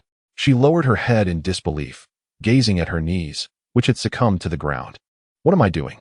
Kneeling before a mere mortal who speaks so arrogantly. In an instant, a torrent of rage surged within her, and her once composed and elegant eyes seemed to blaze. She lifted her gaze towards the youth standing close by, her teeth nearly grinding into dust. You're finished. Yi Li's hands shot out like lightning, gripping her delicate face. Almost immediately, his knee descended like a ferocious tiger, accompanied by a fierce gust of wind, smashing into her proud and confident visage. Bang! With a muffled thud, her beautiful face contorted in agony. The intense pain radiated from her face, and Tang Yao felt stars exploding before her eyes, her head spinning. Any words she intended to utter were abruptly cut off, her body involuntarily leaning backward. What time is it? Still wanting to chat? Yi Li scoffed coldly, stepping forward and in the blink of an eye, reappeared before Tang Yao. The effect of the harmonious coexistence spell exceeded his expectations. It could now serve as a one-time immobilization technique. This is how immobilization techniques work in our martial arts realm. Do you possess such techniques? Yi Li chuckled inwardly, extending his palm to seize Tang Yao's face. If this were a gun's tip, I would have perished. In her daze, a subconscious thought flickered through Tang Yao's mind, quickly engulfed by a wave of wrath. A mere commoner dared to strike her face with a knee. Moreover, in such a prime opportunity, he chose not to capitalize on his previous advantage, treating her with utter disdain, kneeling and being struck. Never before had anyone dared to humiliate her in such a manner. Just then, Tang Yao felt her face gripped by a firm hand. You're seeking death, she shouted, her inner energy surging as she forcibly regained her senses. Boom! An astonishing sword aura erupted from her, shrouding the arena in a dense fog of sword energy. Like countless blades drawn from their sheaths, sweeping across the heavens and the earth. In an instant, it enveloped Yi Li. The sound of flesh being pierced echoed repeatedly, allowing Tang Yao to break free from her constraints and retreat swiftly. Observing the figure still standing firm amidst the myriad of sword energies, her eyes glimmered with cold resolve. Previously, that was your only chance to surpass me. Since you failed to seize it, do not blame me. Chapter 39. You are nothing but a waste.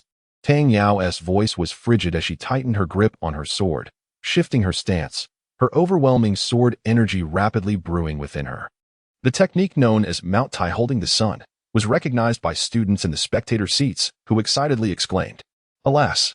In the next moment, an incredible sword intent surged forth from Tang Yao, fierce winds swirling around her. This was the initiation of the third-tier precious martial technique, Mount Tai holding the sun. Even within the secret vaults of the Qingshan Sword Pavilion, this technique would be considered exceptional, and now Tang Yao wielded it with clear intent. She was no longer inclined to delay. The next strike would be aimed to fell Yi Li. Lofty and grand as Mount Tai, piercing the azure sky. Boom! A brilliant sword energy, radiant as the celestial sun, erupted from Tang Yao's horizontal sword.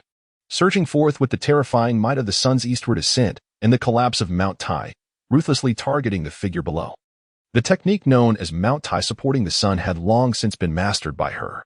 In the first second, she cultivated her energy. In the second, she unleashed her blade. The destructive power encapsulated within that resplendent sword energy served as her emblem of prowess in surpassing adversaries of higher ranks. In the past, even a peak second-tier martial artist had been gravely wounded by this very move. Now, against an opponent of inferior martial rank, the outcome was all too evident. In an instant, that slender figure was engulfed by the sword energy.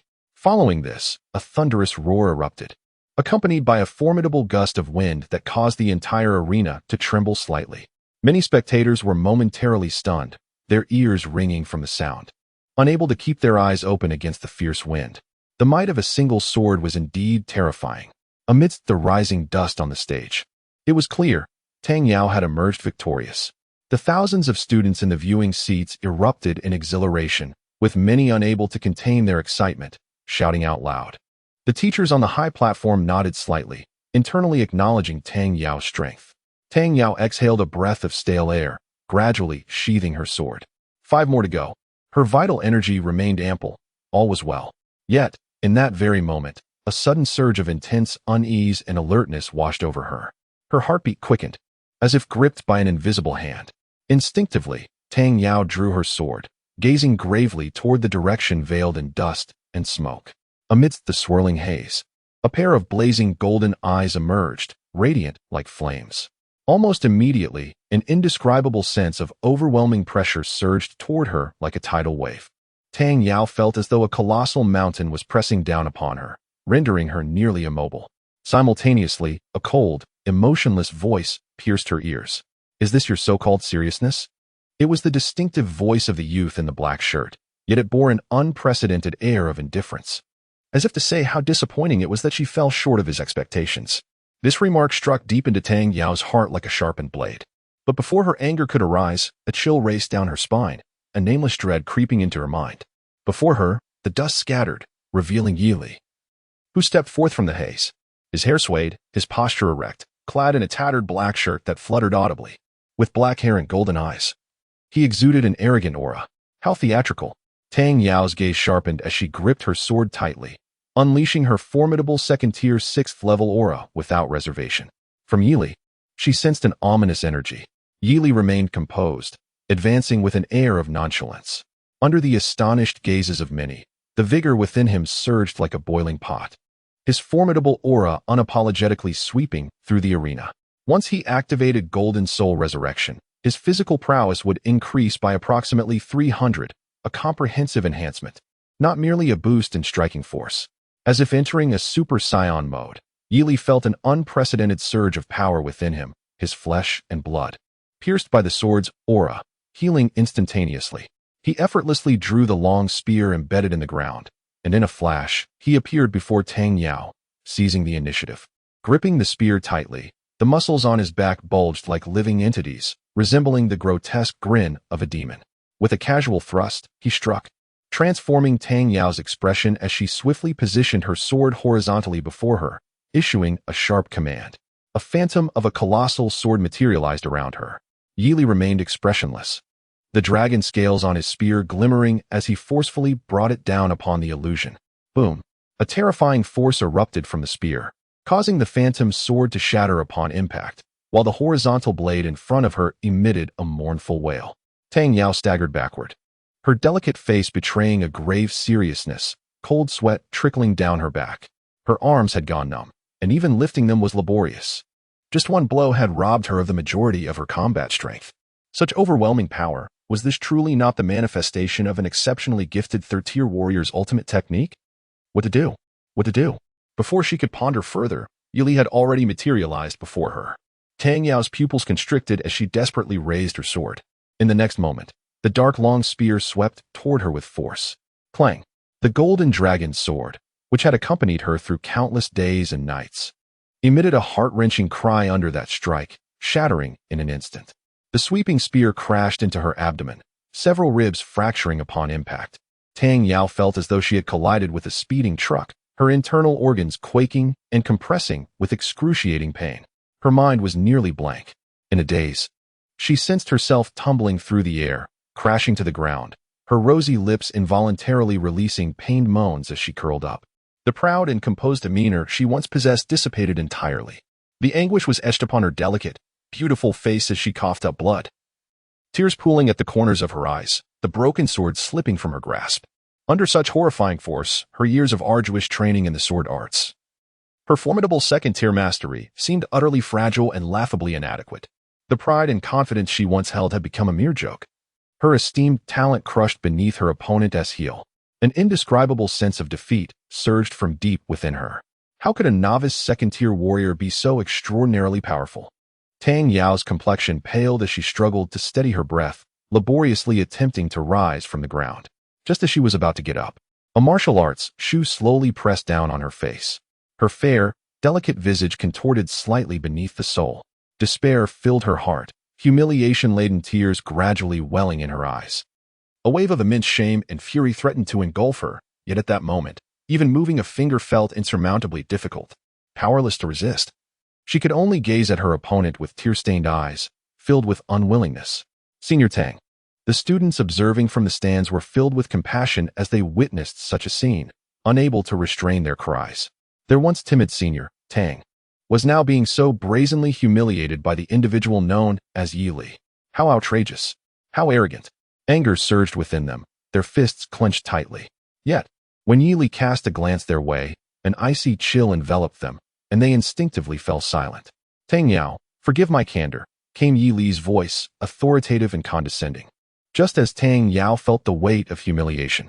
Accompanying his disdainful words was a sharp, ebony spear, its tip initially resting upon her heaving chest before slowly ascending to gently tap her swollen cheek. The youth, clad in dark garments, bore an indifferent expression, his golden eyes blazing with an intense dominance, though his tone carried a hint of mockery. "You are nothing but a waste." Tang Yao's heart constricted suddenly.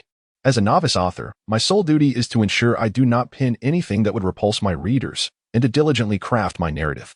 Chapter 40. The conclusion of the exchange competition born within the esteemed Qingshan Sword Pavilion. Tang Yao had been held in high regard by the current sect leader from a young age.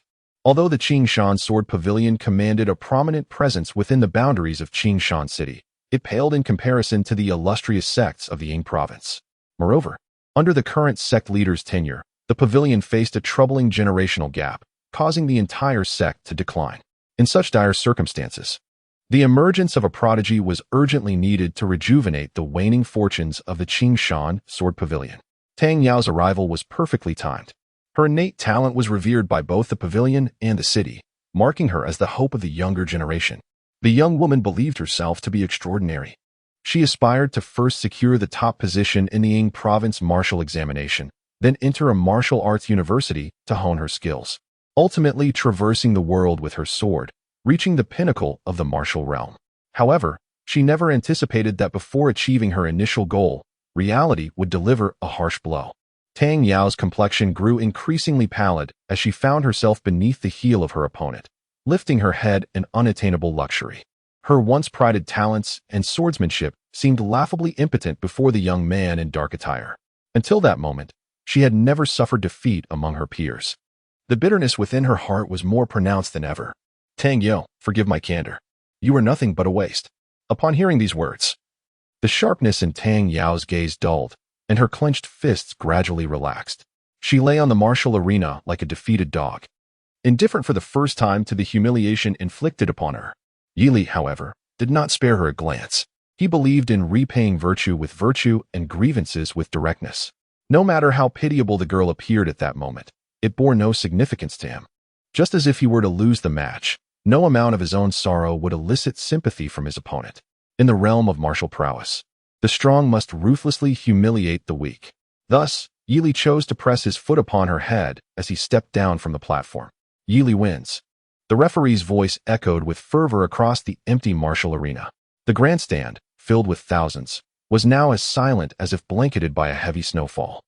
Countless students from Qingshan City gazed in astonishment, their expressions ranging from bewilderment to disbelief as they witnessed the scene unfolding on stage. Their hearts felt as though they were being mercilessly cleaved by sharp blades. No one could have anticipated that the radiant swordmaster maiden, whom they revered from afar, would be so brutally vanquished. Moreover, it was a decisive and overwhelming defeat. The balance of power seemed wholly absent, as they could scarcely perceive any semblance of a fair contest. As the dust settled, the young man in dark garb strolled out with an air of nonchalance, swiftly dispatching Tang Yao, a contender wielding a second-tier high-grade weapon, in mere moments. In terms of outcome, it mirrored Tang Yao's previous matches, with the only difference being the roles of victor and vanquished had been reversed. In the suffocating silence that enveloped the arena, the only sound was the deliberate cadence of footsteps echoing through the air. Though the noise was soft, it bore the weight of 1,000 hearts.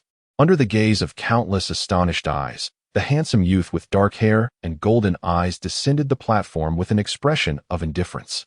Behind him, the stage was marred with deep cracks, a stark testament to the recent confrontation. His strikingly handsome visage radiated a sense of unintentional authority, eliciting a dry throat even among the students of Linhai No. 1 High School. Lu Yongda, observing the young man, was reminded of his own reckless provocation from the previous week, causing him to shudder involuntarily. Given such prowess, it was no wonder that even the acknowledged swordsmanship prodigy of Qingshan City had been so thoroughly defeated, had he not been killed in the encounter. His ancestors might have been lamenting their misfortune in the underworld. It was clear why his uncle, the director, had been unable to confront this individual. Such a talent would likely have led to both his and his uncle's expulsion from the school should any attempts be made to engage him. Feeling a surge of trepidation, Lu Yongda resolved that he would rather endure humiliation than court death again, with the remaining competitors from Qingshan No. 1 High School forfeiting. Linhai No. 1 High School was declared the victor. The referee's animated voice continued to resonate. On the stage, the elder of the Sword Pavilion wore a grim expression, his hand slowly clenching within his sleeve. To encounter a peer capable of so thoroughly overpowering Tang Yu was unprecedented. And even the head of the Sword Pavilion had likely never witnessed such a display.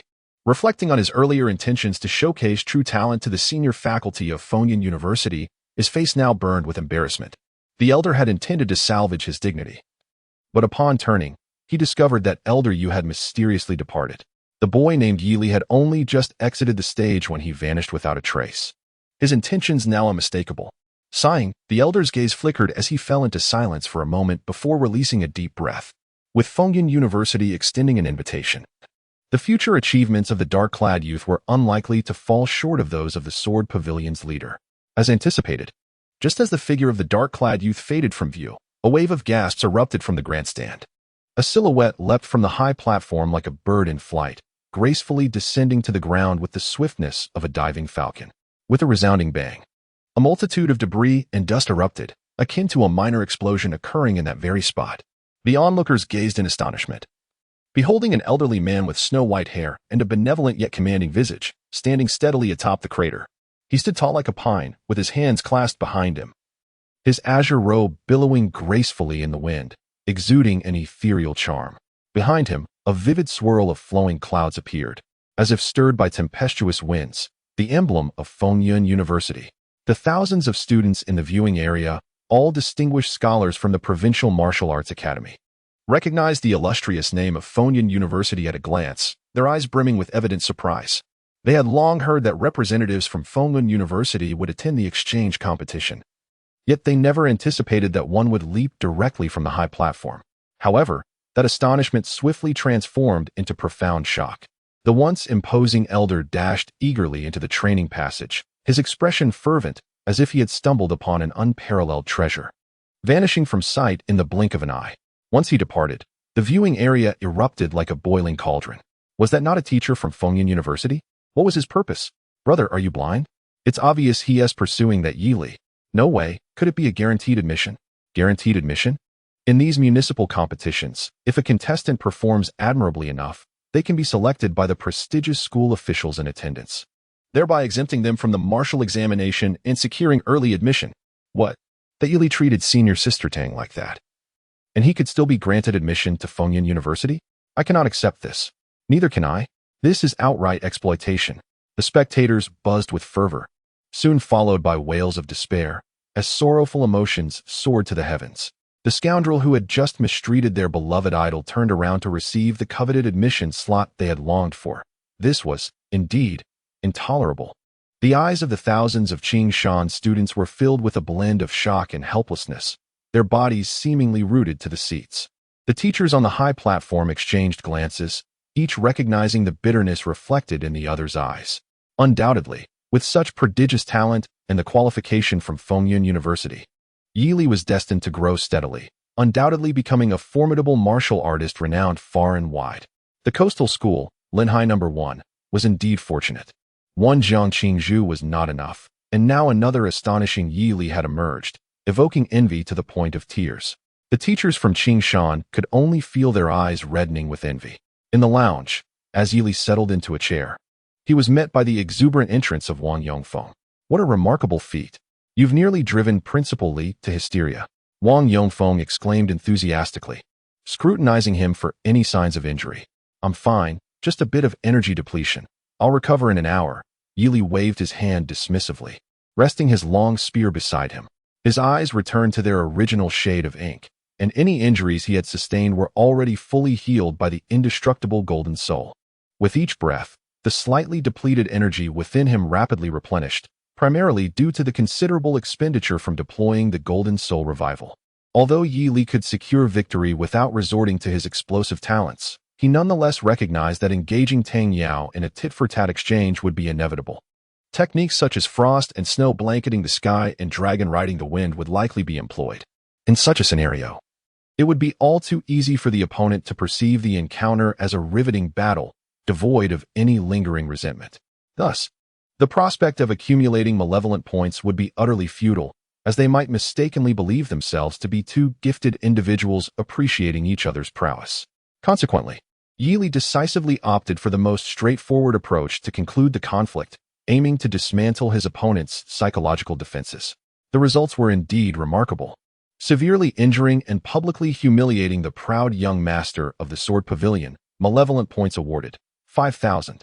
Current malevolent points, 51,500. A commendable figure that stirred Yi Li's spirit. After an arduous morning of combat, he was prepared to continue his duel with Tang Yao in the afternoon. Wang Yifan observed the youth with increasing admiration. But upon noticing his tattered ink robe, he couldn't help but feel a pang of sympathy. If only there were more such competitions before the martial arts examination. I would gladly help you avoid them so you could focus on your preparations. However, as he spoke, he felt an inexplicable intensity in Yi Li's gaze. That won't be necessary. Yi Li cleared his throat and replied nonchalantly, I prefer to hone my skills through battle. But you must also take care of your health. Wang Yongfeng remarked with a wistful smile, encouraging him. If you maintain this level of performance, even the esteemed Fengyun University would eagerly seek you out. Just as his words fell, footsteps echoed from outside. The venerable Yu Wang emerged, chuckling, indeed, but I wonder if classmate Yili has any interest? Chapter 41. A temporary retreat from the spotlight. Upon seeing the newcomer, Wang Yongfeng was momentarily taken aback before his eyes widened in astonishment. Clad in the robes of Fengyun University, it was evident that the elder was a teacher from that prestigious institution. Had they truly come to recruit early? Wang Yongfeng found this hard to believe. He had heard of Fengyun University's practice of preemptively enrolling students, but had never witnessed it firsthand. After all, the martial arts high schools across the 12 cities of Yingxing numbered nearly 100, producing tens of thousands of young martial artists each year. Yet only a handful could ever be selected for early admission by Fengyun University, perhaps just 2 or 3, and sometimes none at all. Early admission meant guaranteed enrollment, which in turn signified an influx of resources. Even though Fengyun University held the reins among martial arts universities in Yingxing, they could not allocate resources to admit dozens of students each year. In fact, past selections had predominantly drawn from the martial science students of Shanzhou City, leaving other cities merely as spectators. It had been many years since Fengyun University last selected students in Linhai City. Receiving such an honor could truly propel Yili to extraordinary heights. Yili, Fengyun University is the finest martial arts institution in Yingxing, Wang Yongfeng interjected, clearing his throat to offer a gentle reminder. Early admission would greatly benefit your future development. Precisely, Yue chimed in, quickly approaching with a nervous fidget. Upon witnessing that Yi Li's skin beneath the tattered ink robe bore no scars, a palpable fervor ignited within his eyes. Indeed, his earlier assessments were accurate. The injuries inflicted by the sword aura mere moments ago had completely vanished. Such a rapid healing ability was nothing short of miraculous.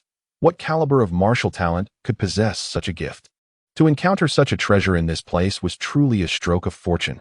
Earlier, on the dueling platform, the most skilled among them, Elder Yu, observed with keen clarity that Tang Yao's previous assaults had not been entirely ineffectual against Yi Li. In fact, most of her attacks had inflicted damage. Particularly, the technique known as Mount Tai cradling the sun had, despite the protective white mist surrounding him, directly penetrated Yi Li's right abdomen. Yet, within just a few breaths, what would have been grievous wounds for ordinary warriors had healed completely in Yi Li's case. Witnessing this scene had nearly caused Elder Yu to gasp in astonishment. His mind tumultuous with waves of astonishment. No one understood the significance of such an occurrence better than he. Had it not been for the throng of instructors behind him, he would have rushed down to verify the truth. Fortunately, the opportunity was not entirely lost. Yi Li, Elder Yu said, swallowing hard as he regarded the composed youth in his ink robe, I happen to possess a special admission quota. Should you be willing, I would personally serve as your mentor, and you may join Fengyun University without the need for an entrance examination. To be candid, I am a senior instructor at Fengyun University, with martial prowess that is commendable. I assure you, I will not mislead my students. Rest assured of that. At this, even Wang Yongfeng's expression morphed into one of peculiar intrigue. Was this truly a professor from Fengyun University, and not a mere promoter from some martial arts tutoring program? Was his enthusiasm perhaps a tad excessive? Alongside his intrigue was a hint of bitterness. He recalled how, during his own entrance exam years ago, he had never experienced such an overt display of enthusiasm. The middle-tier instructors from Fengyun University had all donned stern expressions, radiating an air of aloofness. Yet here, a senior instructor was practically advertising a special admission slot. While it was understandable that Yi Li, having triumphed over Tang Yao, possessed considerable potential worthy of special admission, the almost eager demeanor displayed was an entirely different matter. Did this imply that Yi Li's potential was exceptionally distinguished, even among the ranks of recommended students? Contemplating this, Wang Yongfeng felt his breath quicken. Was there some hidden potential within Yi Li that he had yet to perceive? Yi Li refrained from providing a direct response and instead inquired, what benefits does this special admission entail? What he sought most was the opportunity to accrue merit points and access various martial arts techniques. Ah, indeed. Elder Yu replied with a confident smile, straightening his posture. Merely possessing a pass to the library at Fengyun University grants you access to the 4th floor, not to mention the 2- or 3-tier martial arts techniques. You would also be eligible to exchange for rare 4th-tier martial arts treasures, should you desire. Furthermore, consider the caliber of connections you would encounter. Many of the instructors at Fengyun University are high-ranking figures from various influential factions. In truth, ordinary martial science students seldom have the opportunity to meet them, except while on campus. These connections are invaluable. As he spoke, he deliberately hinted, it is worth mentioning that I, too, hold the position of honorary elder in numerous associations, possessing an abundance of resources and opportunities for secret realm training, which I can readily allocate to favored students. Moreover, during your martial arts training, should you encounter any confusion, you may freely seek guidance from the instructors. With the title of recommended student, they will be more than willing to enlighten you. Old Yu spoke with such fervor that he became somewhat parched. Observing Yi Li's composed demeanor, he cleared his throat and continued with a smile. If you are willing to become my student, it would be most fortuitous. What I can offer you undoubtedly surpasses what the leaders of those second-rate forces could provide.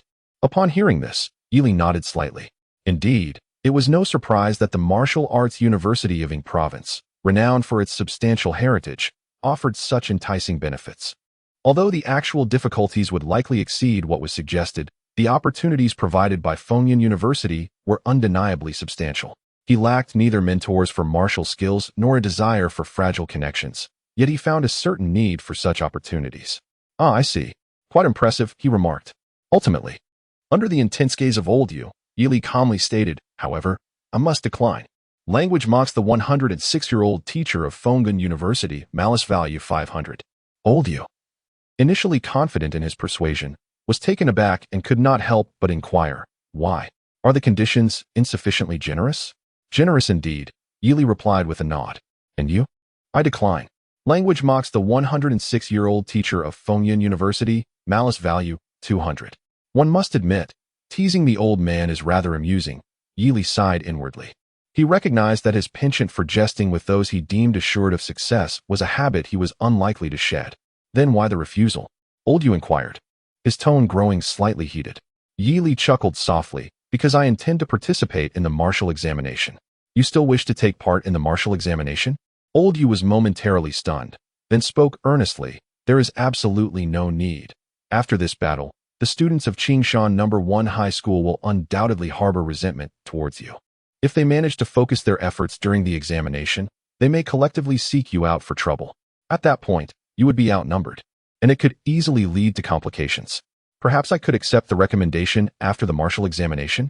Wang Yongfeng suggested tentatively. Believing Yi Li sought to hone his skills through the examination and wishing to assist him in securing the opportunity, that would be even less necessary. Old Yu shot him a glance, exasperated. This year's recommendation quota at Fengyun University is solely in my possession. You are aware of Shanzhou No. 1 High School, correct? It is the most prestigious martial arts high school in Ying Province, having produced the greatest number of prodigious talents over the years. To my knowledge, they have several outstanding candidates this year, each more ambitious than the last. If they were to learn that a recommended martial science student like you intends to take part in the examination, they would undoubtedly come seeking you out. He glanced at Yi Li, earnestly explaining, in plain terms, they will come to test your mettle. Why? Yi Li asked, out of defiance. Old Yu sighed. Yi Li, heed my advice. The martial examination is no trivial matter. Are you not inviting trouble upon yourself? There is truly no need to engage in a contest of wills with them, is there? Upon speaking, however, the elder Yu suddenly noticed that the young man's dark eyes before him were growing increasingly bright. Indeed, in response to the elder Yu's perplexed gaze, Yi Li spoke calmly. Let us make a compromise. I shall take the reserve quota, and I will also participate in the martial arts examination. Wait, you want both? The elder Yu gazed in astonishment at Wang Yifan beside him, questioning whether he had misheard.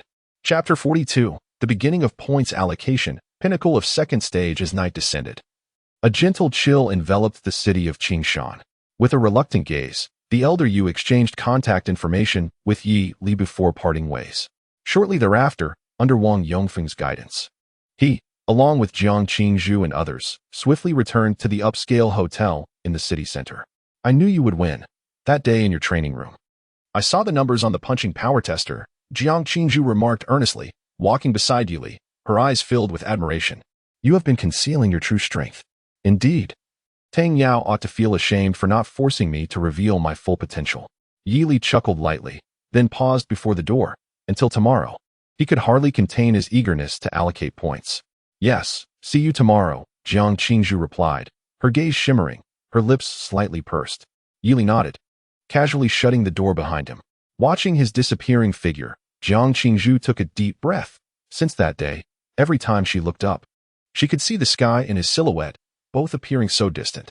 However, she bore many burdens herself, and she should not easily concede. She must hasten to catch up. Jiang Qingzhu encouraged herself internally, reminding herself that, at least for now, his martial arts level was still below hers, allowing her a chance to close the gap. All right. Let the journey begin.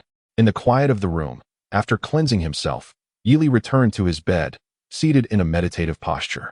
The white bathrobe draped over him swayed gently, and his handsome features revealed a hint of anticipation. Current malevolent value, 52. 200 points available for treasure extraction.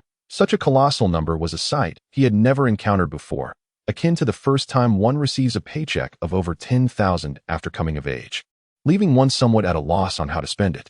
Defeating Tang Yao did not signify the end of his challenges. A new round of trials was on the horizon. According to Elder Yu, in this martial arts examination, not only would the hundreds of martial arts students from Qingshan know one high school likely make a resurgence, but several so-called geniuses from Shanzhou City would also come knocking. Once again, a grand battle loomed. The hundreds from Qingshan know one high school were hardly a cause for concern. With his formidable endurance, Yi Li felt no trepidation towards these uncoordinated weaklings. The only threat to be wary of stemmed from Shanzhou City.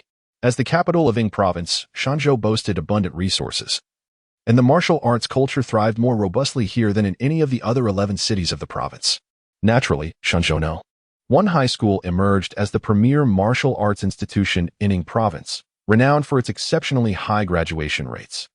The students hailed as geniuses within its halls were likely not much weaker than Tang Yao, if not stronger, even if Elder Yu had not explicitly stated their exact capabilities. Before I could possess the strength to crush these individuals, it was indeed a matter of restless nights and anxious days. The high rewards came with equally high risks. Yi Li remarked with a hint of jest.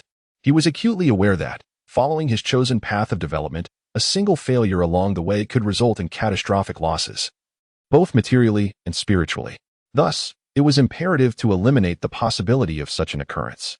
With a gentle exhale, Yi Li summoned the interface.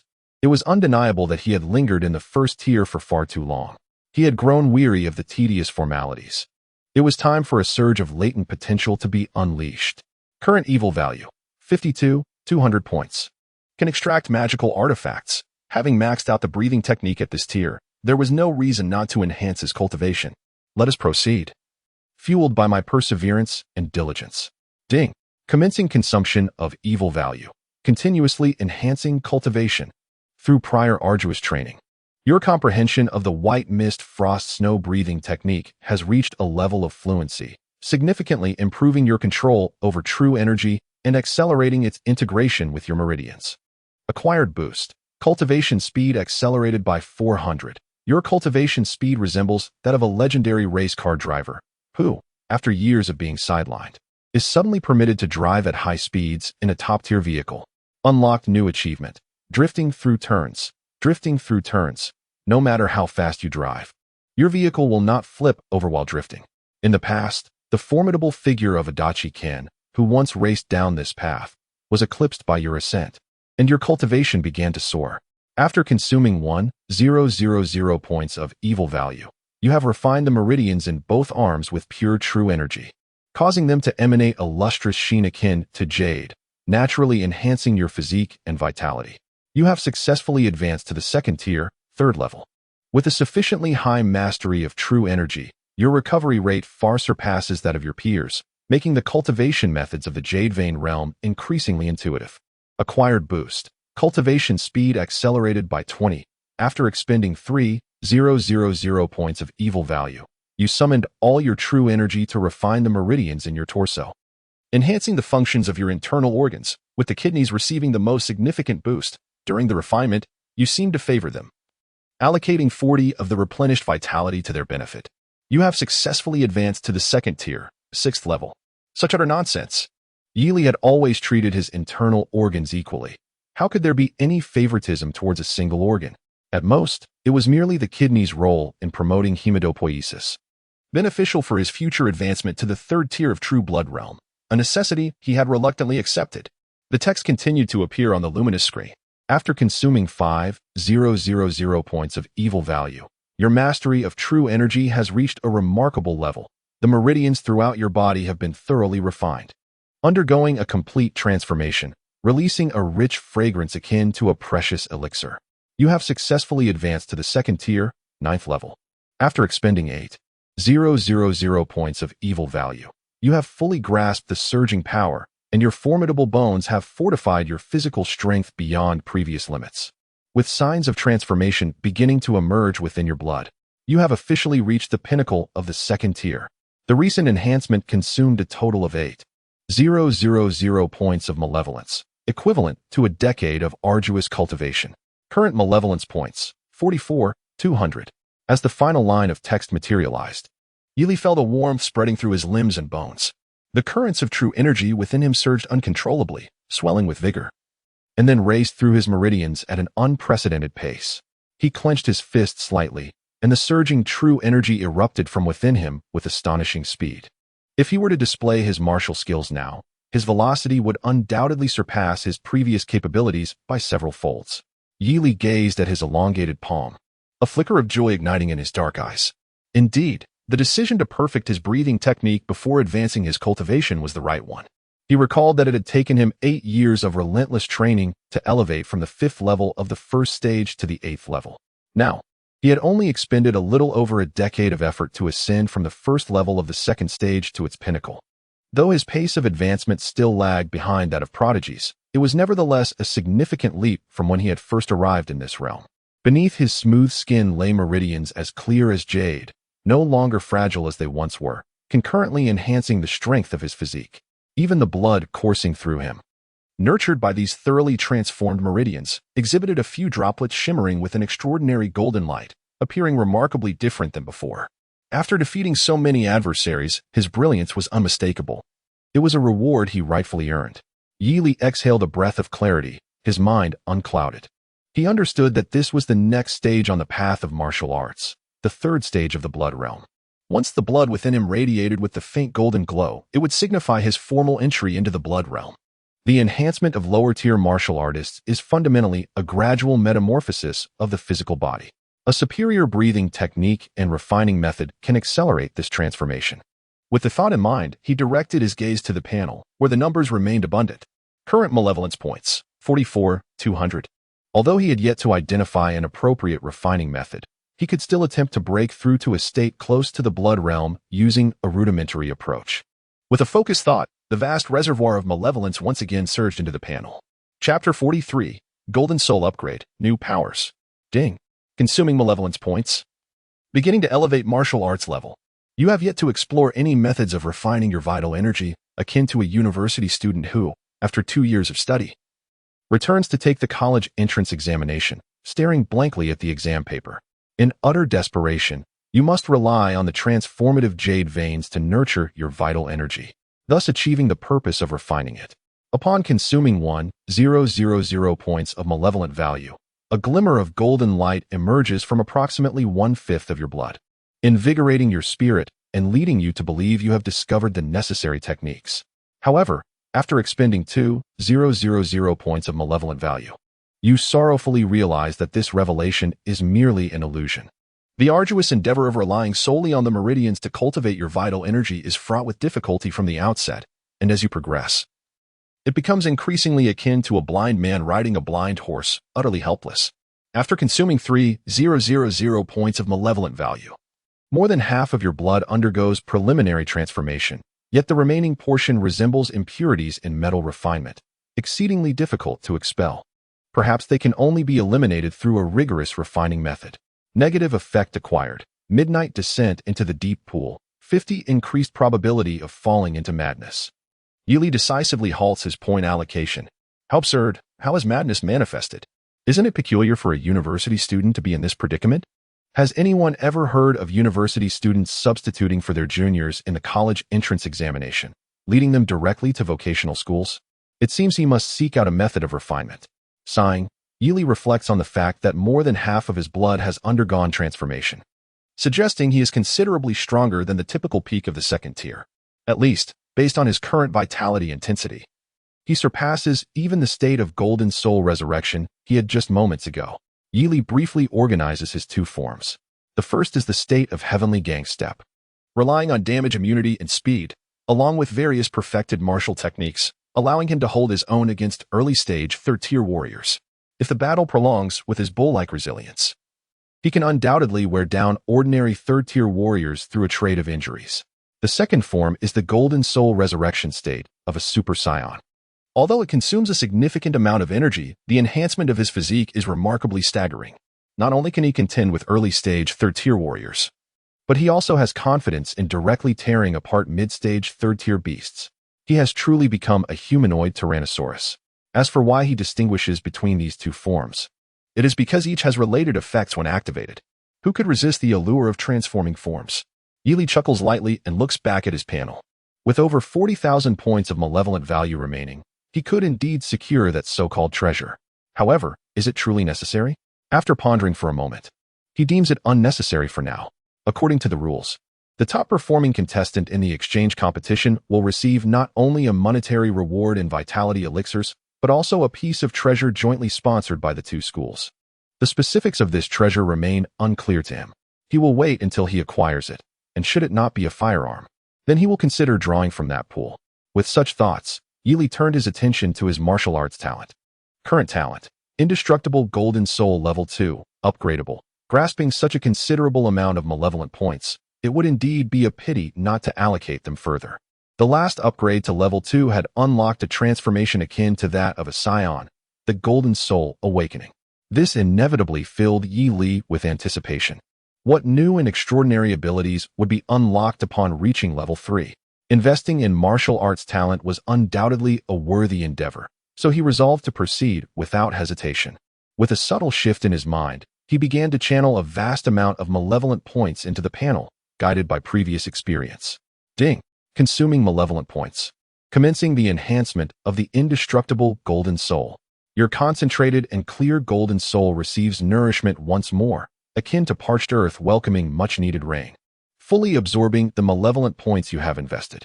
After consuming 2,000 malevolent points, your golden soul becomes increasingly stable. After consuming 5,000 malevolent points, a vague pattern begins to emerge on your golden soul, signaling the onset of evolution. You gather your vital energy within to prevent any missteps. After consuming 10,000 malevolent points, the pattern solidifies further. Upon closer inspection, you discover a complex and mysterious engraving, which, when gazed upon for a while, instills a sense of clarity and tranquility within you. After consuming 15,000 malevolent points, your golden soul grows even more robust, and the engraving gradually radiates light. After consuming 20,000 malevolent points, the engraving finally merges completely with your golden soul, awakening a new talent. Indestructible Golden Soul upgraded to Level 3, self-healing speed enhanced. Healing consumption reduced.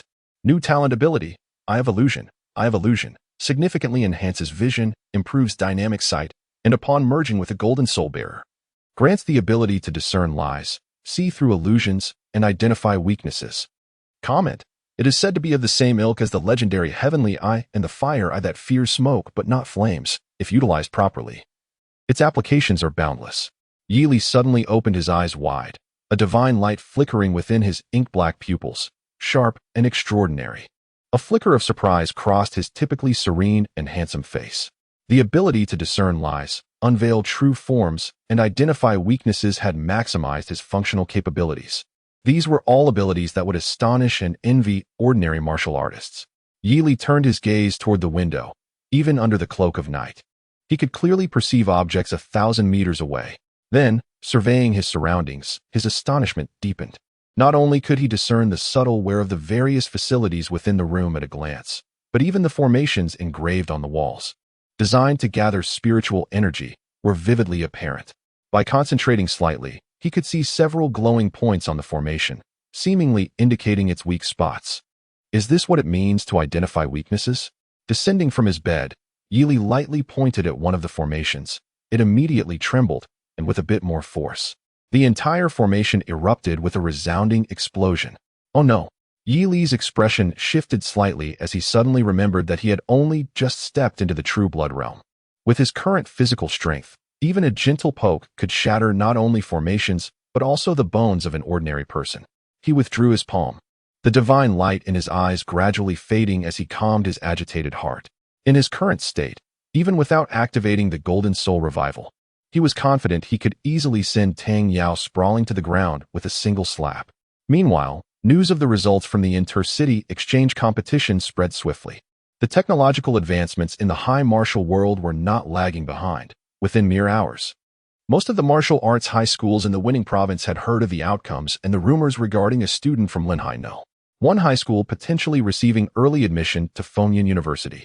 In Shanzhou City, at Shanzhou No. 1 High School, a room reminiscent of a conference hall was abuzz with discussions surrounding the enigmatic young man in the ink-colored robe.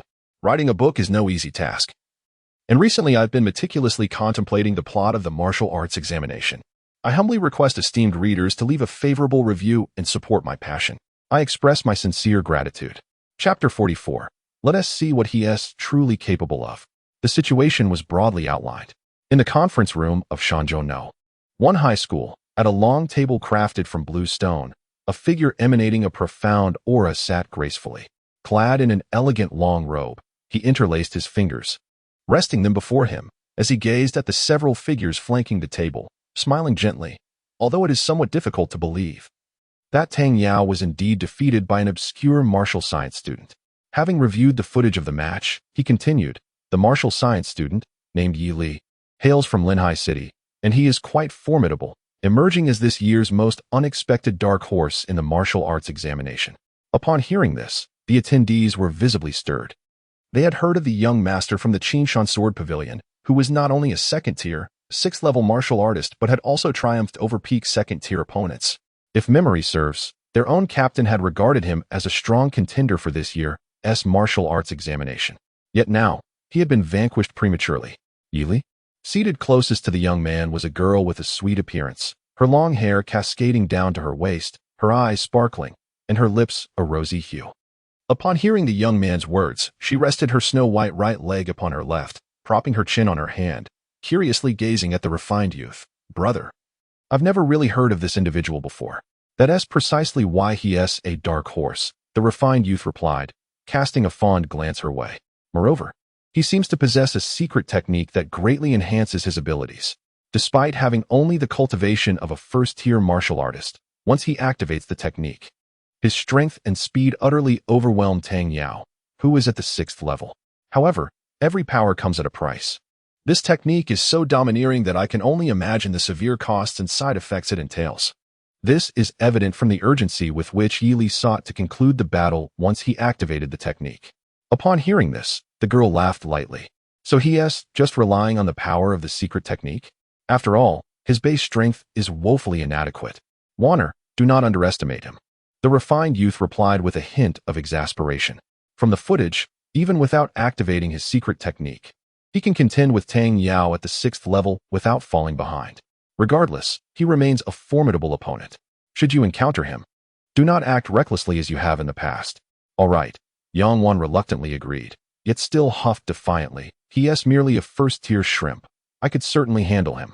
The refined youth shook his head in resignation, a gesture of exasperation. He then turned to the rest of the solemn assembly, continuing, esteemed colleagues, There is another matter of utmost importance that warrants your attention. This individual, Yili, is exceptionally ruthless in his approach, exhibiting no semblance of mercy. If you encounter him during the martial examination, it is advisable to avoid conflict whenever possible. If circumstances allow, it would be prudent to cultivate a friendship with him. With that, he silently awaited their reactions. Friendship? One person inquired with a hint of confusion. Captain Yang, are we to form an alliance with him? Indeed. The elegant youth named Yang Wanfeng replied with a subtle smile, exuding grace. As long as he does not harbor ambitions for the top position in this martial examination, there is no direct conflict between us. It would be better to establish a rapport. But since he managed to defeat Tang Yao, he surely will not willingly relinquish the championship, will he? The questioner furrowed his brow, expressing concern. Captain Yang, what if he refuses to ally with us? Then we shall teach him a lesson. Yang Wan excitedly brandished her fist. My brother has already lowered himself to befriend him. If Yili is a wise individual, he should quickly capitulate. Otherwise, I shall ensure he submits. As a second-tier, sixth-level martial artist, she possessed unwavering confidence in her abilities.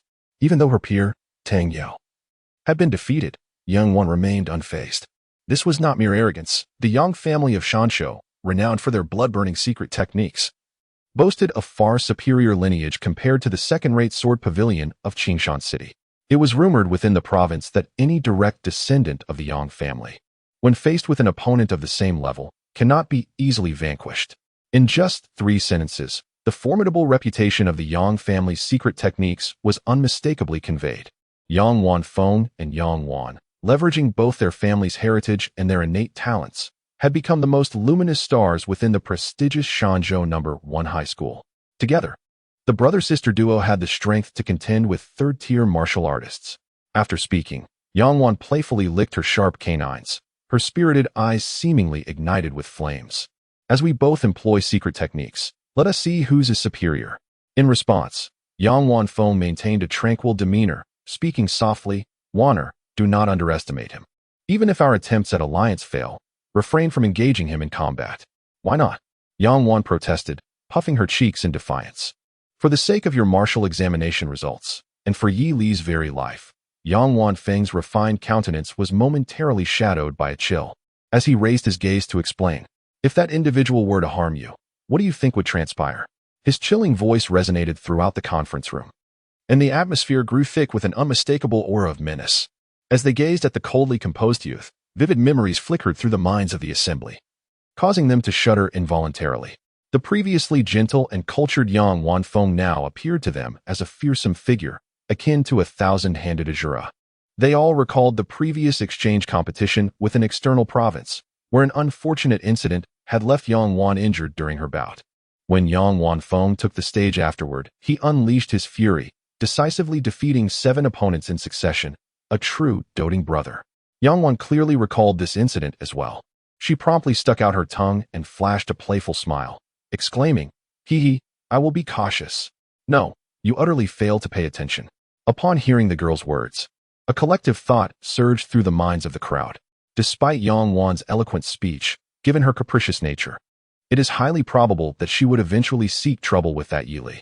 With this thought in mind, the onlookers exchanged glances, gradually revealing expressions of schadenfreude. They hoped that Yili would prove to be a wise individual, willing to form an alliance. If so, everything would be manageable.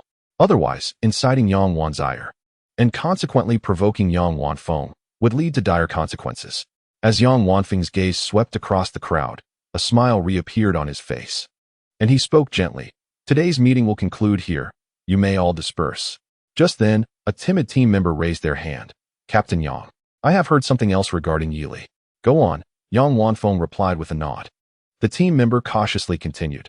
It seems he has secured the sole recommendation slot from Fengyun University this year. If he participates in this martial arts examination, could it be that he aims for the top position? At these words, the expressions of those present shifted noticeably, all eyes turning to Yang Wanfeng at the head of the table. According to their recollections, Yili had previously stated on multiple occasions his intention to secure the recommendation slot from Fengyun University, allowing both himself and Yang Wan to enjoy substantial enrollment benefits. This matter was known not only to them, but also to a majority of the students at Shanzhou No. 1 high school. The fact that it had been snatched away by an unexpected upstart was disastrous. Having lost such a significant opportunity, Captain Yang was bound to be infuriated. The crowd instinctively held their breath. As anticipated, Yang Wanfeng's expression darkened entirely. He fixed his gaze on the individual who spoke, seemingly calm as he inquired, "Are you certain he secured the recommendation slot?" "I heard it from a few friends at Qingshan No. 1 High School," came the reply. "That's outrageous." Yang Wan stood up, stamping her foot in indignation. "On what grounds does he deserve it? Just because he defeated Tang Yao? By that logic, my brother should qualify too. Why not grant it to him? Waner, please sit down." Yang Wanfeng took a deep breath, forcing a smile as he said, "It's all right. The faculty at Fengyun University must have their own considerations." Yet, despite his words, a flicker of anger was evident in his eyes, and his fingers were tightly clenched. Suppressing his frustration, Yang Wanfeng maintained a facade of nonchalance, stating, "However, since he is a recommended student, he must possess remarkable abilities. Should he indeed participate in the martial arts examination to vie for the top position, I shall personally meet him." By the end of his statement, the crowd could distinctly perceive the undertone of gritted teeth. "Brother, you are far too kind." Yang Wan glared at him, her voice laced with resentment. "This scoundrel, who clearly has taken the backdoor route, had better not cross paths with me. Otherwise, I will strip him bare and hang him from a tree to see just how much he weighs." Chapter 45. Numerical Domination. The following morning, sunlight illuminated the earth, and the morning rays were gentle. On a high-speed train bound for Linhai City, seated by the window, Yili leaned back, a resplendent golden badge adorning his waist. Inscribed upon it, in silver hooks and iron strokes, were the four prominent characters, Fengyun University. This golden token, a privilege reserved for only the most outstanding students at Fengyun University, also served as a remarkable storage artifact. The significance of a high school martial arts student wearing it was unmistakable, for it was a token bestowed upon him by Elder Yu. Initially, Yili had no intention of displaying such a conspicuous item. However, he could not resist the fervent entreaties of Wang Yongfeng. "Yili, I implore you, as your teacher, I have led 5 generations of the school team and have never received a trophy of this caliber. Please, allow me this one moment of pride." Moved by Wang Yongfeng's sincerity, the kind-hearted Yili acquiesced to his request. Outside the window, the scenery rushed by in a blur as Yili casually perused the numerous messages sent by Elder Yu. There were dozens. "Yili, do you have time? If not, no worries. No need to reply. I merely wish to convey the formidable strength of our Fengyun University. Take, for instance, Zhenjiang University, which holds a respectable position among martial arts universities in Hanwha. In previous years, during the merging of secret realms and the ensuing beast tides, they managed well with some external assistance. However, they cannot be compared to our Fengyun University. Firstly, when it comes to crises like the merging of secret realms and beast waves, our school handles them independently, requiring no external aid. And we do not hesitate to reward participating students generously afterward. This alone establishes a significant disparity. Moreover, the tasks issued by our university, both in quantity and quality, far surpass those of so-called first-rate martial arts universities. Therefore, after you complete the martial arts examination, should universities from Modu and Shangjing attempt to recruit you, I urge you not to consent. Our university is no less than theirs. It's not that I fear you being poached. It's simply that Fengyun University stands tall, even above Linhai High School. As the date of the martial arts examination drew near, the atmosphere within the school grew increasingly tense. Even the most carefree students began to feel a sense of urgency. Ordinarily, nothing would captivate this group of martial arts students at this juncture. Yet, this morning, an astonishing announcement reverberated throughout the campus via the intercom. Someone had secured a guaranteed admission to Fengyun University. This privilege, typically monopolized by the prodigies of Shanzhou City, astonishingly fell upon Linhai City this year, leaving many in disbelief. Fengyun University. It ranks among the foremost martial arts universities in the entire Hanwha region. In previous years, not only had Linhai City failed to secure guaranteed admissions, but very few had even succeeded in gaining entry to Fengyun University. Instantly, the entire teaching building buzzed with speculation as students debated who had earned this coveted spot. Principal Li, responsible for the announcement, could no longer keep the secret and, unable to contain his excitement, proclaimed with a smile, "Let us congratulate Yili from Class 9 of the 3rd year for receiving a guaranteed admission to Fengyun University." Upon hearing this news, the students of Linhai erupted in elation. Due to the recent surge of rumors, many students became acquainted with the figure of Yili. and they were instantly thrown into a state of agitation. The member of the school team, who had been dubbed the Demon King, surprisingly secured the coveted recommendation quota they had longed for. In an instant, the entire teaching building reverberated with exclamations of disbelief, as incredulity permeated every corner of the campus. In the infirmary, a critically ill patient on a hospital bed gasped for breath upon hearing the announcement. Shenlian's exquisite face was now marked by a look of stupor and confusion, her mind clearly drifting into a haze. Moments later, her parched throat tightened, and she pinched her own cheek hard before glancing at the duty nurse, her voice trembling as she inquired, "Excuse me, did you hear the broadcast just now?" Of course I did." The nurse, initially astonished by the question, turned to her and exclaimed, "This student named Yili is truly remarkable. Our school has never produced a student recommended to Fengyan University. Is that so?" Shenlian struggled to contain the surging emotions within her. As a member of the school team, she was more aware than any student from Linhai of the prestige that Fengyan University held. It was precisely the place she yearned to enter. In her quest to gain admission, she even entered a relationship with Wang Ren, whose uncle was a retired teacher at Fengyan University, despite being merely a junior teacher. His understanding of martial arts far exceeded that of most instructors in martial arts high schools. Under his guidance, Shenlian's strength had surged, allowing her to join the school team within just 2 years. Yet, even with such progress, the chasm between her and admission to Fengyan University felt insurmountable. And now, her childhood friend, whom she had initially cast aside, had been directly recommended to the very institution she dreamed of attending. In that moment, a tidal wave of regret engulfed Shenlian's heart, as tears flowed uncontrollably from her eyes, while her spirit suffered a devastating blow. The wounds on her body continued to throb with relentless pain. Shenlian was nearly brought to tears of blood by her remorse. She understood all too well that she and Yi Li were no longer inhabitants of the same world. Detected a 10-year crush on a childhood friend overwhelmed by regret. Utterly collapsed. Evil value, 5,000. An unexpected gain. Yi Li, just disembarking from the high-speed train, momentarily paused in surprise but quickly dismissed it. Continuing towards the exit, with only 3 days remaining until the martial arts examination, he pondered the high-level tempering techniques, which might prove challenging. Yet a mid-level breathing method should still be attainable. In any case, securing advancement to the 3rd tier was imperative. The rest could be addressed later. At that point, with his 3rd-tier abilities, he could charge into the martial arts examination, overwhelming his competitors with sheer numerical superiority. Looks like I've garnered a bit of attention, thanks to the generous support of the esteemed. Chapter 46. Unforeseen Changes. Linhai City, high-speed train station. A group from Linhai No. 1 high school was making their way toward the exit. Among the crowd, Yili walked at a leisurely pace, glancing at Jiang Qingzhu beside him. "Do you have any suitable tempering techniques?" The fact that the other party could procure a mid-level breathing method indicated the vast influence behind them. The enhancement brought by the white mist frost snow is undeniably formidable.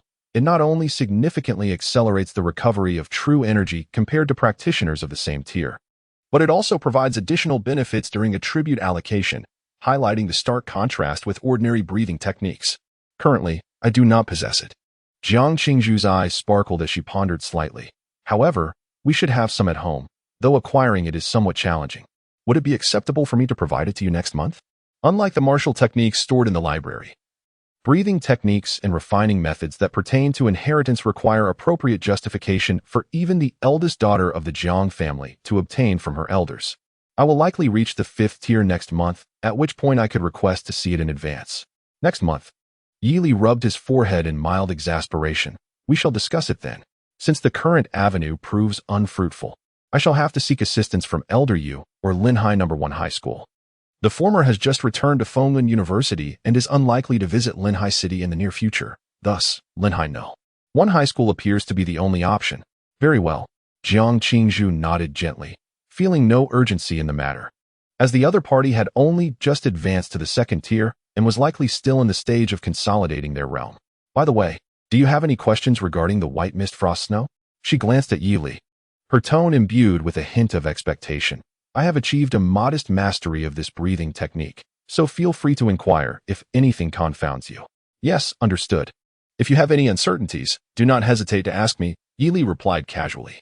The other party had dedicated over half a year to mastering white mist frost snow and had already reached a minor accomplishment. which indeed marked him as a prodigy among his peers. Jiang Qingzhu felt a momentary pause. She had intended to remark that if there were aspects she did not understand, how could he possibly comprehend them?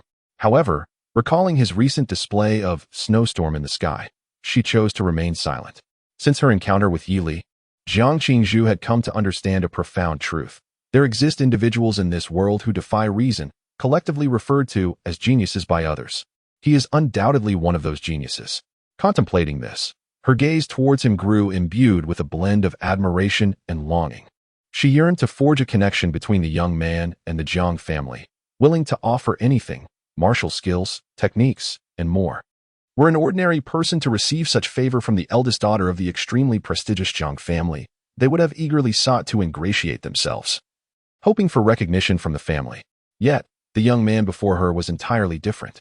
His nonchalant demeanor suggested he was wholly indifferent to the Jiang family's favor, exuding an aura of immense confidence, an unwavering belief in himself.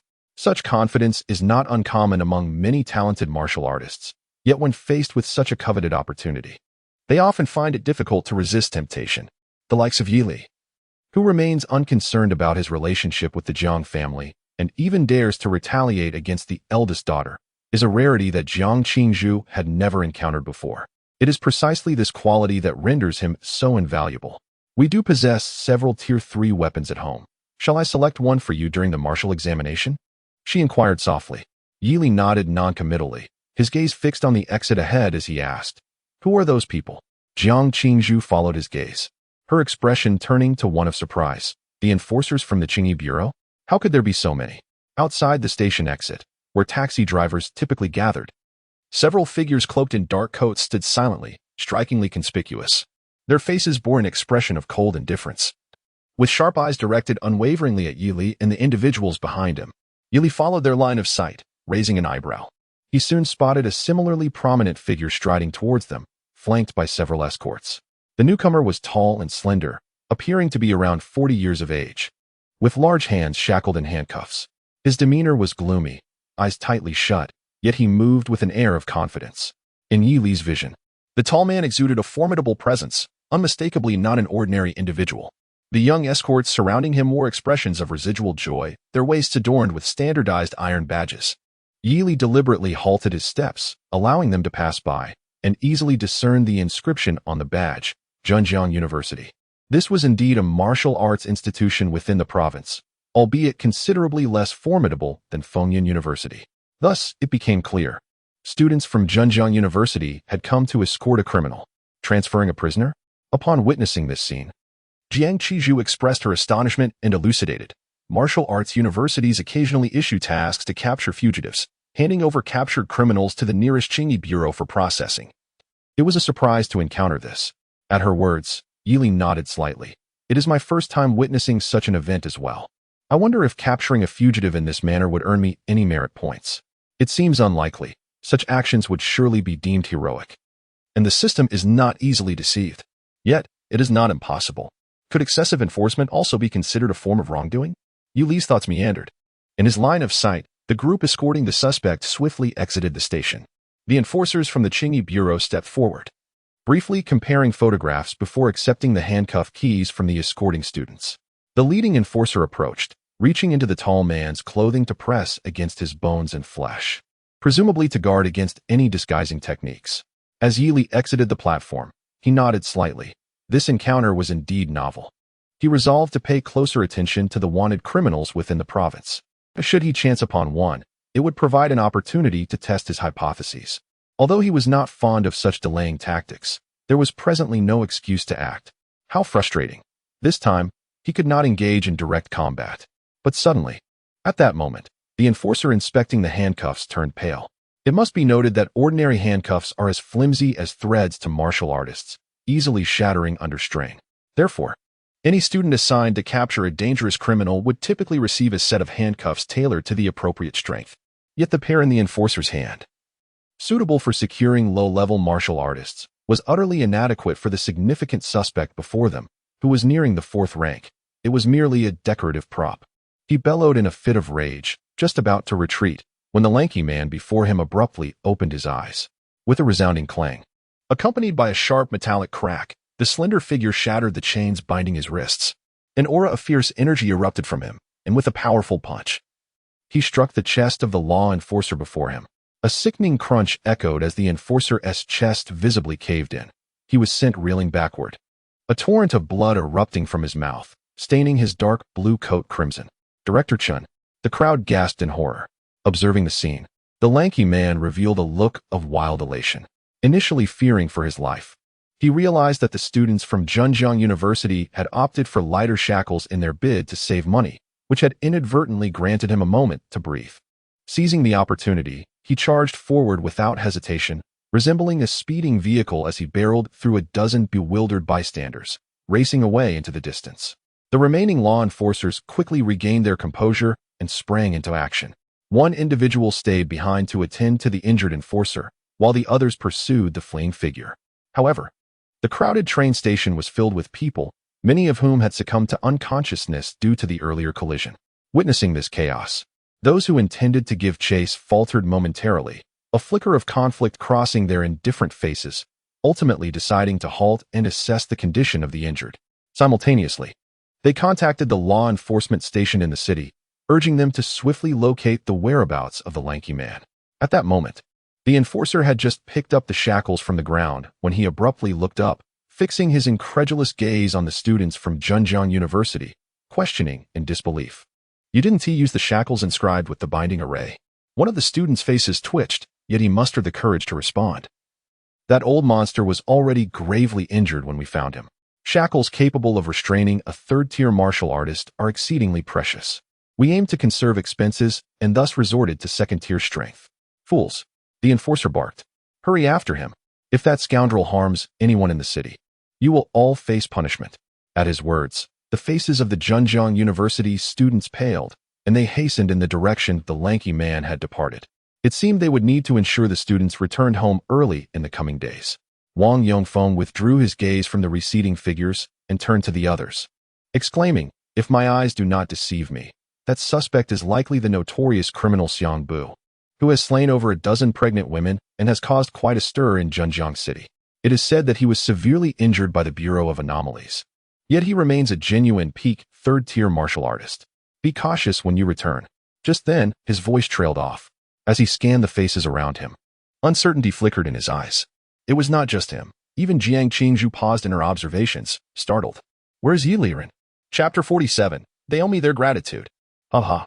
Amidst the intricate maze of skyscrapers, the lanky man sprinted, unable to suppress his maniacal laughter. Judging by the crowd's exclamations, the elderly figure he had severely injured was indeed the director of Linhai City.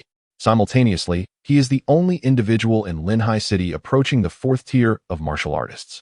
It is essential to understand that the various offices of the Qingyi Bureau within the Hanxia region must remain vigilant against the secret realms beyond the city and the fugitives within. Martial artists of the fourth tier and above are seldom able to lend assistance elsewhere. The students of the martial arts universities in Ying province rarely possess the monstrous capability to reach the fourth tier.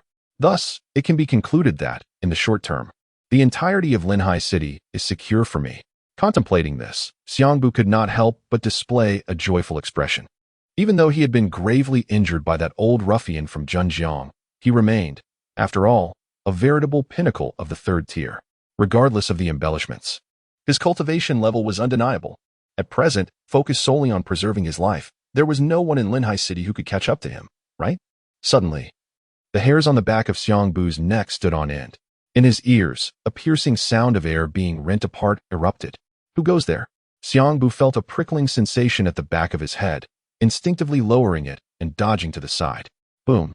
A long spear grazed his scalp, crashing heavily into the ground before him, sending shards of stone flying, while the spear quivered violently due to inertia.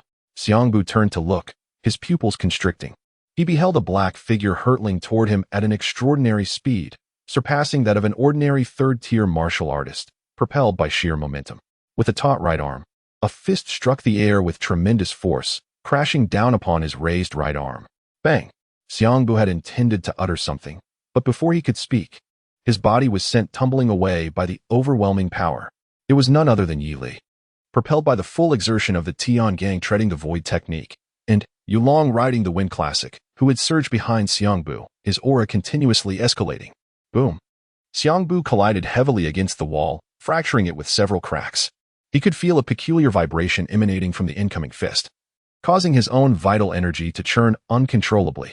Only then did he finally discern the figure of his assailant, a youth with black hair and golden eyes. Donned in dark robes, a golden waist token fluttering at his side, his handsome face brimming with a palpable, murderous intent. With Xiangbu's keen sight, he could easily read the inscription on the waist token, Fengyan University. You are from Fengyan University? A tumult of shock and anger welled up within him, prompting him to question, how many credits can you earn by capturing me? The Qingyi Bureau has ceased their pursuit. Is it truly necessary for you to go to such lengths? Amidst Xiangbu's incredulous glare, Yili let out a cold chuckle. You are mistaken. I am not here to capture you. Then what is your purpose? I have come solely to kill you. The youth's golden eyes burned with an even more intense fervor. And in the instant his words fell, he launched himself forward, hair billowing behind him, propelled by the ground beneath him. The perfected realm of the dragon surged within his palms. The true energy within him surged violently, unleashing the explosive might of thousands of kilograms with full force. His fists descended like a tempest. Such audacity! Xiangbu bellowed, arms outstretched as he braced himself for the confrontation. Bang! Bang! Bang! Bang! The air between the two erupted into ripples akin to waves, fierce winds swirling as each punch landed with brutal impact. The ground beneath them trembled slightly, the towering buildings swaying in response. Initially, Xiangbu could only perceive the astonishing weight of his opponent's fists, undoubtedly indicating a formidable martial artist of equal rank, which invigorated him. However, as the battle progressed, an unsettling realization began to dawn upon him. Within mere moments, an overwhelming chill surged from within him, causing his vital energy to roil uncontrollably, inducing a sensation of dizziness and nausea. What on earth is this? The peculiarities within his body instilled a sense of alarm in Xiangbu. Not only were the punches dreadfully heavy, but the variety of martial techniques employed was utterly bewildering. Where on earth did this celestial being emerge from? The flawless execution of Yi Li's strikes sparked a surge of jealousy within Xiangbu's heart. As a fellow third-tier martial artist, one would think he could empathize with my plight. In a fit of rage, he bellowed, as third-tier martial artists, we have endured the rigors of training. Having merely slain a few pregnant women, must we face death? Unfazed, Yi Li unleashed another powerful strike. The crouching dragon shaking the mountain, imbued with frigid energy, forcibly breaching Xiangbu's defenses. With the revival of his golden soul, the soaring dragon riding the wind, and the crouching dragon shaking the mountain, among numerous enhancements, he thoroughly subdued this gravely injured third-tier peak martial artist. In an instant, a pitch-black spear materialized in Yi Li's grasp, its tip emanating a blinding radiance, revealing a distinct dragon silhouette as the specter of death loomed ominously over Xiangbu.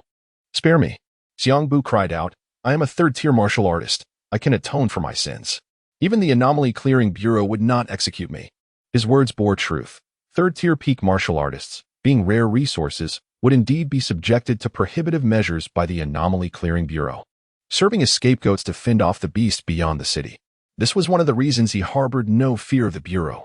Yet, upon uttering these words, the youthful figure before him showed no sign of pausing. Instead, a glint of cold light suddenly magnified in Xiangbu's eyes. You will regret this. The students of Zhenjiang University will not spare you. As his body went numb and rendered immobile, he uttered his final words, which would be the last of his life. In the next moment, a gaping hole erupted in his chest, and the dragon's silhouette swept through, obliterating his life force in an instant. Eliminated a peak third-tier martial artist, earning 10,000 malevolent points. The system's notification transformed into an excited crimson hue. Yi Li flicked the spear, and blood splattered across the wall, the eerie red reflecting a pair of fervent golden eyes. Clad in dark garments, he remained as impeccably composed as when he had arrived. What are you prattling on about? Yi Li casually sheathed his spear and turned to retrace his steps, muttering indifferently, who cares about your trivial matters? If you don't die, must I perish? Not long after, as he walked, he heard the faint sound of hurried footsteps. Lifting his gaze, he spotted several students from Zhenjiang University rushing toward him. Upon witnessing the scene behind Yi Li, their breaths hitched, and their expressions turned grim. One stepped forward, his tone laced with barely contained anger. Friend, this is our mission. and your interference is unwelcome. Before he could finish, a golden insignia was tossed toward him. Frowning, he caught it, only for his expression to stiffen abruptly. The youth in a dark robe spoke with a tone devoid of emotion, his golden eyes coldly surveying the group. Is there any other issue? As his words fell, the atmosphere around them became suffocatingly silent. The expressions of the students from Zhejiang University turned darker than the bottom of a pot. The golden waist token indicated that he was a core student of Fengyun University, whose authority during missions was equivalent to that of a deputy director of the local Bureau of Exceptional Affairs. Cursed be their misfortune. The lead individual wore a grim expression, his countenance reflecting his regret over their prior decisions. This mission was indeed their blunder, and they had unwittingly crossed paths with a core student from Fengyun University. With the power the youth held, it would take but a word to have them expelled from their institution. However, after a moment of hesitation, he forced himself to respond. No, thank you for your assistance. Yili casually withdrew the waist token from his grasp and proceeded in the direction from which he had come. The confirmation of his conjecture brought him considerable delight. 2 chapters of 5,000 words each. Surely I deserve some praise for that. Moreover, the martial arts examination is imminent, and these chapters are simply meant to provide a change of pace for the esteemed readers. I am immensely grateful for the generous gifts and positive feedback from all the distinguished individuals. This truly motivates me. A heartfelt thanks. Furthermore, I am quite lacking in creativity when it comes to naming. If anyone has suggestions for names or character designs, please feel free to leave them here, and I will select a few to incorporate into the narrative. Chapter 48. I want them all. With gratitude to the great Date can bow for the divine endorsement. Once Yili departed, the students from Zhejiang University collectively exhaled, their previously taught expressions finally easing. They turned to the leading youth, unable to suppress their curiosity. Fengge, was that truly the golden waist token of Fengyun University? Their tone was laced with disbelief. They had been too far away to ascertain its authenticity, merely catching a glimpse of the words Fengyun University. As for why they hadn't approached for verification, it was because if it turned out to be fake, there would be no issue, but if it were real and they angered that youth in the dark robe, their troubles would only escalate. Besides, given that he had effortlessly dispatched a severely injured peak 3rd-tier martial artist in such a brief span, his prowess was undoubtedly above 3rd tier, making it highly likely that he was indeed the genuine article. It is authentic. I verified it just now. Under the gaze of his peers, the lead student's face remained a shade of iron. Damn it, when fate turns against you, even drinking water can lead to choking. How few gold medals did the entire Fengyun University possess? To encounter one here in the relatively minor locale of Lehigh City was truly a stroke of bad luck. Upon hearing this, the expressions of the group became complex. While they were laboriously pursuing the traces of the fugitive, the students from Fengyun University had simply come and eliminated him. Now, they were to return to their school and apologize to their principal and instructors. And they had no choice but to comply, for who could contend with such formidable individuals? With this thought, they gritted their teeth and moved forward to hastily deal with the body on the ground. Ironically, when the Bureau of Exceptional Affairs arrived, they would still have to report the achievements of these students. There is no need to worry about finding the award recipient. There are only so many outstanding students at Windcloud University, and the administration can easily ascertain who is currently in Lehigh City. The leading student, after examining the corpse, felt a surge of alarm. The brutality of the act was staggering. Even though Xiangbu, a peak 3rd-tier warrior, was gravely injured, his last-ditch effort was not to be trifled with. A typical 3rd-tier warrior could not possibly kill him without paying a hefty price. The decisiveness of this Windcloud University student, coupled with their nonchalant departure, suggested that any fugitive encountering him in the future would indeed be unfortunate.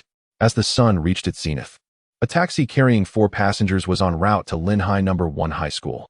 Inside the vehicle, Wang Yongfeng, seated in the front passenger seat, was engaged in a phone call, while Jiang Qingzhu in the back seat discreetly observed the handsome young man in black beside her. Although he claimed to have gone to the restroom, why did he carry a faint scent of blood? Ignoring Jiang Qingzhu's gaze, Yili leaned against the car window, his eyes fixed on the world outside. This was his first experience of taking a life, and surprisingly, he felt no urge to retch. His heart raced slightly, lifting his spirits. When Yili was still at the initial stage of the 2nd tier, he had faced Jiang Qingzhu, who was at the 4th stage of the 2nd tier. Even wielding the perfected Tiangang Void Step, he had to take a hit to unexpectedly defeat her. At that time, He relied on the information gap and his nearly insurmountable, indestructible gold soul. Now, facing a peak third-tier warrior, he, with merely half a step into the third tier, had managed to achieve a swift and unscathed kill. Well, Yili conceded. The reason he could do so without injury was primarily due to his opponent's severe wounds. Nevertheless, even in that state, the adversary had managed to engage him in a fierce confrontation for several minutes after he activated Gold Soul Resurrection. It was truly daunting. Yili was encountering such a formidable opponent for the first time. Truly, a peak third-tier warrior was no joke. After this encounter, his internal energy was nearly depleted. Had both parties been in their prime, Yili would have furrowed his brow and retreated behind others, or cautiously accumulated strength before revealing his hand, for fear of a potential mishap. However, regardless of the circumstances, one could argue that this was indeed a swift and unscathed kill. A smile crept upon Yili's lips. Although he had missed out on the humiliation aspect, resulting in a less substantial gain of malevolent points, the successful validation of his new hypothesis left him in high spirits. Murder, even of those steeped in malevolence, could yield malevolent points. Such was the weight of death. By this logic, would slaying exotic beasts also grant malevolent rewards? Yili's thoughts wandered. Just then, Wang Yongfeng, having concluded his call, turned to Yili with a light smile, saying, "The artifact jointly sponsored by both schools has been delivered to your training room, complete with relevant instructions. Be sure to review them. Furthermore, if you require anything else, do not hesitate to ask the school. They will reimburse you." Upon hearing this, Yili, unreserved, immediately replied, "I need a reasonably good refining technique." Refining technique? Wang Yongfeng was momentarily taken aback and instinctively inquired, "Isn't it the breathing technique?" He observed that Yili had shown no signs of depleting his vital energy and assumed he had discovered an appropriate breathing method. Was he truly in such a hurry? If he exerted himself, he could procure a superior forging technique for him in a couple of days after the examination. Suddenly, Jiang Qingzhu interjected, her tone rising with an air of astonishment that left both Wang Yongfeng and the driver momentarily stunned. "You have already mastered White Mist Frost Snow. Haven to you?" The driver's astonishment was purely due to the mention of the esteemed title, while Wang Yongfeng was astonished by the content of the girl's words. If his memory served him right, White Mist Frost Snow was indeed the legendary breathing technique passed down through generations of the Jiang family. Its worth was likely greater than the breathing techniques available in the market, setting aside how Yili acquired it. The very fact that he had mastered such a technique was astonishing. Even the most talented martial artists in Wang Yongfeng's memory would require at least several years to achieve such proficiency. Yet, it seemed that Yili had known Jiang Qingzhu for barely 2 weeks. Had he truly attained mastery in this short span? Unbelievable! Wang Yongfeng's throat felt parched as he incredulously gazed at the boy clad in black. He saw Yili casually nodding. I suppose it could be considered mastery. Upon hearing this, waves of surprise surged within Wang Yongfeng. It was indeed mastery. Achieving proficiency in a high-level breathing technique within 2 weeks was an extraordinary talent that defied logic. He abruptly turned to Jiang Qingzhu, but her response was remarkably composed as she continued. You must understand that just as the high endurance and training speed provided by a high-level breathing technique differ significantly, so too does a high-level forging technique possess many unusual characteristics compared to ordinary forging methods. Just like the furnace used to refine metals, different methods of forging yield different results. After reaching the true blood realm, even within the same rank, there exists a disparity. This statement is derived from that understanding. So, would you mind waiting a few days? The girl blinked her clear eyes and asked in a cool voice. I never said I wouldn't wait for you. Yili replied calmly, surprising Jiang Qingzhu. Is it not possible for me to have it all? Jiang Qingzhu? Wang Yongfeng. Chapter 49. Breakthrough to the third stage. Thanks to the great deity Jinjuan for urging updates. At Linhai No. 1 High School. As Wang Yongfeng felt as though he might ignite the ground beneath his feet, Yili successfully acquired a high-level forging technique known as Great Sun Treasure Furnace. High-level forging technique, Great Sun Treasure Furnace, not yet initiated. It was said that this was one of the most treasured techniques kept in reserve by Linhai No. 1 High School. The vice principal, Li Haohan, was left somewhat helpless by this situation. Prior to this, no student in the history of Linhai No.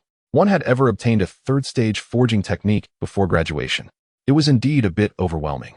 Inside the training building, Yili entered his training room, casually closed the door, and gazed at the thick volume of Great Sun Treasure Furnace in his hands. Although Wang Yongfeng had assured him with utmost confidence that Principal Li would obtain the high-level forging technique from the often-absent headmaster next week. However, at that time, Jiang Qingzhu's advanced forging technique had already reached its pinnacle. Why settle for a mere rudimentary method? Yili shook his head. Initially, he had intended to casually select a forging technique to comfortably transition to the third tier before the martial arts examination. He planned to utilize a superior forging method when the time came to allocate his points. With this in mind, Yili approached the long table and picked up a ring that shimmered faintly. A brief examination revealed it to be a storage ring, likely a perk bestowed by Linghai No. 1 High School. However, since he already possessed a gold medal as a storage item, the storage ring seemed somewhat superfluous. Without giving it much thought, Yili emptied its contents onto the table.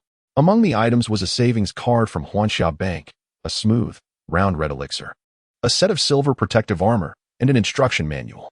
The first two items were likely the 1 million Huanxia coins and vitality elixir rewards for formal team members.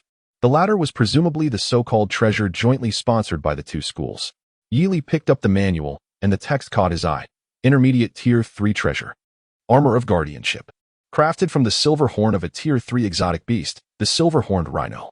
Infused with true energy, it automatically conforms to the body, providing warmth in winter, coolness in summer, comfort, and breathability, while mitigating inflicted damage.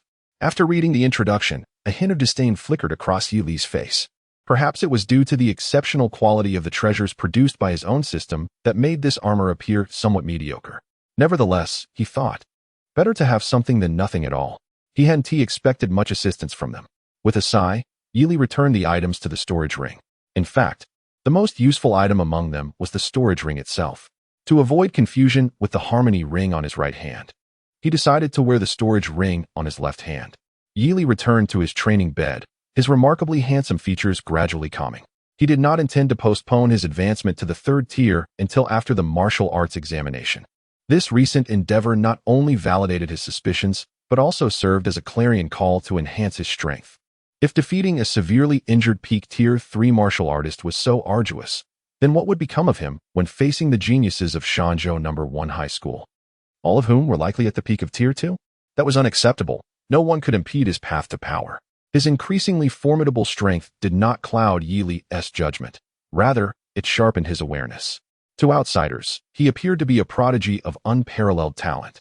Yet this extraordinary gift was built upon a vast accumulation of malevolent deeds. To maintain such momentum, he needed the strength to overpower those geniuses. Complacency was not an option. Yili chuckled softly, sitting down at the edge of the bed, his mood rapidly stabilizing. Since he had already embarked on this journey, there was no room for confusion. Ultimately, in this high martial world, only the strong could assert their will. System, allocate my points. A pale blue luminescence unfolded before Yili's eyes as a torrent of malevolent value surged into the panel. Current malevolent value, 36,200 points. Ding. Consuming malevolent value, commencing training in the advanced forging technique, Great Sun Alchemical Furnace. Previously, you had refined your entire bloodstream through rudimentary methods, stepping halfway into the realm of true blood. Now, as you revisit this level of refinement technique, it feels akin to a student who has practiced solving problems before delving into textbooks, yielding results that far exceed the effort expended. Gained enhancement, cultivation speed increased by 50.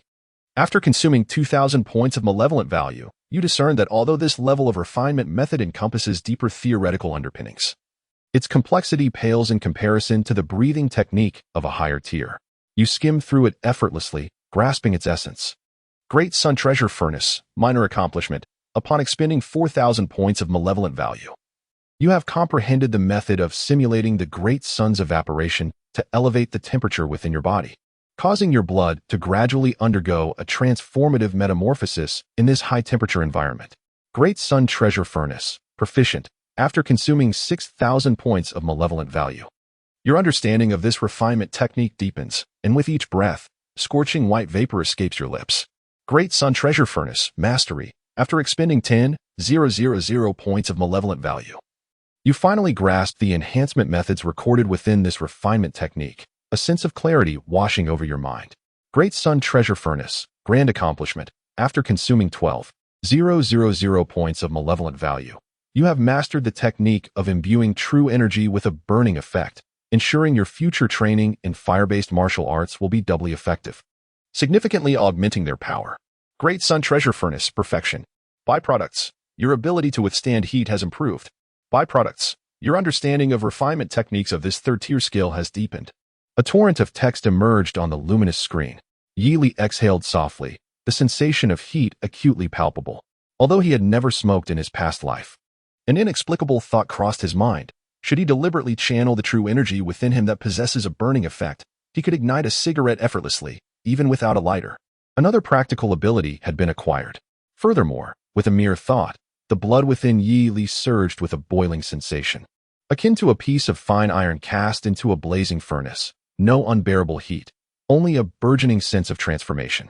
Without hesitation, Yi Li commenced augmenting his cultivation. Ding. Consuming malevolent value, the elevation of martial arts level begins. Your refinement method has reached perfection.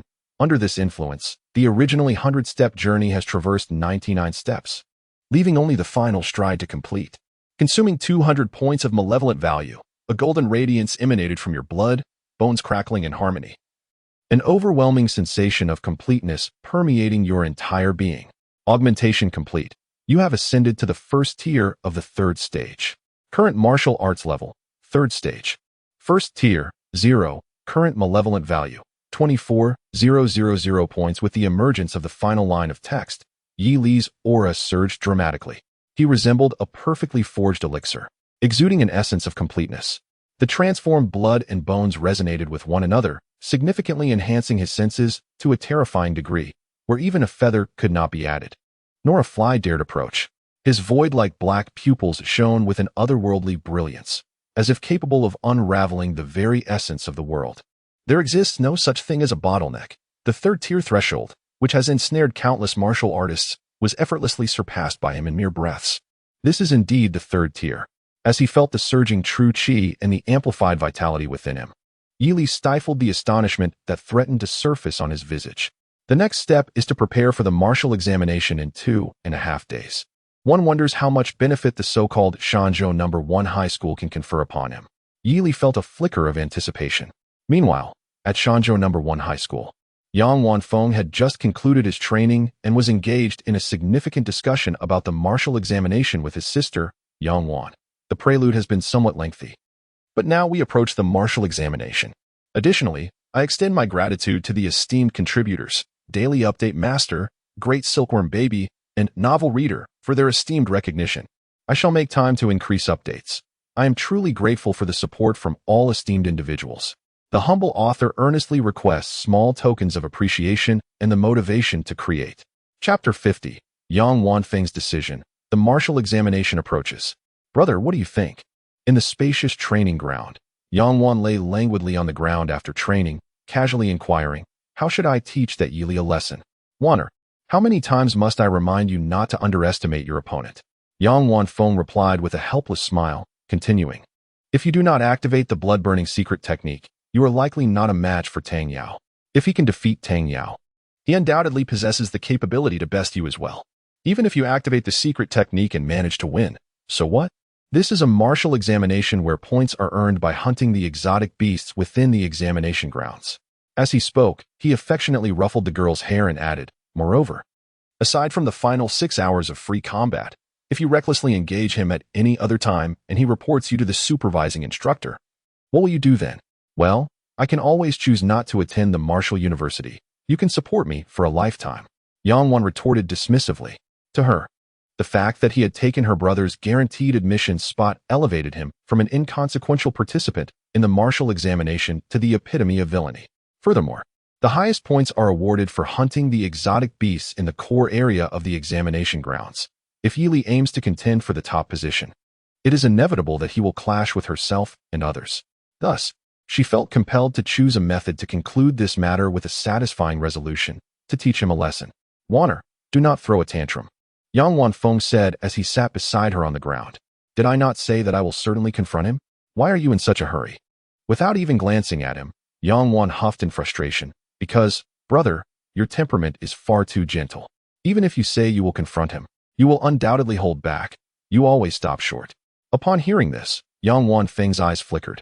In truth, He had never truly gone easy on those he had targeted.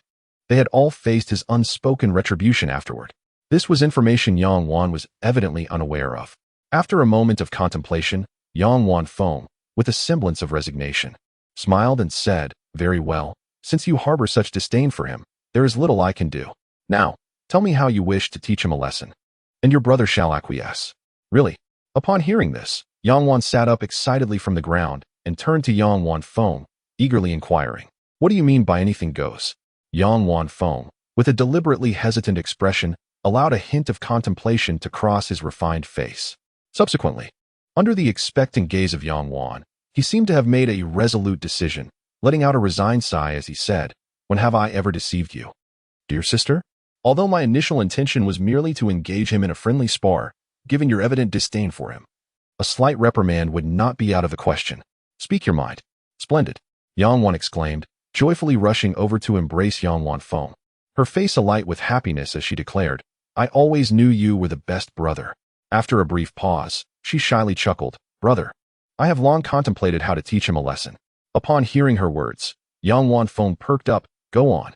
The core area of the martial arts examination site transmits real-time footage, does it not?" "Indeed." Yang Wan Feng nodded, explaining that the core area employs special methods to capture relevant visuals, enabling live broadcasting of the performances of promising martial arts students. Due to the high costs involved, students wandering in the outer or even inner zones are not qualified to be filmed. "What do you intend to do?" he asked. "I want to strip him of his clothes and hang him from the highest tree for all to see," Yang Wan exclaimed, her fist raised in excitement. "Let him lose face before the entire province's teachers and students. Let us see if he dares to steal from others again. Isn't that a bit excessive?" Yang Wan Feng instinctively raised an eyebrow at her suggestion, though a fleeting smile betrayed his true feelings. He quickly composed himself, frowning slightly as he cautioned, "Moreover, the beasts in the martial arts core area pose a significant risk, even to second-tier martial artists. For his own safety, he might avoid the core area, and the beasts in the inner zone equally offer high scores." "Brother, I haven't finished speaking," Yang Wan interjected, a smug expression on her face. "If he doesn't enter the inner zone, it works to my advantage. There will be no concern about residual footage, and during the final 2 hours of free combat, you can deal with him however you wish." "That may not be advisable," Yang Wan Feng replied, clearly hesitant, as though he were deeply averse to such matters. Yet, the slight tremble of his palm, wrought by excitement, revealed his true sentiments. "Oh, what's wrong with that?" Noticing her brother's reluctance, Yang Wan grasped his hand, pleading, "Brother, he has already stolen your guaranteed admission spot, and the entire school is abuzz with this matter. We cannot continue to be so forgiving."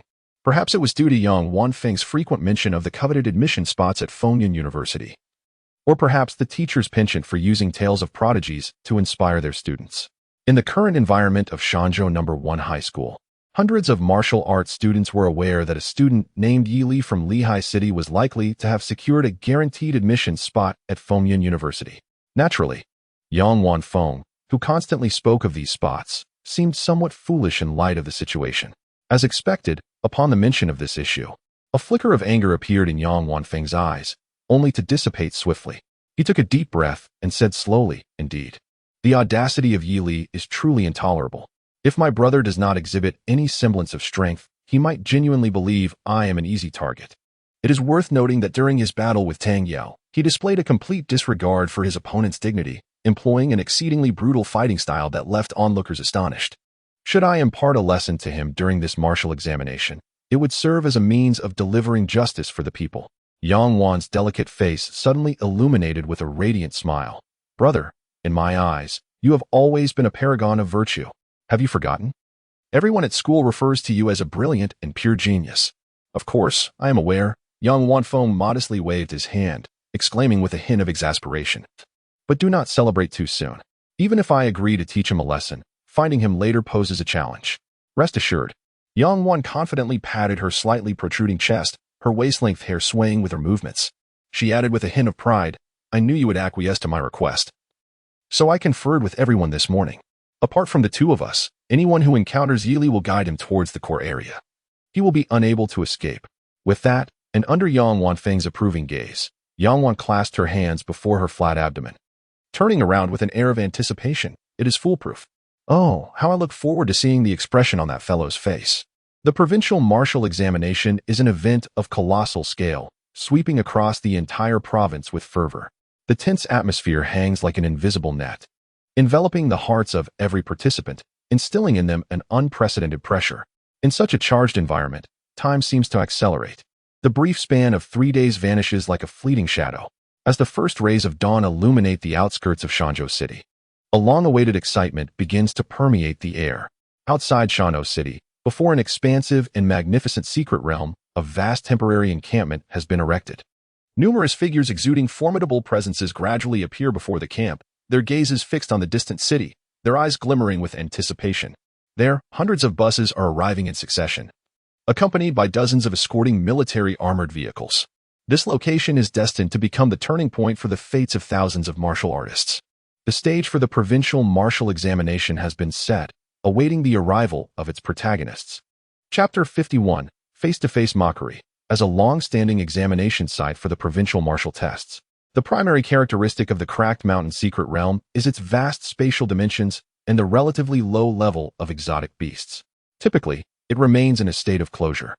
And prior to each examination, a 7th-tier martial arts master is specially invited to meticulously inspect the realm, ensuring that no 4th-tier beasts are present. However, it appears that the secret realm is governed by its own set of rules that suppress the emergence of such beasts, and historically, no 4th-tier creatures have manifested. Nevertheless, to err on the side of caution, the inspection by the master has been a consistent annual practice. With so many martial arts aspirants, it is inevitable that a new generation of formidable martial artists will emerge in the coming decades. Before the Cracked Mountain Secret Realm, at the temporary encampment, a throng of people stood upon the plains at dawn, their expressions varying widely. Kai Guocheng stood solemnly before the elevated camp, gazing down at the multitude of young martial artists, his mind a tempest of thoughts. The long-awaited day had finally arrived. The youthful elite of Ying Province had gathered here today, the twin stars of the Yang family from Shanzhushi, the esteemed young lady of the Jiang family from Linheishi, the rising dark horse Yi Li, the little powerhouse from Jiangqing, and Tang Yao from the Sword Pavilion of Qingshan City. Yet, a peculiar sight caught his attention. Numerous martial artists from Qingshan City appeared grievously injured. His gaze fell upon a group of several hundred, all wrapped in bandages and clad in steel plates, bearing a most dismal appearance. The remaining few hundred cast resentful glances towards the martial artists of Linheishi, only to quickly revert to a submissive demeanor upon the gaze of a handsome youth in a black robe. This was indeed strange. He resolved to inquire with the teachers from Qingshan No. 1 High School later. Kai Guocheng dismissed his musings and stepped forward, addressing the assembly with a commanding voice. I am Kai Guocheng, the chief coordinator of this martial examination in Ying Province. Just as the scholars who have toiled for a decade, today marks the moment for you, the martial students who have endured countless hardships, to validate the fruits of your labor. I presume your school leaders have delivered numerous pre-battle speeches, so I shall refrain from reiterating them. Instead, allow me to briefly explain the rules. He rambled on, captivating the attention of the over 10,000 martial examinees below. Among the crowd, the cleanly attired handsome youth nodded in agreement. The rules of the martial examination were rather straightforward. According to Kai Guocheng, the Rift Mountain secret realm behind him was divided into 3 areas: the periphery, the inner region, and the core zone. The periphery was primarily inhabited by early-stage first-level beasts, equivalent to the 2nd or 3rd tier of ordinary creatures, yielding lower scores upon defeat. The inner region comprised mid to late-stage first-level beasts, and even early-stage second-level beasts, offering higher scores. As for the core zone, it was predominantly occupied by second-level beasts, with a few third-level beasts present, granting the highest scores. Each participant was equipped with a talisman-like device to be used in emergencies, which could generate a protective shield to ward off harm and simultaneously relay their location to external rescue teams. However, the utilization of this device would also signify the premature conclusion of their martial examination. Yi Li was not particularly concerned about the beasts. However, the talisman piqued his interest. If its strength were excessively high, it might interfere with his endeavors to accumulate malevolent points. Yet, he only regarded it with mild concern. After a brief contemplation, Yi Li resolved to dismiss the matter. The reasoning was simple. How exquisite could a low-level talisman, capable of producing thousands of uses, truly be? Even if it could withstand a strike from his drifting dragon riding the wind, it would be deemed sufficiently commendable. Nevertheless, judging by the earlier behavior of the remaining students from Qingshan City, Although they harbored resentment towards him, whether they possessed the courage to take action remained uncertain. Reflecting on this, Yili's attractive brows slightly furrowed. Damn it, your cherished idol has been vanquished by me, and yet you do not seek vengeance? Do not yield to the oppressive might of your adversaries. I harbor no contempt for the bonds that exist among you. Do not tell me you lack the courage to act. It seems I must deliver another blow to Tang Yao to stir their primal instincts. With this thought, Yi Li's gaze shifted, sweeping over the distant figure of the sword-clad maiden, who was biting her lip. She appeared to sense his scrutiny, her previously resolute countenance suddenly paling. The martial examination commenced at 8:30 in the morning and would persist for a full 24 hours. Within the encampment above, Kai Guoqing's voice rang out with solemnity. I must remind you once more that the martial examination is no trifling matter. A moment's carelessness could result in dire consequences, even death within its confines. Furthermore, combat is permitted only in the core area. In all other regions, engagements are only allowed in the final 6 hours. During the remaining time, mutual attacks are strictly prohibited. Should any student be found in violation, I will immediately revoke their examination eligibility, and they will face severe disciplinary action, resulting in a nullified examination score. His tone was exceedingly grave, and under the weight of his formidable presence, it conveyed a palpable sense of intimidation. This rule is easily comprehensible, evidently established to prevent chaos among participants in the secret realm, which could adversely affect their martial scores. However, an outright ban on mutual attacks is also impractical.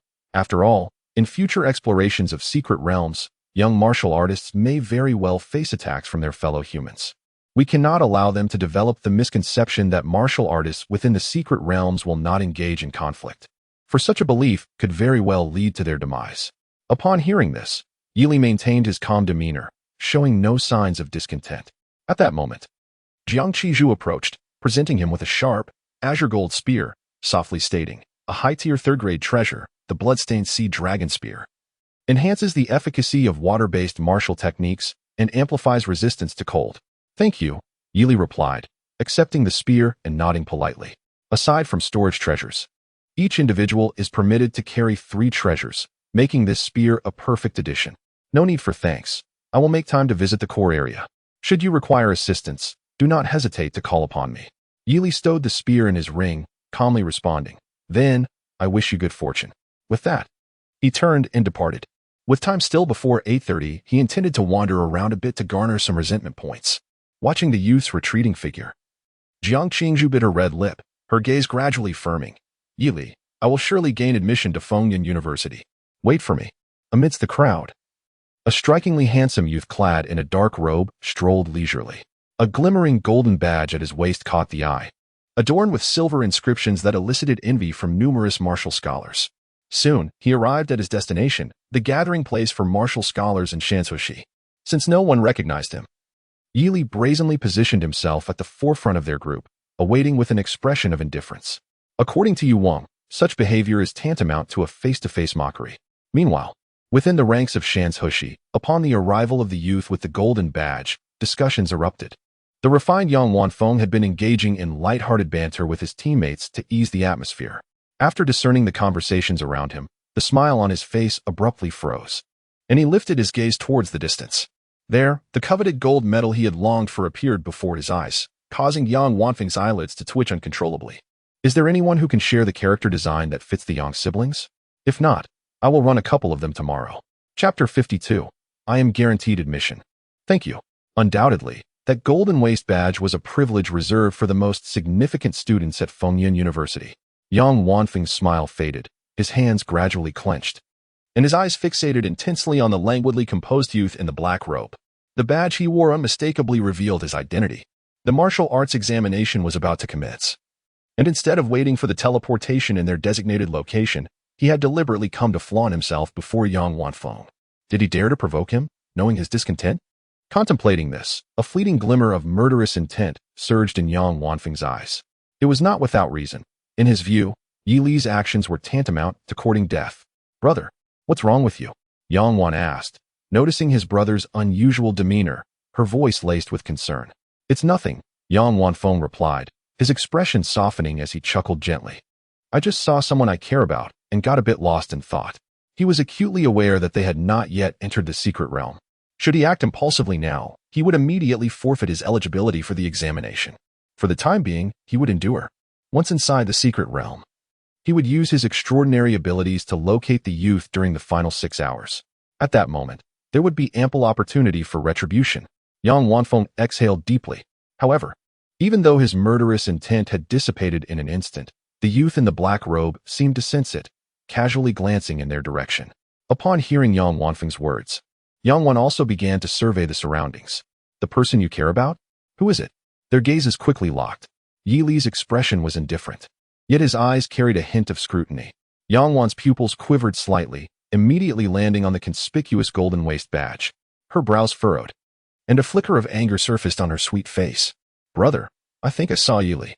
Yes, I see him too. Fixating on Yi Li. Yang Wanfen's lips curled slightly, his voice steady. He appears to be quite the show-off. I shall ensure he learns a lesson. As the siblings conversed, the youth in the black robe turned, his demeanor calm, striding purposefully towards them. Brother, Yang Wan's heart inexplicably raced, her voice tinged with nervousness. He is coming this way. Yang Wanfeng's expression swiftly turned cold.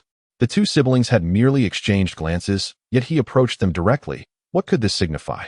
Subtly positioning himself in front of Yang Wan, he gazed at the youth with a proud demeanor. Although they could not engage in conflict outside the secret realm, if the other party initiated an attack, the circumstances would be entirely different. He would ensure that the youth experienced what it meant to be the most exceptional warrior of the Yang family. Yi Li soon stood before the two, each harboring their distinct thoughts. He lifted his obsidian eyes, and though his height was comparable to Yang Wanfeng's, it imparted an uncomfortable sensation of being looked down upon. This peculiar feeling was not limited to Yang Wanfeng. The other students from Shanzhou City shared a similar sentiment. The youth casually inquired, "What are you laughing at? What is the matter?"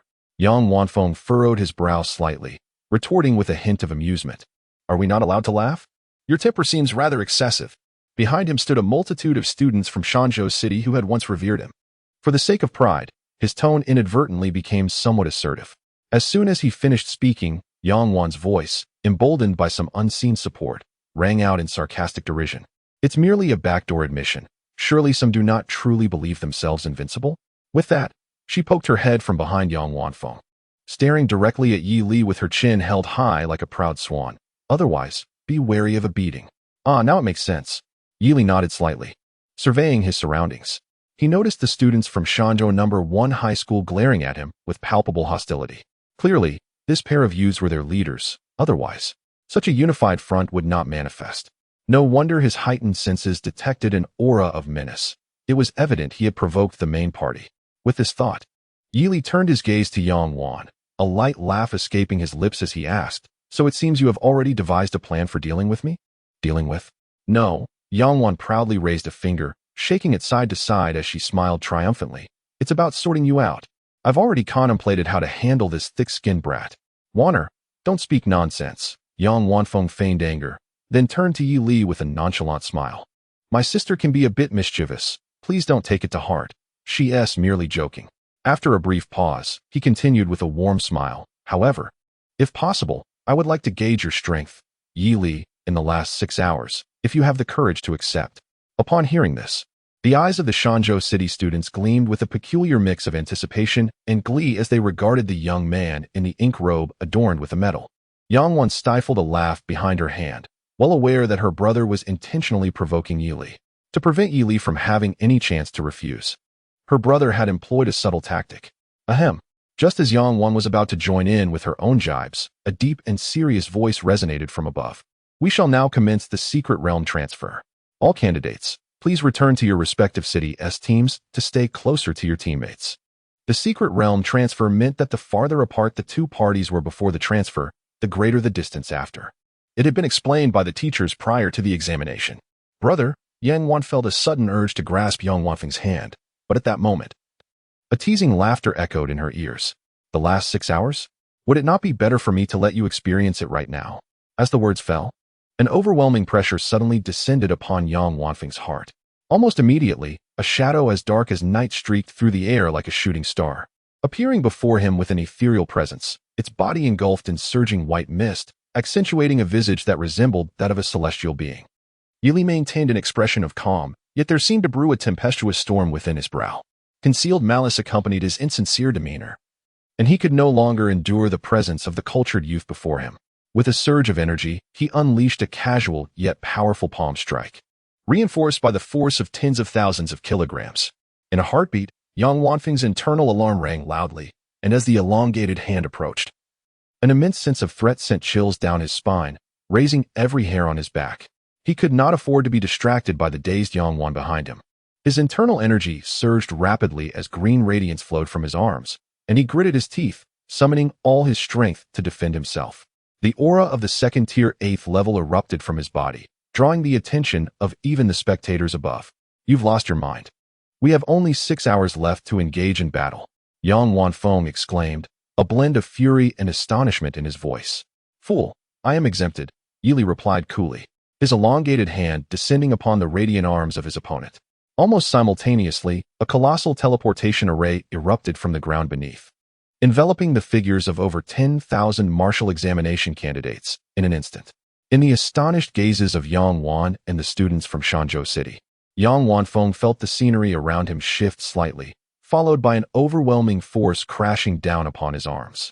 The terrifying power shattered his limbs, and the prideful resilience of his body was met with a muffled groan of despair. Amidst a vast expanse of dense forest, Yang Wanfeng coughed up a fountain of blood, his slender form hurtling backward with the force, crashing through more than 10 large trees, rolling for dozens of circles before finally colliding heavily against the trunk of a giant tree, where he came to a stop. Gasping, Yang Wanfeng felt his throat filled with thick blood, his vision swirling with golden stars, dizziness overwhelming him, and every inch of his body screamed in agony.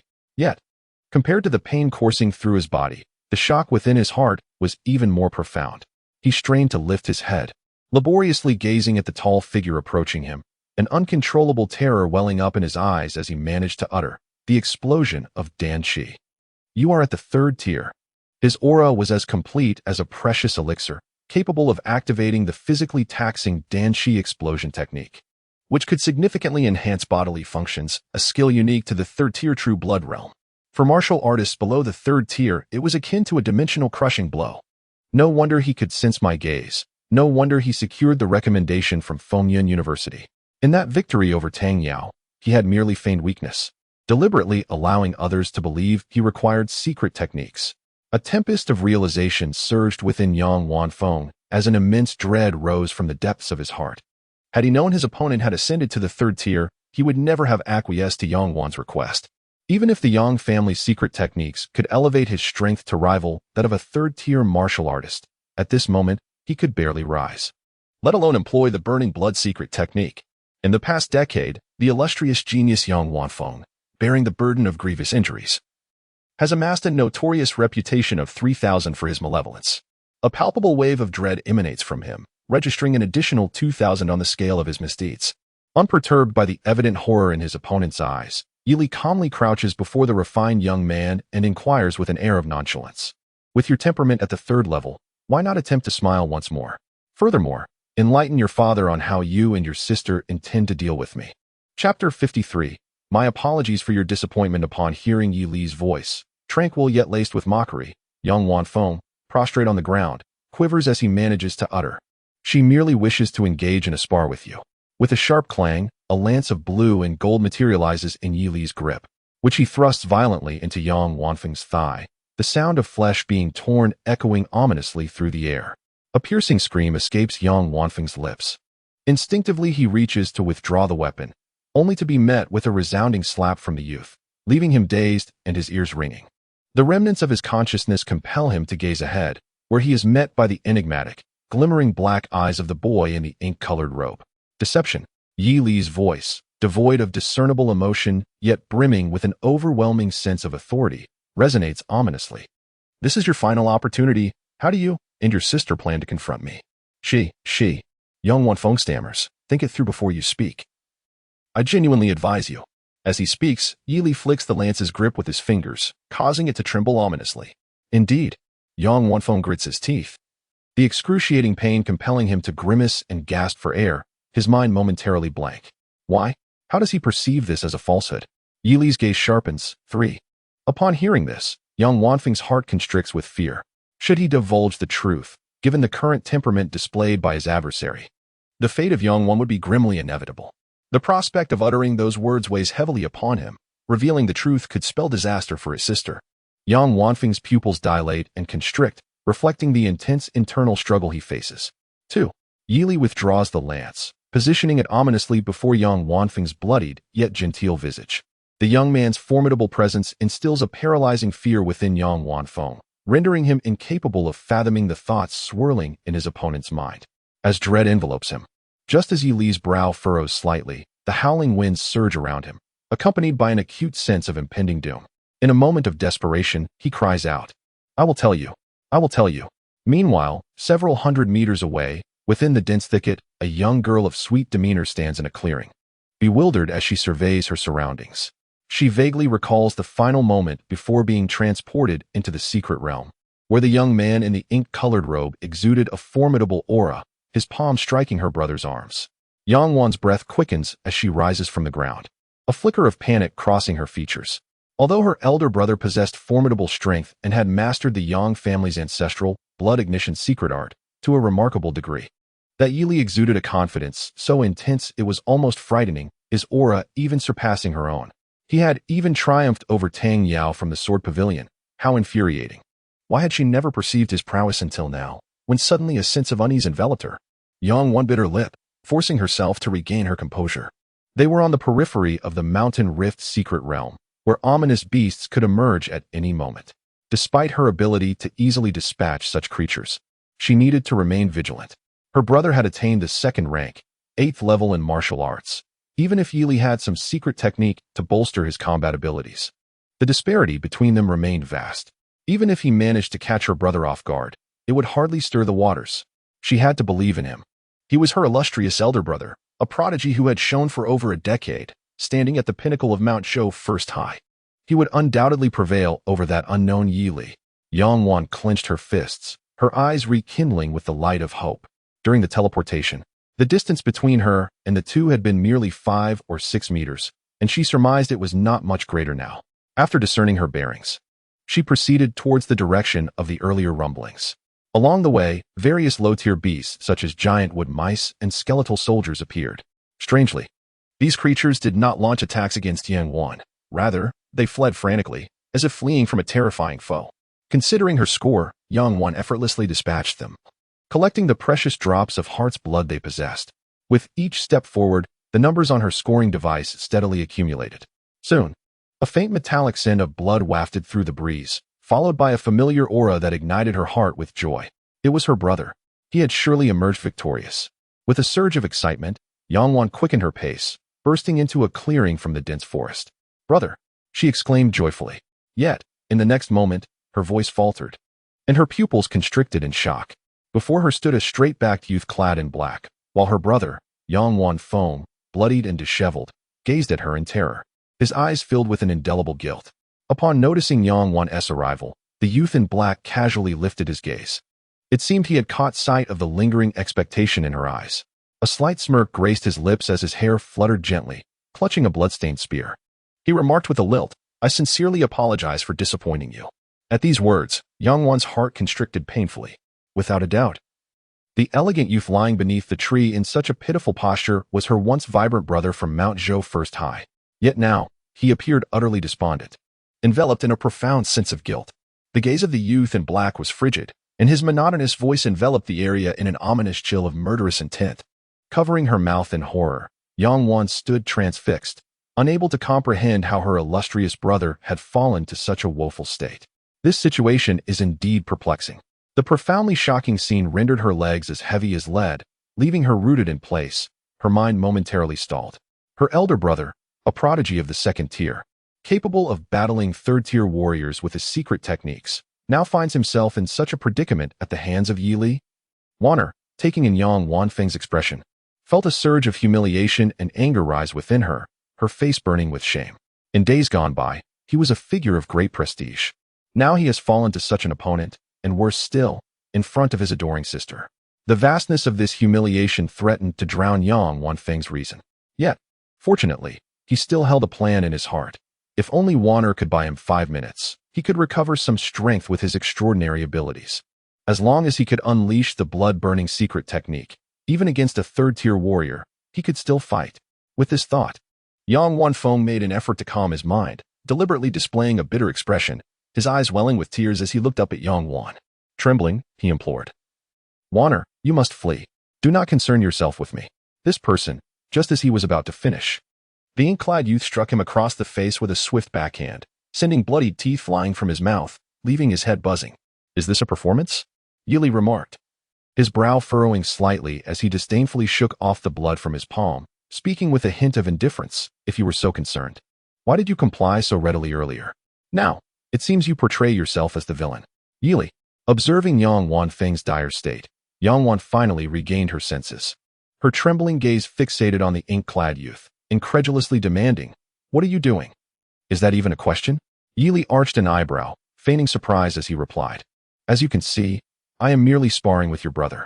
"Is this how you spar?" Yang Wan shouted in fury, witnessing her beloved brother suffer such indignity. If she did not act now, she would no longer be the proud daughter of the Yang family. Suddenly, her aura surged, her internal energy roiling tumultuously. "Die!" With her eyes reddened, she shouted in anger, fists clenched, charging at the ink-clad youth with blinding speed, her punch unleashed with devastating force, rivaling a speeding vehicle. The rushing wind bore down upon Yili, yet a smile graced his lips. He clenched his 5 fingers tightly, crashing his foot into the ground, unleashing a second wave of his danchi, and retaliated with a punch that resonated like thunder. Boom! The two forces collided violently, Yang Wan's energy dissipating like thin paper. Effortlessly torn apart, his fist struck heavily against her arm, a sharp crack echoing through the air. That graceful form was sent flying, crashing into tree after tree. With a thunderous roar, Yang Wan collapsed amidst the wreckage, and as the dust settled, she found herself surrounded by shattered wood. Her slender arm now contorted at a grotesque angle. A searing pain shot from her arm to the crown of her head, and Yang Wan's sweet visage contorted uncontrollably. Piercing screams erupting from her lips, echoing all around. "It hurts. It hurts." Instinctively clutching her arm, she writhed and convulsed on the ground. The resilient bones of her entire arm had been brutally shattered by an overwhelming force. Even an experienced martial artist could momentarily lose composure in the face of such agony. The arrogance of her past was nowhere to be seen. All that remained was a disheveled and pitiable state. Waner. Under the tree, Yang Wanfeng struggled to rise, but a blue-gold spear hovered threateningly at his throat. Feeling the menacing sharpness of the spear tip, terror instantly washed over his refined features. Although he could secretly use his abilities to heal his wounds, he had yet to regain a significant portion of his combat prowess. While he felt remorse for Waner, he could only hope she could endure a little longer. Yang Wanfeng gritted his teeth tightly. A faint green light illuminated the meridians within him, continuously mending his physical injuries. "Enough of the screaming," Yili commanded, holding the spear with his dark hair fluttering and clothes billowing. He glanced at Yang Wan, speaking casually. "I swung deliberately away from your head to prevent you from losing consciousness, yet you scream so pitifully. Have you never been injured before?" Although Yang Wan appeared wretched, her injury amounted to nothing more than a severe fracture of her right arm, far from incapacitating for a second-tier martial artist. With the enhancement of their abilities, fewer individuals dared to provoke her in the Martial Arts Academy of Ing Province. Such rare resources as the two before him must be utilized effectively. For instance, incapacitating Yang Wanfeng and hanging Yang Wan from the mountaintop. How much malevolence value could that yield? It was indeed something to anticipate. A slight smile curled at the corners of Yili's mouth. This could be deemed a form of resourceful utilization. As for the potential retaliation from the Yang family of Shanzhou, there was no need for concern. They were the ones who initiated the conflict, and he was merely acting in self-defense. Moreover, what was Yili's current standing? He was a core student of Fengyun University. As the most prestigious martial arts university in Ing Province, even the Yang family of Shanzhou held little weight before him. This was evident from the Yang siblings' inability to secure a recommendation slot. If they truly held such influence, Yili doubted they would have set their sights on him. Given this, why pretend to be a formidable wolf? One must be strong to forge iron, as long as he did not violate his principles. He would strive to extract every ounce of value from his enemies. Within Yili's composed gaze, Yang Wan's screams gradually diminished, though her breathing remained rapid. Ha, ha. Then, gritting her teeth, she rose from the chaos, her smooth forehead glistening with cold sweat. Gazing at Yili, an involuntary flicker of fear welled in her eyes. Trembling, she asked, "Can we stop here? What do you think?" Yili inquired calmly. How delightful. She still wished to call for a halt. What do you want? Yang Wan bit her lip, her voice tinged with a hint of sobbing. Well, Yili rested his finger on his chin, feigning a contemplative expression. After a brief moment, a look of inspiration flickered across his face, and he chuckled softly. Well then, why not bow to me as an apology? After all, I am not a villain. As he spoke, he casually glanced at the pale and unconscious Yang Wanfeng, the implication unmistakable. Yang Wanfeng's complexion turned ashen, and with a strained voice, he replied, I understand. Though his adversary wore a smile, the true intentions remained shrouded in mystery. Furthermore, thanks to his extraordinary talent, the Songlin's blessing, he had already recovered 30% from his injuries. In another 10 minutes, he would be capable of utilizing his secret techniques, and at that moment, it would be the adversary's demise. Just a little longer, he thought. This momentary humiliation was insignificant. Just as Yang Wanfeng attempted to rise, Yili pressed him back down. In the midst of his astonishment, the boy in the ink robe remarked, There's no rush to bow. Why the urgency? He then turned his gaze toward the sorrowful Yang Wan, continuing, Come here and bow for me. What? Yang Wan's mouth fell agape, disbelief etched across her features. You want me to bow and apologize? As a prodigious member of the Yang family, she had never bowed to an opponent, let alone apologized. Instinctively, Yang Wan felt a surge of indignation, but the searing pain radiating from her arm served as a stark reminder, causing her to break into a cold sweat. The enemy's ability to swiftly defeat both her brother and herself revealed a power far greater than the rumors suggested. It had reached a level where confrontation was unwise. It was apparent he had employed a secret technique at the outset, drastically enhancing his strength to seize the opportunity and grievously injure both her brother and her. Thus, if they could just buy some time, there might still be a chance. At that moment, Yang Wan noticed Yang Wanfeng lifting his head, casting her a complicated look. Wanner agreed to his request. But Yang Wan's face contorted with inner turmoil. She understood the rationale, yet the thought of bowing to someone was an unbearable burden. Even her brother had never received an apology from her. Wanner, Yang Wanfeng forced a smile, his tone as gentle as he could muster. Obey me, trust me. For years, he had regarded Yang Wan as his possession, and now, to ask her to perform such an act was a torment to his heart. Yet there was no alternative. If he did not bow here temporarily, his aspirations would come to an end, although Yili would ultimately face repercussions. He was indifferent to them. Listen, Yili slightly turned, observing the stunned Yang Wan, and teased, Your brother has urged you to bow and apologize. Will you heed his advice or not? In an instant, Yang Wan's complexion drained of color, as if all blood had fled from her face. You have sown discord between the closely knit Yang siblings. Malicious act valued at 2,000. Indeed, the system reveled in the chaos. Yili chuckled inwardly. Chapter 54. The time for reckoning has arrived. Listening to Yili's words, Yang Wan pressed her lips tightly together, her bright eyes glistening with unshed tears. The elder brother, who usually attended to her every need, now audaciously suggested that she relinquish her dignity and bow before her adversary. She was acutely aware that this was merely a ploy to buy time. Yet, for reasons unknown, a wave of bitter humiliation surged within her, intensifying as she recalled her myriad thoughts prior to the martial examination. Instead of vanquishing her opponent, she found herself compelled to apologize with a bow. A complete reversal of her expectations. Yang Wan clenched her fists, her face a canvas of resentment, and with a steely resolve, she inquired, Is there no alternative to kneeling? To her astonishment, Yili calmly nodded, Of course not. Really? I never deceive, Yili replied with a faint smile. He then swiftly turned and struck Yang Wanfeng, who was engrossed in recovering from his injuries, with a gunshot. The resounding thud echoed ominously. Brother! Yang Wan exclaimed in horror. In an instant, Yang Wanfeng was sent sprawling to the ground, blood erupting from his mouth. He struggled to prop himself up, his gaze towards Yang Wan tinged with instinctive resentment. What are you doing? Oblivious to her brother's look, Yang Wan whirled around, her eyes fixed fiercely on Yili as she cried out in anguish. If I do not bow and apologize, you intend to harm my brother?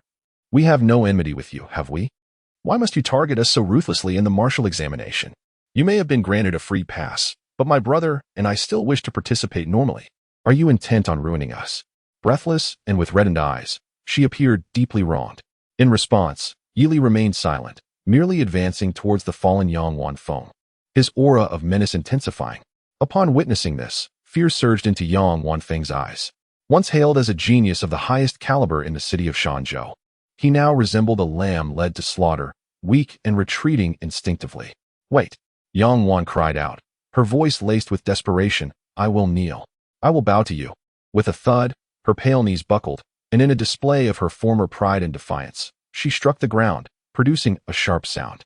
Yili slightly turned his head, observing her with an unwavering gaze. "Continue." Yang Wan bit her lip, her palms pressing against the earth as her head gradually lowered, inching closer to the dust-laden ground. In the anguished gaze of Yang Wan Feng, her forehead finally made contact with the ground. The once proud expression on her sweet face faded into despair, and she wept. "I am sorry. I was wrong." Upon hearing this, Yang Wan Feng slowly closed his eyes, witnessing the little one he had nurtured so tenderly, fearing to upset her even slightly, now subjected to such humiliation. He felt as though his heart was shattering. "Very well, rise," Yili remarked, tilting his chin slightly and gazing down at Yang Wan with a condescending air. At his words, Yang Wan hastily scrambled to her feet, wiping away her tears with fervor. Yang Wan Feng's body relaxed somewhat as well. Before he could revel in this moment, Yili stretched lazily and casually remarked, "The sparring session has concluded. It is time to settle accounts with the next one."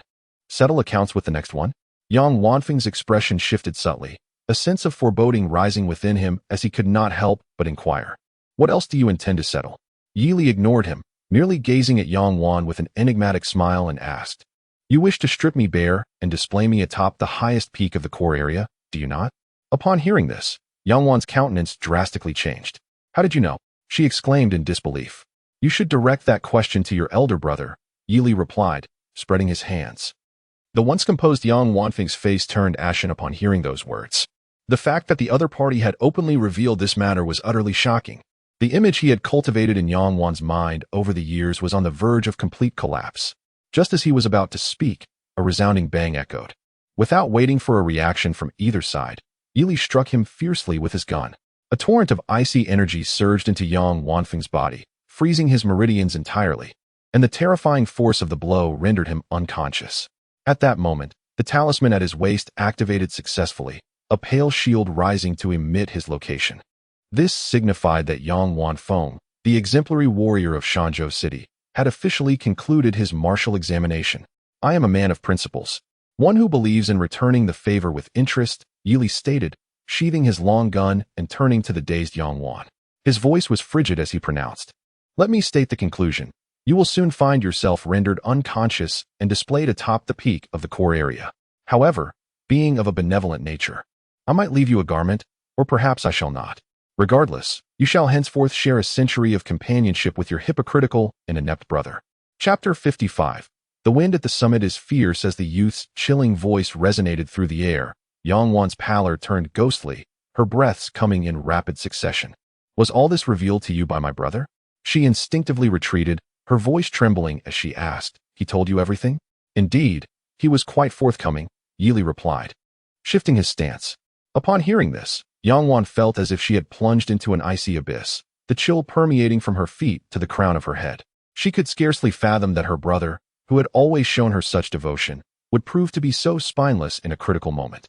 Not only had he divulged all her past words, but he had also urged her to kneel and bow.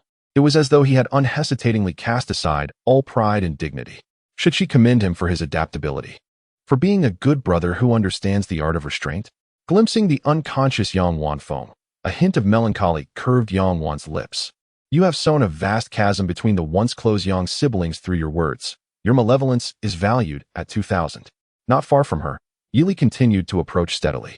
As she beheld the advancing figure of the youth in dark attire, Yang Wan's heart yearned to resist, but memories of their earlier confrontation surged in her mind, causing her to instinctively cover her severed left arm, shivering involuntarily.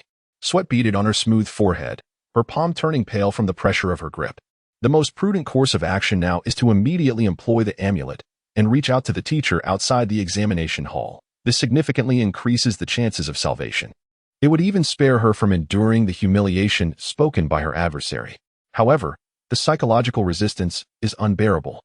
The proud daughter of the Yang family, who had basked in glory for over a decade, simply cannot accept the disheartening outcome of her failure in the martial examination. Her fate should be one of triumph. Bursting into the core area amidst joyous cheers, vanquishing monstrous beasts with an air of confidence before the esteemed leaders and instructors from the martial arts university. ultimately securing her place in the coveted Fengyun University. It is absolutely unacceptable to be defeated by a youth she had never deemed worthy in such a merciless manner. Yangwan's heart quaked. An extraordinary sense of oppression enveloped her. The youth's expression was indifferent, his steps steady. He exuded an aura far more imposing than her brothers in her memories, surpassing even the terrifying beasts she had envisioned. The young man clad in dark robes approached with an air of dread.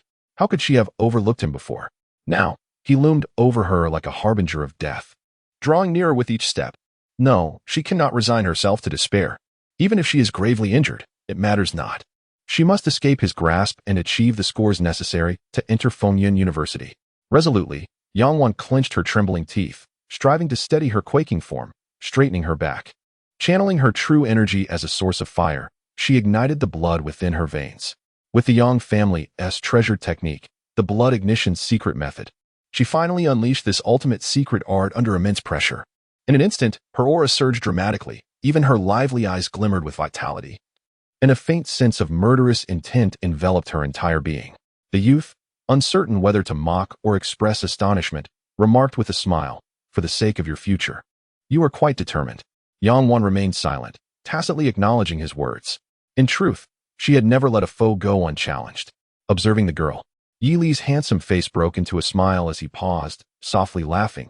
"But given your earnest efforts, I shall make an exception and grant you an opportunity today. I have just ascended to the 3rd tier, and my realm is still unstable. My forging technique is only at the level of a novice. The Danshi explosion can be unleashed at most 7 times. Therefore, if you can withstand my next 5 Danshi explosions, I shall take my leave." Upon hearing this, Yangwan, who had been teetering on the brink of despair, suddenly lifted her head, a glimmer of hope illuminating her eyes. "Are you serious?" This time, her voice no longer trembled. "Of course, I never lie," Yi Li replied with calm assurance. "Very well." Yangwan took a deep breath, suppressing her anxiety and fear, and turned her gaze toward the young man in dark robes.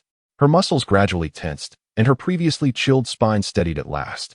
In the next moment, her figure shot forth like an arrow released from a bow, racing toward the depths of the secret realm. Yangwan's thoughts were straightforward. The truth of the youth's promise was uncertain, but choosing to flee while employing her secret art was undoubtedly the right decision. Although the likelihood of successfully escaping from a 3rd-tier martial artist is exceedingly low, as long as one reaches the vicinity of the core area, the 3rd-tier beasts there, even if they cannot thwart the opponent, will at least distract them. Come on, you can do it. After all, I am the talented young lady of the Yang family from Shano. Hee. Yangwan exerted all her strength and sprinted desperately, her speed increasing with each stride. Her figure darting like lightning through the thickets, while the scenery around her rapidly receded. After several breaths, she had already distanced herself by several thousand meters from her original position. While running, she did not forget to cast a glance behind her, checking for any signs of danger or unusual movements. However, there was no one in pursuit. At most, there were fleeting glimpses of beasts in the distance. Had she shaken them off? A flicker of doubt crossed Yangwan's mind. Though she did not expect to have so easily eluded them, it would indeed be wonderful if she had succeeded.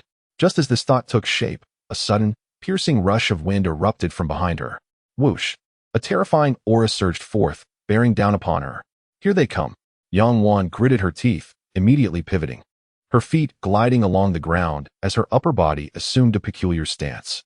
A sense of harmonious balance emanated from her, and a faint black and white luminescence appeared in her palms, as if it could dissipate force with an almost mystical quality.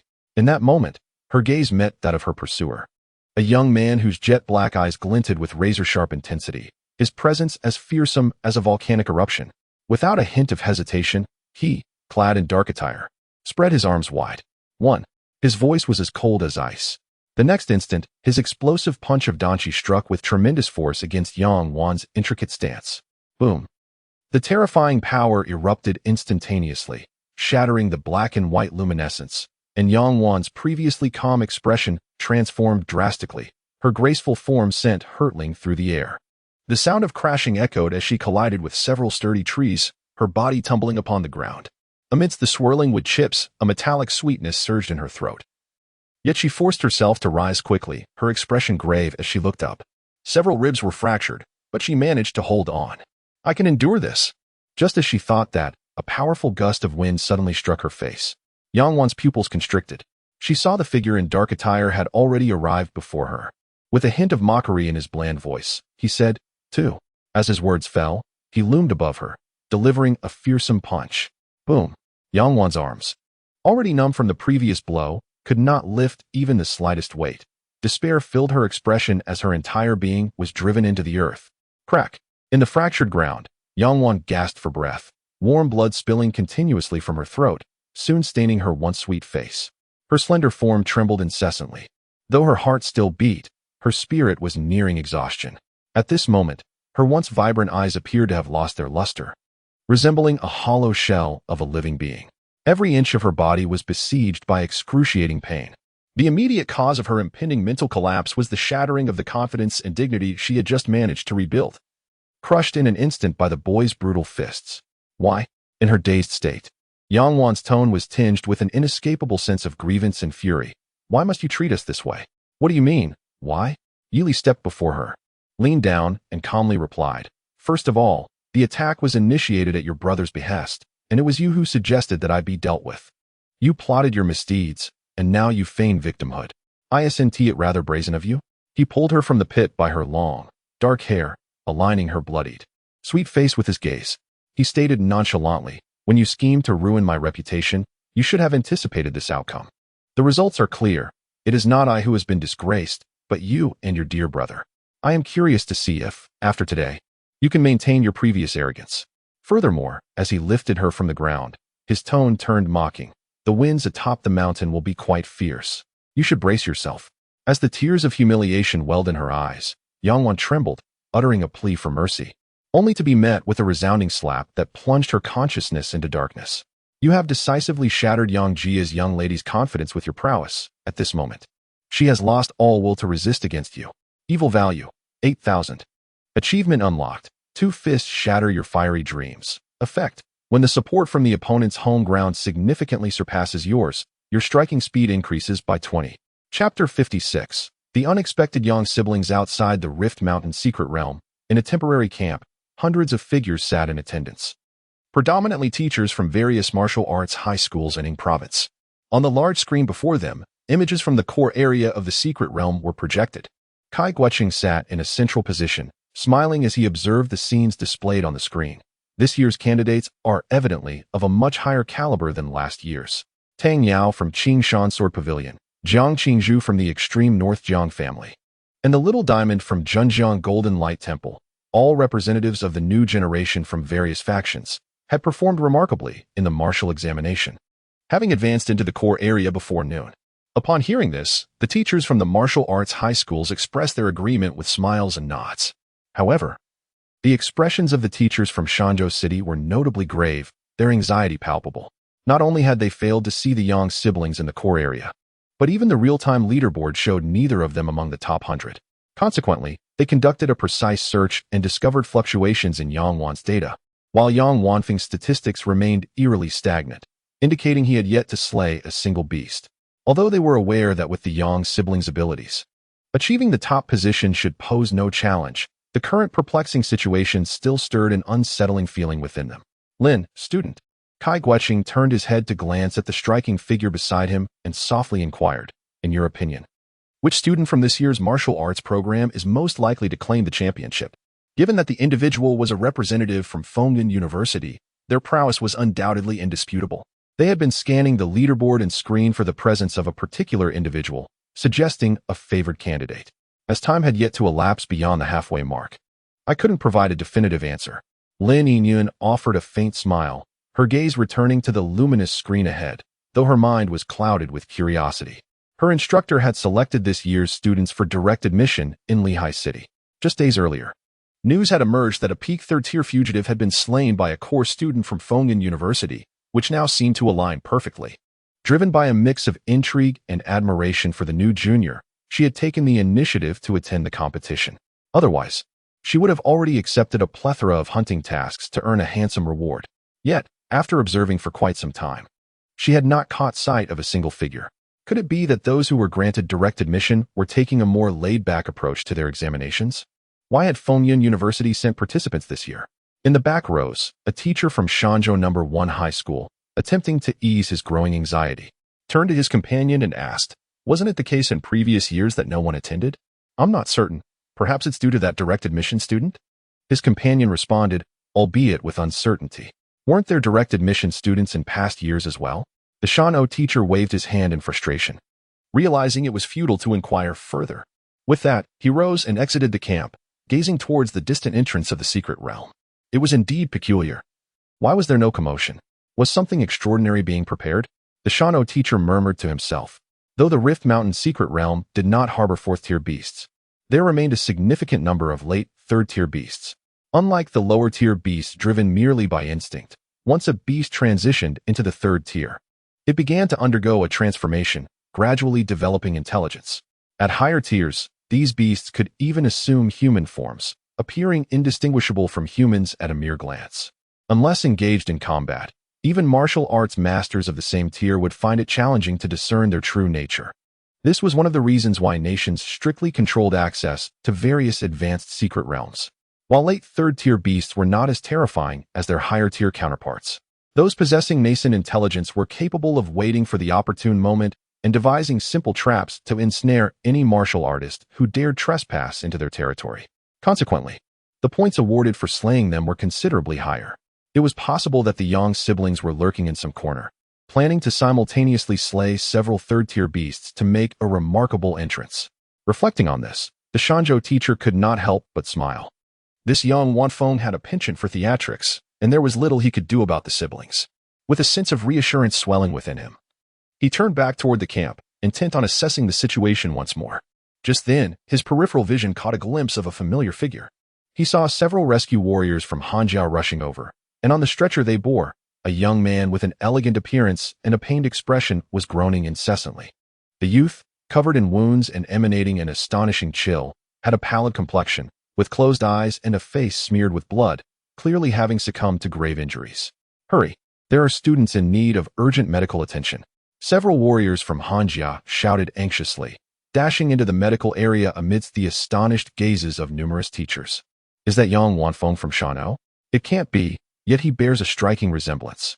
I recall him being an exceptional talent at the second rank. 8th level, 2 levels higher than me. What kind of beast could have inflicted such devastation upon him? Could it be that a 4th-tier beast has emerged from the Crack Mountain secret realm? Uncertain, but Shanzhou No. 1 High School might be in dire straits this time. How could that be? Have you forgotten about Yangwan?" In a moment, the teachers, who had also stepped outside for fresh air, engaged in animated discussions, their words laden with astonishment regarding the incident. Witnessing this scene, a teacher from Shanzhou No. 1 stood there, dumbfounded. "Yang Wanfeng has been eliminated? How is that possible?" He clasped his head with his hands, staring blankly at the spot where the group of Hanjiao warriors had vanished, frozen in disbelief. At that moment, a sudden exclamation erupted from the nearby camp, as if someone had witnessed something extraordinary. Chapter 57. Is that Yangwan? Within the Crack Mountain secret realm. On a vast plain, after traversing the expansive forest formed by the outer and inner layers, one could arrive here. The view on the plain was exceptionally broad, with a towering mountain in the distance marking the core area. This space was claimed by several third-tier beasts, each demarcating its territory, living in mutual indifference under normal circumstances. However, today, numerous powerful figures burst forth from the dense woods. Some were bloodied, others gasped for breath, and a few bore visible gashes on their blades. Yet all exuded an air of vigor and pride. They were the martial arts prodigies hailing from various cities. At this moment, Jiang Qingzhu and Tang Yao were among these figures. "Where's Yiliren?" Tang Yao inquired, observing Jiang Qingzhu stepping out of the forest alone, seemingly casually. "Did he not accompany you?" The two, being prominent figures from Linhai City and Qingshan City respectively, were also familiar acquaintances. "What does that concern you?" Jiang Qingzhu replied coolly, casting a fleeting glance her way. "He has been granted automatic admission. It matters not whether he comes here or not. I am aware of that." "Then why do you ask?" Jiang Qingzhu remarked nonchalantly. "If you seek revenge, you could have sought him out before entering. Given his temperament, he would surely not refuse you." Tang Yu found herself momentarily at a loss for words. She had assumed that Jiang Qingzhu was a close friend of Yili, intending to glean information about his scores for comparison. The boy, like a monster, excelled in combat, but in the slaying of beasts, he may not necessarily be her equal.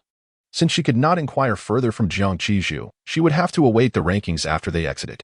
Tang Yao tightened her grip on the hilt of her sword, her eyes glimmering with determination.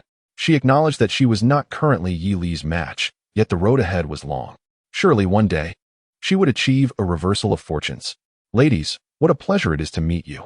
At that moment, a robust monk with a shaved head approached, grinning widely at the two individuals. I am a novice from Zhenjiang No. 1 High School, named Shanwu. May I inquire as to how you two honorable patrons are addressed? Upon his utterance, everyone except Jiang Qingzhu and Tang Yao appeared somewhat taken aback.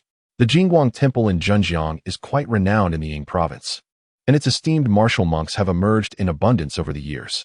In just 2 short years since entering Zhenjiang No. 1 High School, this monk, Shanwu, has garnered fame within the institution through his impressive martial prowess, earning him the moniker of Little King Kong in Zhenjiang. The one referred to as Big King Kong, a master of the Buddhist order, is indeed his mentor. Jiang Qingzhu spoke coldly. Qingshan Sword Pavilion, Tang Yao. Tang Yao, gripping the hilt of her sword, gazed down at him with a condescending expression, her smile ambiguous as she inquired, instead of slaying beasts for points, you've come to engage in conversation? What is it you seek? Not at all, Shanwu replied eagerly with a smile. I merely wish to ask if you have seen Yang Wanfeng from Shan'ou No. 1 High School, or his sister, Yang Wan? No. Do you require something from them? Jiang Qingzhu replied. To be honest, I have a cordial relationship with both of them. Hence my concern, Shanwu said, pressing his palms together and gazing towards the dense forest behind. He then pondered aloud. Given their capabilities, they should have arrived before us. Why have we yet to see them? Yang Wanfeng has attained the 8th level of the 2nd rank in martial arts, making him the foremost practitioner in this year's martial examination in Ying province. Coupled with his mastery of the Burning Blood secret technique, he could contend even with 3rd-rank warriors. His prolonged absence is indeed perplexing. Could it be that he has already ventured deep within? Shanwu tilted his head towards the distant mountains, troubled by his own thoughts. Who knows? Tang Yao waved her hand dismissively and proceeded toward the central area, evidently uninterested in the young siblings whom Shanwu mentioned. Although she and the other martial prodigies present in Ying province had heard of the duo, they regarded Yang Wanfeng as a genuine talent. In contrast, Tang Yao considered only Yi Li and herself as the true geniuses of Ying province. Jiang Qingzhu gazed toward the forest, softly muttering to herself. Could they have encountered each other? The absence of both Yi Li and Yang Wanfeng indeed seemed coincidental. Considering Yi Li's forthright character, it was entirely possible they had crossed paths. Jiang patron, do you have any insights? Shanwu inquired tentatively, observing the girl's expression.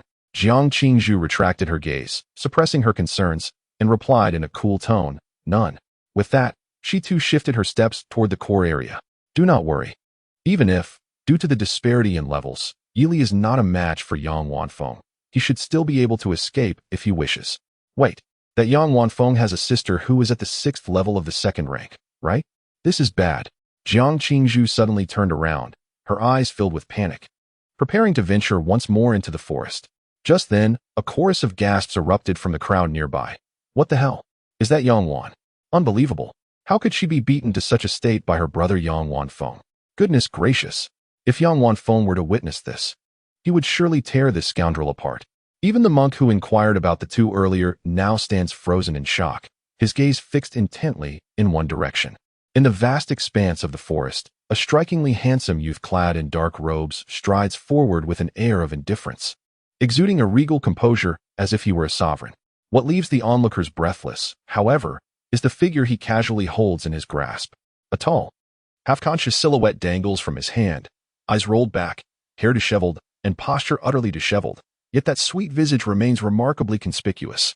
It is none other than Yang Wan, the cherished daughter of the Yang family in Shanzhou. Most of the assembly comprises members of esteemed families, accustomed to the ways of the world. Yet this scene is one they have never witnessed before.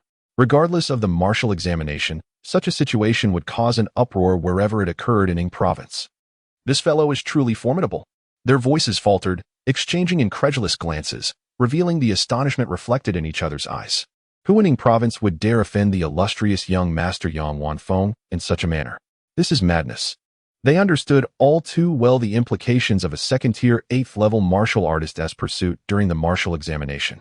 Chapter 58. May I inquire your name? Outside the secret realm, within the temporary encampment, the teachers present were equally taken aback as they beheld the scene on the screen. Is that really Yang Wan from the Yang family? How could anyone reduce her to such a state? Who is this young man? It is Yi Li from Linghai No. 1 High School. The murmurs erupted in chaos, as the teachers clearly did not anticipate such a turn of events. Aside from the core area where free combat is permitted, the remaining zones prohibit mutual attacks until the final 6 hours, a fundamental rule of the martial examination. Over the years, students have rarely breached this guideline, even when they did. It typically stemmed from disputes over the possession of exotic beasts, usually confined to ordinary martial students. Yet today, this occurrence is a first in their collective memory. Kai Guocheng gazed at the screen, his expression grave. Yi Li certainly exhibits remarkable audacity. Suddenly, the teacher from Shanzhou No. 1 High School, who had previously exited, burst into the tent and nearly fainted upon witnessing the spectacle on the screen. Yang Wanfeng had just been grievously injured, placing his hopes on Yang Wan, only to find her in such a wretched state. What on earth is happening? He shouted angrily at Kai Guocheng. This individual has violated the rules of the martial examination. I demand that his examination qualification be revoked immediately. Kai Guocheng hesitated, a flicker of uncertainty crossing his eyes. Had this been an ordinary student, he would have swiftly made a decision. However, who is Yi Li? He is a core student of Fengyun University. In other words, he is likely to become a formidable warrior capable of safeguarding an entire city in the future. If possible, Kai Guocheng still hoped to leave a favorable impression on him. However, such behavior is already quite reprehensible. Even if he matures in the future, it is uncertain whether he will become an ally to Han Xia. Kai Guocheng's thoughts were in turmoil, and he quickly solidified his decision. Just as he was about to dispatch someone to revoke Yi Li's examination qualifications, the perceptive woman from Fengyun University spoke up. Hold on, I believe it is premature to pass judgment. What do you mean? Kai Guocheng immediately turned to her. It's simple, Lin Yinyan replied with a smile, candidly stating, I cannot believe that a young martial artist brave enough to apprehend fugitives would strike at a companion without cause. With that, she revealed a document in her hand and pushed it toward Kai Guocheng. This is a record recently issued by the Qingyi Bureau, detailing Yi Li's solo pursuit of a peak third-tier fugitive. Ultimately, he succeeded in the kill. Lin Yinyan's tone was laced with evident admiration. As her words fell, all the teachers present, including Kai Guocheng, widened their eyes in disbelief. A peak third-tier martial artist is nearly on par with the majority of city-level Qingyi Bureau directors. How could a student who has yet to graduate from martial arts high school possibly eliminate a fugitive of such caliber? This is inconceivable. A teacher from Shanzhou No. 1 High School seized the document, exclaiming in disbelief. However, after scanning it briefly, his breath grew heavy, and the document slipped from his grasp. It is indeed true.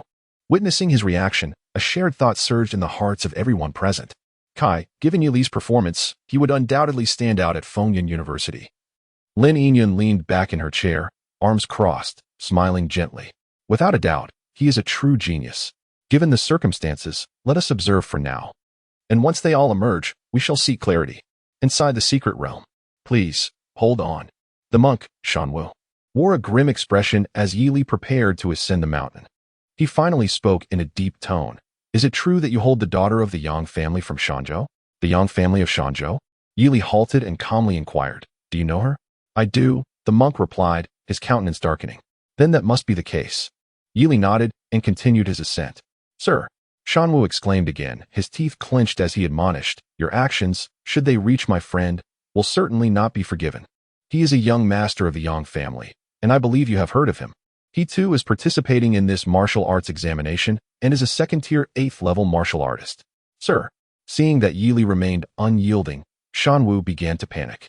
He raised his voice, his tone infused with anger. As martial artists, we must advance together and uphold martial ethics. By humiliating others in such a manner, do you position yourself in opposition to all of us martial artists? If you persist in this misguided path today, I shall unite with those present to impart a lesson on the Dharma.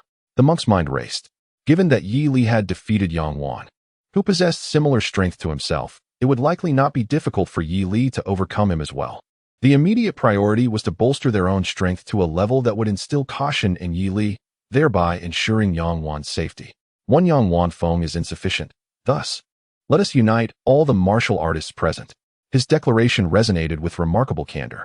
Although most individuals in attendance were reluctant to wade into such murky waters, they felt too embarrassed to openly distance themselves. This provided him with the opportunity to display his audacity. At this moment, Yili finally paused. In his recollection, the false Buddhist sect was adept at espousing moral righteousness while simultaneously cloaking themselves in virtue.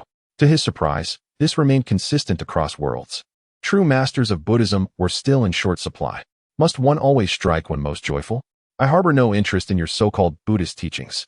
He turned to face the righteous and eloquent monk, calmly stating, however, today I intend to humiliate this individual.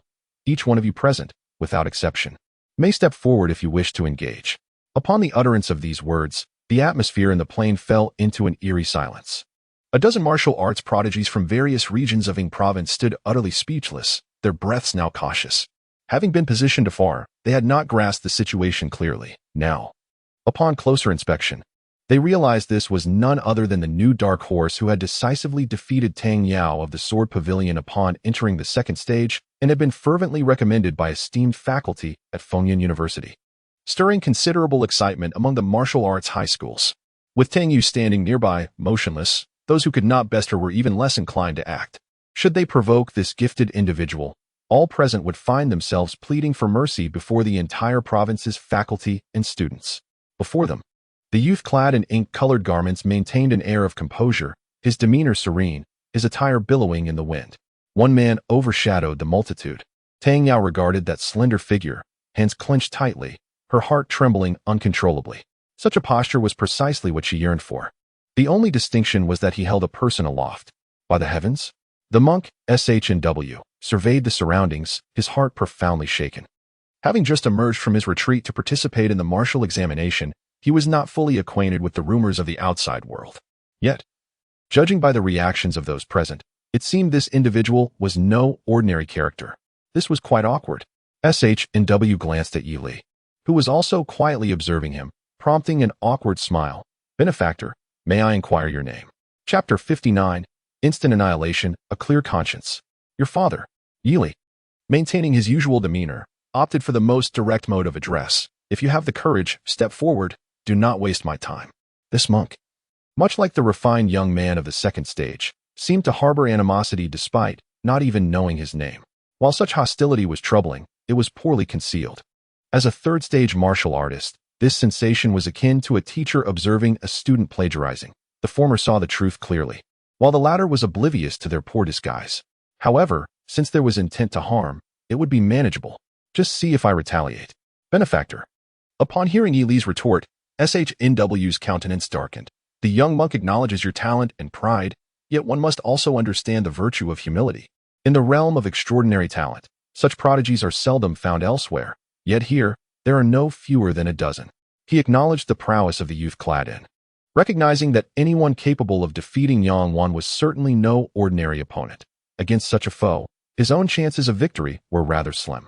However, it was equally true that should the other party wish to engage him, they must carefully consider the consequences. The so-called Little Diamond from Zhenjiang No. One high school was far from a mere title. Upon hearing this, many discreetly retreated, as they had aspirations to participate in the martial arts examination and had no desire to confront this dark horse from Linhai City. Since this Zhenjiang Little Diamond harbored intentions of confrontation, it would allow them to witness the strength of the youth firsthand. They were eager to ascertain what manner of individual could overcome the future sword immortal, who was basking in glory at the Qinshan Sword Pavilion. Do you consider yourselves geniuses? At the words of the monk Shanwu, a playful smirk graced Yili's face. Among those present, even the likes of Tang Yao, who possessed only confidence without true strength, had risen to be among the strongest. Were it not for the bald monk's unsolicited approach, he would have been disinclined to intervene at all. Then, amidst the scrutiny of numerous solemn gazes, a formidable aura suddenly surged from the youth, far surpassing that of anyone else present, as his vitality soared. There are no geniuses here. Yili's voice was calm, yet unmistakably authoritative. None of you qualify. Under the weight of this overwhelming presence, the smile on Shanwu's face vanished entirely, replaced by a grave seriousness, as if confronted by a formidable adversary. Pressured by the situation, he mustered the courage to speak. My lord, have you thought this through? To act now would likely result in mutual destruction. It would be wiser to withdraw. Before he could finish, Yili transformed into a blurred shadow, and amidst gasps of astonishment, he appeared before the astonished monk in the blink of an eye. Observing Shanwu's bewilderment, Yili casually struck out with his palm, yet with the enhancement of Danqi explosion. It unleashed a thunderous sound, as if the air itself was shattered. "My lord, you are mistaken." The young monk was not about to hold back. Shan Wu's eyes widened, his teeth clenched, as his true energy surged, creating a thick golden glow around his body, resembling an indomitable golden Buddha. After years of arduous training, he was confident that no martial artist of the same rank could breach his defenses. In the next instant, that bony hand descended lightly upon his chest. Boom! In an instant, a deafening roar erupted in the air, akin to the sound of metal being forged. Shan Wu's chest caved in by an inch, and in his horrified gaze, his robust form was sent flying by this immense force, spewing blood. Everyone present was left agape, their eyes fixed on the monk, who rolled several meters away on the ground. His aura was faint, and his complexion was as pale as gold paper, appearing gravely injured. The heart of over a dozen martial artists, all hailed as geniuses in various prestigious martial arts high schools, was stirred by tumultuous waves. A second-tier martial artist, well-versed in horizontal training techniques, was gravely wounded by a single strike. What kind of celestial being has the organizing committee allowed to enter this year's martial arts examination? Under the watchful eyes of the crowd, the heavily injured martial artist, at the second stage and fifth level, received a malevolent score of 500. How miserly!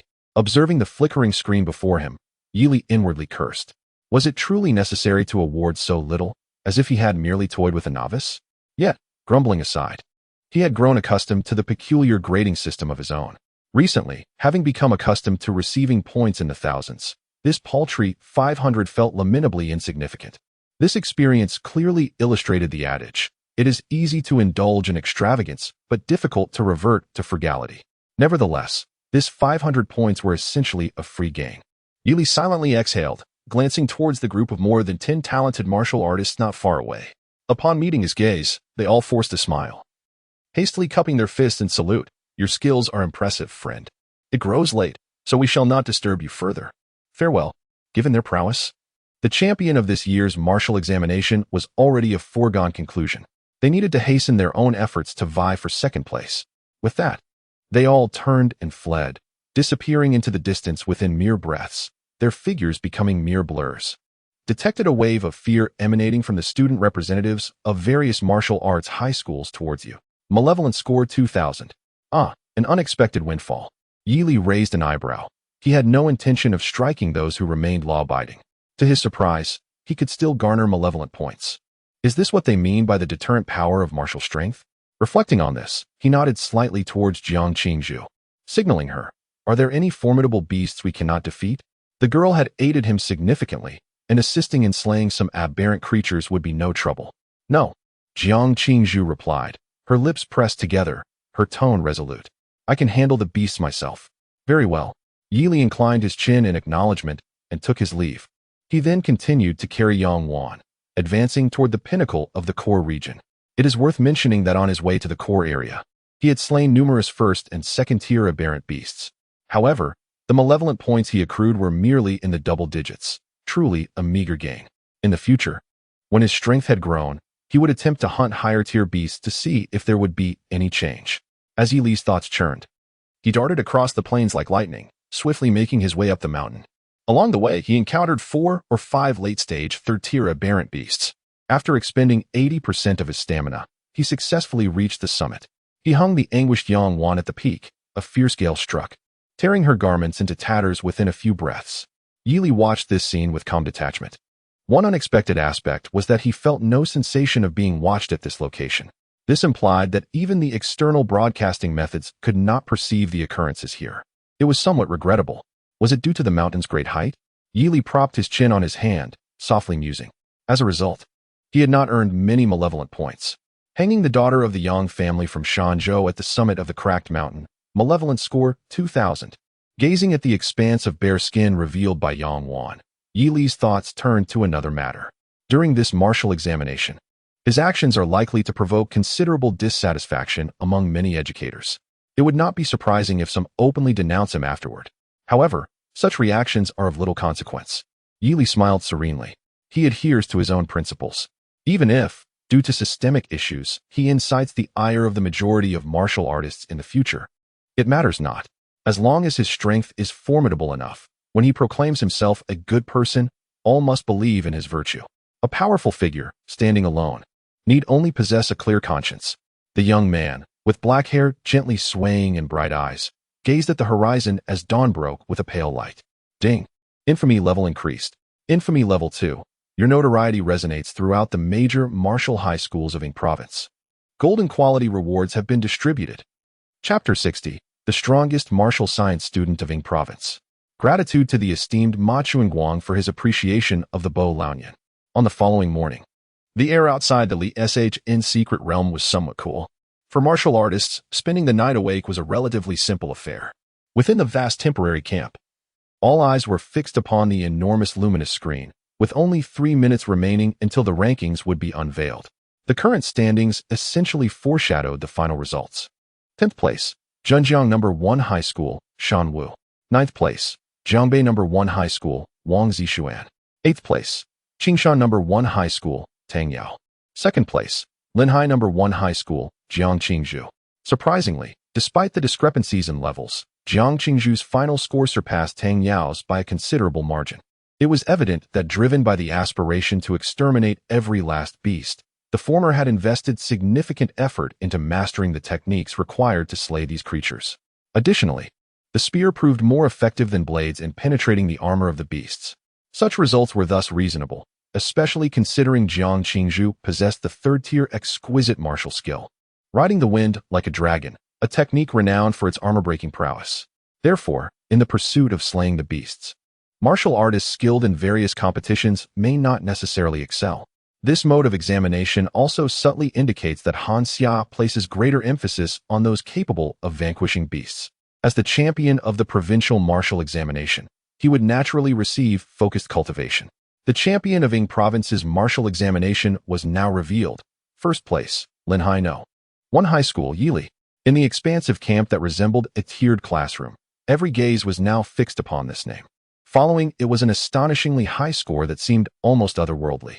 The chief overseer, Kai Guocheng, upon reviewing historical records of the martial examinations, spoke with a tremor in his voice, struggling to articulate words of unprecedented significance. Yili's score presented a chasm-like gap compared to Jiang Qingzhu, the runner-up. The reason was straightforward. The summit of Li Shn held extraordinary significance for the beasts within the secret realm. Much like the residence of royal beasts in high-tier secret realms, all creatures yearned for its heights. The peak, once inhabited by a pinnacle third-tier beast, had been brutally torn apart by the young man with black hair and golden eyes after an intense battle, its massive form cast over the cliff. Under some inexplicable allure, the outcome was set in motion. Powerful third-tier beasts continuously launched assaults towards the mountain summit, only to be vanquished by the young boy stationed there. The blood of these creatures cascaded down the cliffs in torrents. By 4 o'clock in the morning, not a single third-tier beast dared to ascend the mountain for a challenge. This signified that the sentient third-tier beasts within the Rift Mountain secret realm had officially acknowledged the boy's identity as king. Not only in the context of the provincial martial examination, but also across the entirety of Hanxia, the youth undoubtedly emerged as the foremost prodigy of his generation. Vice Principal Li Haohan of Linhai No. 1 High School sat slumped in his chair, his gaze vacant, his voice thick with elation. You, my boy, are truly the living embodiment of Linhai No. 1. Who could have anticipated that the rise of this young man to prominence in the provincial martial examination would occur in less than a month? The nourishing spirit herbs for next month had barely been arranged. Li Haohan could already envision the resplendent manner in which the boy's name would be etched into the annals of Hanxia's martial examination history. Numerous teachers looked at him with envious eyes. Young martial artists like Yi Li, who possessed the potential to become martial arts masters, would undoubtedly enhance the reputation of a martial arts high school. With ample resources, it would not take 50 years for the boy to ascend to the 7th tier, becoming a true martial arts master of considerable renown. Congratulations, Principal Li, Kai Guocheng remarked, glancing at the exuberant Li Haohan. By next year, the resources allocated to Linhai No. 1 High School should be considerably more abundant. He then turned to the attentive Lin Yinyun beside him and, lowering his voice with curiosity, inquired, Student Lin, what do you think of this boy Yuli's potential? The Wind and Cloud University, a gathering place for the most talented martial artists from across Hanxia, would surely provide valuable insights. Even within Wind and Cloud University, he would be regarded as an undeniable genius. Lin Yinyun responded without hesitation. He surpasses me by a significant margin compared to the past 2 years. Her words conveyed an unreserved acknowledgement of the youth's prowess. With a light sigh, she playfully added, I've encountered many geniuses, but even they would likely admit Yi Li's genius upon meeting him. Kai Guocheng felt a stirring in his heart and instinctively pressed further. How does he compare to the saint of Tianyang from Wind and Cloud University? Are you referring to senior son? Lin Yingyun crossed her arms with a thoughtful expression, pondering for a moment before stating, in terms of raw power, there is indeed a considerable gap compared to that monster. However, in terms of potential, they are likely on par. After a brief pause, she continued with a smile. But it's hard to say. Yi Li is still young, while that old fellow is nearing graduation. Who can predict the outcome? Such a high appraisal? Kai Guocheng exclaimed with surprise. It is worth noting that the Saint of Tianyang is also a distinguished young warrior within Wind and Cloud University, consistently ranking among the top 3 on the so-called Wind and Cloud rankings. I may not be precise, but I hope you find it amusing, she replied.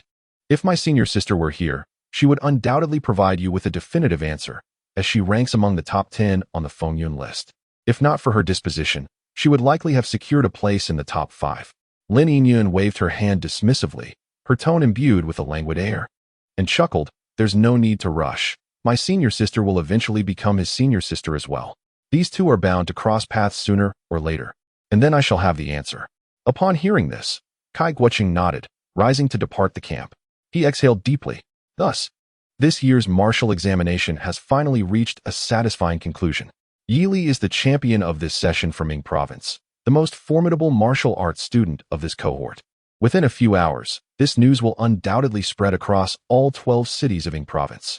I express my gratitude to the esteemed lover of the magpie, Ma Chunguang, for the golden medal that has spurred my writing.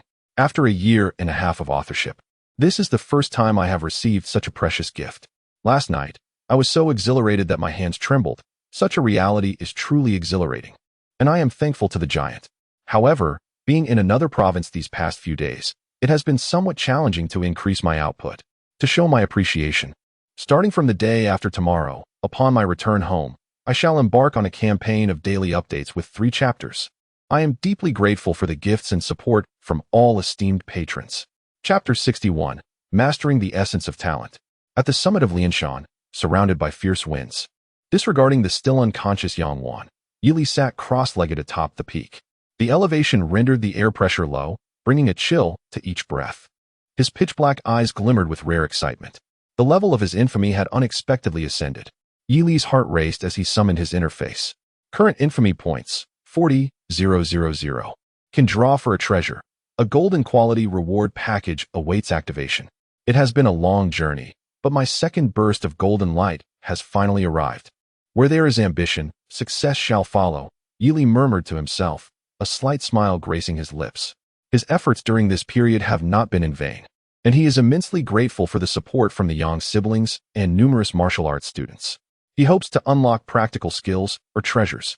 Last time, the immortal golden soul bestowed upon him unparalleled regenerative capabilities, transforming him into a relentless warrior. In confrontations with peers of the same rank, the risk of defeat was virtually non-existent, marking it as an exceedingly high-level divine talent. However, its expressiveness was somewhat monotonous, while the blazing golden eyes exuded an imposing aura. Infusing his movements with an aesthetic of violence during combat, they merely represented a significant enhancement of physical capabilities. Truth be told, it lacked the necessary flair and versatility. Relying solely on Yi Li's current hand of cards, should he encounter a peak 3rd-tier martial artist skilled in ranged combat in the future, not only would he struggle to amass infamy points, but maintaining dignity in battle would also prove exceedingly difficult. The distinction between a disheveled victory and a triumphant conquest is glaringly evident in terms of psychological impact on the adversary. If the golden quality reward drawn does not meet expectations, I shall visit the treasure wheel for some extraordinary tools. With this thought, Yi Li solidified his decision. Suppressing the surging emotions within, he silently declared, activate the package. Boom. As Yi Li's heart stirred, a colossal golden pillar, nearly as robust as the last, shot up from the panel, soaring into the heavens. To the onlookers on the distant plains, it resembled a magnificent thread connecting the mountain's peak to the firmament. The dense clouds were forcefully shattered by this beam of golden light, which surged and roiled amidst the mist, casting a clear and resplendent brilliance. In that fleeting moment, thousands of martial students, gathered at the foot of the mountain and within the dense forest of the plains, were drawn by this overwhelming spectacle, gazing skyward towards the distant heavens. What was happening? Alas! Instantly, amidst countless astonished gazes, the atmosphere within the entire secret realm became ominously dark. Pitch-black thunderclouds rolled forth from the sky, centering around the mountain peak enveloping the surrounding area within a radius of several dozen kilometers in an oppressive ambience. Numerous scattered skeletons, long bereft of flesh, trembled wildly at this moment. Almost simultaneously, above, an exceptionally eerie aura surged forth from the void, merging with the boy seated atop the peak, accompanied by a fierce wind. The terrifying momentum swept across the land and sky, stirring even the unconscious Yangwan, who sensed the peculiarity. Her eyelids fluttered, and amidst the tumultuous winds, she struggled to open a narrow slit to gaze towards the mountain summit. In the next instant, her heart nearly ceased to beat from shock. Was that Yili? She beheld the figure cloaked in an elongated black robe, surrounded by an exceedingly pure and swirling black cloud, rapidly expanding in all directions. In just a few breaths, it enveloped the entire. Within this bizarre black cloud, the essence of death and rebirth was palpably dense. The long-deceased third tier slowly opened their eyes, and a glimmer of crimson quietly emerged in their hollow pupils. With a series of chilling cracking sounds, they all rose from the ground, their massive forms bowing in reverence towards the mountain peak. A multitude of dozens of third tier now appeared as loyal servants. In such an atmosphere, the boy hardly resembled an ordinary third tier warrior. He was unmistakably a formidable young sovereign. Taking a breath, Yili gradually opened his eyes. In the depths of his profound obsidian gaze, Yangwan's stunned expression was reflected. Simultaneously, relevant information emerged within his mind. Ding! Congratulations! You have acquired the martial talent, Master Spirit and Soul. Master Spirit and Soul 1. A functional talent that allows complete control over the souls perished by your hand, compelling them to sign a life and death pact and recognize you as their master. They shall devote themselves to your service, bound to your interests for eternity without the hope of rebirth. Upgradable. It is said that the souls of the deceased return to a mysterious mountain, and the deity born from that mountain possesses this talent by nature. To gain authority surpassing it, feel free to harvest the values of malevolence. Gifted Ability 1. Necromancer. Necromancer possesses a natural superiority over undead creatures, rendering them incapable of launching any attack against you, while simultaneously enhancing your damage against them by 500. The absurdly high ceiling of this talent elicited a glimmer of joy in Yi Li's eyes as he perused the description on the panel. Subsequently, under the dazed and bewildered gaze of Yangwan, he maintained a calm demeanor, rising slowly and speaking in a tranquil tone laced with a hint of mockery. I await your vengeance. At this moment, the imposing black clouds atop the Rift Mountain gradually began to dissipate. The martial arts students, having never witnessed such a spectacle, displayed expressions of confusion. Yet, as those who had not yet reached the third tier, they could only attribute this anomaly to the peculiarities of the secret realm, with Yangwan being the sole exception. Observing the young man who had just unveiled a terrifying phenomenon, her eyes were filled with profound dread, her lips trembling uncontrollably. Vengeance. She had scarcely a shred of desire for retribution. Just as Yangwan was about to utter words of supplication, the teleportation array, signaling the conclusion of the martial examination, finally began to rise beneath their feet. Chapter 62. A stark contrast in treatment, thanks to the deeply moving Kuan. In the early morning, as the sun ascended, the magnificent array of the secret realm reflected beautiful rays of light. One by one, figures began to rise, and the once desolate plain was instantly dotted with black silhouettes. Over 10,000 students wore expressions ranging from relief to satisfaction, all infused with a sense of liberation. The martial examination had concluded. For them, it was akin to a towering mountain that had long pressed upon their chests suddenly collapsing, bringing immense ease. Although the martial examination was undeniably the foremost hurdle in this world, a light-hearted atmosphere quickly enveloped the expanse. Amidst this, Yili moved with a measured gait, his demeanor slightly more relaxed. He had achieved his objectives during this examination. Although the students from Qingshan No. 1 had not converged to besiege him, the Yang siblings had proven to be remarkably effective allies. Not only had his malevolent points surged significantly, but his infamy level had also ascended by 1 tier. He had secured a new trump card, eagerly anticipating the thrill of battle. Just then, Kai Guocheng soared down from the upper camp, approaching Yili, who bore a look of surprise. and spoke softly with a beaming smile. Congratulations. I'm pleased to inform you that your current score ranks first in the province. Unless unforeseen circumstances arise, this year's champion of the martial examination will undoubtedly be you. Given Yi Li's potential displayed thus far, it was sufficient for Kai Guocheng to extend an olive branch. As long as he continued to develop steadily, gradually maturing and learning to temper his brilliance, he could evade assassination attempts from various nations. Whether in a few decades or a century hence, the emergence of a new master of martial arts in Hanxia seemed almost assured. With the intent to foster goodwill, Kai Guocheng gently remarked, "Additionally, according to the account from Yang's young master, who has recently awakened, it was you who first launched an attack on him and Yang Wan at the onset of the martial examination." In response, Yi Li's expression remained unchanged, poised to assert that it was only natural to accept a challenge when provoked. Kai Guocheng then chuckled. "However, based on our inquiries with some students from Shanzhou No. 1 high school who left early, it can be reasonably concluded that it was Yang Wan Feng and Yang Wan who first challenged you, hence your results are preserved." Yi Li was genuinely astonished this time. He had already prepared himself for disqualification and had not even contemplated a defense. Yet, nothing had transpired? Could it be that he had managed to elicit such leniency from the authorities? Sensing Yi Li's surprise, Kai Guocheng remarked, "Since you were not the one to instigate the conflict, naturally, your examination qualifications will not be revoked." After a brief pause, he added thoughtfully, "Although the main issue does not rest with you, the Yang family from Shanzhou may not be entirely satisfied with this response. Therefore, it would be wise for you to minimize your public appearances. Should you appear, exercise utmost caution." The head of the Yang family is a seasoned fifth-tier warrior. Despite his advanced age, his prowess remains formidable, and there are many fourth-tier warriors within the Yang family who could intervene. Throughout this discourse, Kai Guocheng closely observed the young man's reactions. His words served as a subtle reminder to Yi Li that the examination authorities, upon grasping the situation, chose not to pursue the matter, but that did not imply the Yang family would adopt a similar stance. In fact, the likelihood of deliberate retaliation could be quite high. After listening to Kai Guocheng's counsel, Yi Li nodded slightly. He responded softly, "I understand. This development was anticipated. Moreover, should the Yang family press too hard, I do not intend to show mercy." "That is good to hear."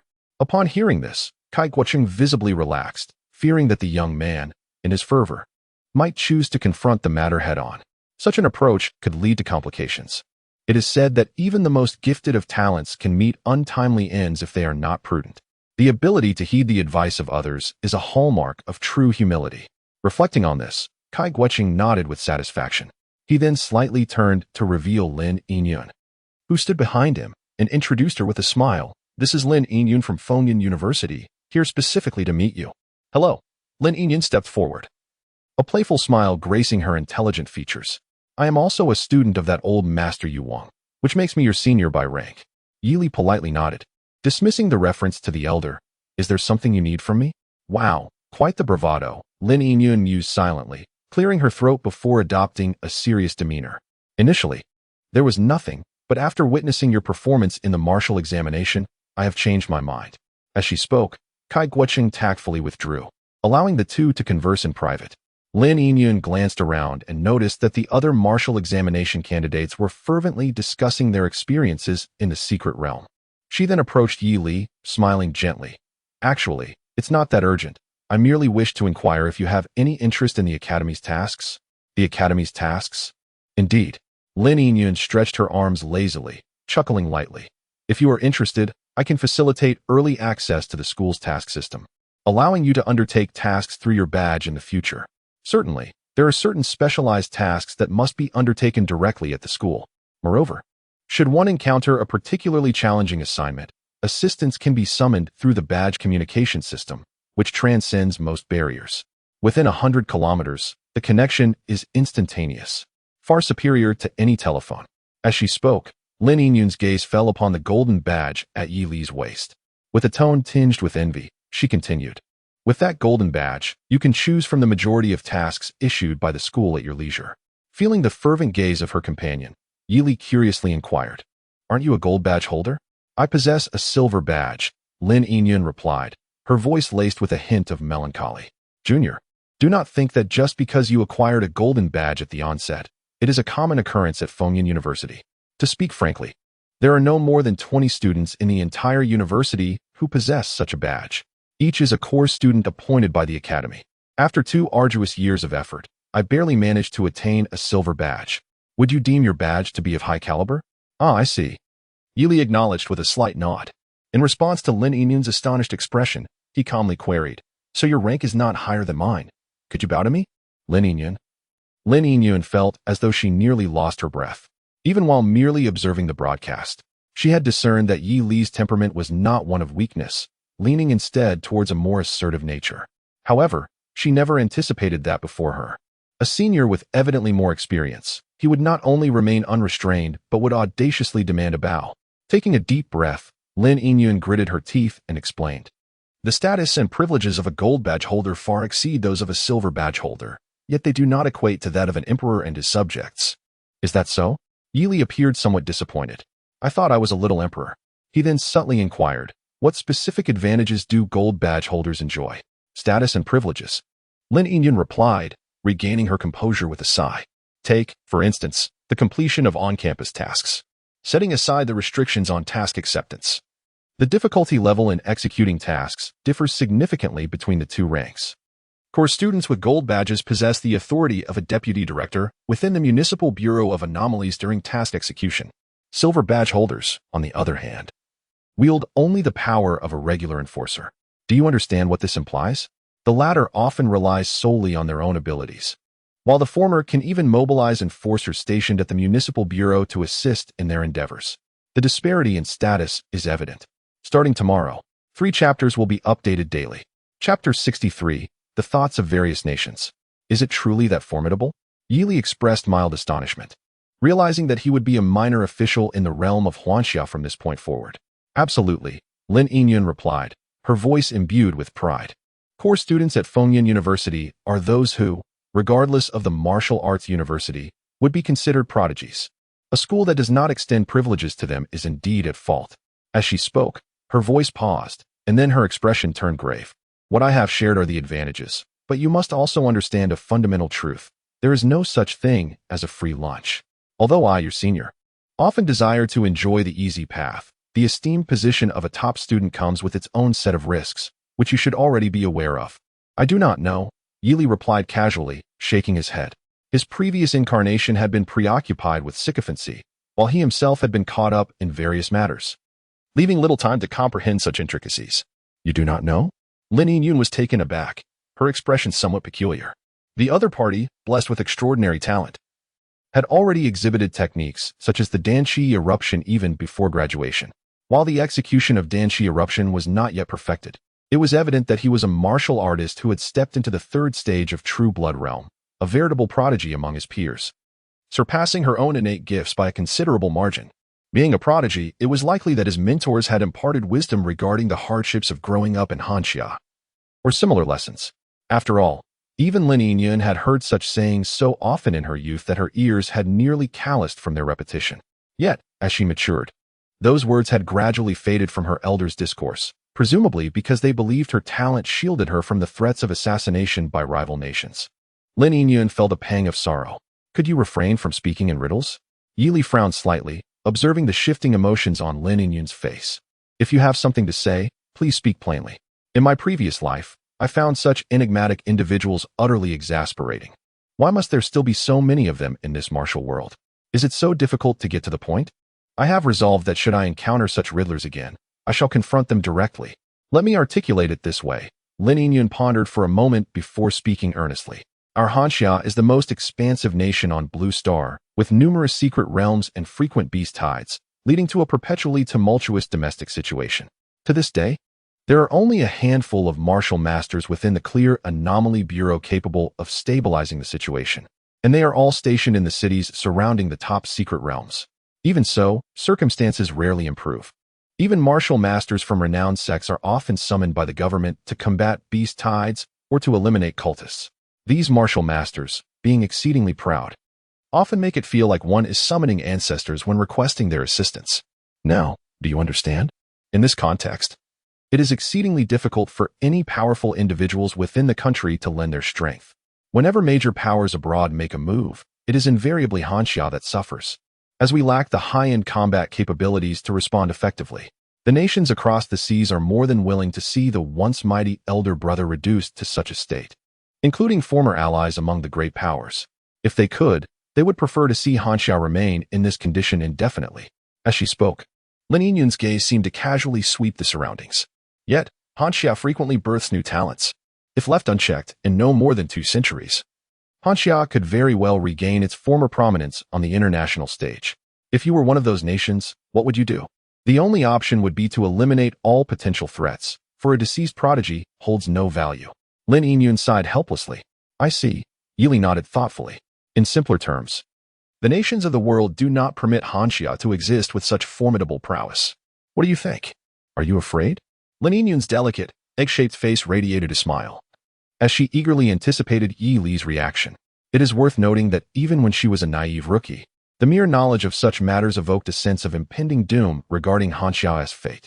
On that particular day, she even abstained from indulging in her favorite ice cream. From Lin Yinyun's perspective, if someone as unqualified as herself could harbor such concerns, then Yi Li, who possessed the requisite qualifications, would undoubtedly feel even more anxious. The reasoning is straightforward. The sensation of suddenly standing against the entire world is akin to a small boat navigating through tumultuous seas, suffocating and terrifying, capable of unnerving even the most seasoned warrior. This feeling does not dissipate with maturity. Rather, as one ages and gains greater understanding of the world, the impact and pressure of such situations only intensify. In other words, someone like Yi Li, who perfectly meets the standards, would instantly sense immense pressure. Afraid? Yi Li raised an eyebrow slightly, surprised. Why should I be afraid? Once the issue is understood, the subsequent matters become easily manageable. It is quite simple. Once I mature, I can single-handedly vanquish the various nations, can't I? Observing this, Lin Yinyun opened her mouth as if to speak, but ultimately refrained. How infuriating. This fellow remains so composed. Why fear? Of course, it is because you will undoubtedly encounter assassination attempts from those nations in the future. Lin Yinyun genuinely wished to inquire whether he understood the concept of humility. However, upon witnessing the overwhelming confidence radiating from the young man, she instantly dismissed the thought. He might not comprehend humility, but he certainly possessed unparalleled self-assurance. Was such an aura a result of his accumulated experiences? Lin Yinyun fell silent for a moment before finally stating, "It is still wise to exercise caution. You are not only pursued by the various nations. Speaking of those nearby, there is also the so-called Yang family from Shanzhou." Naturally, Yi Li nodded slightly. Unlike her, he had complete trust in his own upright character. Not only would he confront the people of the nations, but he would also not spare anyone from Han Xia who looked upon him with disdain. That is reassuring. Lin Yinyun exhaled in relief, considering it a sign that he had heeded her words and had become more vigilant. Thus, it is evident that even if they are not on the same wavelength, both parties can still engage in a pleasant conversation. However, you need not worry about assassination attempts from the nations for the time being. Lin Yinyun lifted her head, stepped forward, and patted Yi Li on the shoulder, offering a comforting smile. At the very least, one must be a fourth-tier warrior to attract the attention of the nations. Otherwise, if every prodigy were to be assassinated, even the nation's numerous high-tier warriors would be overwhelmed. After all, how often does a martial arts master emerge? I recall there was a genius who became a second-tier warrior at the age of 6, but only broke through to the third tier at 60. The enemy spies who had been fixated on him for half a lifetime nearly succumbed to despair. As she spoke, Lin Yinyun stretched lazily, her tone laced with a hint of humor. After Yi Li nodded, she extended her palm, her demeanor returning to a relaxed state. After all this talking, I'm exhausted. Hand over the gold medal. I shall connect you. With a casual flick of her wrist, the gleaming golden medal soared through the air in an elegant arc towards the other party. Be careful, Lin Yinyun exclaimed softly, catching the medal with a hint of trepidation.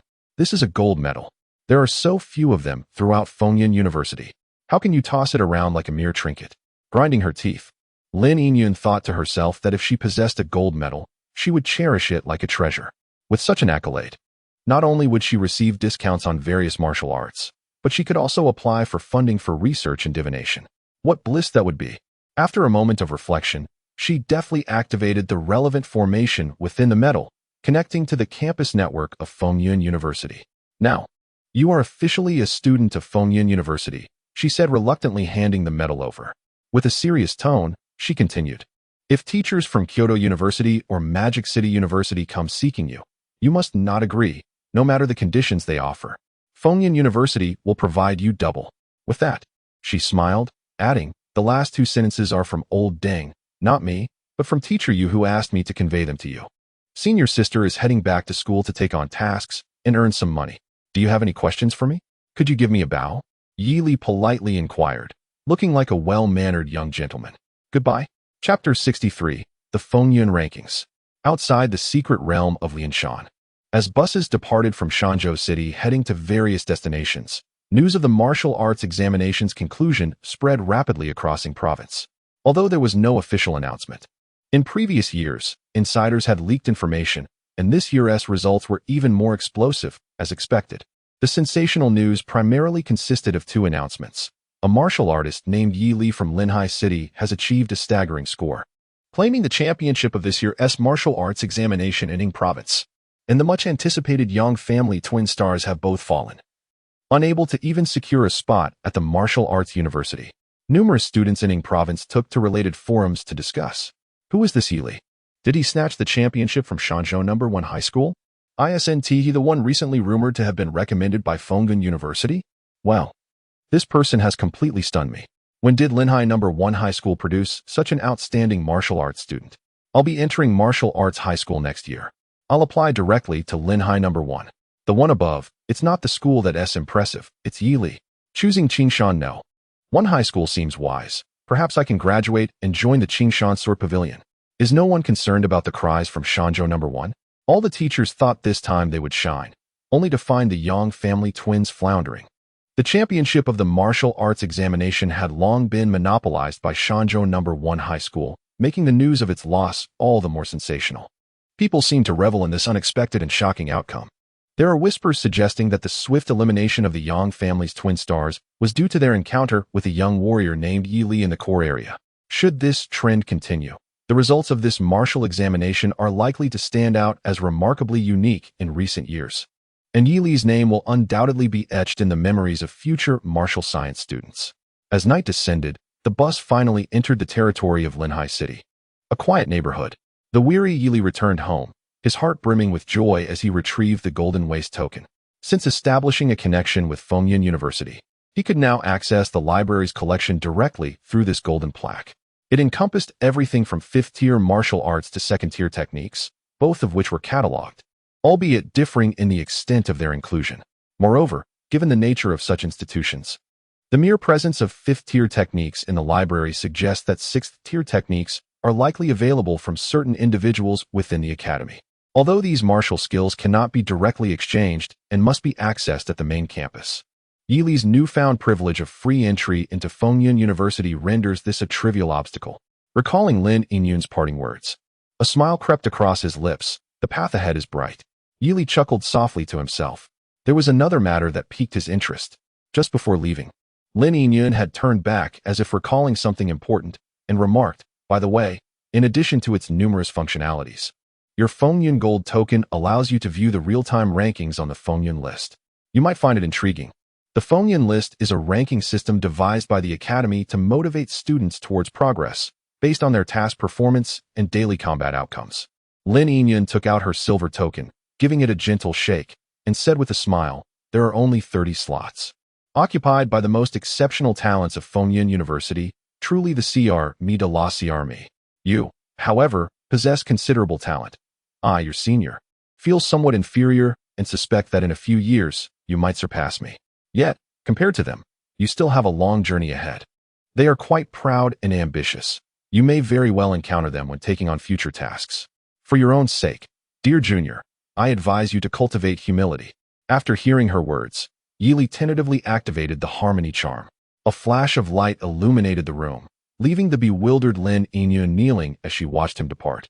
Yet, this languid young woman, with her laid-back disposition, merely brushed off the dust and pondered for a moment before turning to leave.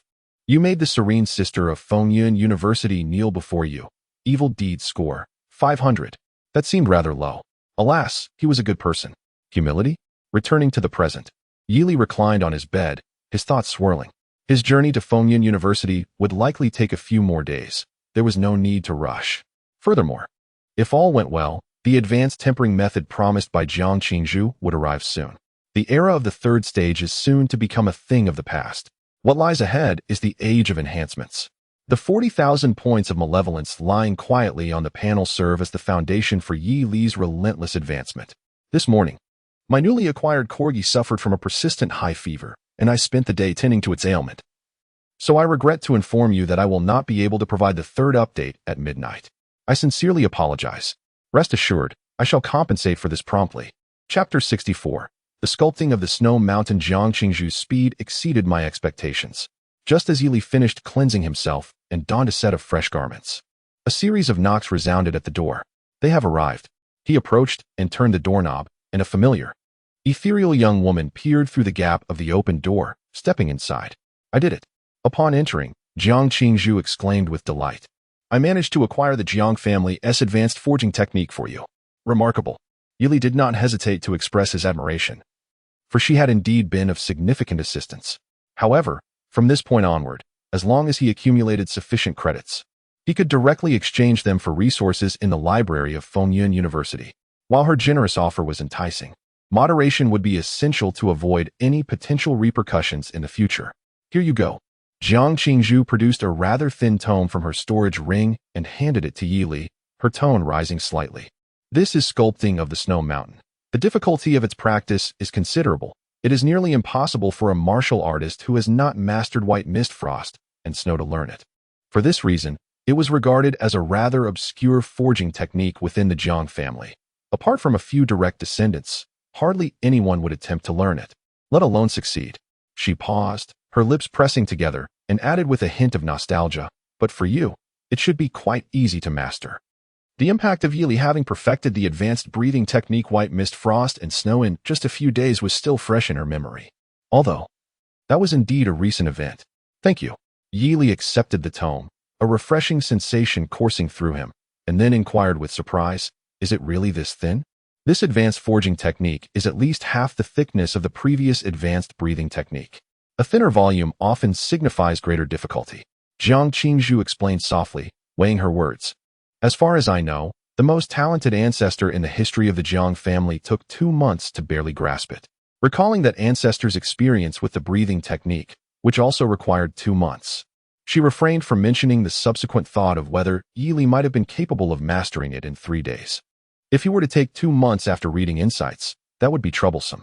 Upon hearing this, Yi nodded slightly, feeling a sense of resignation within.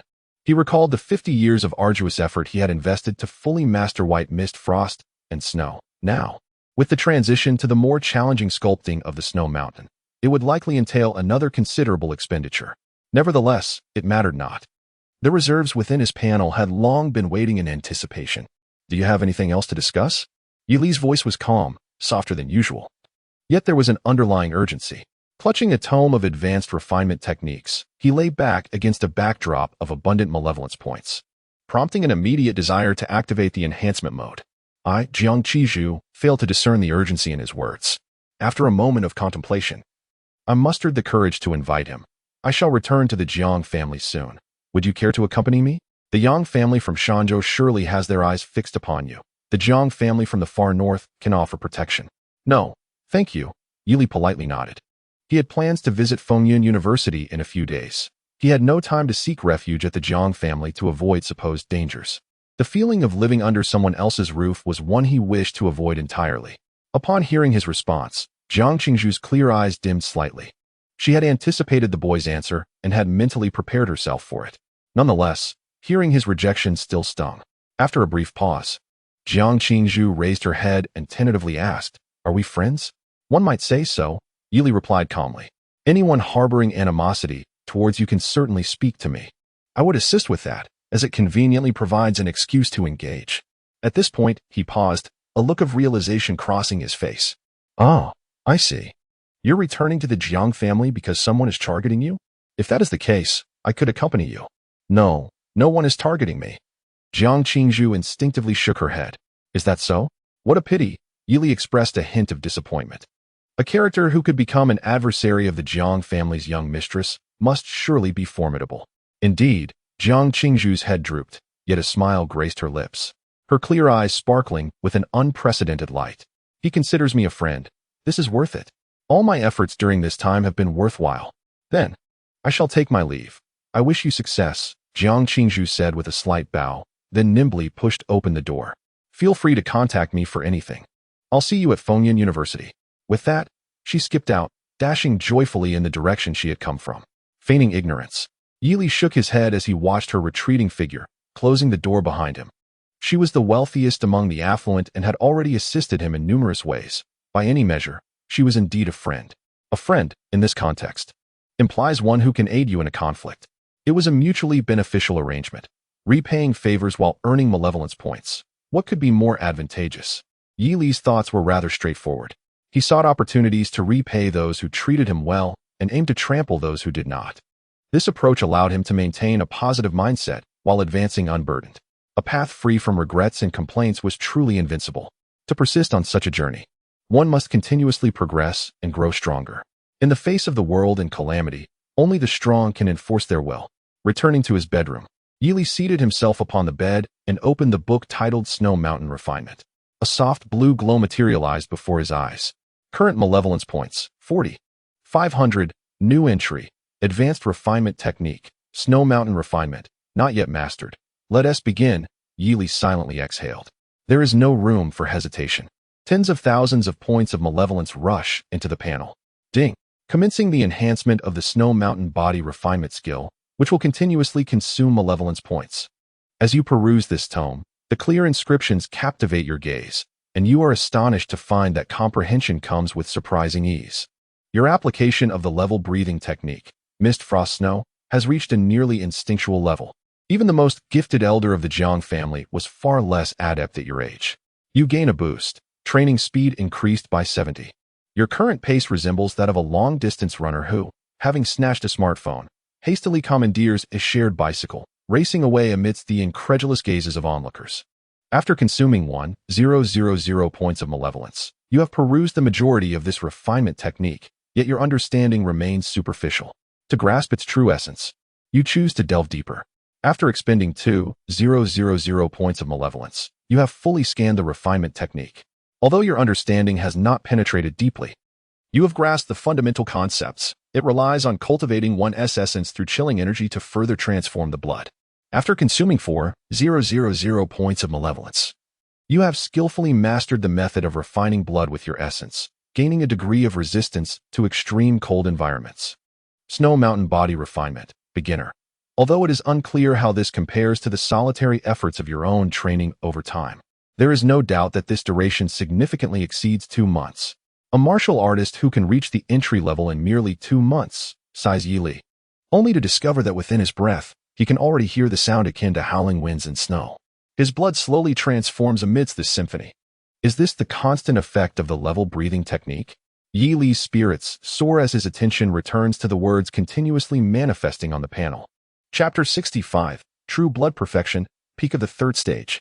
After consuming 5,000 points of malevolence, you begin to attempt accelerating the refinement through breathing, uncovering relevant insights that significantly hasten the speed of true blood refinement, surpassing the original technique by several-fold.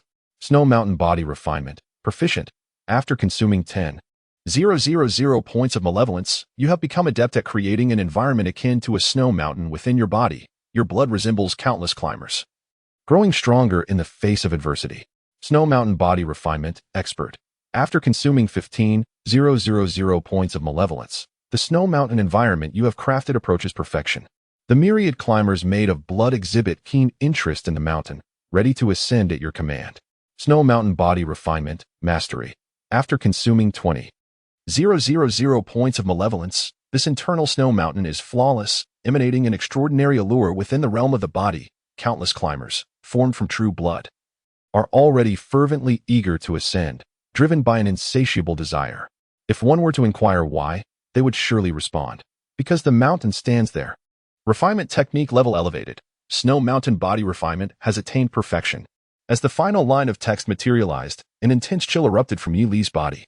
The sound of icy explosions resonated, causing the temperature within the bedroom to plummet by several degrees, with frosty mist rapidly forming upon the windows. Despite it being the sweltering month of June, The room resembled an exquisite ice cellar. Yi Li's gaze flickered. Following a brief execution of chi burst, a hint of icy blue began to rise from his dark eyes, seemingly creeping up towards his brows and hair. If one's realm dictates the quantity and limit of a chi burst, then the cultivation technique determines its quality. Among warriors of the same tier, with equivalent consumption of true energy, the higher the cultivation technique's rank, the greater the might of the chi burst. With a gentle exhalation, the chilling air visibly surged into the atmosphere, appearing extraordinarily mystical. As he slightly circulated his true energy, a sense of completeness resonated within him.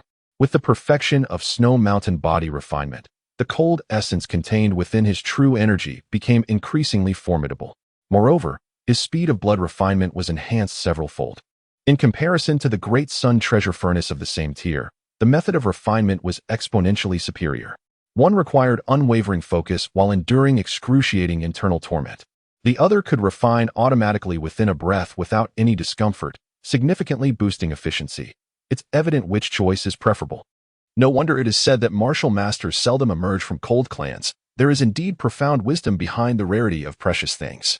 Yi Li nodded slightly, his thoughts racing. Everyone around him warned of the Yang family from Shanshou, who were watching him intently, urging caution. It seemed imperative to devise a pretext to eliminate the Yang family. Otherwise, his peace of mind would be severely compromised. With the refinement technique now perfected, it was time to elevate his cultivation. With a focused thought, he directed a torrent of malevolent energy towards his martial level. Clang, commencing the consumption of malevolent energy to continuously enhance martial level. Through arduous training that transcends ordinary limits, your comprehension of snow mountain body refinement has reached perfection. Coupled with the assistance of the great sun treasure furnace, a remarkable synergy has arisen while refining your true blood. Gain, refinement speed increased by 1,000. Your speed resembles that of an unknown divine chariot racing down a sacred mountain, transforming the myriad bends along the martial path into a straight road to the heavens. No external assistance is required. You are now a prodigy riding the tempest. After consuming 500 points of malevolence, the third stage of duality, which was already approaching perfection, began to show signs of fracture. The golden glow within the true blood became exceptionally pure, resulting in a significant enhancement in the quality of the body's core. You have ascended to the third stage's third level, possessing the highest level of tempering technique. You are naturally able to refine the highest quality true blood. You have finally comprehended the notion that even among warriors of the same level, there exists a disparity beyond the third stage. You have gained an enhancement, true blood quality increased by 100. No wonder I feel that my golden glow is far more exquisite than that of the wanted criminal from that day, Yi Li thought, slightly dazed. Progress continued on the luminous screen. After consuming 500 points of malevolence, the golden glow of your true blood began to expand, reaching 1/3 of its potential. Your senses experienced a remarkable enhancement, and the black pupils, possessing the eye of illusion, attained dynamic vision surpassing that of other warriors of the same tier. You have ascended to the third stage's 6th level. After consuming 500 points of malevolence, the true blood coursing through you flowed with an unprecedented clarity, elevating the quality of your core to an even more perfect state, exuding a refreshing fragrance. You have now reached the third stage's 9th level. After consuming 500 points of malevolence, you fully adapted to the sensations of the true blood realm, your core energy flawless and the speed of its eruption nearly instantaneous. Your martial arts level has increased. You have reached the pinnacle of the third stage. This enhancement consumed a total of 500 points of malevolence, equivalent to nearly 20 years of arduous cultivation. Current malevolence points, 6,000. The moment the text concluded, an unparalleled sense of power surged throughout your body. Boom. Yi Li's aura erupted, and a terrifying chill blasted against the surrounding walls, shattering the wooden bed beneath him into countless fragments. Even the entire floor trembled distinctly twice. The enhancement from completing the first major phase was far greater than any previous experience. A force capable of splitting mountains and shattering stones surged into his body, coursing through Yi Li's limbs and bones, causing his breath to quicken. Even if he were to cease his cultivation from this point forward, he would still garner a modicum of renown in Wen Province. Indeed, Yi Li's heart raced, his eyes filled with astonishment, standing amidst a shower of wood chips, radiating an aura of core perfection. He turned his head and gazed into the distance. Even the dust falling hundreds of meters away appeared crystal clear. With senses akin to the extraordinary, Yili perceived a world entirely different. His black eyes sparkled with intensity, as if harboring the spirit of a lion. After a brief moment of exhilaration, Yili's gaze returned to the panel. Current malevolence points, 6,000. It was time to devise a plan. Yili furrowed his brow. Chapter 66. The Shock and Actions of Old Master Yu within Wen Province, at Windcloud University. The morning sun bathed a magnificent building, where a throng of individuals moved with remarkable presence, each exhibiting an impressive aura, the least among them being of the second tier. Atop a tall building, Lin Yingyun looked on helplessly at the elderly figure in a green robe, his hair and beard billowing in the wind.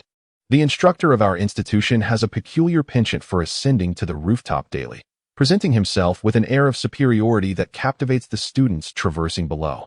Should a novice, fresh to the campus, catch sight of him, they might well be intimidated by his demeanor, scratching their heads in a fervent desire to engage him in conversation. Ah, Lin Yingyun, did you notice that student over there gazing at me with such eagerness? Surely, they wish to seek me as their mentor.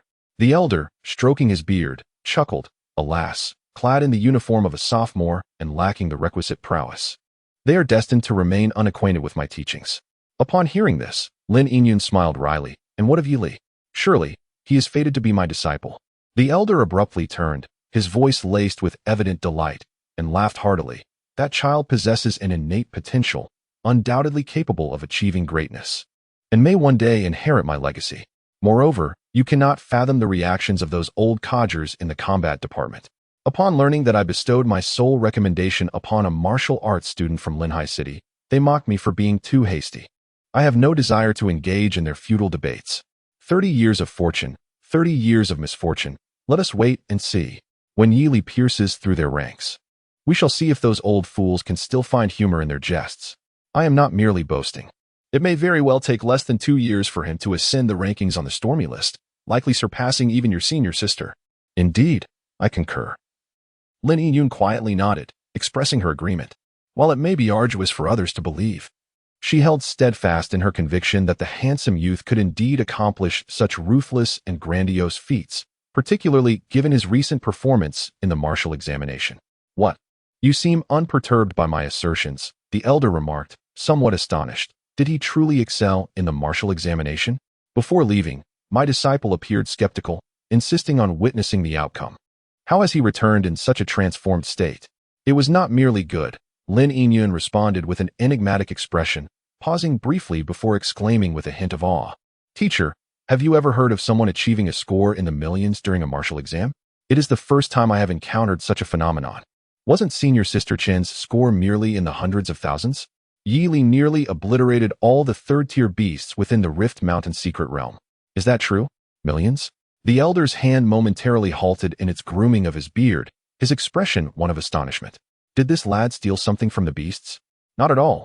Rather, he seized the throne within the secret realm, and though the beasts attempted to reclaim it, he was relentless in his slaughter, drenched in their blood. Lin Yingyun was pleased with his reaction, smiling as she recounted the undeniable truth. In the end, the third-tier beasts were so thoroughly vanquished that none dared to ascend the mountain again, prompting him to cease his onslaught. A profound silence enveloped the air for several moments. Ah, I see.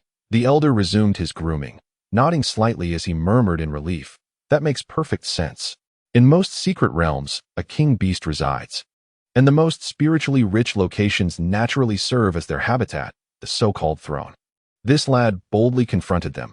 No wonder those nascent third-tier beasts could not withstand him. Regrettably, the youth's approach to this matter is one of relentless determination. It is difficult to envision the demeanor he will adopt once he has strengthened his abilities and enters those high-level secret realms teeming with formidable beasts. Contemplating this, Elder Yu swallowed hard, then resumed his smile. What of the others? Did they not accompany you back? No, he replied. He mentioned there were still matters to attend to and would return in a couple of days. That is good. Elder Yu's gaze shifted downwards as he spoke softly. I have already recorded the credits for the last time he eliminated a wanted criminal. When he arrives, take him to the library to select some resources. What level is he at now? Upon finishing his sentence, he abruptly turned to Lin Yingyun. The naturalness of her tone made him suddenly aware that something was amiss. During their last encounter, Yili had seemingly been a novice in the second tier, relying on an unknown yet formidable secret technique to contend with Tang Yao, who was at the 6th level of the 2nd tier. Now, he was astonishingly capable of treating 3rd-tier beasts as mere minor foes. Is he truly at the 3rd tier? Lin Yingyun asked, perplexed. Indeed, there can be no mistake. He must be utilizing the Danqi explosion technique. Believing that he doubted her judgment, Lin Yingyun waved her hand dismissively, affirming, though somewhat unrefined, it is undoubtedly Danqi explosion. He should be at the initial stage of the 3rd tier, perhaps at 1 or 2 levels. Elder Yu was taken aback, sinking into a prolonged silence, even halting his movements. The 2nd-tier martial artist he had encountered previously had now transformed into a 3rd-tier practitioner? How long had it taken? No more than a week. What kind of innate talent was this? When did the path of martial arts become so straightforward? Could it be that he had accumulated vast experience only to unleash it all at once? Yet, was such a solid foundation not too outrageous? As his thoughts raced, Elder Yu ultimately concluded that Yili must possess extraordinary innate talent, having remained dormant for too long, thus achieving remarkable progress in merely a week. Is there anything else? He inhaled deeply, harboring a tentative hope as he inquired. Indeed, there is, Lin Yingyun confirmed with a nod. At her words, Elder Yu's eyes twitched slightly. Speak. Lin Yingyun sighed. Teacher, it would be prudent for you to gather your belongings. What do you mean? Elder Yu was taken aback. Did she intend for him to vacate his position? Not quite, Lin Yingyun replied, clearing her throat with a serious demeanor. According to the head of the organization, he dealt a significant blow to the Yang family's twin stars. One will face repercussions in their martial training, while the other has declared an end to their practice, both failing to achieve their goals. Given the local rumors about the Yang family in Shanzhou, I believe they may take adverse actions against Yi Li, despite his current status as a core student at Fengyan University. This concerns life and death. So I advise you to pay a visit to the Yang family and issue a caution. Upon hearing this, Elder Yu's gaze sharpened. The Yang family in Shanzhou was known for recruiting numerous guests and had a reputation for being ruthless and decisive. It was said that even the enforcers of the local Qingyi Bureau did not show them much deference. Once offended, regardless of right or wrong, the Yang family would seek retribution. The reason for their enduring legacy lies in their unwavering willingness to surrender individuals to the Qingyi Bureau whenever summoned, allowing the Bureau to exercise its authority without hesitation. Not only did this approach leave no room for criticism, but it also served to elevate the Yang family's reputation within Shanzhushi. Over time, the fame of the Yang clan flourished, attracting countless followers, while the number of martial artists daring to provoke them dwindled. Thus, it is no wonder that Lin Yingyun harbored concerns for Yi Li's safety. Oh, a faction led by a mere 5th-tier novice martial artist has chosen to trouble my disciple, the elder remarked, his smile devoid of warmth. He then inquired, who initiated the conflict against the twin stars? Many students in Shanzhushi claimed that the Yang siblings had issued the challenge, yet it was indeed Yi Li who struck first. Lin Yingyun replied calmly. Then there is no issue. A challenge once issued warrants a response, the elder stated, turning to descend the stairs, his voice carried by the gentle breeze. I shall make a trip to Shanzhushi. When Yi Li arrives at the academy, you are to guide him as usual to undertake some tasks, while also introducing him to a couple of 3rd-tier martial techniques. The elder's lips curled slightly. There will be academic credits involved. Absolutely, you can trust me with this. Lin Yingyun replied eagerly, nodding. I shall head to Linhai City at once. In the Yang family's grand estate in Shanzhushi, the morning sun cast a bright light upon the expansive grounds, yet an unsettling chill lingered in the air. In front of an elegantly adorned ancient-style mansion, individuals clad in peculiar attire stood quietly, seemingly awaiting something. At that moment, a regal-looking elder with a gaunt visage emerged, his cold expression tinged with a hint of anger, emanating an imposing aura. Master of the house, how is Yifan? A refined woman among the crowd rushed forward, her demeanor urgent. I have heard he has sustained injuries to his meridians. Will he still be able to cultivate? Upon hearing this, the nearly 200-year-old master of the Yang family twitched his eyelids twice, his gaze settling upon her as he spoke calmly. More than 3/4 of his meridians have been frostbitten. However, the assailant exercised some restraint and did not render him completely incapacitated. With the assistance of a 4th-tier physician, he should recover fully in about 5 years. Upon receiving this news, the Yang family members, who had been anxious about Yifan potentially being rendered incapable, thereby causing the Yang clan to lose its most dazzling star in recent years and fade into obscurity within Shanzhushi, finally felt a sense of relief. 5 years is neither too short nor too long for a prodigious second-tier martial artist like Yang Wanfeng. Given the Yang family's resources, enlisting a fourth-tier physician with healing talents should not pose a significant challenge. However, the elegant woman furrowed her brow, her enchanting face now clouded with deep anger as she exclaimed with indignation, "Damn that Yi Li for inflicting such suffering upon my son." 5 years. How many 5-year spans does one have in life? By then, Yi Li will have graduated from Fengyan University, while Wanfeng will just be able to cultivate normally. She cast her gaze upon the elder above, her teeth clenched as she declared, "Patriarch, this matter must not be overlooked." To her surprise, the numerous members of the Yang family present nodded in agreement. The reason was straightforward. The Yang family had maintained a reputation for vengeance in Shanzhou for many years, having slain countless foes and gathered numerous followers. How could they allow a mere third-tier warrior from the prestigious Fengyan University to set a precedent and tarnish their name? The principles of an eye for an eye and accountability for one's actions were not only the family's creed but also the fervent allure that attracted many warriors to their ranks. Who among the wandering martial artists would not be tempted by a force willing to exact retribution at any cost? The Yang family had adhered to this doctrine for over a century, even if Yi Li had achieved the highest score in the province's martial examination. He was merely an ordinary practitioner at the initial stage of the third tier. If they refrained from taking action against him solely due to his status as a student of Fengyan University, how could they continue to entice followers in the future? Without followers, how could the Yang family practice the blood ignition secret art? "Patriarch, I have gathered all the necessary information." A middle-aged man stepped forward and spoke in a low voice. "That brat resides in the southern district of Linhai City. I even have the precise address.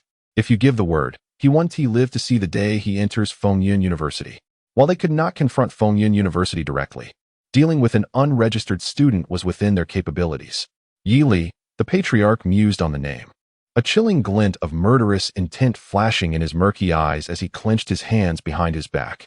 He inquired, "Is this Yi Li currently at the third-tier True Blood realm?" Indeed, someone nodded in affirmation. According to the instructors from various martial arts high schools, he is likely at the initial stage of the third tier. A third-tier warrior, not yet 20, the patriarch of the Yang family chuckled wryly. What an extraordinary talent for martial arts. Reflecting on his own youth, he recalled that he had barely broken through to the second tier at the age of 20. Over the years, it had been through the Yang family's secret arts that he had succeeded in ascending to the 5th tier, earning great renown. Although he bore the hidden ailments of a forced breakthrough, making further progress impossible, the support of his followers had been sufficient to secure the Yang family's status in Shanzhou.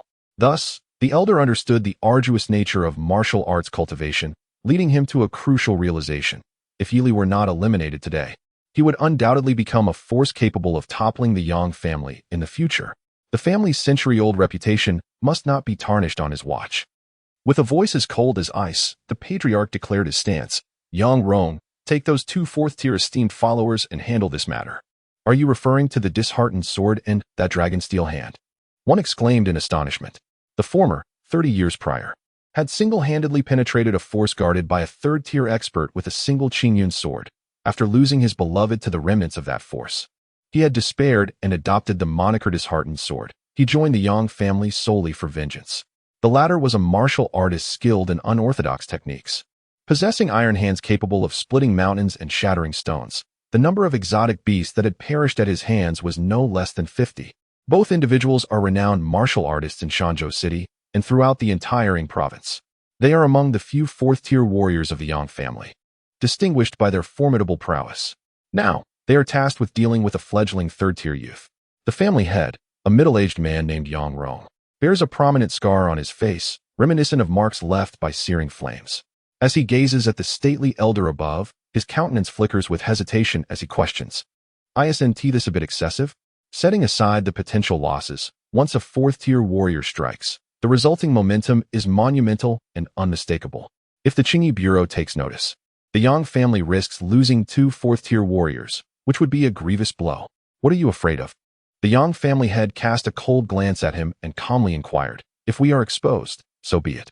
Their enmity is already established, and they owe us a debt. Afterward, we shall hand them over to the Qingyi Bureau. Or do you truly believe that a third-tier warrior, barely 20, is worth more than 2 fourth-tier warriors whose potential has been exhausted?" At his words, the scar on Yang Rong's face quivered slightly. Indeed, The loss of two fourth-tier warriors seems acceptable when weighed against a young martial artist brimming with potential. Recognizing this, he bowed respectfully and said, "I shall attend to this matter immediately." "Wait." The alluring woman interjected sharply, turning to the esteemed elder above, and said through gritted teeth, "Family head, may I go instead? You wish to take my place?" "Indeed," the beautiful woman replied. "I recently advanced to the 6th level of the 3rd tier, surpassing Yang Rong by 2 levels. If I go, the chances of success are significantly higher." As she spoke, a fierce murderous intent surged in her eyes, her tone icy. "Moreover, I am genuinely eager to personally eliminate the one who has crippled my son." Upon observing her demeanor, the Yang family head pondered briefly before nodding slightly. "Very well. You may go."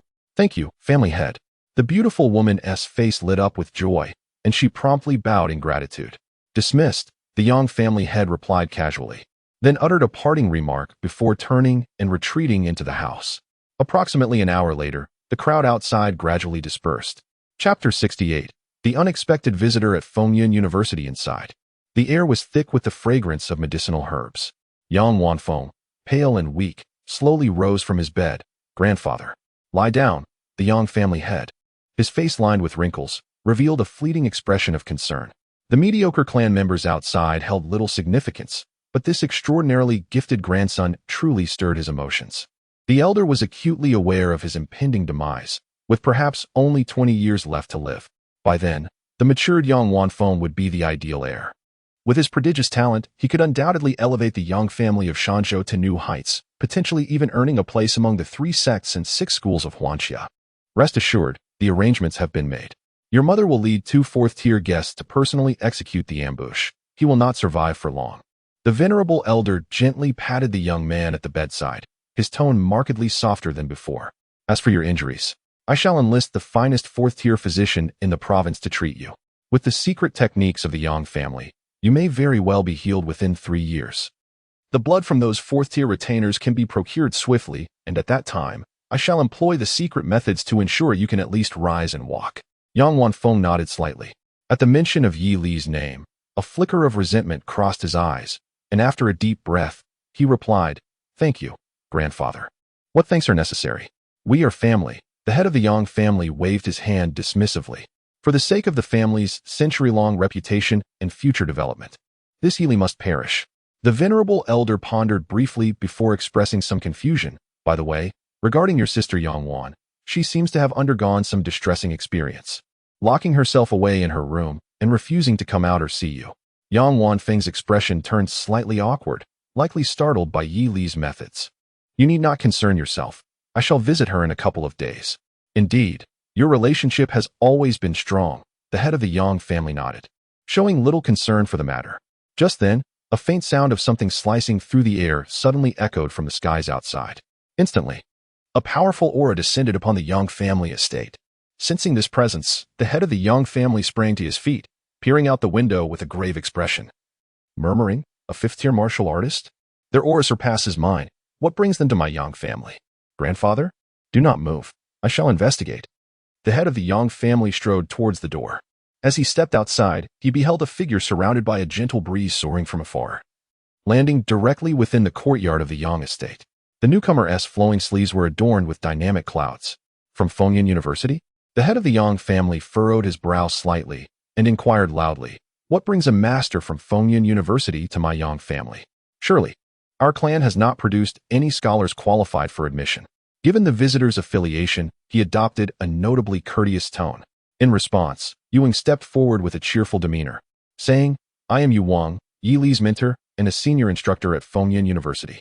Yi Li's mentor? Such promptness. Fengyun University evidently holds him in high regard. The head of the Yang family thought, his heart growing heavy. After a moment, he feigned ignorance and continued, "Ah, I see. However, you have yet to answer my question. What brings you to my Yang family?" He was well aware of the answer, for Yi Li's safety. Yet, even with this knowledge, he had to maintain appearances.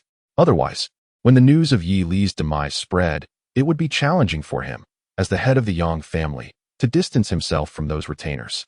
The director of the Qingyi Bureau in Shanzhushi was a 5th-tier powerhouse, and while he might offer some leeway to the Yang family, he was certainly not someone to be trifled with. Foolish man, still pretending, Ewing silently cursed as he observed the elder's puzzled expression. Yet his aged face broke into a smile. I came to investigate some rumors I have heard. As he spoke, his gaze swept across the Yang family estate. And he casually inquired, I have long heard that the Yang family in Shanzhou is actively recruiting guests. I wonder how many fourth-tier martial artists you have managed to attract thus far? Attracting fourth-tier martial artists is no easy feat. The head of the Yang family replied with a smile, shaking his head. Despite the generous terms we have offered over the years, we have not succeeded in recruiting many. Indeed, your words resonate profoundly, remarked the elderly Yu, his hair completely white, with a tone that was both admiring and teasing. I sincerely apologize. As a mentor from Fengyun University, you are undoubtedly a distinguished guest of the Yang family, the head of the Yang family stated calmly, fixing his gaze on you. However, this matter pertains to the privacy of the Yang family, and I must refrain from disclosing any details. I trust that Fengyun University would not delve into another family's private affairs. Given that the other party was a teacher at Fengyun University, it was practically impossible for him to take direct action against the Yang family. Of course, you replied with a slight nod and a smile. In fact, to maintain good relations with my students, I have always been a man of boundaries. He had traveled a distance of 400 miles from Fengyun University to reach this place, arriving at his utmost speed. The fourth-tier martial artists of the Yang family likely had little free time, and it seemed that even if this troublesome fellow acted swiftly, he could not mobilize them immediately. As this thought crossed his mind, you suddenly appeared to recall something, breaking into a gentle laugh. By the way, I have perfected my listening to the wind technique. Listening to the wind? The head of the Yang family inquired, his brow furrowing. Indeed, you affirmed, nodding slightly. This is a fifth-tier martial skill of mine. While I dare not overstate my abilities, I can certainly hear every commotion within a 10-mile radius of the Yang family estate. What do you mean by that? The head of the Yang family asked, his expression growing tense. What I mean is, you stepped closer, his voice suddenly turning icy, within the next 5 days. Should any of the 8 fourth-tier martial artists from the Yang family within a 10-mile radius vanish, do not blame me for turning hostile. Upon hearing this, the expression on the head of the Yang family shifted, though inwardly he sighed with relief. In actuality, the Yang family had 10 fourth-tier martial artists, and the mention of 8 indicated that Yang may had already set off with 2 of them. My dear daughter, how swift you are, he thought, suppressing his delight. And feigned difficulty as he said, Sir, your actions seem rather overbearing. Do you not fear I might report this to Fengyun University? Feel free to report, you chuckled, walking toward the inner room while waving his hand dismissively. I intend to stay here for 3 to 5 days. I hope I am not a bother. One more thing. You turned back to the head of the Yang family with a smile. Before my disciple ascends to the 5th tier, regardless of what misfortune befalls him, no matter who is responsible, I shall prioritize coming to take your head as the head of the Yang family. Upon hearing this, the head of the Yang family's expression truly darkened. This madman. Should Yili meet his demise, I must immediately inform the Clean Anomaly Bureau to have this lunatic detained. Chapter 69. Before the action begins, does anyone wish to leave?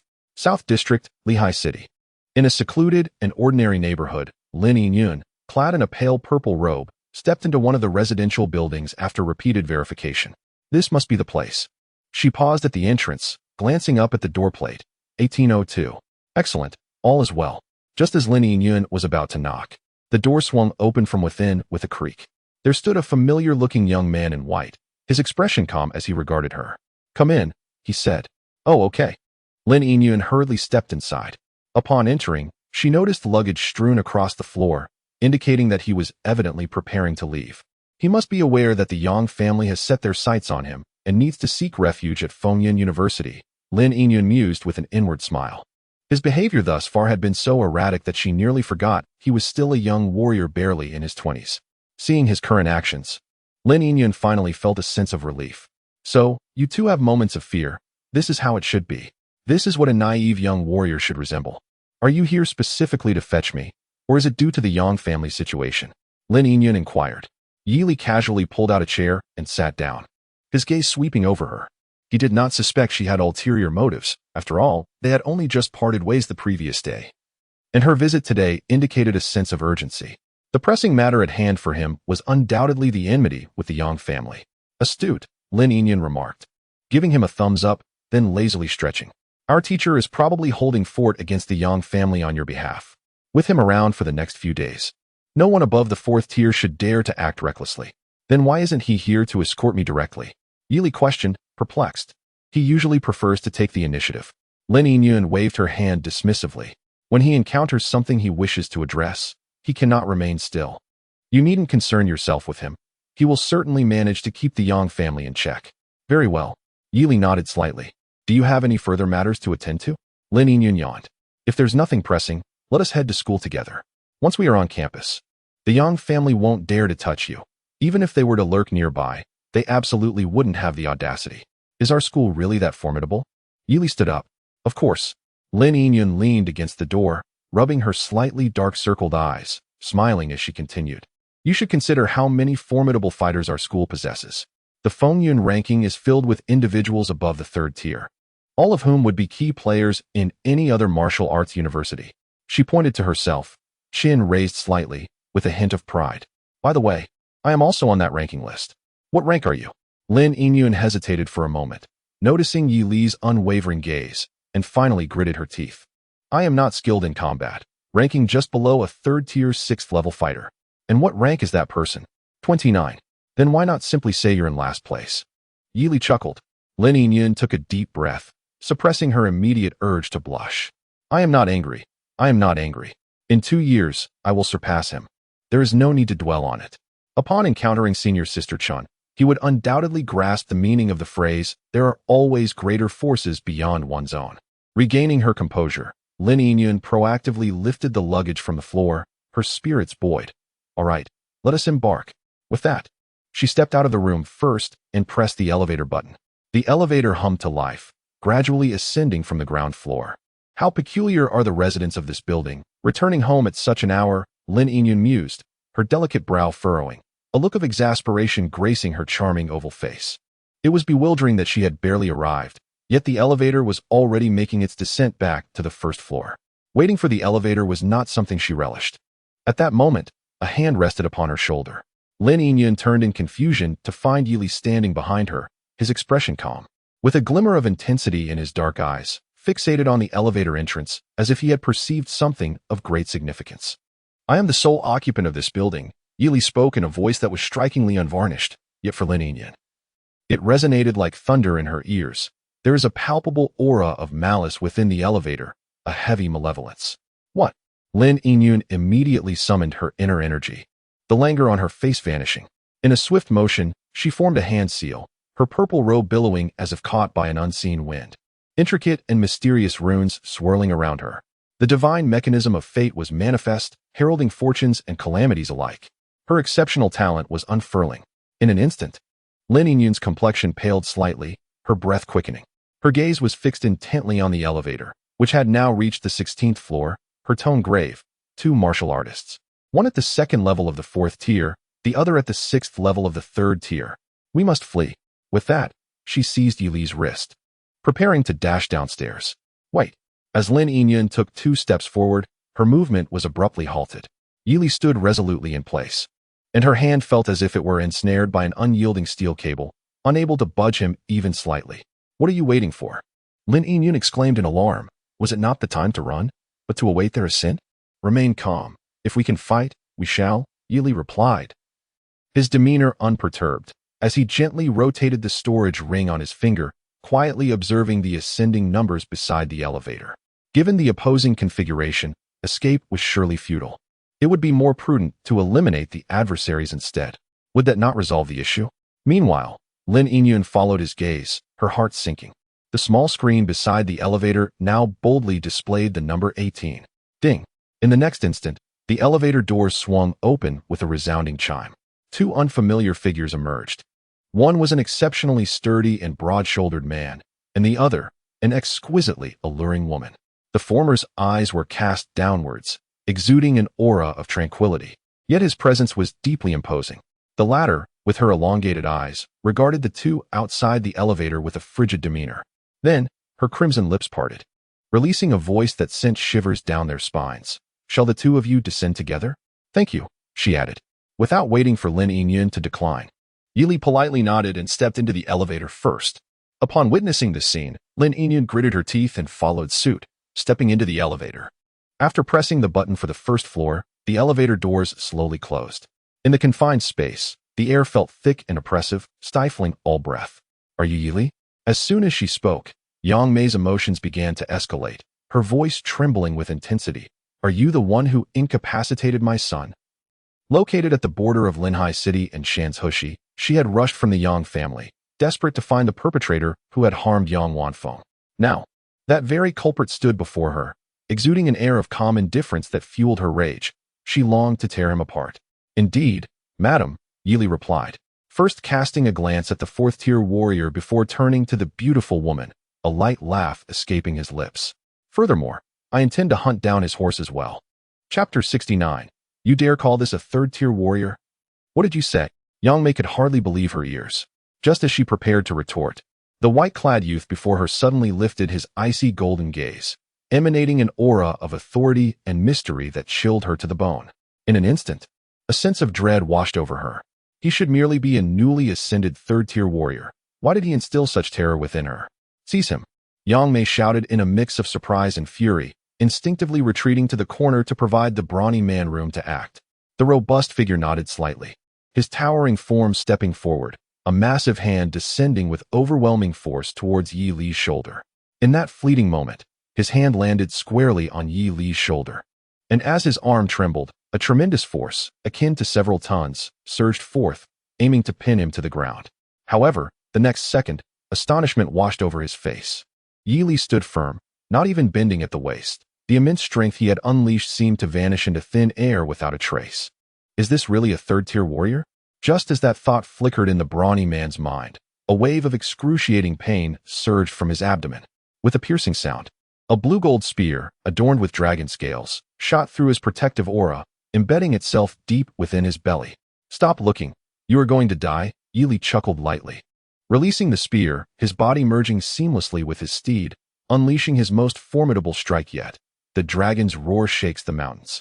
Before the brawny man could utter a cry of pain, Yi Li's fist, charged with energy and spirit, struck heavily against his chest. With the dual enhancement of the perfected, snow mountain shaping, and golden soul revival, tearing through the defenses of a fourth-tier warrior was effortless. Boom! The explosive force, far beyond that of a mere third-tier warrior, sent the brawny man flying uncontrollably, crashing through the elevator doors and into the floor beyond, ultimately colliding with the wall with a resounding impact. The sound of shattering echoed as the remaining force obliterated the wall. He found himself exposed to the perilous heights of several dozen meters.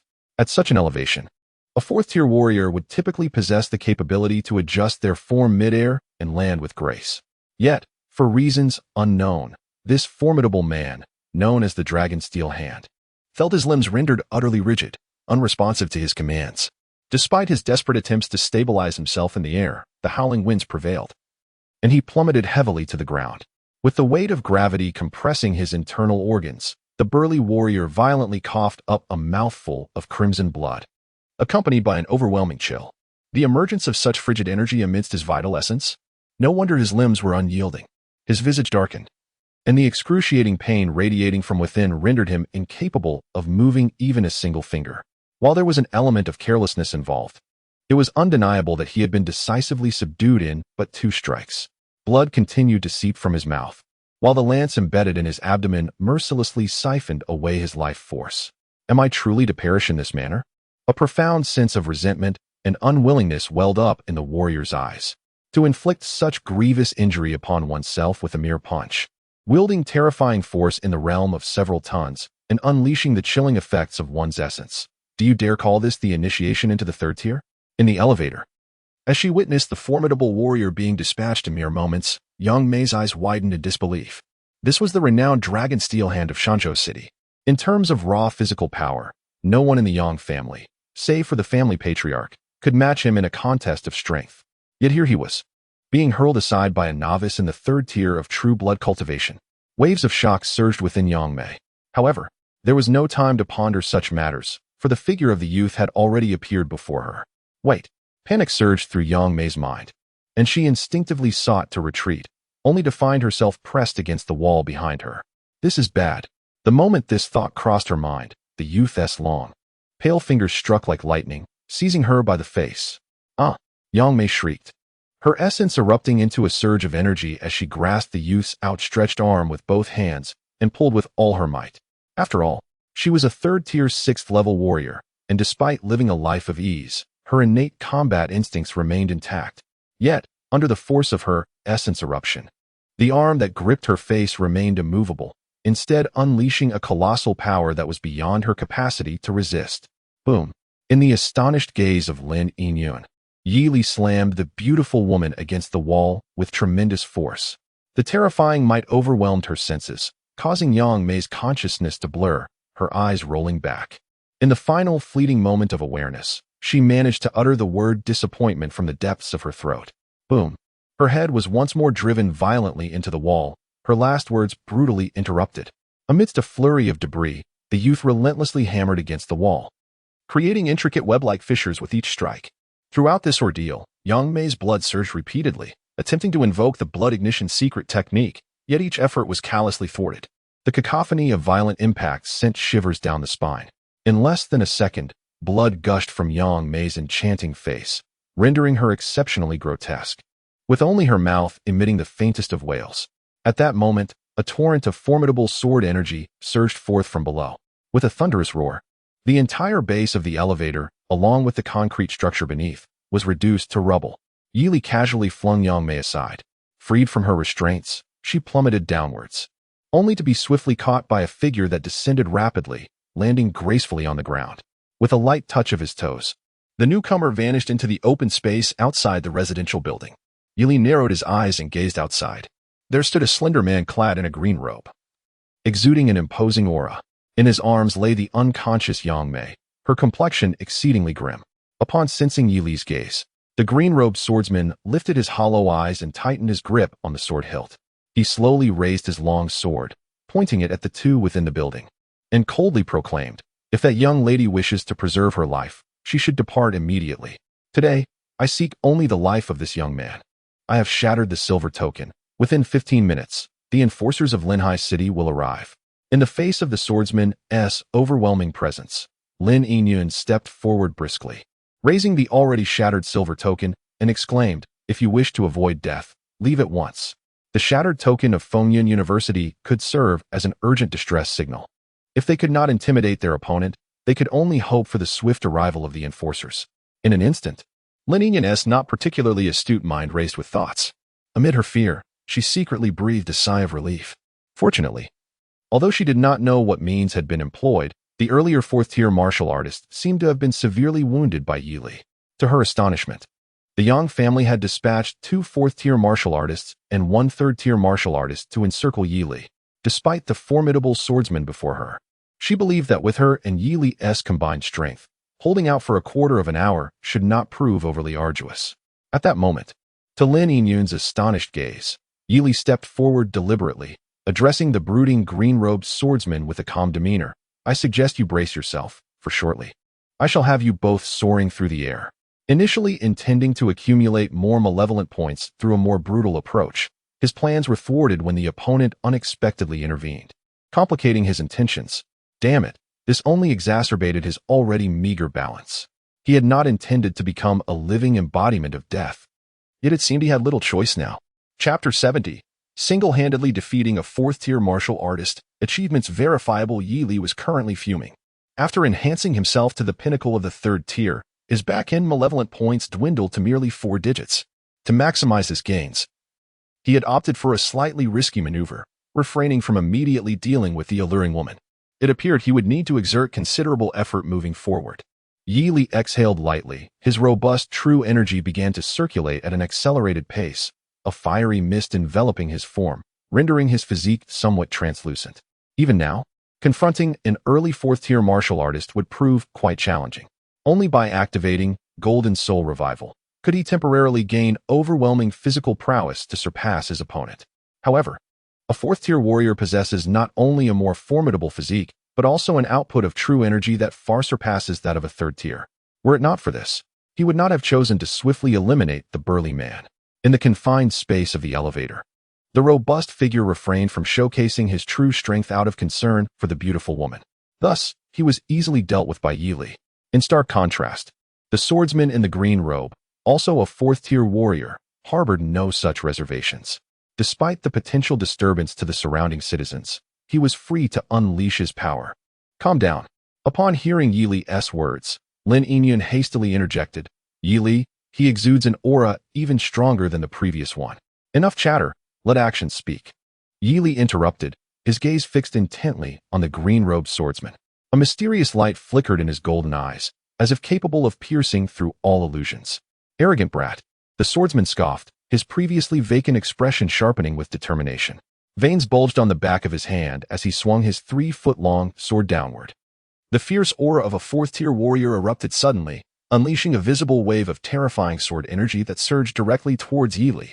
As the sword energy sliced through the air, the solid concrete beneath began to crack, the steps exploded, and countless fragments were swept into the chaos. The force of this strike was far beyond that of a 3rd-tier warrior. Before the onslaught of the razor-sharp sword energy, Yi Li's golden eyes blazed with intensity, the white mist surrounding him igniting in a fervent blaze. Without a hint of trepidation, he advanced to meet it.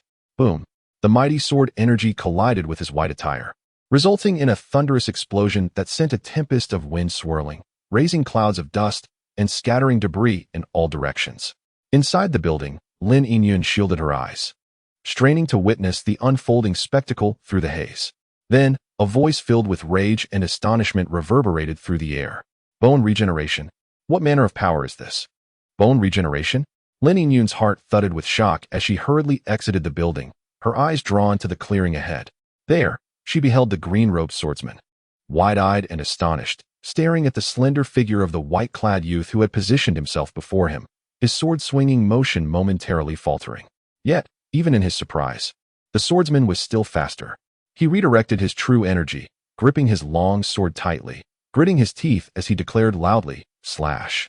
Suddenly, a formidable sword aura erupted from the 3-foot blade, as if bolstered by some unseen force, and it surged towards the enemy, within arm's reach. Yi Li's eyes shimmered with golden light, the extraordinary blood within him surging with vigor. Unfaltering, he concentrated his energy, executing a flawless Dantian explosion that collided with the incoming sword aura. Boom!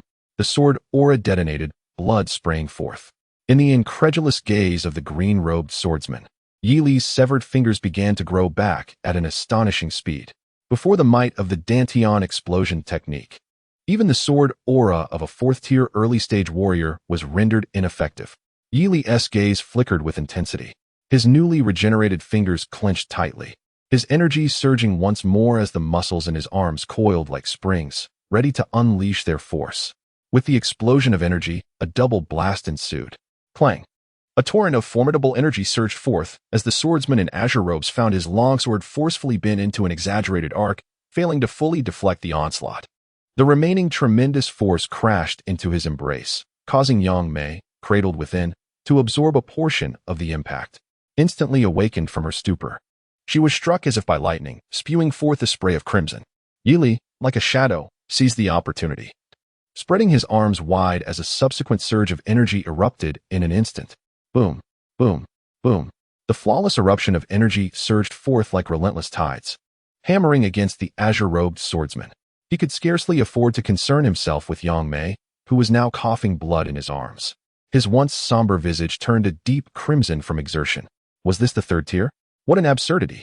The swordsman's form skidded along the ground, retreating under the weight of disbelief, his grip on the longsword trembling slightly. His body, forged through countless trials, felt as if it might be frozen solid by the encroaching chill. The opponent's technique was so astonishingly perfect that it defied comprehension, with the energy erupting as if devoid of the need for inner strength. Such terrifying combat prowess bore no resemblance to that of a mere novice in the 3rd tier. He resembled an old warrior seasoned through a century of rigorous training. The quality of the true blood within his adversary was surely approaching its zenith. The blade in his grasp emitted a mournful wail, as if it were on the verge of shattering. At that moment, the youth clad in white was entirely consumed by his own energy, arms fully extended, pushing his vitality to its limits. The flesh upon his knuckles was nearly obliterated, revealing stark white bone, as wounds regenerated incessantly. His fist struck like a meteorite, the 10th eruption of energy exploding upon the azure blade. Crack! The treasured weapon that had accompanied the swordsman for countless years shattered into an array of diminutive fragments, scattering into the air. Before he could even mourn its loss, the youth seized the chance, swinging his right arm in a wide arc, delivering a thunderous punch to the swordsman's face. The sheer force surged toward him, causing the fourth-tier warrior to momentarily lose his composure. His slender form sent hurtling away, toppling several carriages and soaring dozens of yards amidst the cacophony. Yet, he still managed to conjure a fine barrier of sword energy around himself, hoping to buy some time. With the remnants of his consciousness, he lifted his head, only to behold a pair of golden eyes, devoid of emotion, mere inches away. Yi Li, like a specter, had already positioned himself before him, muscles rippling ominously as terrifying strength erupted from his fists, which swung forth like a tempest. The azure-robed swordsman clenched his teeth, casting aside Yang Mei, and likewise tightened his fists, bracing for the impending clash. Bang, bang, bang, bang. The two fists collided violently in the air, unleashing a brutal force as waves of energy detonated successively. The sword energy surged forth, shaking the very earth. Cars, forged of steel, exploded upon impact, and trees that required several to embrace toppled with a mere brush. He was in the third tier. Witnessing this spectacle, Lin Yingyun stood dumbfounded, as the fourth-tier warrior, undoubtedly among the top 10 of the rankings, was being thoroughly dominated by Yi Li. Surpassing boundaries, the current third-tier warriors are utterly insane. The monster, Yang Mei, unsteadily rose from the ground, her heart filled with an overwhelming sense of dread as she beheld the scene. Both fourth-tier guests had been slain by him. Just moments ago, she had witnessed the boy's flesh, severed by the swordsman, regenerate in an instant, far surpassing even the renowned self-healing beasts of the secret realm. This boy is indeed a monster. Boom. Yi Li swung his right arm once more, delivering a punch akin to thunder that shattered the air, forcefully breaching the center door. The protective sword aura surrounding the swordsman was obliterated by this blow, his gaunt face turning pale as the true energy within him momentarily halted. Spare me. I am compelled to serve the Yang family. As Yi Li charged at him again, he finally cried out, I am bound by a blood contract. If I disobey, the youth in white did not allow him to finish. Exhaling forcefully, he unleashed a punch that indented the swordsman's chest deeply. He flew.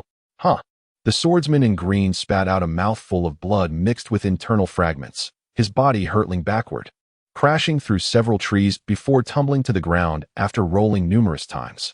Blood flowed from his 7 orifices, and the spark in his eyes quickly dimmed. He instinctively attempted to rise, but his shattered organs could no longer provide him with energy, leaving him utterly powerless to move. With a sigh, Yi Li exhaled a breath of turbid air, the golden glow in his eyes gradually dissipating, returning to their original black hue. He had expended nearly 70% of his true energy, and this was under the condition that his blood quality had been maximized by the Snow Mountain transformation. If it had been a typical peak third-tier warrior, they would have long since met their demise. Fourth-tier martial artists in a serious state are truly difficult to kill. Nevertheless, the rewards were substantial. Words leaped across the translucent screen, appearing exceedingly jubilant. You have repeatedly wounded a third-tier 6th-level warrior, earning 5,000 malevolence points. You have slain a 4th-tier 2nd-level warrior, earning 12,000 malevolence points. You have slain a 4th-tier 3rd-level warrior, earning 13,000 malevolence points. Yi Li's lips curled into a slight smile. At last, his purse was beginning to swell once more. Chapter 71. Severing the chains of destiny in a nearby clearing. Yang Mei gazed at the blood-stained youth in white with a face full of despair, rushing fervently from the Yang family. Who could have predicted such a conclusion? Due to the earlier commotion, many residents from the surrounding buildings were now peering out, casting curious yet terrified glances in this direction. Amidst the profound silence, Lin Yingyun looked at her with pity, though she felt little compassion, instead experiencing a sense of satisfaction. She understood well that had Yi Li's strength not exceeded expectations, it would have been her side that faced death. It was truly unexpected how audacious the Yang family had become. Lin Yingyun approached Yi Li. Her teeth slightly clenched as she said, Rest assured, they dare to act against a core student of Fengyan University. Once this reaches the school, the entire Yang family will pay a heavy price. Given their current arrangements, I have no doubt they will not let me off lightly afterward. At this moment, one could not help but feel a deep-seated resentment towards the beautiful woman. Fortunately, with the leverage of a core student from Stormwind University and the presence of a witness, the Yang family seemed to be facing inevitable doom. Upon hearing Lin Yingyun's words, Yang Mei hastily glanced at Yi Li. The sight of the prominently displayed golden waist token caused her heart to plummet, leaving her feeling as though a chill had seized her entire being. A cursed student. No one had informed her of this matter, not even the head of the Yang family. Indeed, while rumors circulated that Yili was a recommended student, it was well known that such students typically held bronze tokens. Who could have anticipated he was a gold medalist? Yang Mei clenched her jaw tightly, her gaze fixated on the young man's face, still radiating a sense of menace, while her emotions surged violently within her. If they were to act against an ordinary bronze student, the Yang family could invoke personal grievances and claim negligence. Merely needing to surrender the two involved fourth-tier warriors to the Anomaly Bureau to quell the situation. However, to strike against those who bore golden tokens as core students would carry entirely different implications. It would be tantamount to an assassination attempt on the deputy director of the Municipal Anomaly Bureau. The distinction was stark. The charges would escalate from personal grievances to intent to rebel in an instant. Even if the Anomaly Bureau were to eradicate the Yang family, it would be under a justified pretext. No wonder such a formidable opponent had refrained from ending her life in the elevator. It was evidently to leave a living witness for subsequent reports to the Anomaly Bureau. By that time, even if the Yang family escaped encirclement, their demise would still be on the horizon. The mere thought of her fate sent a shiver down Yang Mei's spine. Fearing she would be forever branded on the Yang family's pillar of shame, condemned by generations to come.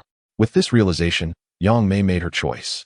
She abruptly lifted her head and exclaimed fiercely, "Yili, you have crippled my son. I, Yang Mei, will not rest even in death until I have my revenge. To conspire against the Yang family in my name is but a foolish dream. Mark my words.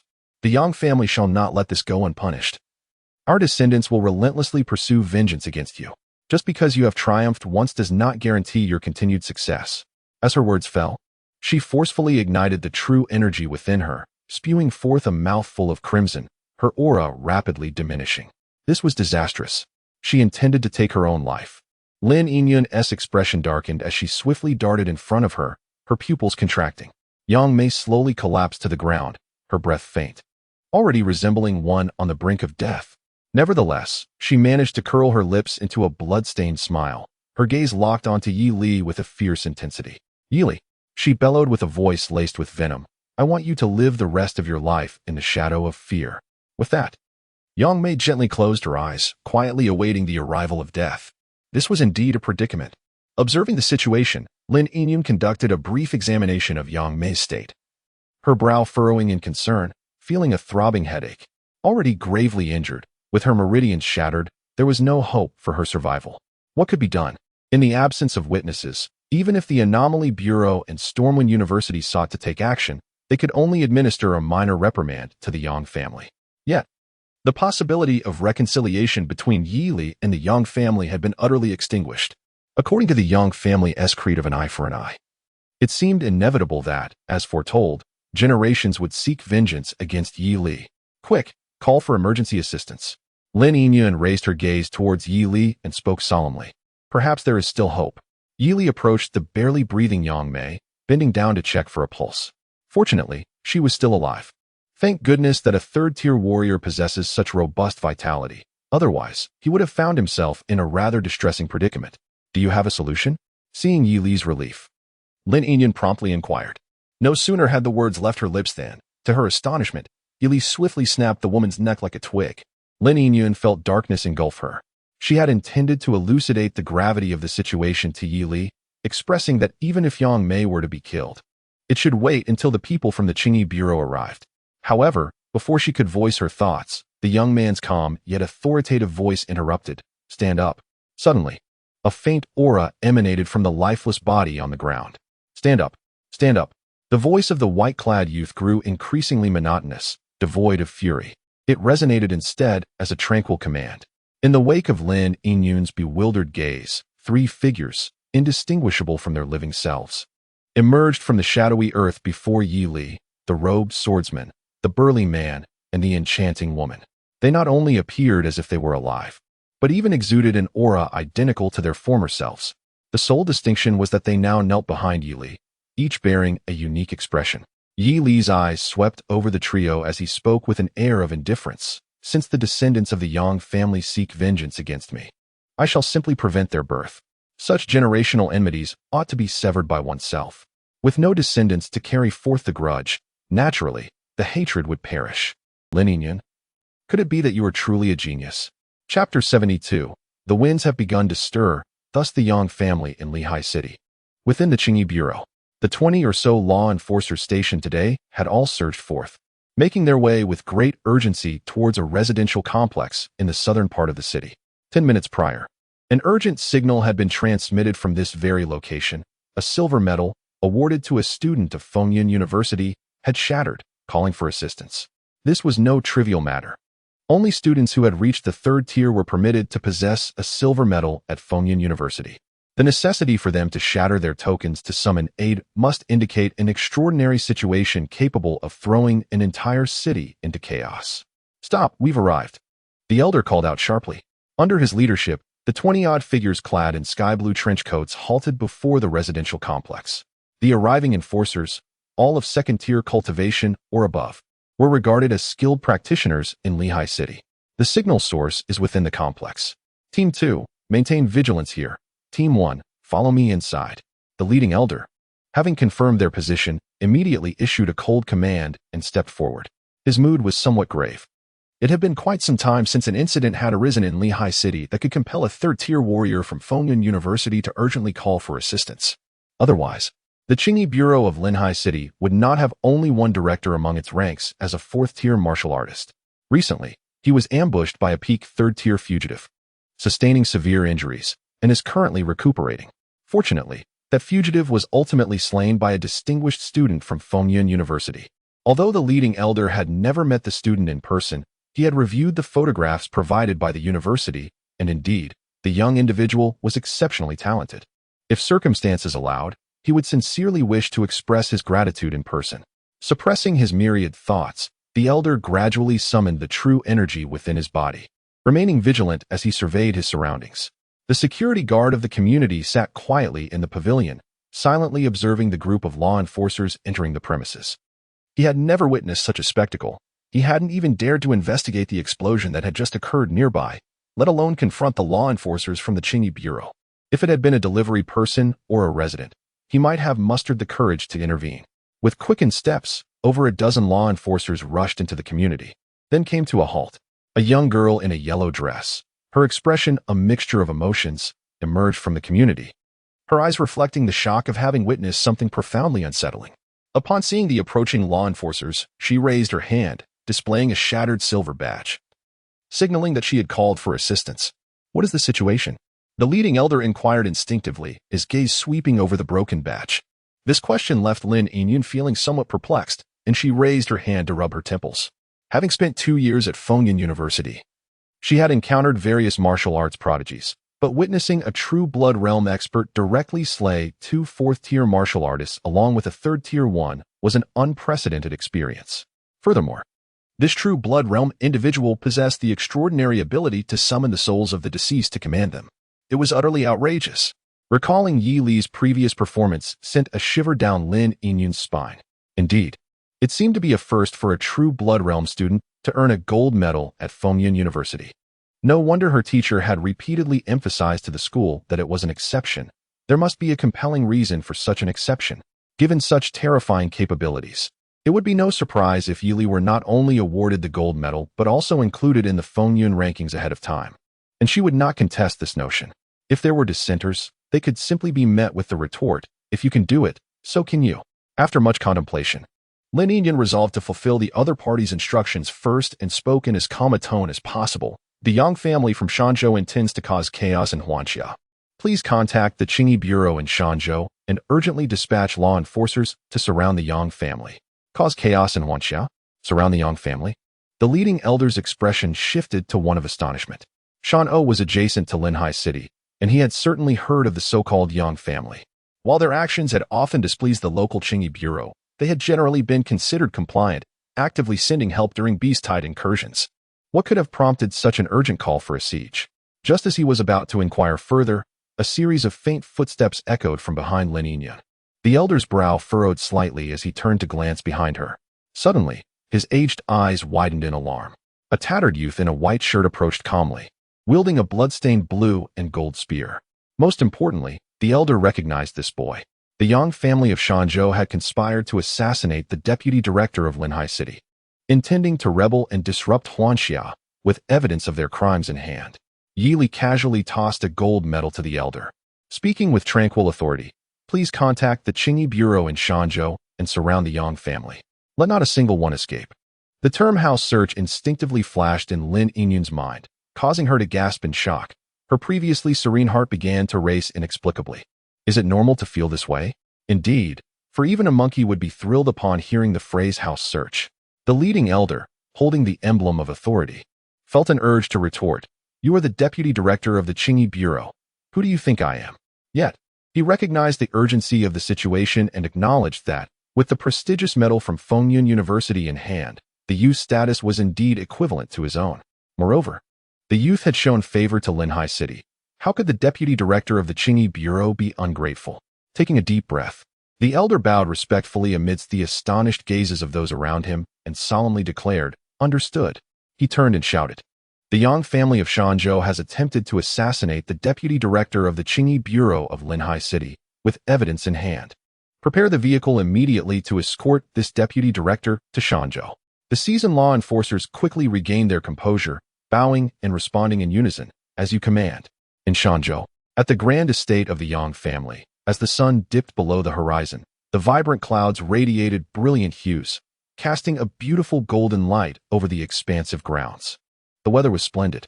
Standing before the main house, Yang Wanfeng squinted his eyes. After consuming the heart's blood of several fourth-tier warriors and employing the Yang family's secret techniques, he finally managed to rise from his bed. Yet, despite this, his spirits remained low.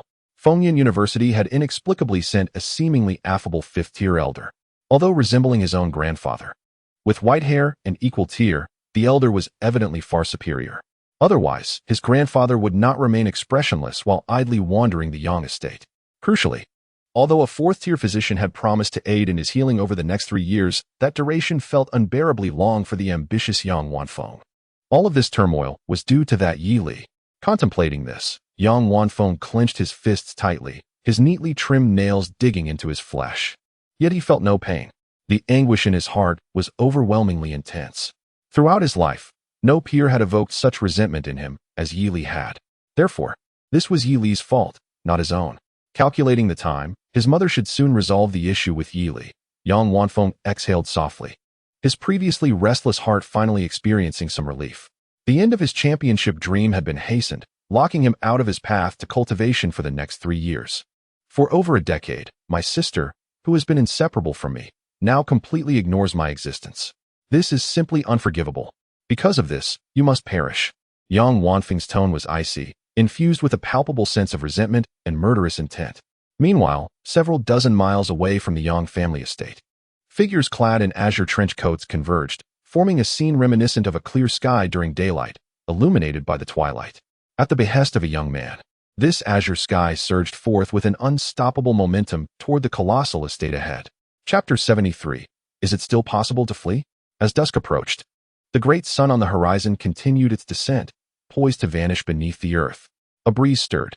Yang Wanfeng raised his head slightly in front of the main house, observing the trees in the courtyard swaying in the wind, and instinctively let out a soft laugh. Then, Yeli, it is indeed time for you to meet your end. After venting his frustrations, he turned to head indoors, his body still weak and unable to withstand the wind for long. At that moment, a familiar young girl's voice suddenly pierced the air. "Brother, who did you say is going to die?" Yang Wanfeng paused at the sound, quickly directing his gaze toward its source. Indeed, he spotted the pale-faced Yang Wan, leaning against the wall, her eyes slightly red as she looked at him. A surge of joy filled his heart. "Wanner, has your health improved? Grandfather provided me with the heart's blood of a guest elder. At least I can move freely now." Yang Wan's voice bore an unprecedented sense of detachment. "I heard you mention Yeli. What has happened to him?" She had caught wind of the death-related remarks and heard the name Yeli. Yet, she did not connect the two, especially since he held the gold medal from Fengyun University. Within the confines of Huanxia, that gold medal was tantamount to an ancient decree of immunity among many prestigious sections. No force within Huanxia would dare to kill these medal-bearing students. Even if there were grievances, they would wait until after graduation to settle scores. Moreover, for reasons unknown, She had been preoccupied with thoughts of that young man in the ink-colored robe over the past few days, prompting her to inquire. That boy. Upon hearing this, a smile crept onto Yang Wanfeng's lips, barely concealing his excitement. Mother has sent 2 esteemed guest elders to Linhai City to eliminate him. Yeli shall meet his demise today. The esteemed guest elders were a special designation from the Yang family, a privilege reserved for 4th-tier martial artists. Yang Wanfeng looked at the girl, expecting her to share in his joy. To his surprise, Yang Wan's eyes widened in alarm. What? Has mother lost her mind? What if he escapes? He is a gold medalist from Fengyan University. Wanner. Before she could finish her sentence, a flicker of panic crossed Yang Wanfeng's eyes, and he hurriedly interrupted her. The fact that Yeli was a gold medal student had not been disclosed to anyone in the Yang family. The reason was simple. He had heard that course students from Fengyan University held considerable status in the outside world. If his grandfather were to learn of this, he would likely decide against killing Yeli, opting instead to merely teach him a lesson to preserve the Yang family's dignity. But what then of his own vendetta? His meridians had been severely damaged by the frigid air, rendering his cultivation stagnant for the next 3 years, and it was uncertain whether he could return to his former pinnacle after recovery. Meanwhile, Yili had already ascended to the 3rd tier. Although he presently lingered at the 1st or 2nd level, what would the situation be 3 years hence? With the nurturing prowess of Fengyan University, Yili's advancement could very well progress at the rate of 2 levels per annum. Should that be the case, he might well achieve the 6th level of the 3rd tier after 3 years. At that point, it would be utterly impossible for him to catch up. Thus, rather than succumbing to anxiety, it would be more prudent to ensure Yili remained forever at the 3rd tier, even if it involved a degree of risk. Yang Wanfeng was confident that the Yang family's centuries-old legacy would safeguard him. Even in the event of loss, he would not face total ruin. The city of Shanzhou still required the Yang family, and the Yang family still needed him. From any perspective, this was a gamble worth taking. With this thought, Yang Wanfeng furtively glanced around to ensure no one was within earshot before awkwardly whispering, "Wanner, keep your voice down. Grandpa is still unaware of this matter." Yang Wan's expression turned to one of sheer panic as she incredulously exclaimed, "Have you lost your mind? To assassinate a core student from Fengyan University is tantamount to attempting to murder the deputy director of the Qingyi Bureau. That is a heinous crime against the state." Her face grew paler, and her legs trembled as she instinctively retreated. A crime against the state? At this revelation, Yang Wanfeng's mind buzzed, and he suddenly comprehended the magnitude of his actions, his countenance shifting dramatically. "Are you speaking the truth?" Of course. Yang Wan felt an overwhelming urge to sever all ties with the fool before her. She could hardly fathom that he would engage in such reckless behavior. Recalling the extraordinary phenomenon Yi Li had summoned atop the Li Mountain, her voice trembled as she declared, "I refuse to be associated with this. I am leaving immediately." "Wanner, why are you in such a hurry?" Witnessing her turn to flee, Yang Wanfeng's anger flared. "Did I not previously believe that securing a guaranteed spot was within our grasp? Why would I bother to ascertain the weight of a gold medal? Besides, even if it is a crime against the state, as long as the Yang family does not bear the brunt of it, what is the issue? We can have my mother turn herself in to the Qingyi Bureau afterward and surrender those 2 esteemed guests. I refuse to believe they would hunt down the Yang family." As he spoke, his breath quickened, and his face flushed, clearly agitated by Yang Wan's demeanor. Yang Wan was on the brink of madness, exasperated by the very person she once admired most. That was her mother he was so casually willing to abandon. Just as she struggled to contain her rage, several family servants rushed in from the courtyard, their faces wrought with panic. "This is dire." Upon seeing Yang Wan and Yang Wanfeng, they fell to their knees, urgently exclaiming, "Young master, miss, over 100 enforcers from the Qingyi Bureau have surrounded the Yang family. They demand that everyone come out.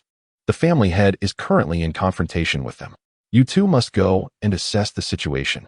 In that moment, Yang Wan felt as if she had plunged into an icy abyss, nearly collapsing to the ground. Yang Wanfeng's situation was even more dire than hers. He stumbled and fell abruptly onto the cold, hard ground, the impact resonating with a dull thud. His already flushed face now turned ashen, devoid of color, as if all vitality had been drained from him.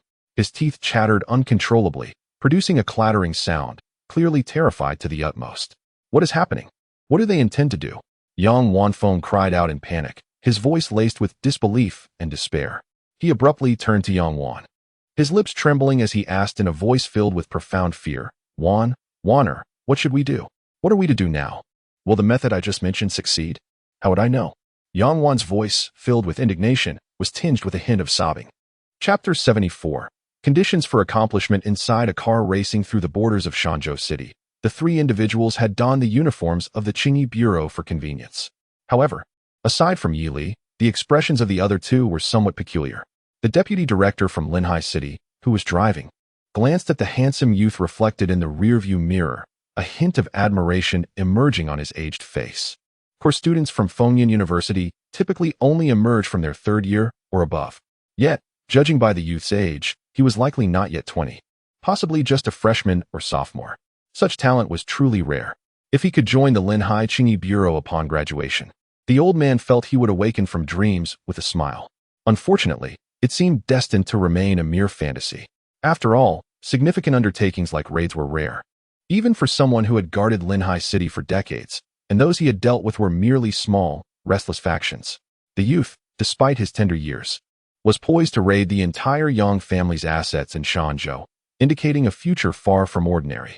The old man's thoughts swirled as he returned his gaze to the road ahead, and after a moment, he spoke softly. In 10 minutes, we will arrive at the Yang family in Shanzhou. Upon hearing this, Lin Yinyun in the back seat felt a stir in her heart.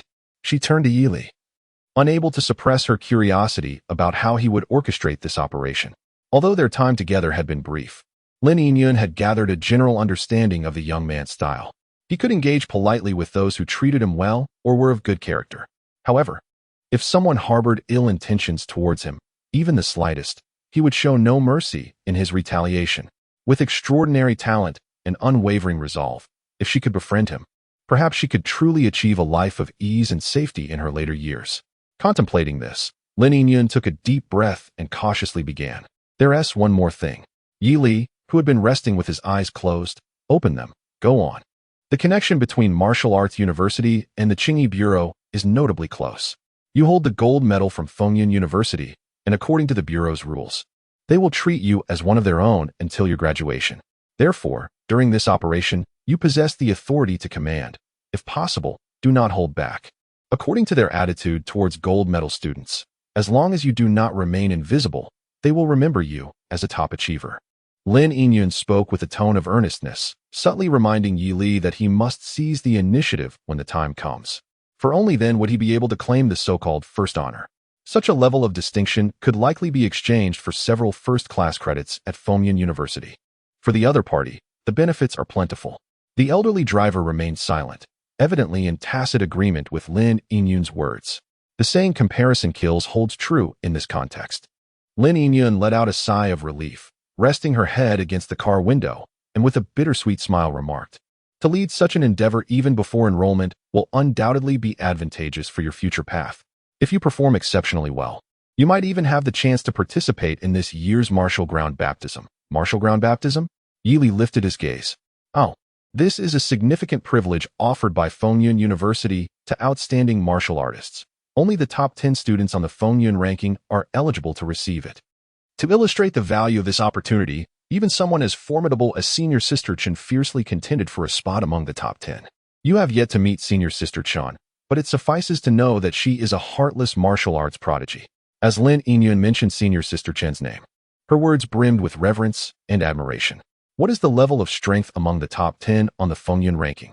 Yi Li took note of this unfamiliar term, as it sounded enticing and appeared to possess substantial efficacy. If the time were closer, he would certainly wait for a chance. They can all defeat fourth-tier martial artists. Lin Yinyun instinctively replied, only to realize that Yi Li had just slain 2 fourth-tier martial artists. Her words seemed to imply that they were akin to those he had just vanquished. Thus, she quickly added, the top 5 are uncertain, but with your current combat prowess, you will undoubtedly make it into the top 10, just be patient. Even among the top 10 of the Fengyun ranking, without corresponding performance, one would still lack the qualification to receive the martial ground baptism. Therefore, rather than allowing the youth to dwell on them, it is wiser to wait for the other party to conclude this operation first.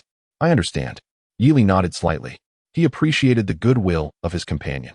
Yet, to be frank, worrying about freezing under pressure seemed somewhat excessive. It would be better to be concerned whether he might go too far. Outside the car window, night gradually descended. Moments later, the vehicle carrying the 3 of them came to a slow halt in front of an imposing mansion of remarkable scale. We have arrived. The elderly man exhaled a breath of stale air, glancing at the rearview mirror, feeling a surge of excitement within. To be honest, he truly wished to accompany them inside for a glimpse. However, the city of Linhai required his vigilance, leaving him unable to linger. If the spring breeze has any compassion for the flowers, may I be granted another youth? The elderly man, serving as the deputy director of Linhai City, sighed inwardly. Suppressing his impulses and finally cautioned, "My friend, the head of the Yang family is a fifth-tier powerhouse. Though the director and deputy director of Shanzhou City are also fifth-tier, it is better to exercise caution, just in case." Yili politely acknowledged with a succinct HM and swiftly rose to exit the vehicle. As it happens, Zhongling Tonghan provided him with unreserved feedback regarding the physical conditions of Yang Mei and her two companions.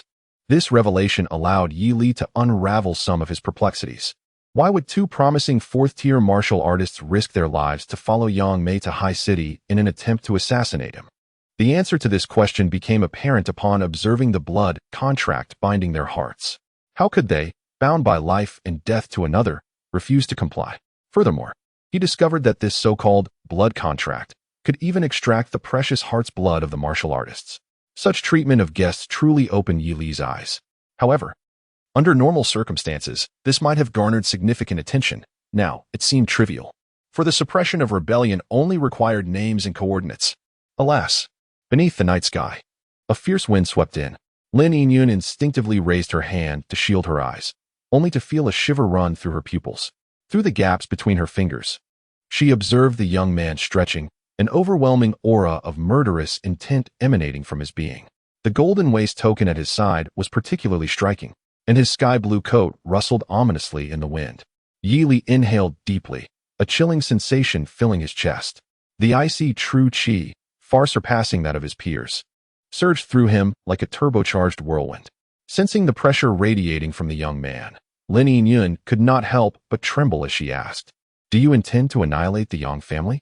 "That will depend on their performance," Yi Li replied coolly, then subtly shifted his steps, gradually merging into the massive estate cloaked in night. Chapter 75, Bring It to Me. Thanks to the mysteriously perplexing comrade. Before the Yang family estate, a sea of enforcers surrounded the area, their expressions impassive, hands resting on the hilts of their treasured blades.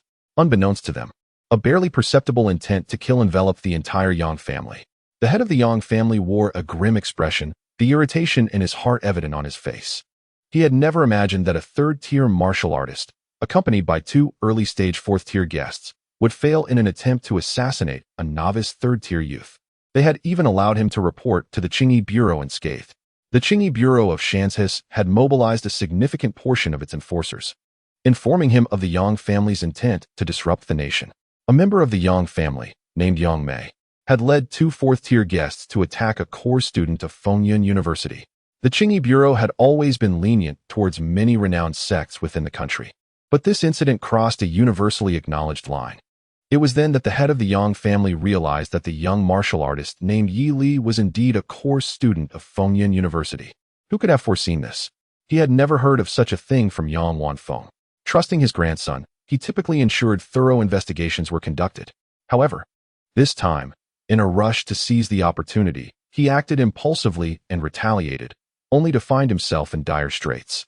The elder of the Yang family swallowed hard, his gaze sweeping over the pale faces of the numerous Yang family members behind him, for the first time contemplating the notion of silencing Yang Wanfeng.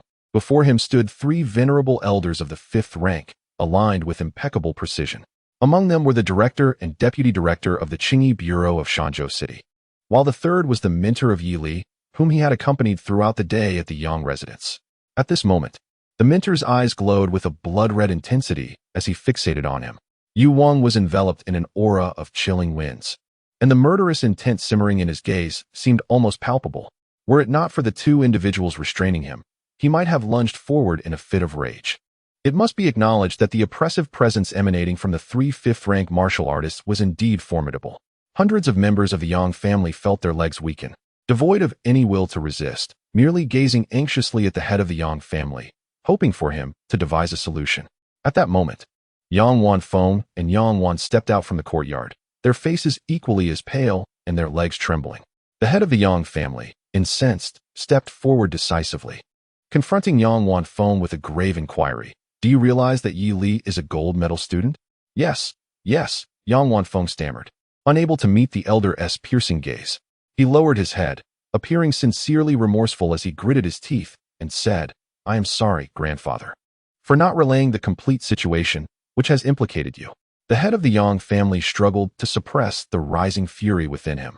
He understood that if he acted here, it would confirm his own complicity.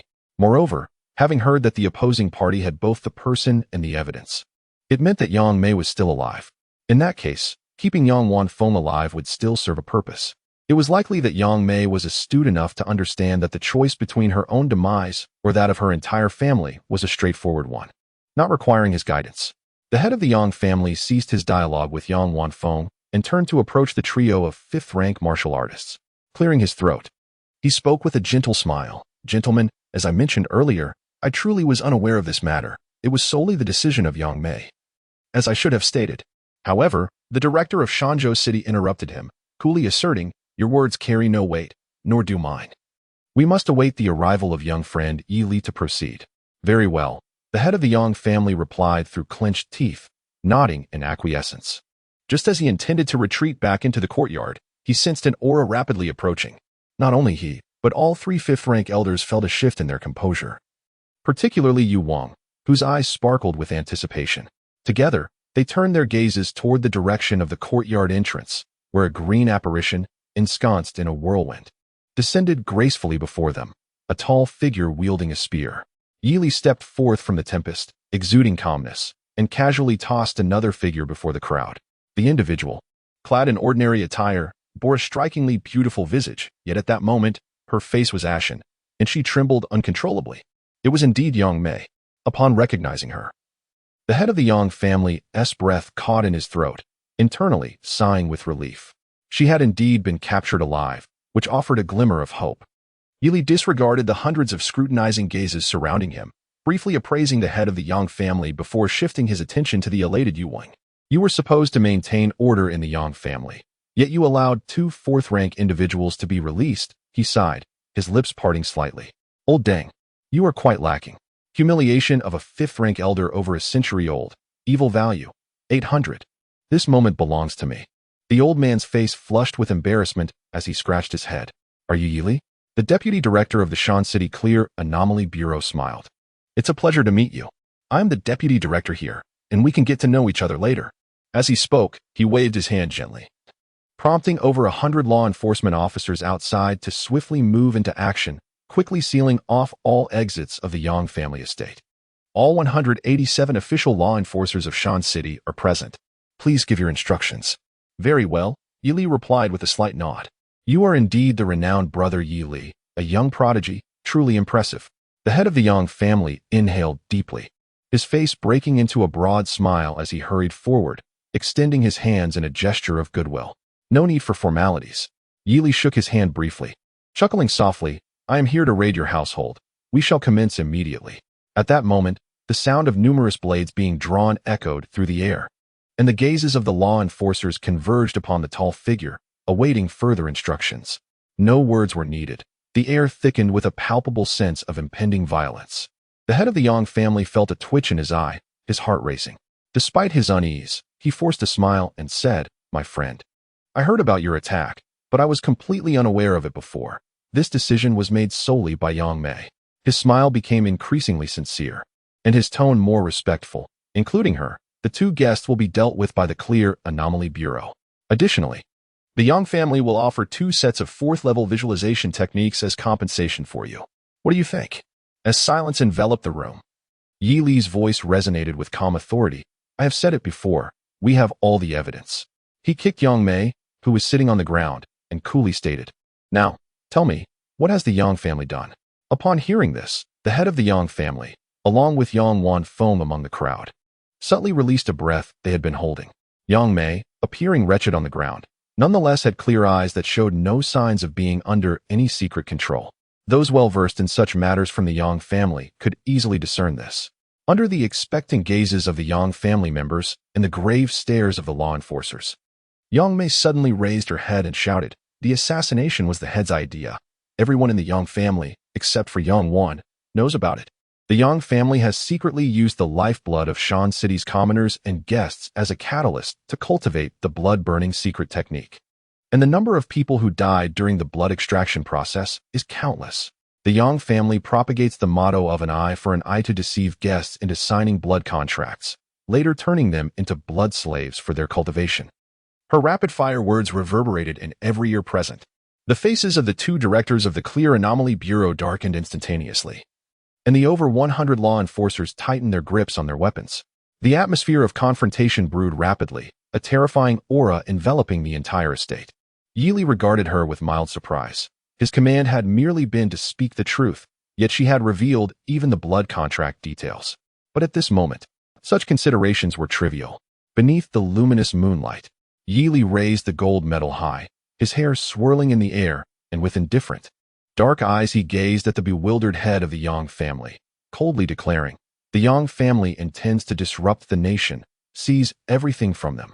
The moment his words fell, over 100 figures clad in blue surged forth from the night, and the previously still winds abruptly intensified. A chilling atmosphere descended upon the land, and the youth's vast golden eyes shone with an otherworldly brilliance.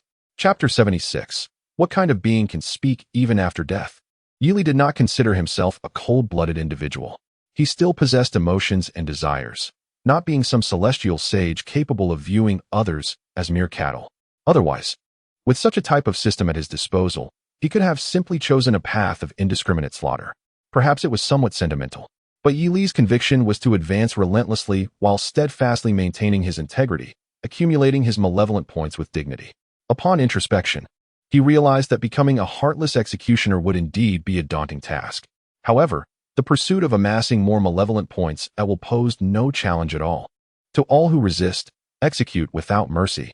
The youth's calm voice echoed throughout the Yang family estate, the chilling undertones instilling a wave of terror among all the Yang clan members present. One sentence determined the fate of the Yang family, and the overwhelming aura he exuded was enough to instill fear. Among the crowd, Yang Wan's sweet face drained of color. Though her heart raced with fear, her pulse quickened.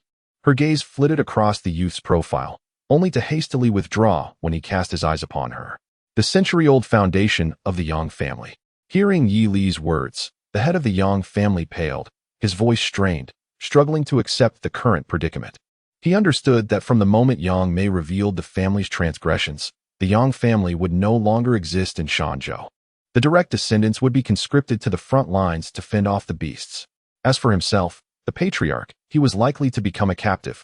The root of this calamity lay not only in the Yang family's murderous intent towards this warrior named Yi Li, but also in the earlier provocations by Yang Wan and Yang Wan Feng during the martial examination that indirectly led to this tragedy. Furthermore, why had Yang Mei capitulated so easily, divulging everything without hesitation? In that moment, the head of the Yang family felt utterly chaotic, his heart torn asunder. If only he could turn back the clock a week, he would have unhesitatingly put an end to Yang Wan Feng and Yang Wan. Yet, the world offers no such opportunities for if only. It was too late to utter any words now. The young man in blue stood with his hands clasped behind his back, his golden gaze sweeping over the members of the Yang family. And with a gentle wave of his hand, he commanded, "Go." In an instant, hundreds of enforcers assembled into a battle formation, their energies harmonizing. The gleaming blades reflecting the bright moon above, surging forth under Yi Li's leadership towards the Yang family members with overwhelming force. Many within the Yang clan were so terrified that they collapsed to the ground. Some cried out in surrender, willingly submitting to shackles, while others frantically fled into the courtyard, desperately seeking an escape route. In that moment, the cries for mercy echoed in the skies above the Yang family estate. There were those who attempted to break free and resist, but just as they surged forth with fervor towards the young man clad in green, they were swiftly brought to the ground by a single slap or a punch that buried them in the earth, rendering them helpless. Their appearance was utterly pitiful. Moments later, a dozen law enforcers arrived, straining to extricate the gravely injured members of the Yang family from the ground and shackling them. As they gazed in the direction from which Yili departed, their expressions bore a hint of admiration, though they had anticipated that this young martial artist, a core student of the prestigious Fenghan University, would not be an ordinary individual. They never imagined he would be so extraordinary. Not only did he personally lead the charge into the Yang family estate, but he also generously deployed his vital energy to quell the unrest. It is well known that operations like surrounding renowned sects often entail a high casualty rate among enforcers, second only to the mortality rate during beast tides. The fact that he recklessly placed himself in harm's way significantly alleviated their burden, making him the kind of superior that every worker dreams of having. It was truly incomprehensible that the Yang family members still harbored thoughts of rebellion. Meanwhile, within the confines of the Yang estate, Yili darted through the courtyard, toppling one rebellious adversary after another, the system's announcements echoing incessantly in his ears. Amidst his elation, he began to grasp the terrifying essence of mastering spirit and unifying souls, which compelled former foes to serve him wholeheartedly. At first glance, this seemed inconsequential, but upon reflection, one would realize that this service was indeed quite extraordinary. Yili had initially assumed it merely assisted him in combat. However, he soon discovered it could also leverage their past knowledge to aid him. For instance, the Yang estate was vast and labyrinthine, and he had nearly lost his way several times. Yet, in those moments, Yang Mei would appear. "My lord, I know a shortcut. Please follow me." With her assistance, Yili successfully apprehended numerous fleeing members of the Yang family. It was no wonder that in times of war, the first to be dealt with are the traitors. As Yili reveled in this realization, he felt a genuine sense of wonder. The wind howled in his ears, and as he grew more familiar with the estate, his pace quickened. Finally, in a secluded corner, he encountered a familiar figure, a disheveled and elegant young man. None other than Yang Wanfeng. What a coincidence! Yili approached leisurely and greeted him. "Yili, brother, ancestor," Yang Wanfeng exclaimed, retreating in a frantic scramble, hands and feet flailing. "Do not come any closer. I surrender. I am willing to submit to the Qingyi Bureau." Before he could finish his plea, Yili's hand firmly grasped his face, forcefully slamming him to the ground. The force was not overwhelming, just enough to inflict pain without rendering him unconscious.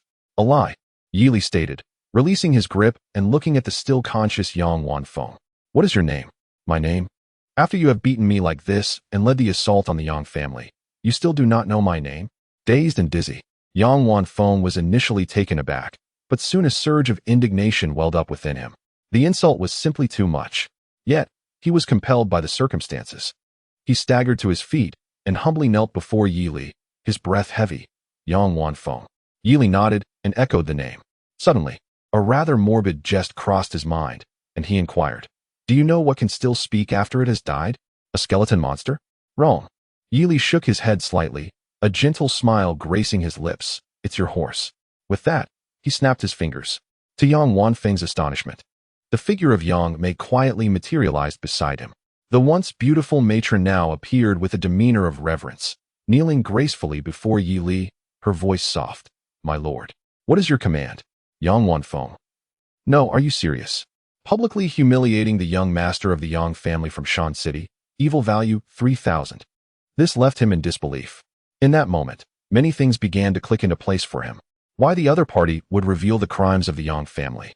Why Yili would claim to possess irrefutable evidence.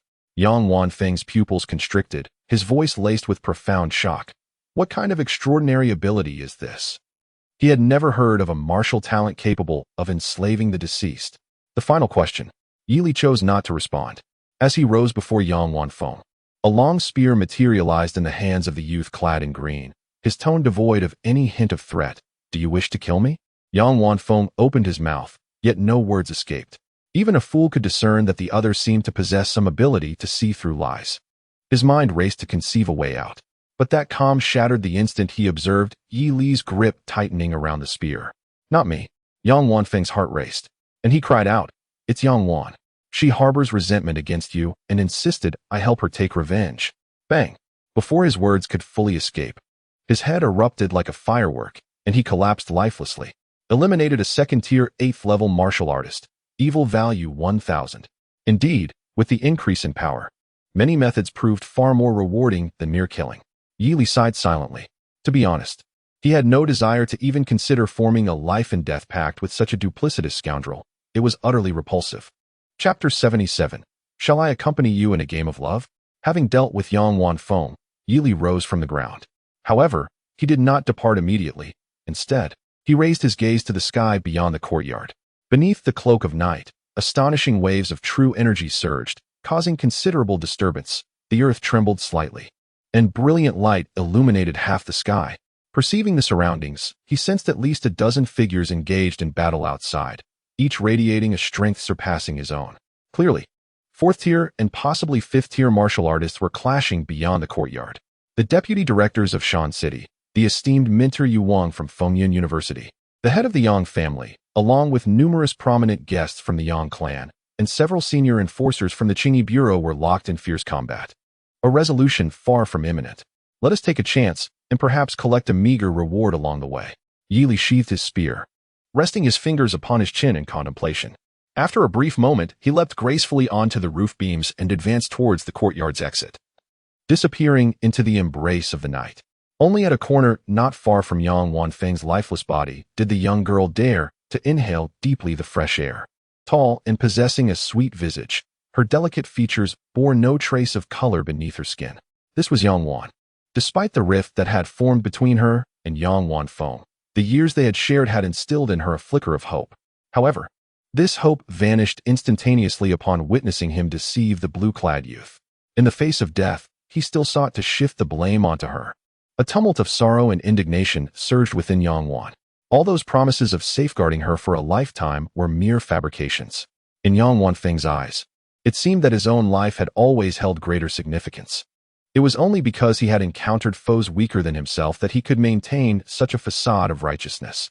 But when confronted with a stronger and more ruthless adversary, that pretense shattered instantly. Nevertheless, the truth remained. He was now dead. Furthermore, the figure she had once admired had transformed into someone entirely different. Tears welled in her eyes as she gazed at the corpse, nearly biting her lips in anguish. Brother, take heed in your next life. I truly wish I had never known you.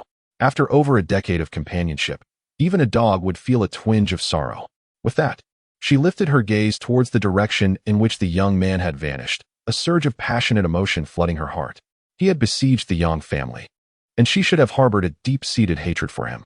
Yet, why did her heart stir uncontrollably each time she beheld him? Yang Wan fell into a contemplative silence, and after a moment, she whispered softly, Yili. At that instant, a young voice, laced with surprise, reverberated behind her like thunder. Your perception is quite impressive.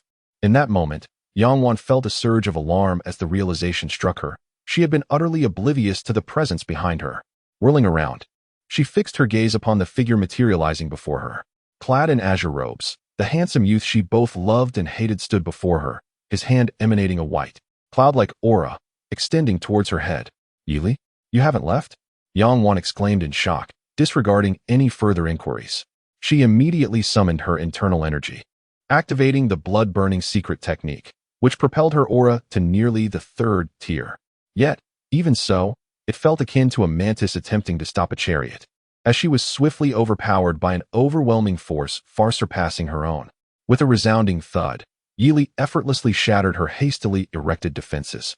Seizing her slender neck and lifting her gently, confusion lingered in his mind.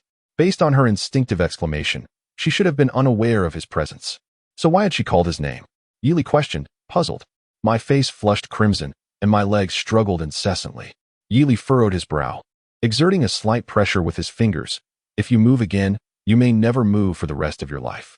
At his words, my expression stiffened, and I ceased my struggles. Answer the question. Yili slightly relaxed his grip and spoke coolly. Since the moment I arrived at the Yang family, you have been watching me, haven't you? Given that Yang Mei, who had been apprehended, claimed ignorance, it was evident that the other party was indeed unaware. Judging solely by her previous actions, her crimes did not warrant death. However, if she harbored ulterior motives, that would be an entirely different matter. Like now, while the other members of the Yang family dared not meet his gaze, I, Yang Wan, had been stealing glances from the very beginning, which was clearly amiss. What do you intend to do? My complexion shifted ceaselessly. I would advise against deceit. Yili's expression remained composed, his dark eyes as cold as a lake in the midst of a winter snowfall, causing my heart to constrict suddenly. My breath quickened, and after a brief struggle, I finally spoke hoarsely. I wish to stay by your side. This thought had taken root in my heart the moment the other party came to raid our home. The young man had just graduated from a martial arts high school, yet he had already become a third-tier warrior, possessing extraordinary martial prowess and an enigmatic strength. His future was limitless.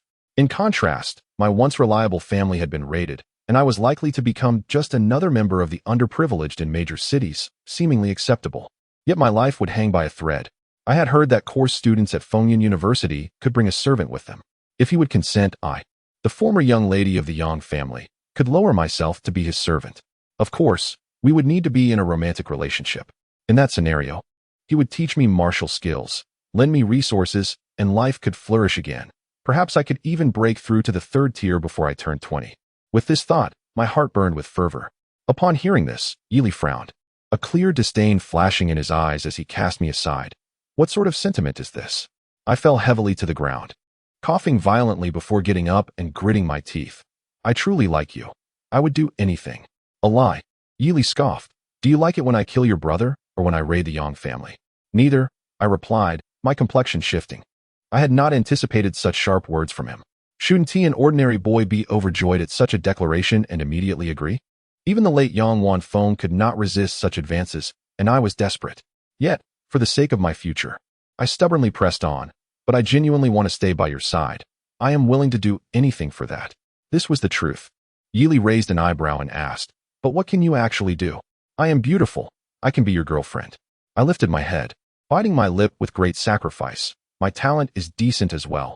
As long as you are willing and treat me sincerely in the future, I can certainly assist you. The gentle and sweet visage, albeit marred by a few scars, still captivates the gaze of onlookers. Thus, it becomes clear, I am to invest in you. However, Yili paid little heed to her countenance. Nodding, he approached her and spoke with a calm demeanor. Very well, if you can withstand a single blow from me, I shall acquiesce to your request. Really? Yang Wan recalled her previous success in parrying 2 of his punches and eagerly inquired. Indeed. Yili replied with the same tranquility as before, I never speak untruths. Instantly exhilarated, Yang Wan began to respond, but before her words could fully escape her lips, Yili coalesced his energy and struck out with an effortless palm. The seemingly light blow landed upon Yang Wan's chest, and the unmistakable sound of bones fracturing echoed sharply. Crack! Yang Wan's form was abruptly propelled backward as though struck by a tremendous force, blood gushing from her mouth, her eyes wide with disbelief. Her body, uncontrollable, careened backward, crashing through several sturdy walls like a cannonball. Each collision sent debris flying and dust swirling into the air. Ultimately, her body crashed onto the ground dozens of meters away, emitting a dull thud as her eyes rolled back, her breath faint. What a perplexing situation. Yili's voice was frigid as he retracted his hand, casting a glance at the unconscious Yang family heiress. With a disdainful snort, he turned and strode away from the courtyard. Truly, her mind must be addled. He had prepared to tally his achievements. It was one thing for her not to express gratitude, but to expect him to engage in a romantic charade? Such an individual must be jesting. Today, there are still 2 more updates, and this chapter shall not count toward the additional offerings. Heartfelt thanks to all the esteemed supporters. Chapter 78. The Yang family outside the grand estate of the Yang family. A tempest swirled. Various hues of light erupted from the 4 elderly figures, their battle prowess causing the very ground beneath the Yang family to tremble and fracture. Though the Yang family boasted only 1 5th-tier warrior, the household and its guests included a significant number of 4th-tier warriors.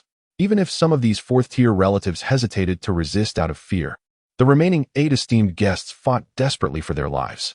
The configuration of the Yang family's forces surpassed even that of some 4th-tier cities' elite divisions. The Hanxiao army stationed outside the Yang family, to avoid collateral damage to their own, could only employ weaponry at the level of anti-tank sniper rifles. However, once a warrior ascended to the 5th tier, they could effortlessly evade incoming sniper bullets, even if ambushed. The clash between the 2 sides was intensely fierce.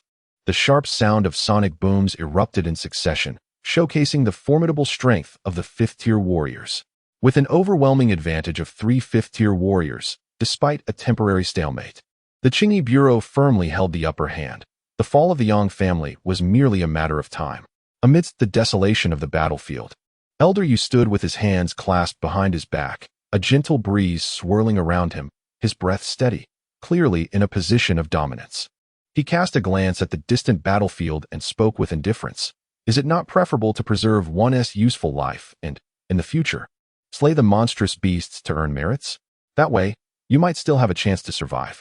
Opposite him, the dignified elder knelt on the ground, gasping for breath, his body marred with injuries, and one arm mysteriously absent, presenting a rather tragic sight. Upon hearing this, The head of the Yang family chuckled bitterly. Sir, I have at most 20 years left to live. Do you wish for me to spend my remaining days as a laborer in the Bureau of Anomalies? Unlike others who could break through to the 5th or 6th rank in their early years, he, at the age of 180, was perilously close to the limit of 200 years. The thought of spending his remaining days battling those aberrations filled the Yang family head with dread. At least one can survive, the elder Yu replied calmly. Huh, it's surprising that you, a professor at Windcloud University, do not grasp the principle of difficult to descend from luxury to frugality? The Yang family head struggled to rise, and despite his efforts to steady his voice, traces of exhaustion were evident. He had led the Yang family to prominence in Shanzhou for decades, yet now found himself bested by a youth not yet 20, filling his heart with regret and resentment. The Yang family head gazed forlornly at the battlefield nearby. At this moment, all of Yang's 4th-tier warriors had surrendered, and the 8 4th-tier retinue members had sustained grave injuries, with only 3 still holding on under the relentless pressure from the 2 directors of Shanzhou. Judging by their expressions, they would not be able to endure for long. Truly, a single misstep can lead to total defeat. The Yang family head sighed heavily. At this juncture, it was evident that the Yang family was finished. He could only blame himself for not being ruthless enough. Had he dispatched a few more 4th-tier warriors to encircle that youth, perhaps the outcome would have been different. Reflecting on this, the Yang family head looked at Elder Yu, a hint of sarcasm lacing his tone. That boy acts so mercilessly. Do you not fear cultivating a calamity? Do not trouble yourself, Elder Yu replied, shaking his head with a bemused expression. As if my disciple had no reason to confront your Yang family. Were you not the ones who sent assassins? It was he who first prevented my grandson, Yang Wanfeng, from cultivating for 3 years. The Yang family head's eyes glinted with malice. I shall settle this score with him. Come now, you know well the character of your grandson, do you not? Elder Yu responded with a chuckle. His initially favored student was indeed Yang Wanfeng. But he soon discovered that this so-called model genius engaged in vile acts, not only towards his own sister's photograph, but also surreptitiously contaminating others' meals with his own blood. The exact implications were unclear to Elder Yu, yet the furtive delight on Yang Wanfeng's face suggested it was far from benign. Had it not been for this observation, he would have long awarded the admission spot to this supposed paragon of Shanzhou. Noticing the subtle shift in the Yang family head's demeanor, Elder Yu continued with a smile. I dare wager that, given your grandson's treacherous nature, he likely attempted to strike from the shadows, only to be soundly beaten by my proud disciple. The patriarch of the Yang family experienced a shift in expression, falling silent. Next time you think to sow discord, perhaps you should first reflect upon your own character. Do not presume that I am incapable of ending your life. Had it not been for my desire to alleviate the burden on my colleagues from the Bureau of Clarity, that last strike would have cost you far more than just an arm. Master Yu, pleased with himself, stroked his beard. If you doubt my words, continue to resist. Upon hearing this, the patriarch of the Yang family clenched and relaxed his hand repeatedly. After a brief pause, he spoke in a low voice. I understand. I surrender. A crimson aura of true energy manifested in his palm, and with a wave of his hand, the 2 struggling 4th-tier retainers raised their hands in surrender, proclaiming their defeat. You have shown some sense. Master Yu retrieved a heavy pair of shackles from his storage artifact and tossed them to the other party, casually applying a restriction. This marked the conclusion of the operation against the Yang family. It should not be difficult to credit the victory to Yi Li. This will certainly instill a measure of respect in that young lad.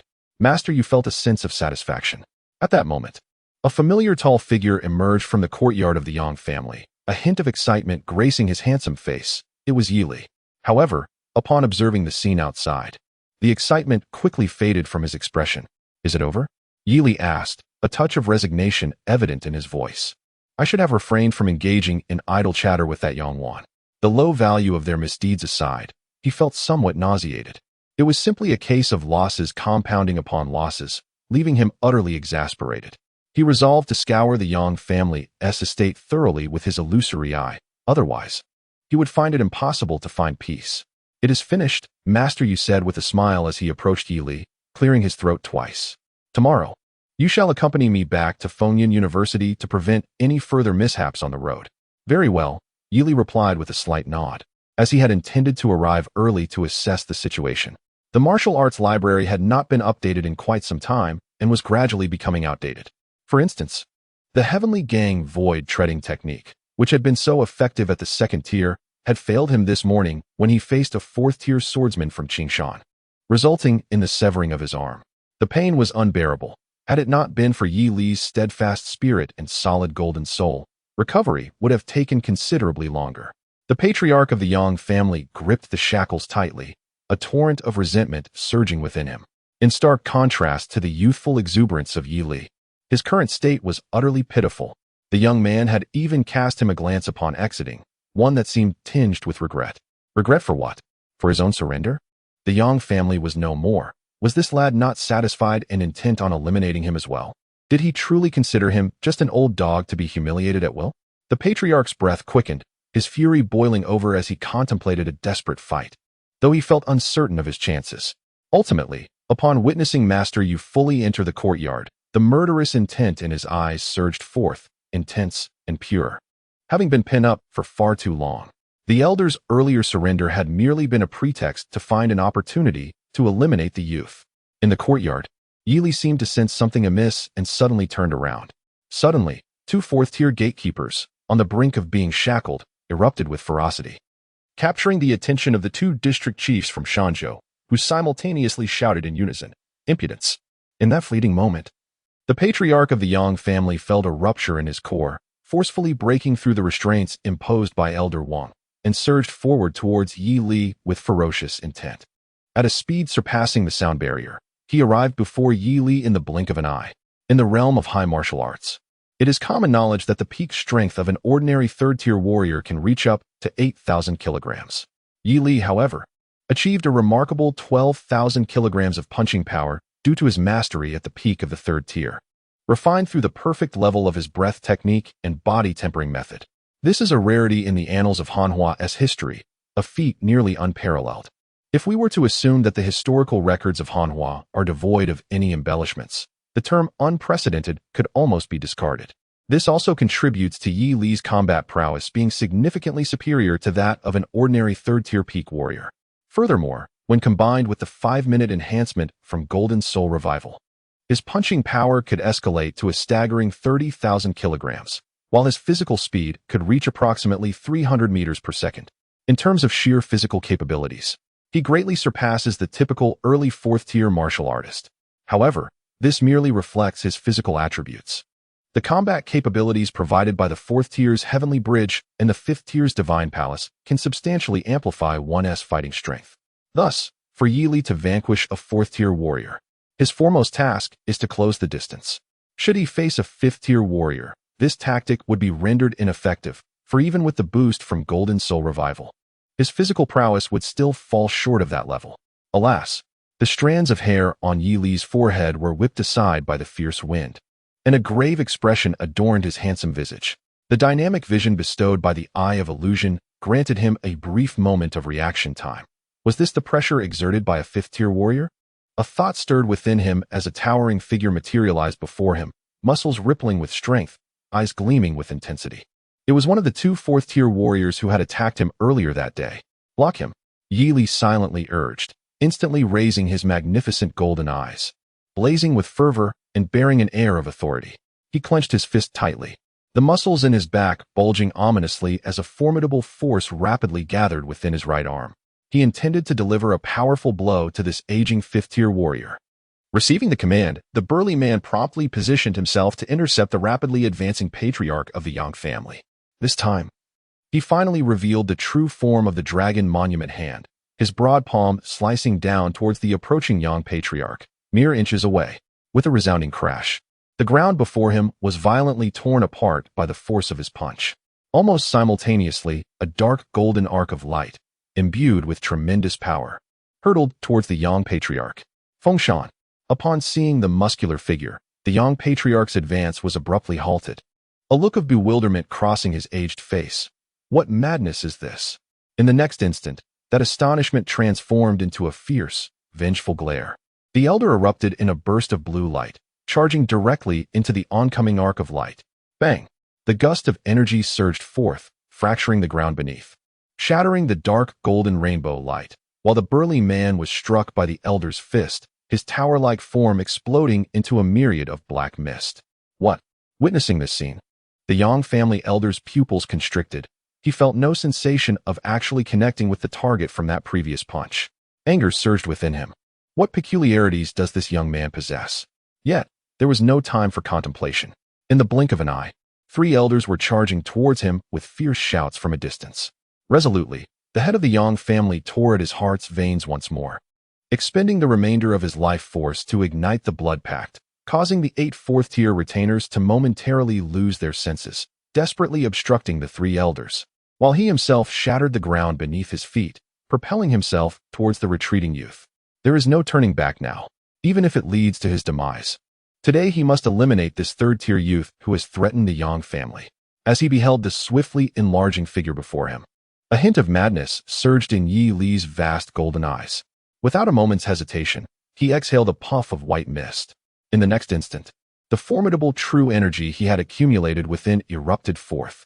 White mist and frost filled the air, enveloping everything in a blizzard. Boom! The terrifying chill rampaged in all directions, surging forth and momentarily engulfing the Yang family elder, slightly slowing his already impaired movements. Before the elder could defend against this astonishing chill, a slender figure suddenly leapt down from above. He looked up, and the corners of his eyes twitched. A swordsman clad in a green robe, wielding a sword with one hand, abruptly cleaved a beam of sword light from the heavens.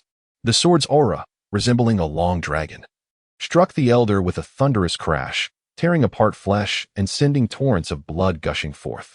The attack from a 4th-tier martial artist forced him to expend the little true energy he had left, causing a mysterious blue light to once again manifest around him as he gritted his teeth and charged through it. This time, before the swordsman could unleash another strike, he lunged towards the youth enveloped in white flames. Die! The head of the Yang family, with one arm, suddenly struck out, delivering a heavy blow to the youth's chest, the bone-cracking sound sending chills down spines as his palm pierced through the translucent chest of his opponent. The youth's handsome face slightly furrowed, evidently sensing some pain. Even his blazing golden eyes dimmed momentarily, though the corners of his mouth turned up slightly. This severely injured 5th-tier martial artist must be taken down by exploiting the information gap. Old man, I've got you now. Amid the chilling and harsh words, Yi Li abruptly spread his arms, unleashing his full power, as the peak of his fist seemed to embody the essence of flowing water. The flowing water fist.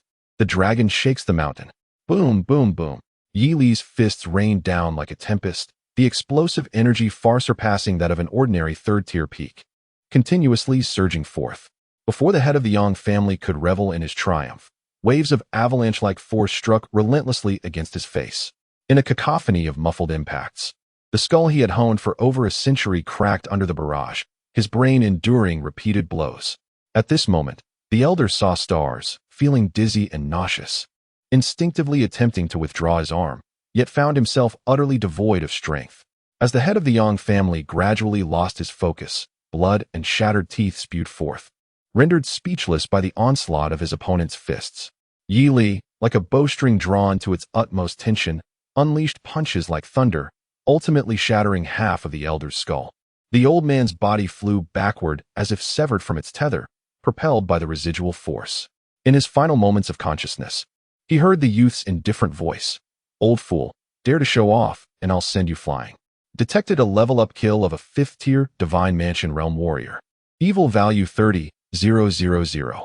Detected a successful encirclement of the Yang family in Shanzhou under the watchful eyes of the city's populace. Evil value 20,000. Current evil value 108,000 points. Yi Li took a deep breath. The crimson wounds on his chest pulsated, and he could feel his heartbeat accelerating. A sense of exhilaration washed over him. He exhaled contentedly, only to cough up a copious amount of blood, forcing him to sit cross-legged on the ground, his eyes gradually closing. Not far away, the old man Yu's eyes widened in fury as he recklessly smashed the heads of 2 4th-tier disciples, sprinting forward. Behind him, 2 city directors and numerous law enforcers bore complex expressions, silently rushing over after dispatching the remaining severely wounded 4th-tier disciples. What a remarkable prodigy, only to meet such an end. In that moment, everyone present stood frozen, eyes wide, breaths erratic, their bodies trembling uncontrollably. Before them, the wounds on the youth's chest suddenly sprouted countless flesh and sinew, along with writhing entrails, reconstituting into a new form. Amidst the myriad astonished gazes, The youth's handsome face regained its color, his dark hair gently swaying, and his aura gradually strengthened. In the next instant, he abruptly lifted his pair of obsidian eyes. Standing upright, fully restored. What an astonishing spectacle. 3 daily chapters. Nearly 8,000 words have been expended. I humbly seek your support, your gifts, and your kind reviews. The modest author kneels in gratitude. Chapter 80. A genius capable of riding the wind and transforming into a dragon outside the grand estate of the Yang family. The air fell into a profound silence. In the open space, dozens of seasoned law enforcers, having witnessed the miraculous healing, were awash with intense shock. A third-tier warrior defeating a fifth-tier warrior, even one in a severely injured state, was utterly inconceivable. Moreover, a fatal wound through the chest healed within mere seconds? What a jest! When did a warrior's body become so conveniently malleable? The 2 city directors also found their breath stifled, their gazes fixed intently on the youth, whose brow had unfurled, filled with incredulity. With the advancement of martial ranks, most warriors indeed experience a gradual increase in vitality, becoming increasingly difficult to kill, with their physiques growing more resilient. Yet, equally, once high-tier warriors suffer severe injuries, it becomes exceedingly challenging to restore them to peak condition through ordinary medical means. Without rare medicinal treasures from secret realms or the intervention of healers of the same tier, they often bear subtle, lingering injuries. This concealed injury serves as one of the greatest impediments on the path of martial arts advancement in the future. It is said that in the realm of advanced martial arts, there exists a talent known as super self-healing, ranked at the pinnacle of abilities. This extraordinary skill can perfectly mend grievous wounds that would ordinarily spell death for a common martial artist within mere months, making it one of the most coveted talents for those unafraid of bearing hidden injuries. However, even this highly sought-after ability pales in comparison to the performance exhibited by the young man earlier. It is truly unfathomable and unprecedented. Once he regained his composure, Elder Yu approached, both astonished and embarrassed, and gently patted Yi Li's shoulder, solemnly stating, "It is my oversight. I am growing old, and I did not anticipate that he would risk everything to break through the restrictions." He was indeed aware that Yi Li possessed a remarkably powerful self-repairing ability. Otherwise, he would not have been so agitated that day in Qingshan City. Originally, he assumed that Yi Li had merely developed super self-healing to an extraordinary depth. But it now seemed that was not the case at all. If it surpassed the pinnacle of super self-healing, it must belong to a new category of abilities. Realizing this, Elder Yu's breathing became somewhat labored as he comprehended the magnitude of the treasure he had discovered. "No matter," Yi Li remarked dismissively, suppressing the emptiness within him, and chuckled lightly. "With such low vigilance, you likely were not much better in your youth." Elder Yu's face flushed with embarrassment, although he recognized the young man's jest. It only intensified his feelings of shame. "Upon returning to the academy tomorrow, I will strive to advocate for you in this upcoming martial earth baptism." Elder Yu exhaled, his expression regaining some measure of solemnity as he softly added, "Consider it a small compensation for you." In response, Yi Li nodded slightly. As he inhaled and exhaled, he utilized the perfected breathing technique to continually replenish his nearly depleted true energy, to ensure the annihilation of the Yang family head. His outburst of true energy had been pushed to the utmost limit, and coupled with the healing of his injuries, he now felt as though he was at the end of his tether. Casting his gaze over the 8 fourth-tier attendants who had already succumbed, Yi Li sighed regretfully. "I will go inside to take a look and assist with the cleanup of the Clearing Anomalies Bureau." With that, he turned and strode into the Yang family estate. "Make sure to search thoroughly for me," Elder Yu called after him. After a moment, he turned back to face the personnel from the Clearing Anomalies Bureau outside. Speaking in a grave tone, "You are all elites within the Bureau. My disciples' abilities, I trust, require no further elaboration on how you should proceed, correct?" Upon hearing this, the expressions of those present grew serious. They were all seasoned individuals who had navigated the treacherous waters of the Hanxia advanced martial arts world for decades. Well aware of the concerns that Elder Yu harbored, the matter at hand pertained to the difficult reality that, surrounded by the nations of the Four Seas, Hanxia's talents face significant challenges in their growth. Over the years, whenever a talent from Hanxia was successfully assassinated, regardless of the prevailing circumstances, the authorities would do their utmost to dispatch a martial arts master to retaliate against the assassinating nation. Even so, such occurrences could not be entirely prevented. They could only be reduced in frequency. This is a challenging situation. The deputy director of the Shanzhou City Bureau pondered for a moment before carefully responding. As the team leader for this operation, it is imperative that the combat records are documented accurately. After a brief pause, he added, the submitted records of the expo have undergone rigorous scrutiny. During this period, while the probability of leaks to various nations cannot be deemed absolute, it is certainly close to 90%. Upon stating this, the deputy director of Shanzhou City fixed his gaze intently on Mr. Yu, apprehensive that the latter might voice a request akin to fabricating discrepancies in the records. It is important to understand that rules are rules, even if circumstances warrant. They cannot afford to make exceptions lightly. You still do not grasp my intent, Mr. Yu sighed. The deputy director of Shanzhou City furrowed his brow, poised to inquire further, when the current director beside him cleared his throat twice and interjected, Your Excellency, it is indeed difficult for us to conceal and report the martial arts talent of your disciple, which is super self-healing. We hope for your understanding. Super self-healing? The deputy director of Shanzhou City momentarily paused in surprise, quickly recovering. After all, the most recognized self-healing talent is super self-healing, so reporting it as such poses no issue. Furthermore, given the protection of Fengyun University, the youth only needs to leave campus a few times a year, significantly reducing the opportunities for assassination from the myriad nations. I understand. Thank you for your efforts, Director. Mr. Yu chuckled, as his intention was merely to delay the youth's exposure to scrutiny as much as the rules would allow. He was not a martial arts master capable of shaking cities. A fifth-tier warrior holds considerable deterrent power in the eyes of ordinary forces, yet lacks the weight to safeguard a prodigious talent destined to stir the nations in the eyes of the high echelons of the myriad realms. Fengyun University, however, holds substantial influence, with two renowned sixth-tier warriors stationed at its headquarters, a fortress of formidable strength that commands respect far and wide. Yet, the 30 top talents on the university's honor roll are merely a fraction of the thousands of martial arts prodigies hailing from various provinces of Huanxia. In their leisure, teachers often instruct their students, yet they also have their own obligations, and during crises, they must assist in quelling the anomalies across the provinces of Ying, making it impossible for them to focus solely on Yili. Thus, it remains imperative for Yili to expedite his breakthrough to the 5th tier. Once he attains that level, the difficulty of assassination will increase significantly, thereby drastically reducing the likelihood of him being targeted. Mr. Yu's thoughts swirled as he resolved to allocate more opportunities for advancement to Chen Jingli and Yi Li in the future. The former is also a rare martial arts prodigy from Huanxia, while he firmly believes that, given Yi Li's character, Yu will seize any opportunity presented to him with vigor.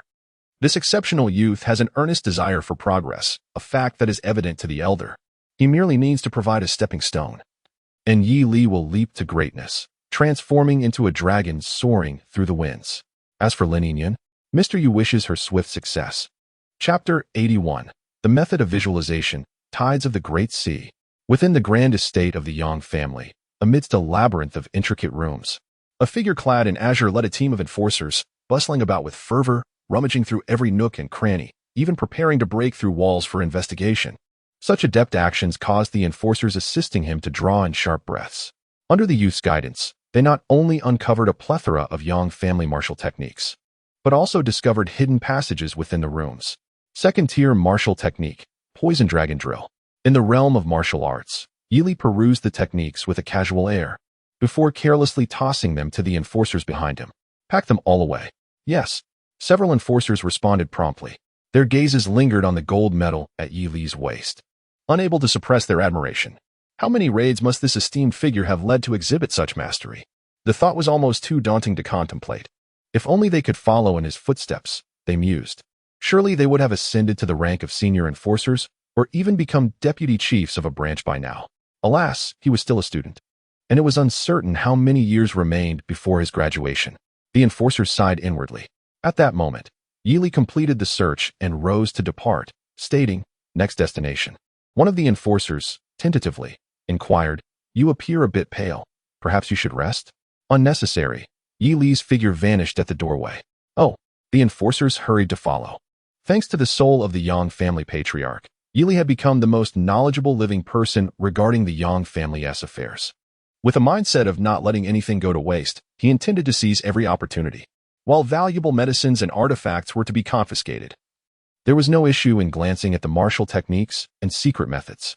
Before a hidden chamber, after conducting a thorough search, Yili gazed at the fourth-tier martial art in his hands, a treasure nearly undiscovered by the Yang family, and a smile broke through on his fair face. His diligent efforts deserved more than a mere collection of trash. According to the soul of the Yang patriarch, this visualization method had been exchanged for their ancestral blood-burning secret technique. Naturally, to ensure the uniqueness of the Yang family's secrets, their ancestor had later eliminated the opposing party during an expedition into a secret realm. Unfortunately, the threshold for mastering this visualization method was exceedingly high, preventing most descendants of the Yang family from learning it, including the current patriarch. However, Yili felt no such anxiety. The 100,000 points of malevolent deeds he had amassed lay quietly within his background panel. There was nothing that could not be resolved with sufficient points. If there were, it was simply a matter of not spending enough. If there were still issues, he could head to Fengyan University in a couple of days and make his mark on the Fengyan rankings. All right, let's pack this up as well. After reviewing, Yili tossed the technique into the hands of several enforcers. His casual demeanor elicited further admiration from them. Director Yi, according to regulations, you may keep this visualization method for yourself. It merely requires a deduction from your merits. One enforcer delicately cradled the precious technique, unable to restrain himself from speaking. Unnecessary. I have no need for it at the moment. Yili rose to exit the hidden chamber, leaving behind a calm remark. The Clearing Anomalies Bureau's task of slaying aberrant beasts is challenging. Keep it, consider it my contribution. As his words echoed, the chamber fell into a brief silence. The sound of a pin dropping could be heard. As he gazed at the retreating figure of the youth, and then at the seemingly searing tome in his hand, the breaths of several enforcers grew increasingly labored. This was a rare and coveted level of visualization, one that could scarcely be sought after in the outside world. Even within the esteemed Wind and Cloud University, one would likely have to pay a hefty price to acquire it. The audacity of the individual to dismiss it without a second thought was truly unprecedented. One could only lament the inability to follow such a person day and night. Beneath the inky shroud of night, the city of Shanzhou was ablaze with light. After assigning a portion of the enforcers to handle the aftermath, Yili followed the group through a throng of reporters back to the Qingyi Bureau in Shanzhou. The hour was late, and given the Yang family's distance from the city center, Elder Wu planned to stay the night, intending to escort Yili to Wind and Cloud University the following day. Under the guidance of an enforcer, Yili soon arrived at the door of his room. Director Yi, should you require anything, do not hesitate to call. A few capable members of our bureau are residing in nearby rooms. Very well. Yili observed the enforcer's respectful demeanor, nodding slightly as he stepped into his room and closed the door. Once the presence outside dissipated, the room fell into a tranquil silence, its arrangement neat and orderly. Taking a deep breath, Yili settled into a dedicated meditation area, exhaling slowly. His manner of operation would likely incite considerable discontent among various prestigious factions. Those affiliated with them, undoubtedly present in the Qingyi Bureau, would instinctively harbor a degree of animosity upon hearing of his exploits. Coupled with the brilliance he had recently displayed, it was not far-fetched to presume that assassins from across the seas might soon be drawn to him. Tomorrow, he would set foot in Wind and Cloud University, a place rumored to be teeming with exceptional talents and proud individuals, which suited him perfectly. Yili chuckled softly, feeling no trepidation at the prospect of antagonizing the world. Rather, he was invigorated by the challenge. He intended to forge a path through any obstacles that lay before him. Reflecting on his visit to the Yang family, he realized he had gained much. In the future, when confronting adversaries supported by powerful factions, he must act decisively. Any hesitation would allow enmity to fester. To achieve this, he needed to enhance his strength promptly. The Yang family patriarch, merely a first-stage fifth-tier warrior and severely wounded, had nonetheless managed to penetrate Yili's chest, even while he possessed 2 fourth-tier souls. This incident underscored the urgency of his situation. To possess the capability to humiliate his foes, overwhelming strength was imperative. Past experiences had taught him that acquiring such power before engaging in combat was essential. Now, with a vast reserve of malevolent points and access to a level of visualization, he could scarcely fathom how much his strength would escalate after this enhancement. With this thought, Yili summoned his interface. Current malevolent points, 108. 000. Level visualization, Oceanic Tides, uninitiated. Upgradable Chapter 82, Oceanic Tides, Command of the Sea. The level of this technique transcends others, and mastering it to perfection offers myriad benefits. It not only reduces future expenditures, but also grants one a strength far surpassing that of peers at the same tier, aiding in subsequent ascension. Yili was already well aware of these advantages.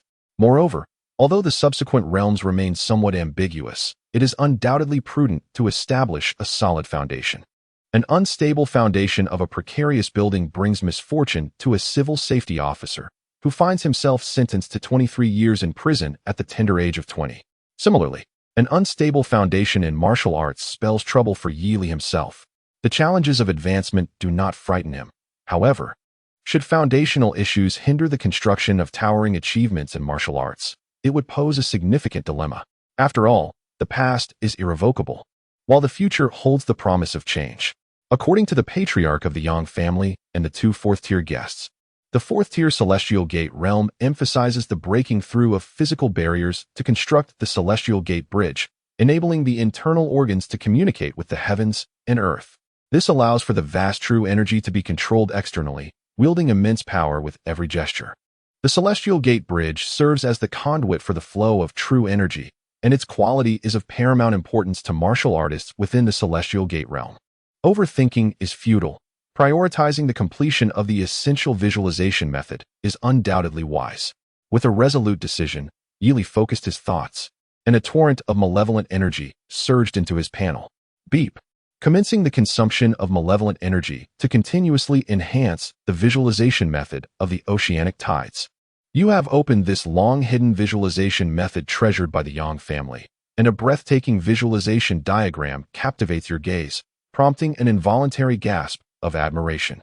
The diagram is remarkably impressive yet offers no insights for breaking through to the fourth tier. Thus, you decide to bypass the diagram and delve into the textual portion, only to find it as inscrutable as a book written in an alien script. Drawing on your experience from previous lives, you resolve to skip any incomprehensible sections, ultimately finishing the entire visualization method in less than 2 minutes. Left with no choice, you must focus your efforts on that remarkable visualization diagram. At least it is visually appealing. After expending 2,000 points of malevolent energy, you find yourself immersed in this visualization diagram, experiencing a sensation akin to facing the rising tides of the ocean, devoid of any other feelings, perhaps yearning for a sip of cold soda. Sensing your struggles, the spirit of the Yang family patriarch appears beside you, imparting the ancestral insights on this visualization method. Upon hearing this, you nod slightly, gaining some understanding, and request him to elaborate further. Gain, cultivation speed increased by 150. Is this possible? Yili gazed in astonishment at the words manifesting on the panel. Compared to the unadorned enhancement of indestructible golden soul, this mechanism of spirit mastery has already bestowed upon him several surprises. When the deceased speaks, compelling the enemy to work for him, now even the allocation of points enhances his abilities. What other functions might this skill possess that he is unaware of? Moreover, under these circumstances, it seems his future path may be rather formidable.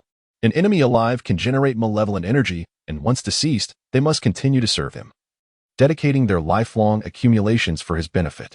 It is a perfect blend of gain and advantage. Yili chuckled quietly to himself, finding this approach in alignment with his expectations, and saw no issue with it. He considered himself a principled individual. Those enemies he could bring down would naturally not weigh on his conscience when utilized. Extracting the value from adversaries is, after all, a form of respect towards one's opponents. As for whether the enemy is willing, what does it matter? One only needs to remain true to oneself. It must be said that the potential for martial arts talent at this level is astonishing. The 2 martial arts abilities in my possession have yet to be elevated significantly, yet they already shield me from most dangers. Once I elevate this, mastering spirit and unifying soul, to its maximum level, the power it will unleash is unimaginable. Yili's eyes sparkled as his gaze shifted back to the panel, where the luminous screen continued to shift and change. After consuming 5,000 points of malevolence, you have grasped some essence within this visualization. Even with your eyes closed, the so-called oceanic tidal diagram can emerge vividly in your mind. Although a flicker of inspiration remains elusive. Oceanic tides, beginner. After consuming 15,000 points of malevolence, you have finally captured that elusive thread of truth within the visualization.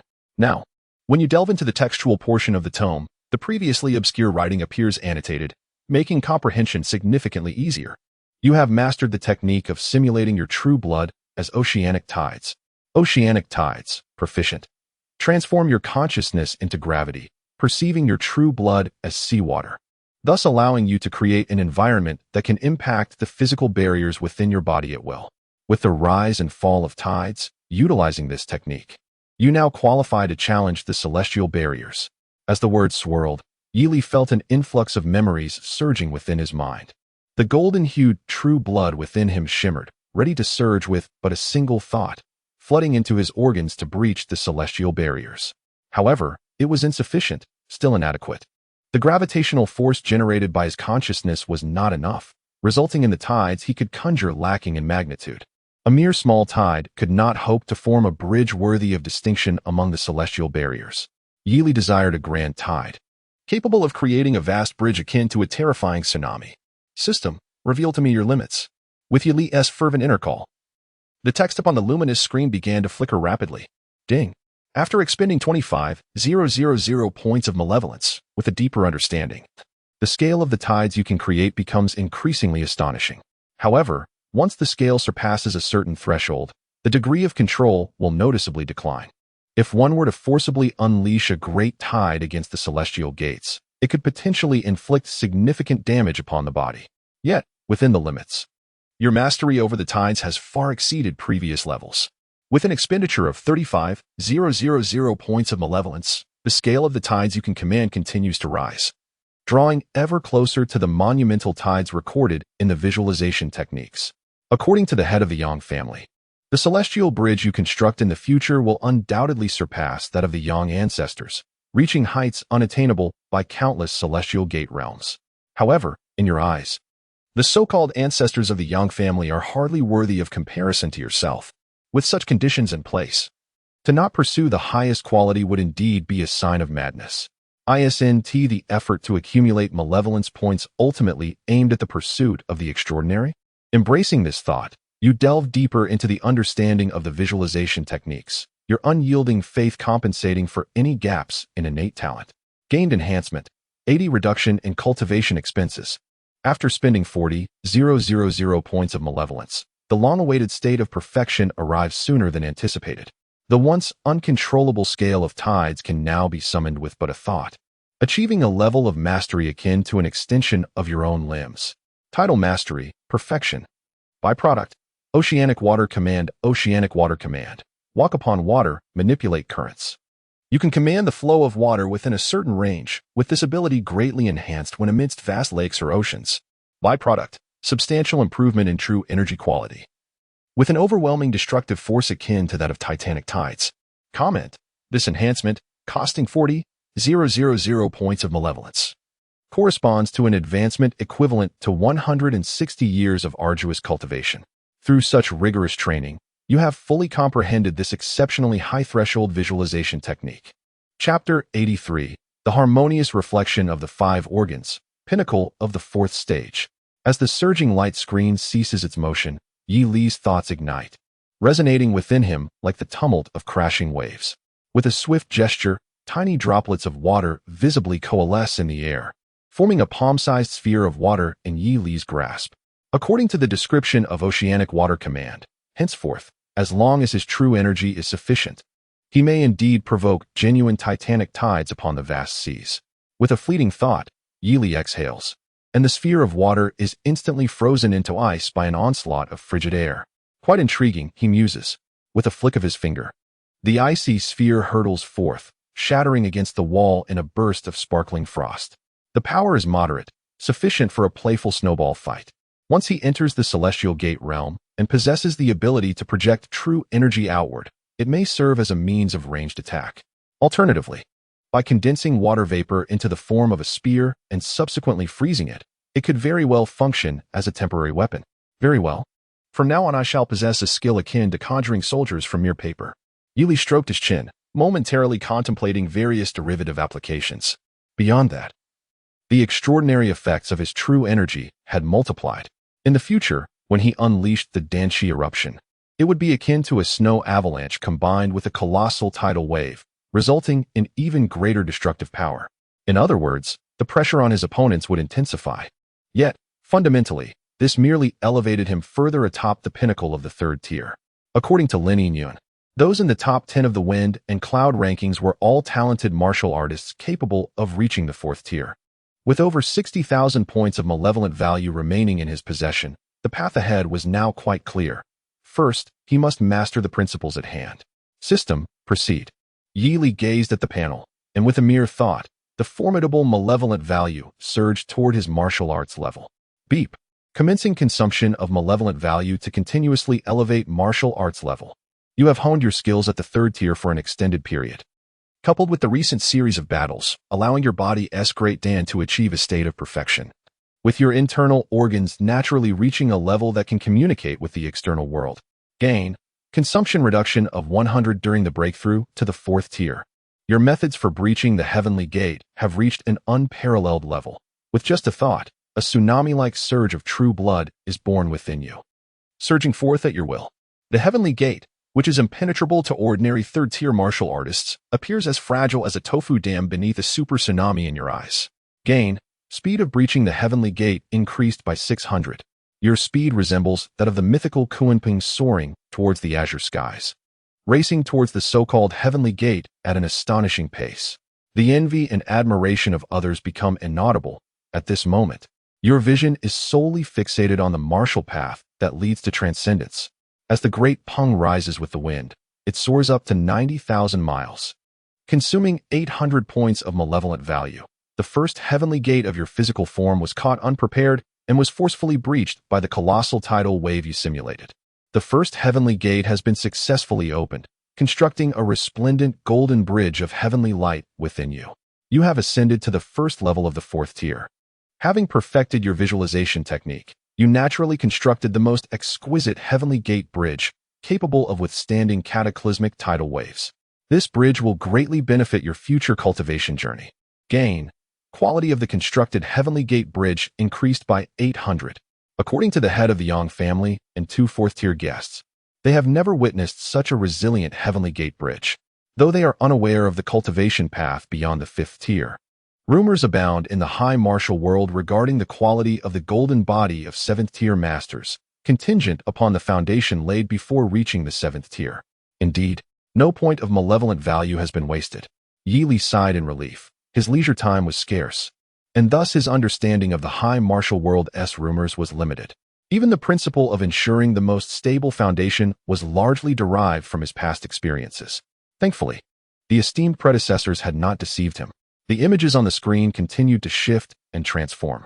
After expending 12,000 points of malevolent value, the 2nd celestial barrier was shattered by your formidable tidal wave, with the 2 organs responsible for constructing the celestial bridge radiating brilliance, significantly enhancing your corporeal strength.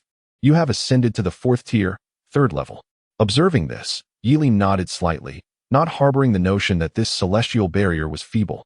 After diligently cultivating the oceanic tide for so long, such impact was only to be expected. In his sight, the text on the panel began to manifest at an increasingly rapid pace. After consuming 20,000 points of malevolent value, the 3rd and 4th celestial barriers were successively breached, with 4 exquisite celestial bridges shining brilliantly within you. Henceforth, only the depletion of true energy would remain. No celestial bridge would be severed. You have advanced to the 4th tier, 7th level. After expending 28,000 points of malevolent value, the 5th celestial bridge was conquered by you.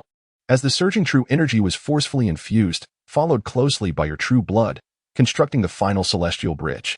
With the last barrier shattered, all 5 celestial bridges of your vital organs were completed, unleashing a torrent of true energy that measured hundreds of meters. You have ascended to the 4th tier, 9th level. After consuming 30,000 points of malevolent value, you have breached the celestial barriers and stepped into the realm of the inhuman, effortlessly traversing through a hail of gunfire. Wielding weapons weighing thousands of kilograms at multiple times the speed of sound, rendering conventional firearms incapable of threatening you. With your martial arts level elevated, you have reached the pinnacle of the 4th tier. This enhancement consumed a total of 30,000 points of malevolent value, equivalent to over a century of arduous cultivation. Remaining malevolent value, 3,800 points. In an instant, 5 bridges symbolizing the pinnacle of the celestial realm materialized within Yi Li. An unparalleled surge of true energy flooded into his body, coursing through the 5 gilded celestial bridges and erupting forth. Boom! A terrifying torrent of true energy erupted from Yili, instantly shaking the entire Qingyi Bureau, as a majestic aura akin to a dragon awakening emanated from him. Unprecedented strength coursed through his being. His muscles did not swell, yet the power within him felt explosively amplified. Not to mention the previous 2 fourth-tier martial artists. Even against the head of the Yang family tonight, Yili was confident he could shatter their skull with a single palm strike upon engaging in close combat. Is this the sensation of reaching the pinnacle of the 4th tier? Yili gasped, his heart racing, clutching his chest, as every cell and muscle in his body seemed to exult in jubilation. His senses were so acutely heightened that he felt almost superhuman, as if a veil previously unnoticed had been lifted, revealing an unprecedented clarity to the world. After a brief period of adjustment, Yili reigned in the aura of the 4th-tier pinnacle. Meanwhile, within the hall of the Qingyi Bureau, several figures turned their heads, staring blankly towards the sleeping quarters. Their expressions remarkably vivid. Chapter 84. Am I taking Yili on a mission? Just moments ago, in the hall of the Qingyi Bureau, the head of the Shanzhou Municipal Bureau wore a grave expression as he turned to Elder Yu and the others. Did you all sense that? Just seconds ago, an extraordinary aura surged from the direction of the sleeping quarters. It was fleeting, yet undeniably real. The overwhelming aura seemed to subtly brush against the barrier of the 5th tier, indicating a martial artist of considerable vigilance. Ewing, slightly taken aback, withdrew his gaze from the sleeping quarters. The depth of that aura had even startled him. It was likely that it belonged to a senior enforcer who had honed their skills for countless years at the 4th tier. He nodded slightly, and then remarked with a smile, "The Qingyi Bureau in Shanzhou City truly harbors hidden talents." The presence of such a formidable figure among the senior enforcers made it no surprise that they had successfully guarded the provincial capital of Ing for decades without a flaw. Upon hearing this, the director of Shanzhou City quickly reviewed the faces of the senior enforcers in his mind, feeling a sense of puzzlement. Had any of his senior enforcers truly reached such a level? It seemed unlikely. One must understand that 4th-tier martial artists, owing to their breakthrough of the heavenly barrier and their unique cultivation perspectives, emitted a distinctly different aura, allowing one to discern the depth of their prowess. The heavenly barrier bridge functioned as an output gateway. The better its quality, the more formidable the aura it radiated, and consequently, the efficiency of the emitted true energy would also be enhanced. The earlier aura, with its richness comparable to that of a 5th tier, likely indicated the heavenly barrier bridge's exceptionally high standard. Rather than resembling the senior enforcers in the Bureau, it was more akin to that of the renowned genius martial artists. Presently, within the Qingyi Bureau of Shanzhou City, only one individual fit this description, his disciple, Yili. In an instant, the elder was covered in goosebumps, his breath quickening. If this were true, the combat prowess the youth displayed tonight might merely be the tip of the iceberg of his true capabilities. A peak 4th tier before the age of 20. So he was indeed such a prodigious talent? No wonder the Qingyi Bureau of Shanzhou needed to help conceal this information. If word of this reached the ears of the nations across the seas, they would likely stop at nothing to send assassins after him. Contemplating this, the director of Shanzhou City slowly clenched his palm and, after a moment, lifted his gaze to meet the equally furrowed brow of the deputy director. "Old Xiao, it seems we have." The deputy director also looked up, his expression grave, likely realizing that none of the enforcers in the Bureau possessed such an aura. "Some of the old fellows in our Bureau have broken through." His words were cut short by the director's light chuckle. What is so surprising about that? Upon hearing this, the deputy director's eyes narrowed, as if he had deduced something. "Old Lu." The director raised his slightly trembling hand and patted the deputy's shoulder. "This is a good thing." He then turned to Ewing and the drowsy Lin Yun, an unexpected glimmer of hope for the future illuminating his aged face. "Is your disciple named Yili?" Ewing was taken aback, but nodded. "Indeed, it's Yi from Leaf and Li from Courtesy." A fine name.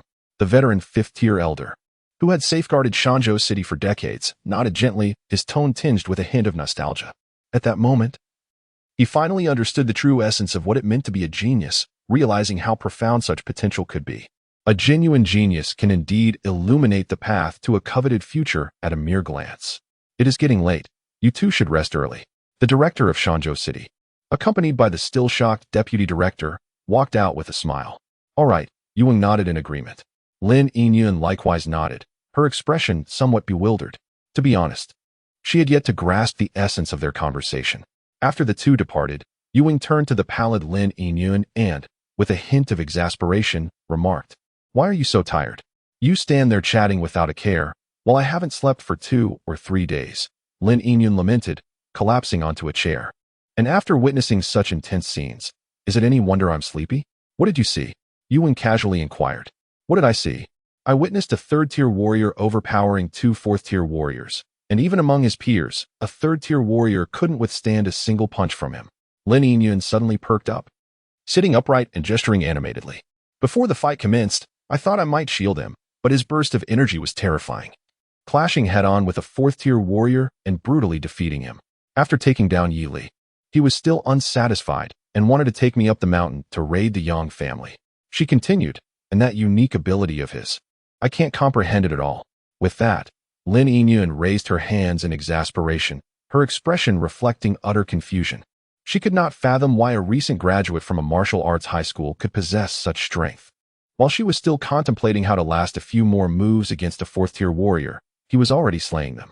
If he were to enter Fengyan University, he would undoubtedly rank in the top 10 of the leaderboard. Ewing listened in silence before asking, "What if I told you he also defeated a severely injured 5th-tier warrior tonight?" Lin Yingyun. The Yang family's eradication had been successful, and once reported to the school, Yi Li would likely earn 3 first-class credits. Ignoring Lin Yingyun's astonishment, Ewing smiled. "You should help him familiarize himself with the school and assist him with a few tasks." "Me?"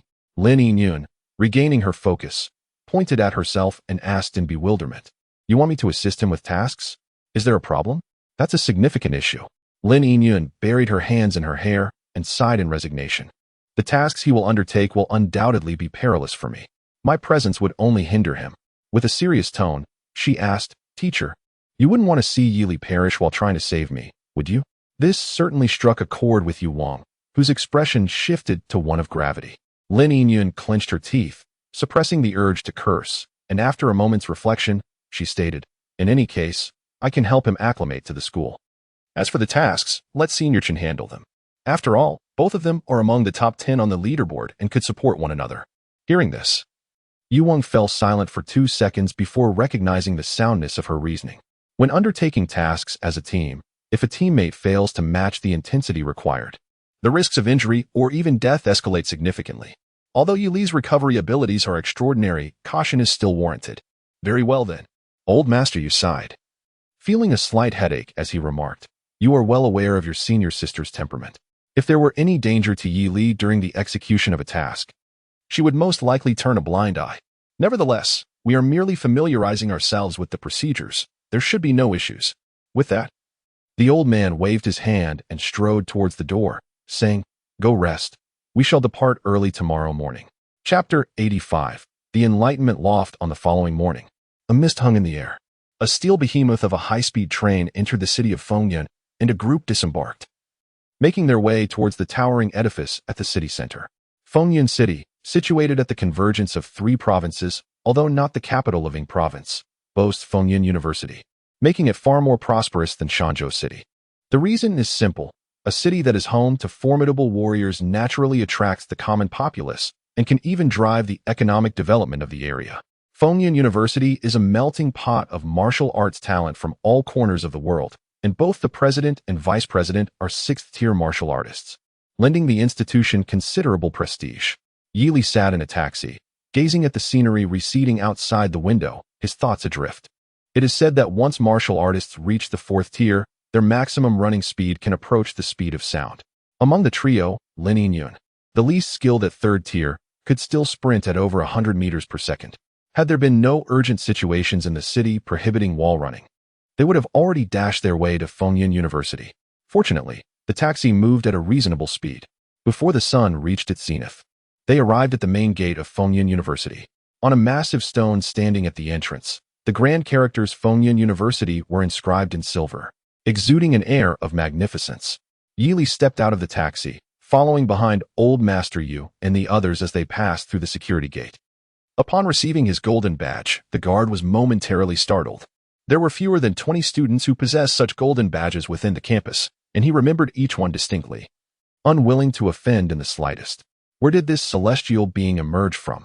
Unable to resist, He glanced again at the handsome young man's face, committing it to memory before returning the badge. Have a good day. Yili nodded in acknowledgement and entered the campus.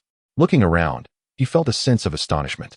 Towering buildings of diverse designs rose majestically, and even without a background in architecture, he sensed that this university surpassed those he had encountered in his previous life in terms of grandeur. I will visit the Academic Affairs Office to report on this situation and request a few first-class credits for Yili. You take care of him and contact me if any issues arise. With that, old master, you departed. Lin Yingyun led Yili further inside. Covering an expanse of over 10,000 acres, Fengyun University is equipped with nearly all technological facilities related to martial arts. As they walked, Lin Yingyun yawned and explained, since you hold a golden badge, according to the rules, you are entitled to a private residence. I will take you there now. Hearing this, Yili nodded slightly, occasionally glancing around. Though it was not yet the start of term, Fengyun University was far from desolate. Occasionally, one can witness clusters of young martial artists engaging in animated discussions before collectively entering an expansive and grand edifice. Observing their aura, it is evident that they are all at least at the pinnacle of the second tier. Is this the standard of Fengyun University? Most appear rather unimpressive. Yili sighed inwardly. Many are upperclassmen, in their second or third year, striving to earn credits during the summer break. The destination they are headed to is known as the Selection Tower, a place where our school undertakes various tasks. Seemingly attuned to Yili's gaze, Lin Yingyun began to elucidate. Senior Sister Chen will return in a couple of days. She will guide you through the task process. All right. The two traversed the campus until they arrived at a secluded courtyard. Upon entering, they were greeted by several locust trees and a complete set of stone tables and wooden benches. Inside the spacious building, a variety of advanced testing equipment was visible, far surpassing the training facilities at Linhai No. 1 High School. There were even multiple bedrooms. The courtyard next to yours houses the individual currently ranked 18th on the Fengyun list, Lin Yingyun remarked while tidying up the interior. It is said that he is not particularly amiable and has a mysterious mentor. Whether or not you choose to befriend him is entirely up to you. Understood. Yili nodded politely, and after a brief arrangement, the two exited the courtyard. Senior Lin, what is that? Yili inquired, lifting his chin to point at a sight he had been curious about since their arrival. Before him stood a towering giant tree, its majestic form reaching towards the heavens, with emerald leaves shimmering gently in the breeze, creating a breathtaking spectacle. Clinging to its sturdy trunk was an ancient-style aerial pavilion. That is the Enlightenment Tree, perhaps the most distinctive sacred ground for cultivation at Fengyun University, Lin Yingyun replied, her spirit invigorated. Though meditating beneath this tree does not hasten the advancement of martial levels, it significantly aids in the comprehension of martial skills. You must have noticed the pavilions constructed around it. Those are designated for martial artists to cultivate. The higher the floor, the more effective the experience. However, due to limited spaces and the fact that they are only accessible during the day, they are typically at full capacity. Is it impossible to expand the pavilions? Yili asked with curiosity. Alas, the current dimensions have been meticulously calculated by the administration. Lin Yingyun shook her head. The Enlightenment Pavilion can accommodate a maximum of 200 practitioners at once. Any more would overwhelm the Enlightenment Tree, greatly diminishing the efficacy of the cultivation. Additionally, the spaces within the pavilion are quite spaciously divided, with each cultivation room accommodating no more than 2 individuals. However, as you might expect, those with talent can be rather demanding. It is not uncommon for the top-level pavilions to have one person monopolizing an entire room, unwilling to share with others. Oh no, I almost forgot 2 important items, she exclaimed suddenly, hastily retrieving 2 tomes from her storage ring and handing them to him. These are martial techniques that the teacher entrusted me to select for you. One is an auxiliary technique for concealing your aura, and the other is a method for swift travel. Both will prove useful during future tasks. I was so preoccupied with watching you fight yesterday that I neglected to give them to you. My apologies. Thank you very much. Yili took the ancient tome. Yet his thoughts lingered on the matter of the Enlightenment Tree. He realized that he could enhance his efficiency in allocating points through external boosts. But he often found himself too indolent to seek out these advantages, as planning such endeavors could be quite cumbersome. Hence, he typically opted to fill his points to the brim without consideration. However, with the Enlightenment Tree so near and possessing 2 new martial techniques, he felt compelled to explore. The Enlightenment Pavilion was free to enter during the first year, but from the second year onward, One would have to exchange credits to gain entry. Lin Yingyun observed him and tentatively suggested, although it is likely crowded inside, it would still be worthwhile to assess the situation. Shall we go? Yes, Yili replied promptly, turning to close the courtyard gate. With malevolent points in hand and new martial techniques at his disposal, coupled with the allure of unknown cultivation benefits, he could not resist the temptation to investigate further. Chapter 86. With that, he grasped the testing crystal and promptly shattered it. At Fengyun University, within the Enlightenment Pavilion, the classical architecture was distinctly elegant, and the decor was remarkably exquisite. The spacious hall was bustling with individuals, most wearing expressions of urgency. Yili stepped inside, discreetly surveying his surroundings. Although the majority of the decor was wooden, these materials contained spiritual essence, resulting in a concentration of spiritual energy far exceeding that outside the pavilion, suggesting the use of some rare spiritual wood. This also hinted at the profound heritage of Fengyun University. Perhaps the absence of metal was to ensure the well-being of the Enlightenment tree? Yili mused on the possible reasons. With the sun high in the sky, it was an opportune moment for cultivation. Among the throngs of young warriors, those at the second tier constituted more than 70%. This stirred a sense of concern within Yili regarding his potential gains. It is known that at Fengyun University, second-tier warriors often lack any semblance of pride. Even if they once possessed it, it would have been thoroughly tempered away in their first year. The likelihood of these individuals seeking confrontation was nearly non-existent, and the malevolent points obtained from any altercations would be minimal. One could only hope that the seasoned veterans at the top would offer some assistance. The absence of ostentatious displays truly left him feeling uneasy. The Enlightenment Pavilion boasted 5 levels, as previously mentioned. The uppermost level offered superior benefits, but was only accessible to those of third-tier rank and above. Lin Yingyun stood beside him, providing insight. No wonder first-year entry is complimentary. Yili chuckled lightly. Having just graduated from martial arts high school, those who reach the third tier are indeed rare. There is no need to worry about the best positions at the Enlightenment tree being exploited without merit. Moreover, what harm is there in allowing those prodigies who attain the third tier in their first year to benefit for a year? Indeed, that does hold true. Lin Yingyun replied with a resigned smile. In any case, I did not manage to gain any advantage back then. After a brief pause, she pointed forward and continued. If you ascend the stairs, you will reach the 5th floor, where designated staff will verify your vitality level and guide you to an available room. I must return to catch up on sleep. With that, Lin Yingyun yawned and chuckled. If you encounter anyone looking for trouble, feel free to engage. Our school encourages friendly sparring. Just ensure it does not escalate too far, as medical fees are halved. However, one must remain vigilant in discerning the strength of adversaries. The formidable entities within the top 5 of the rankings are capable of transcending their levels to confront their foes. They should not be underestimated. With a subtle nod, Yili lowered his chin. He bypassed Lin Yingyun and traversed the hall, his slender silhouette swiftly vanishing at the staircase. Lin Yingyun gazed at the spot where he had disappeared, her expression a complex tapestry of emotions. In the brief span of 5 days since she had met the young man, she had already endured a relentless barrage of cognitive dissonance. The impact was even more profound than the initial shock she had received from senior sister Qingjingli. It was almost inconceivable how this Yili possessed such terrifying talent. A mere 20-year-old third-tier martial artist, placed within any faction in the Hanxiao realm, would undoubtedly be regarded as a worthy investment, a potential asset to cultivate. With the protection of Fengyun University, the frequency of tasks required of him would diminish significantly, ensuring a far safer environment than before. Given these circumstances, how far could Yili truly go in the future? Lin Yingyun could hardly fathom it. She merely sensed that by the time he graduated from Fengyun University, she might not even catch a glimpse of his taillights. Perhaps, he would even manage to overtake her on the curve. Standing shoulder to shoulder with senior sister Chun and that renowned swordsman, the top of the rankings. In the quiet loft, only the faint sound of footsteps occasionally broke the silence. Most students in the training room maintained a respectful quietude. Yili ascended to the 5th floor, making his way directly to the expansive front desk.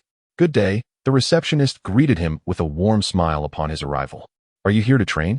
Yili nodded gently, presenting his golden badge, and inquired, as a first-year student, how may I validate my strength? The receptionist, momentarily taken aback by the sight of the golden badge and the unfamiliar face of a new core student, quickly registered his information. She then retrieved a clear white crystal from the counter. Mr. Yili, she said, Handing him the crystal, please hold on to this testing crystal. The force of a third-tier martial artist's energy can be quite explosive. And then, Yili asked as he accepted the crystal. Then apply your full strength to crush it. The receptionist explained. As a third-tier martial artist, if you can create even a single crack. Before she could finish her sentence, the white crystal erupted into a cloud of powder, cascading to the ground amidst the casual demeanor of the strikingly handsome youth. Yili shrugged his shoulders. Is that all there is to it? With the peak of the fourth tier, perfected breathing techniques, and advanced refinement methods, he had wielded little effort, causing the crystal to shatter effortlessly. Quite fragile indeed. Witnessing this spectacle, the receptionist's eyes widened in disbelief, and her colleagues behind her stood frozen, their mouths agape. The young woman responsible for the reception gasped for breath, her throat tightening as she stammered, "That will suffice. Thank you for your effort." As she concluded her sentence, even she seemed uncertain, for Yili's nonchalant expression suggested he had hardly exerted himself at all. "Please follow me. I will escort you to the training room." She suppressed her thoughts and briskly exited the counter, conjuring a holographic projection with her hand as she ascended the stairs. Amidst the bewildered gazes that had yet to regain composure, Yili followed closely behind her, departing from the front desk. "You are truly remarkable," the receptionist remarked, confirming her position while unable to contain her admiration. "I have never encountered a freshman who can effortlessly shatter crystals like you. No wonder you secured a gold medal." Even the renowned Saint of the Sun, who majors in physical prowess, did not exhibit such ease upon his first visit to the top floor. Unconsciously, she compared this newcomer, Yili, to the best performer from her memories, yet still felt he surpassed that standard significantly. Indeed, by a considerable margin. Did this not indicate that this freshman, Yili, was destined to ascend to the top 3 of the leaderboard in the future? Yili observed his surroundings, noting that most rooms were illuminated with red lights, indicating they were mostly at full capacity. It seemed the Enlightenment Pavilion was indeed in high demand, suggesting that its efficacy was remarkably commendable. "We have arrived. Only 2 training rooms remain, each currently occupied by a single individual. I shall guide you to the nearest one." Traversing the corridor, they arrived at a door, and the receptionist smiled with practiced ease.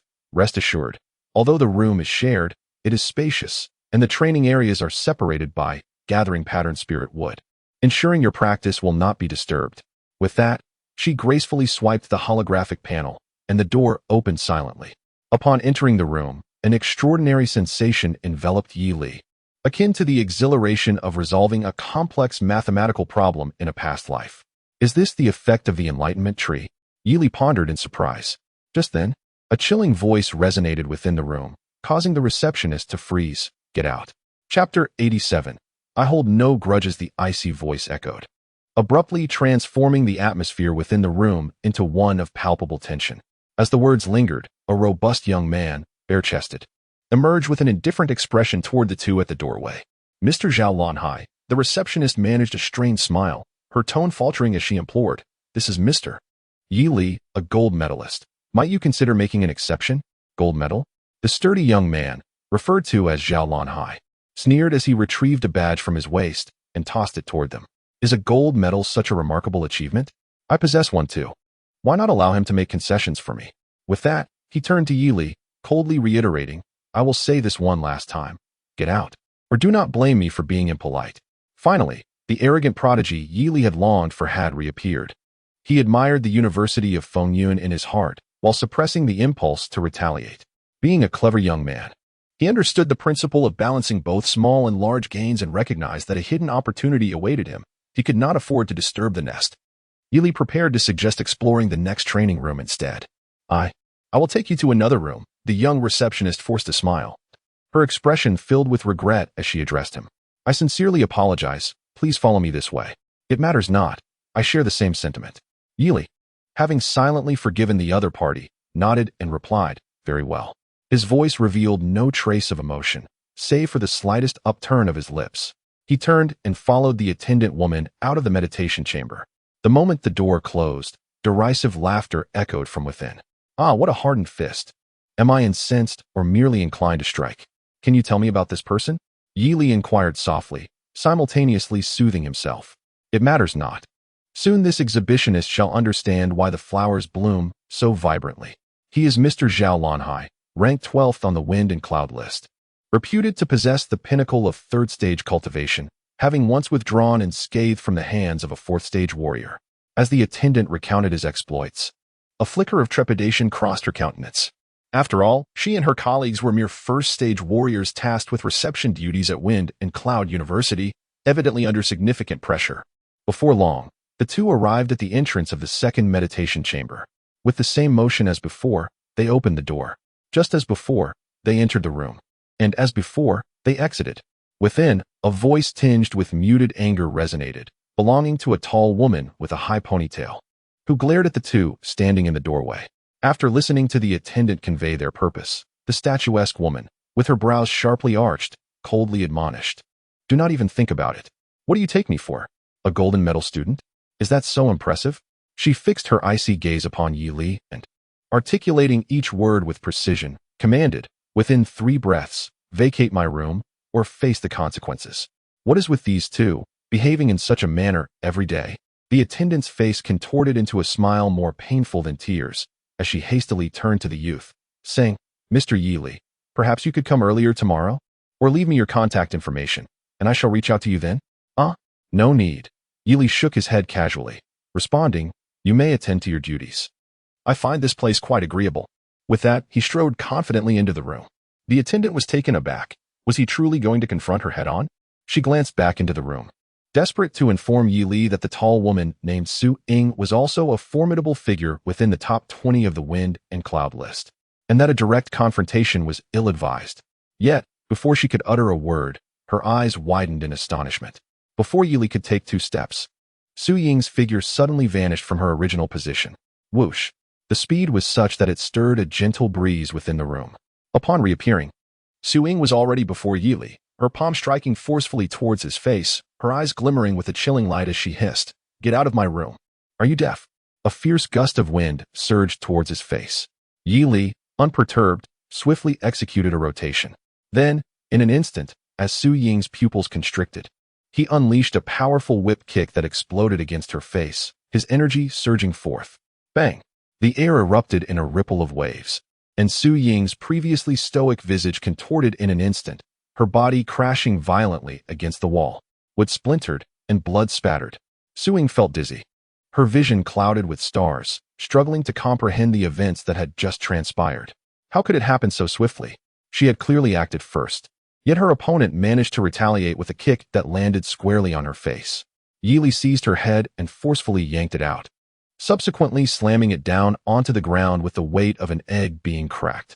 The resounding thud echoed throughout the loft, and in the astonished gaze of the receptionist, Su Ying lay there, bloodied and dazed, her pupils unfocused. Yet, she could still feel someone brutally pressing their foot against her face, mercilessly grinding it back and forth.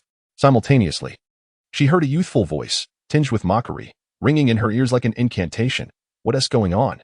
You were putting on quite the show. Yet 1 kick and you're down. I thought you were something special." The injury was minor, but the humiliation was profoundly intense. Su Ying emitted a sound of pitiful whimpering, as her silver teeth had been shattered during that earlier blow. Her once graceful figure now struggled to break free.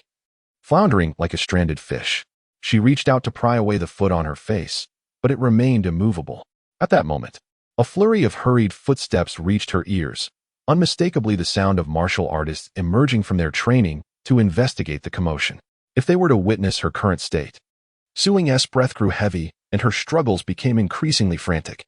She was a prodigy ranked 14th on the elite list. How could she endure such disgrace? She absolutely could not be seen in such a state. It was unthinkable. Aya! Su Ying howled in rage and despair, her body thrashing wildly, indifferent to the shards of the floor tearing at her clothes. Just then, the foot upon her head miraculously lifted. A flicker of instinctual joy surged within her, only to be met with an overwhelming force that struck her head down once more. Boom! The martial arts boot crashed into her skull, driving it deep into the ground and plunging her consciousness into darkness. "I will never let you off." Su Ying's last thoughts echoed with venomous resentment as her body slumped lifelessly to the ground.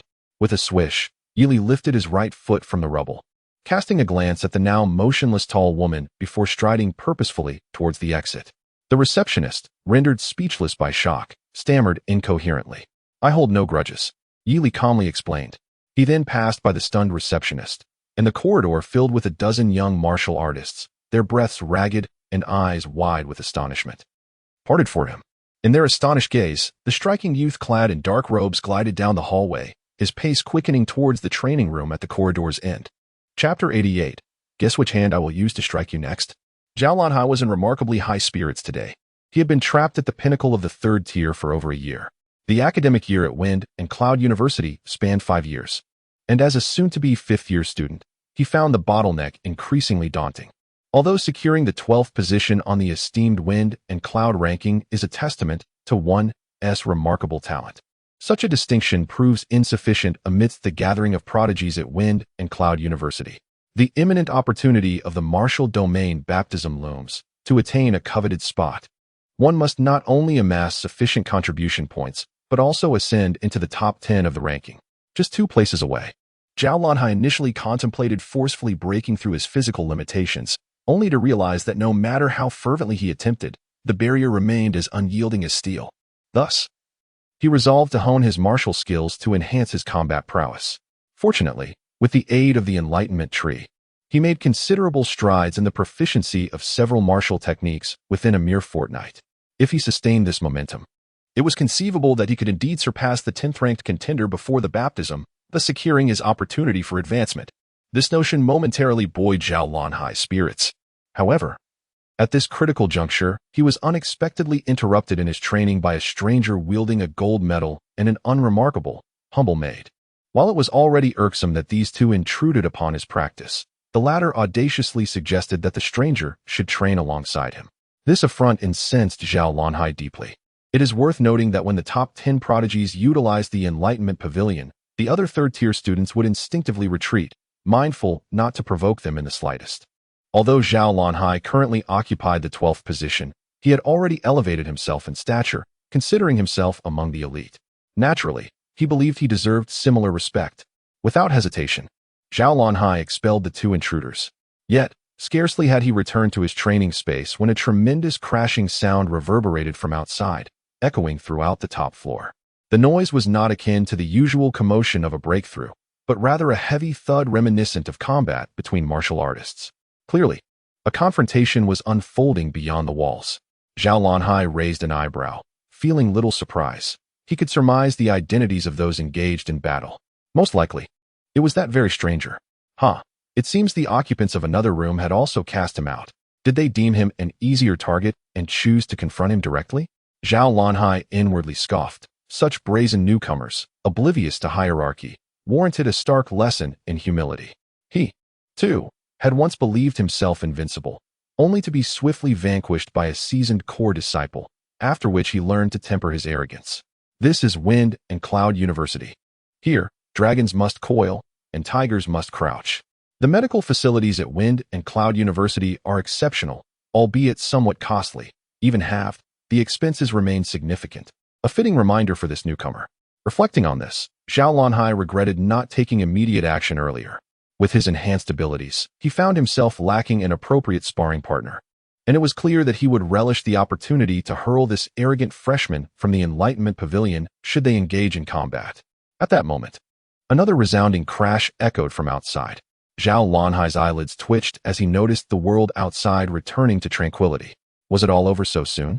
He had anticipated a formidable challenger, only to discover that they had succumbed so quickly. He shook his head, letting out a sigh tinged with regret, lamenting his earlier decision not to act decisively. He had missed a prime opportunity to hone his skills and establish his authority. Suppressing the turmoil within, Zhao Lanhai resolved to continue refining his martial techniques. Just then, a rapid succession of footsteps echoed from the corridor outside, accompanied by a menacing aura that approached with alarming speed. What? No, something is amiss. Zhao Lanhai's pupils constricted as his heightened senses, honed by his status as a third-tier martial artist, detected an impending, formidable threat. An inexplicable surge of dread welled up within him, as if a dangerously powerful presence was swiftly closing in on his training chamber. With no time to ponder, he sprang from his bed, his muscles coiling with tension, veins bulging. His robust physique trembled slightly as the chi coursed through him with fervor. Zhao Lanhai cast a fierce glance toward the door. Suddenly, the sound of splintering wood erupted, and a figure clad in dark robes stormed into the room. Alarmed, Zhao Lanhai instinctively unleashed his most proficient martial technique, third-tier martial art. Steel forged bones. In an instant, his entire body radiated a metallic sheen, appearing virtually impervious. With all his strength devoted to defense, Zhao Lanhai crouched slightly, arms crossed protectively in front of him to intercept the incoming assailant. The intruder snorted derisively, unleashing a torrent of energy that cascaded violently. Swinging his right arm in a sweeping arc, his fist struck with the force of a cataclysmic tide, crashing down upon Zhao Lanhai's outstretched arms. Boom! The air erupted in visible shockwaves as an overwhelming force surged forth, shattering the sturdy wooden floor beneath Zhao Lanhai. The sheer might of the blow sent half of his body plummeting downward. It turned out to be Yi Li, who had forcibly breached the front door, now towering above him with eyes ablaze like fire. "You seemed quite amused earlier." The youth's voice was cold, emanating an intimidating aura. Zhao Lanhai, trapped within the wreckage, felt blood trickle from his mouth and nose, his arms collapsing limply at his sides, as the impact left a slight dent in his robust chest. In just one punch, he had lost the majority of his combat prowess. The entire sequence unfolded in mere moments, leaving him no time to react. Zhao Lanhai was engulfed in shock and terror. He was a rising star capable of escaping the pursuit of fourth-tier martial artists, and now, having progressed further, how could he be so easily defeated? His bones shattered and internal organs damaged by a single blow. Who was this adversary?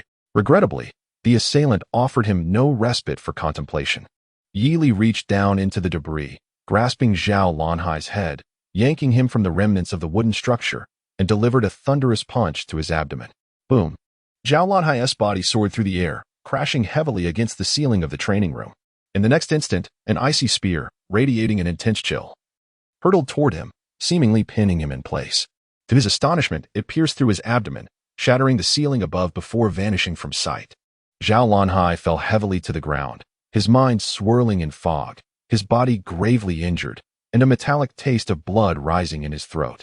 Yet remnants of his consciousness lingered, and through his slightly opened eyes, he finally discerned the appearance of the newcomer. Clad in a form-fitting black attire, the youthful visage, soon to shed its innocence, bore a hint of a smile, while an unrestrained chill emanated from him. The swirling waters converged in his palm, presenting an extraordinary spectacle.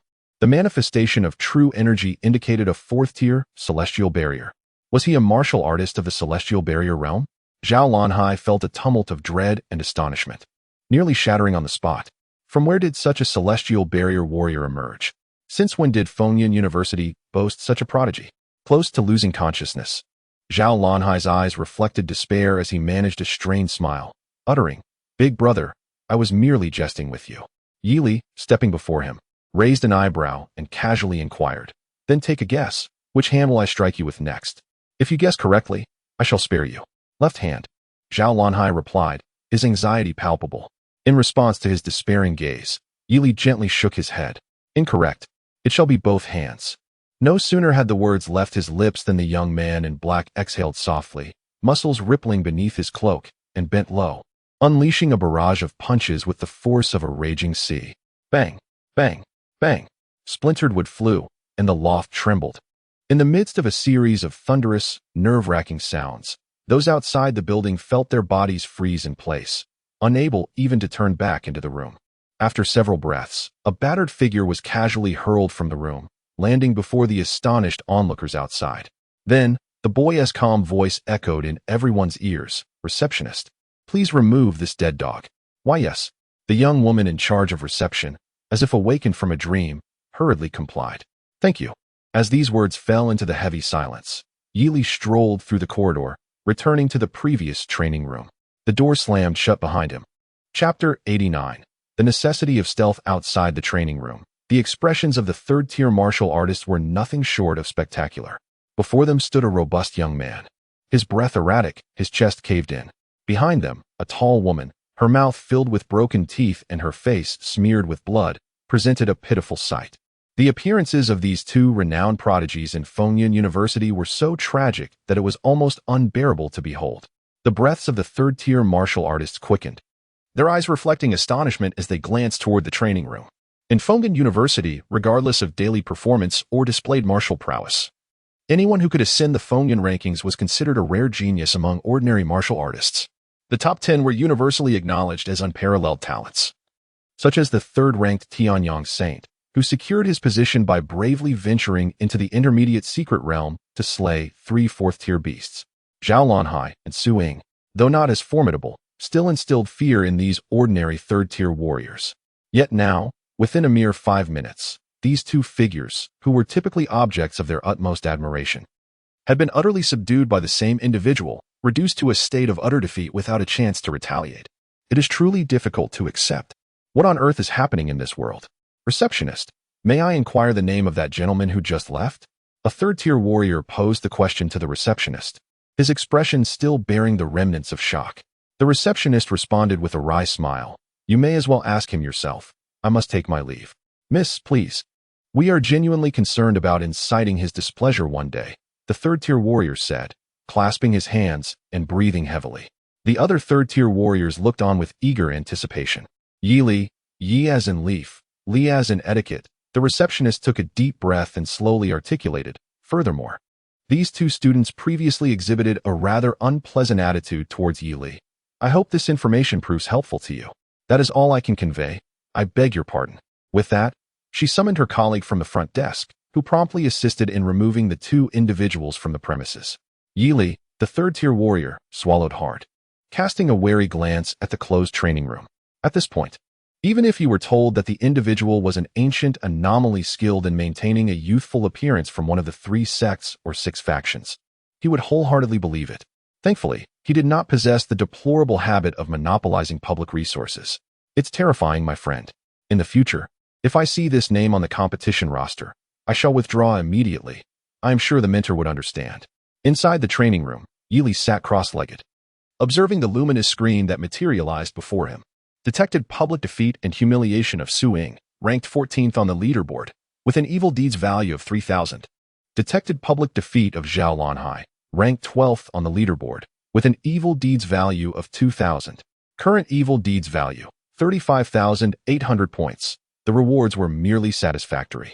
Moreover, it appeared that due to the lack of humiliation in the scenario, Zhao Lanhai's rewards were lower than Su Ying's. He would need to take note of this for next time. Could it be that he was bewildered by the lofty earnings of the Yang family? Yi Li sighed. Indeed, he needed to devise a reason to eliminate the top 10 on the leaderboard. As his thoughts swirled, he retrieved the 2 martial techniques given to him by Lin Yingyun from his storage ring. After a cursory examination, relevant inscriptions emerged on the panel before him. Shadow Convergence Technique, uninitiated. Third-tier rare martial technique. Wind Chasing Sun Steps, uninitiated.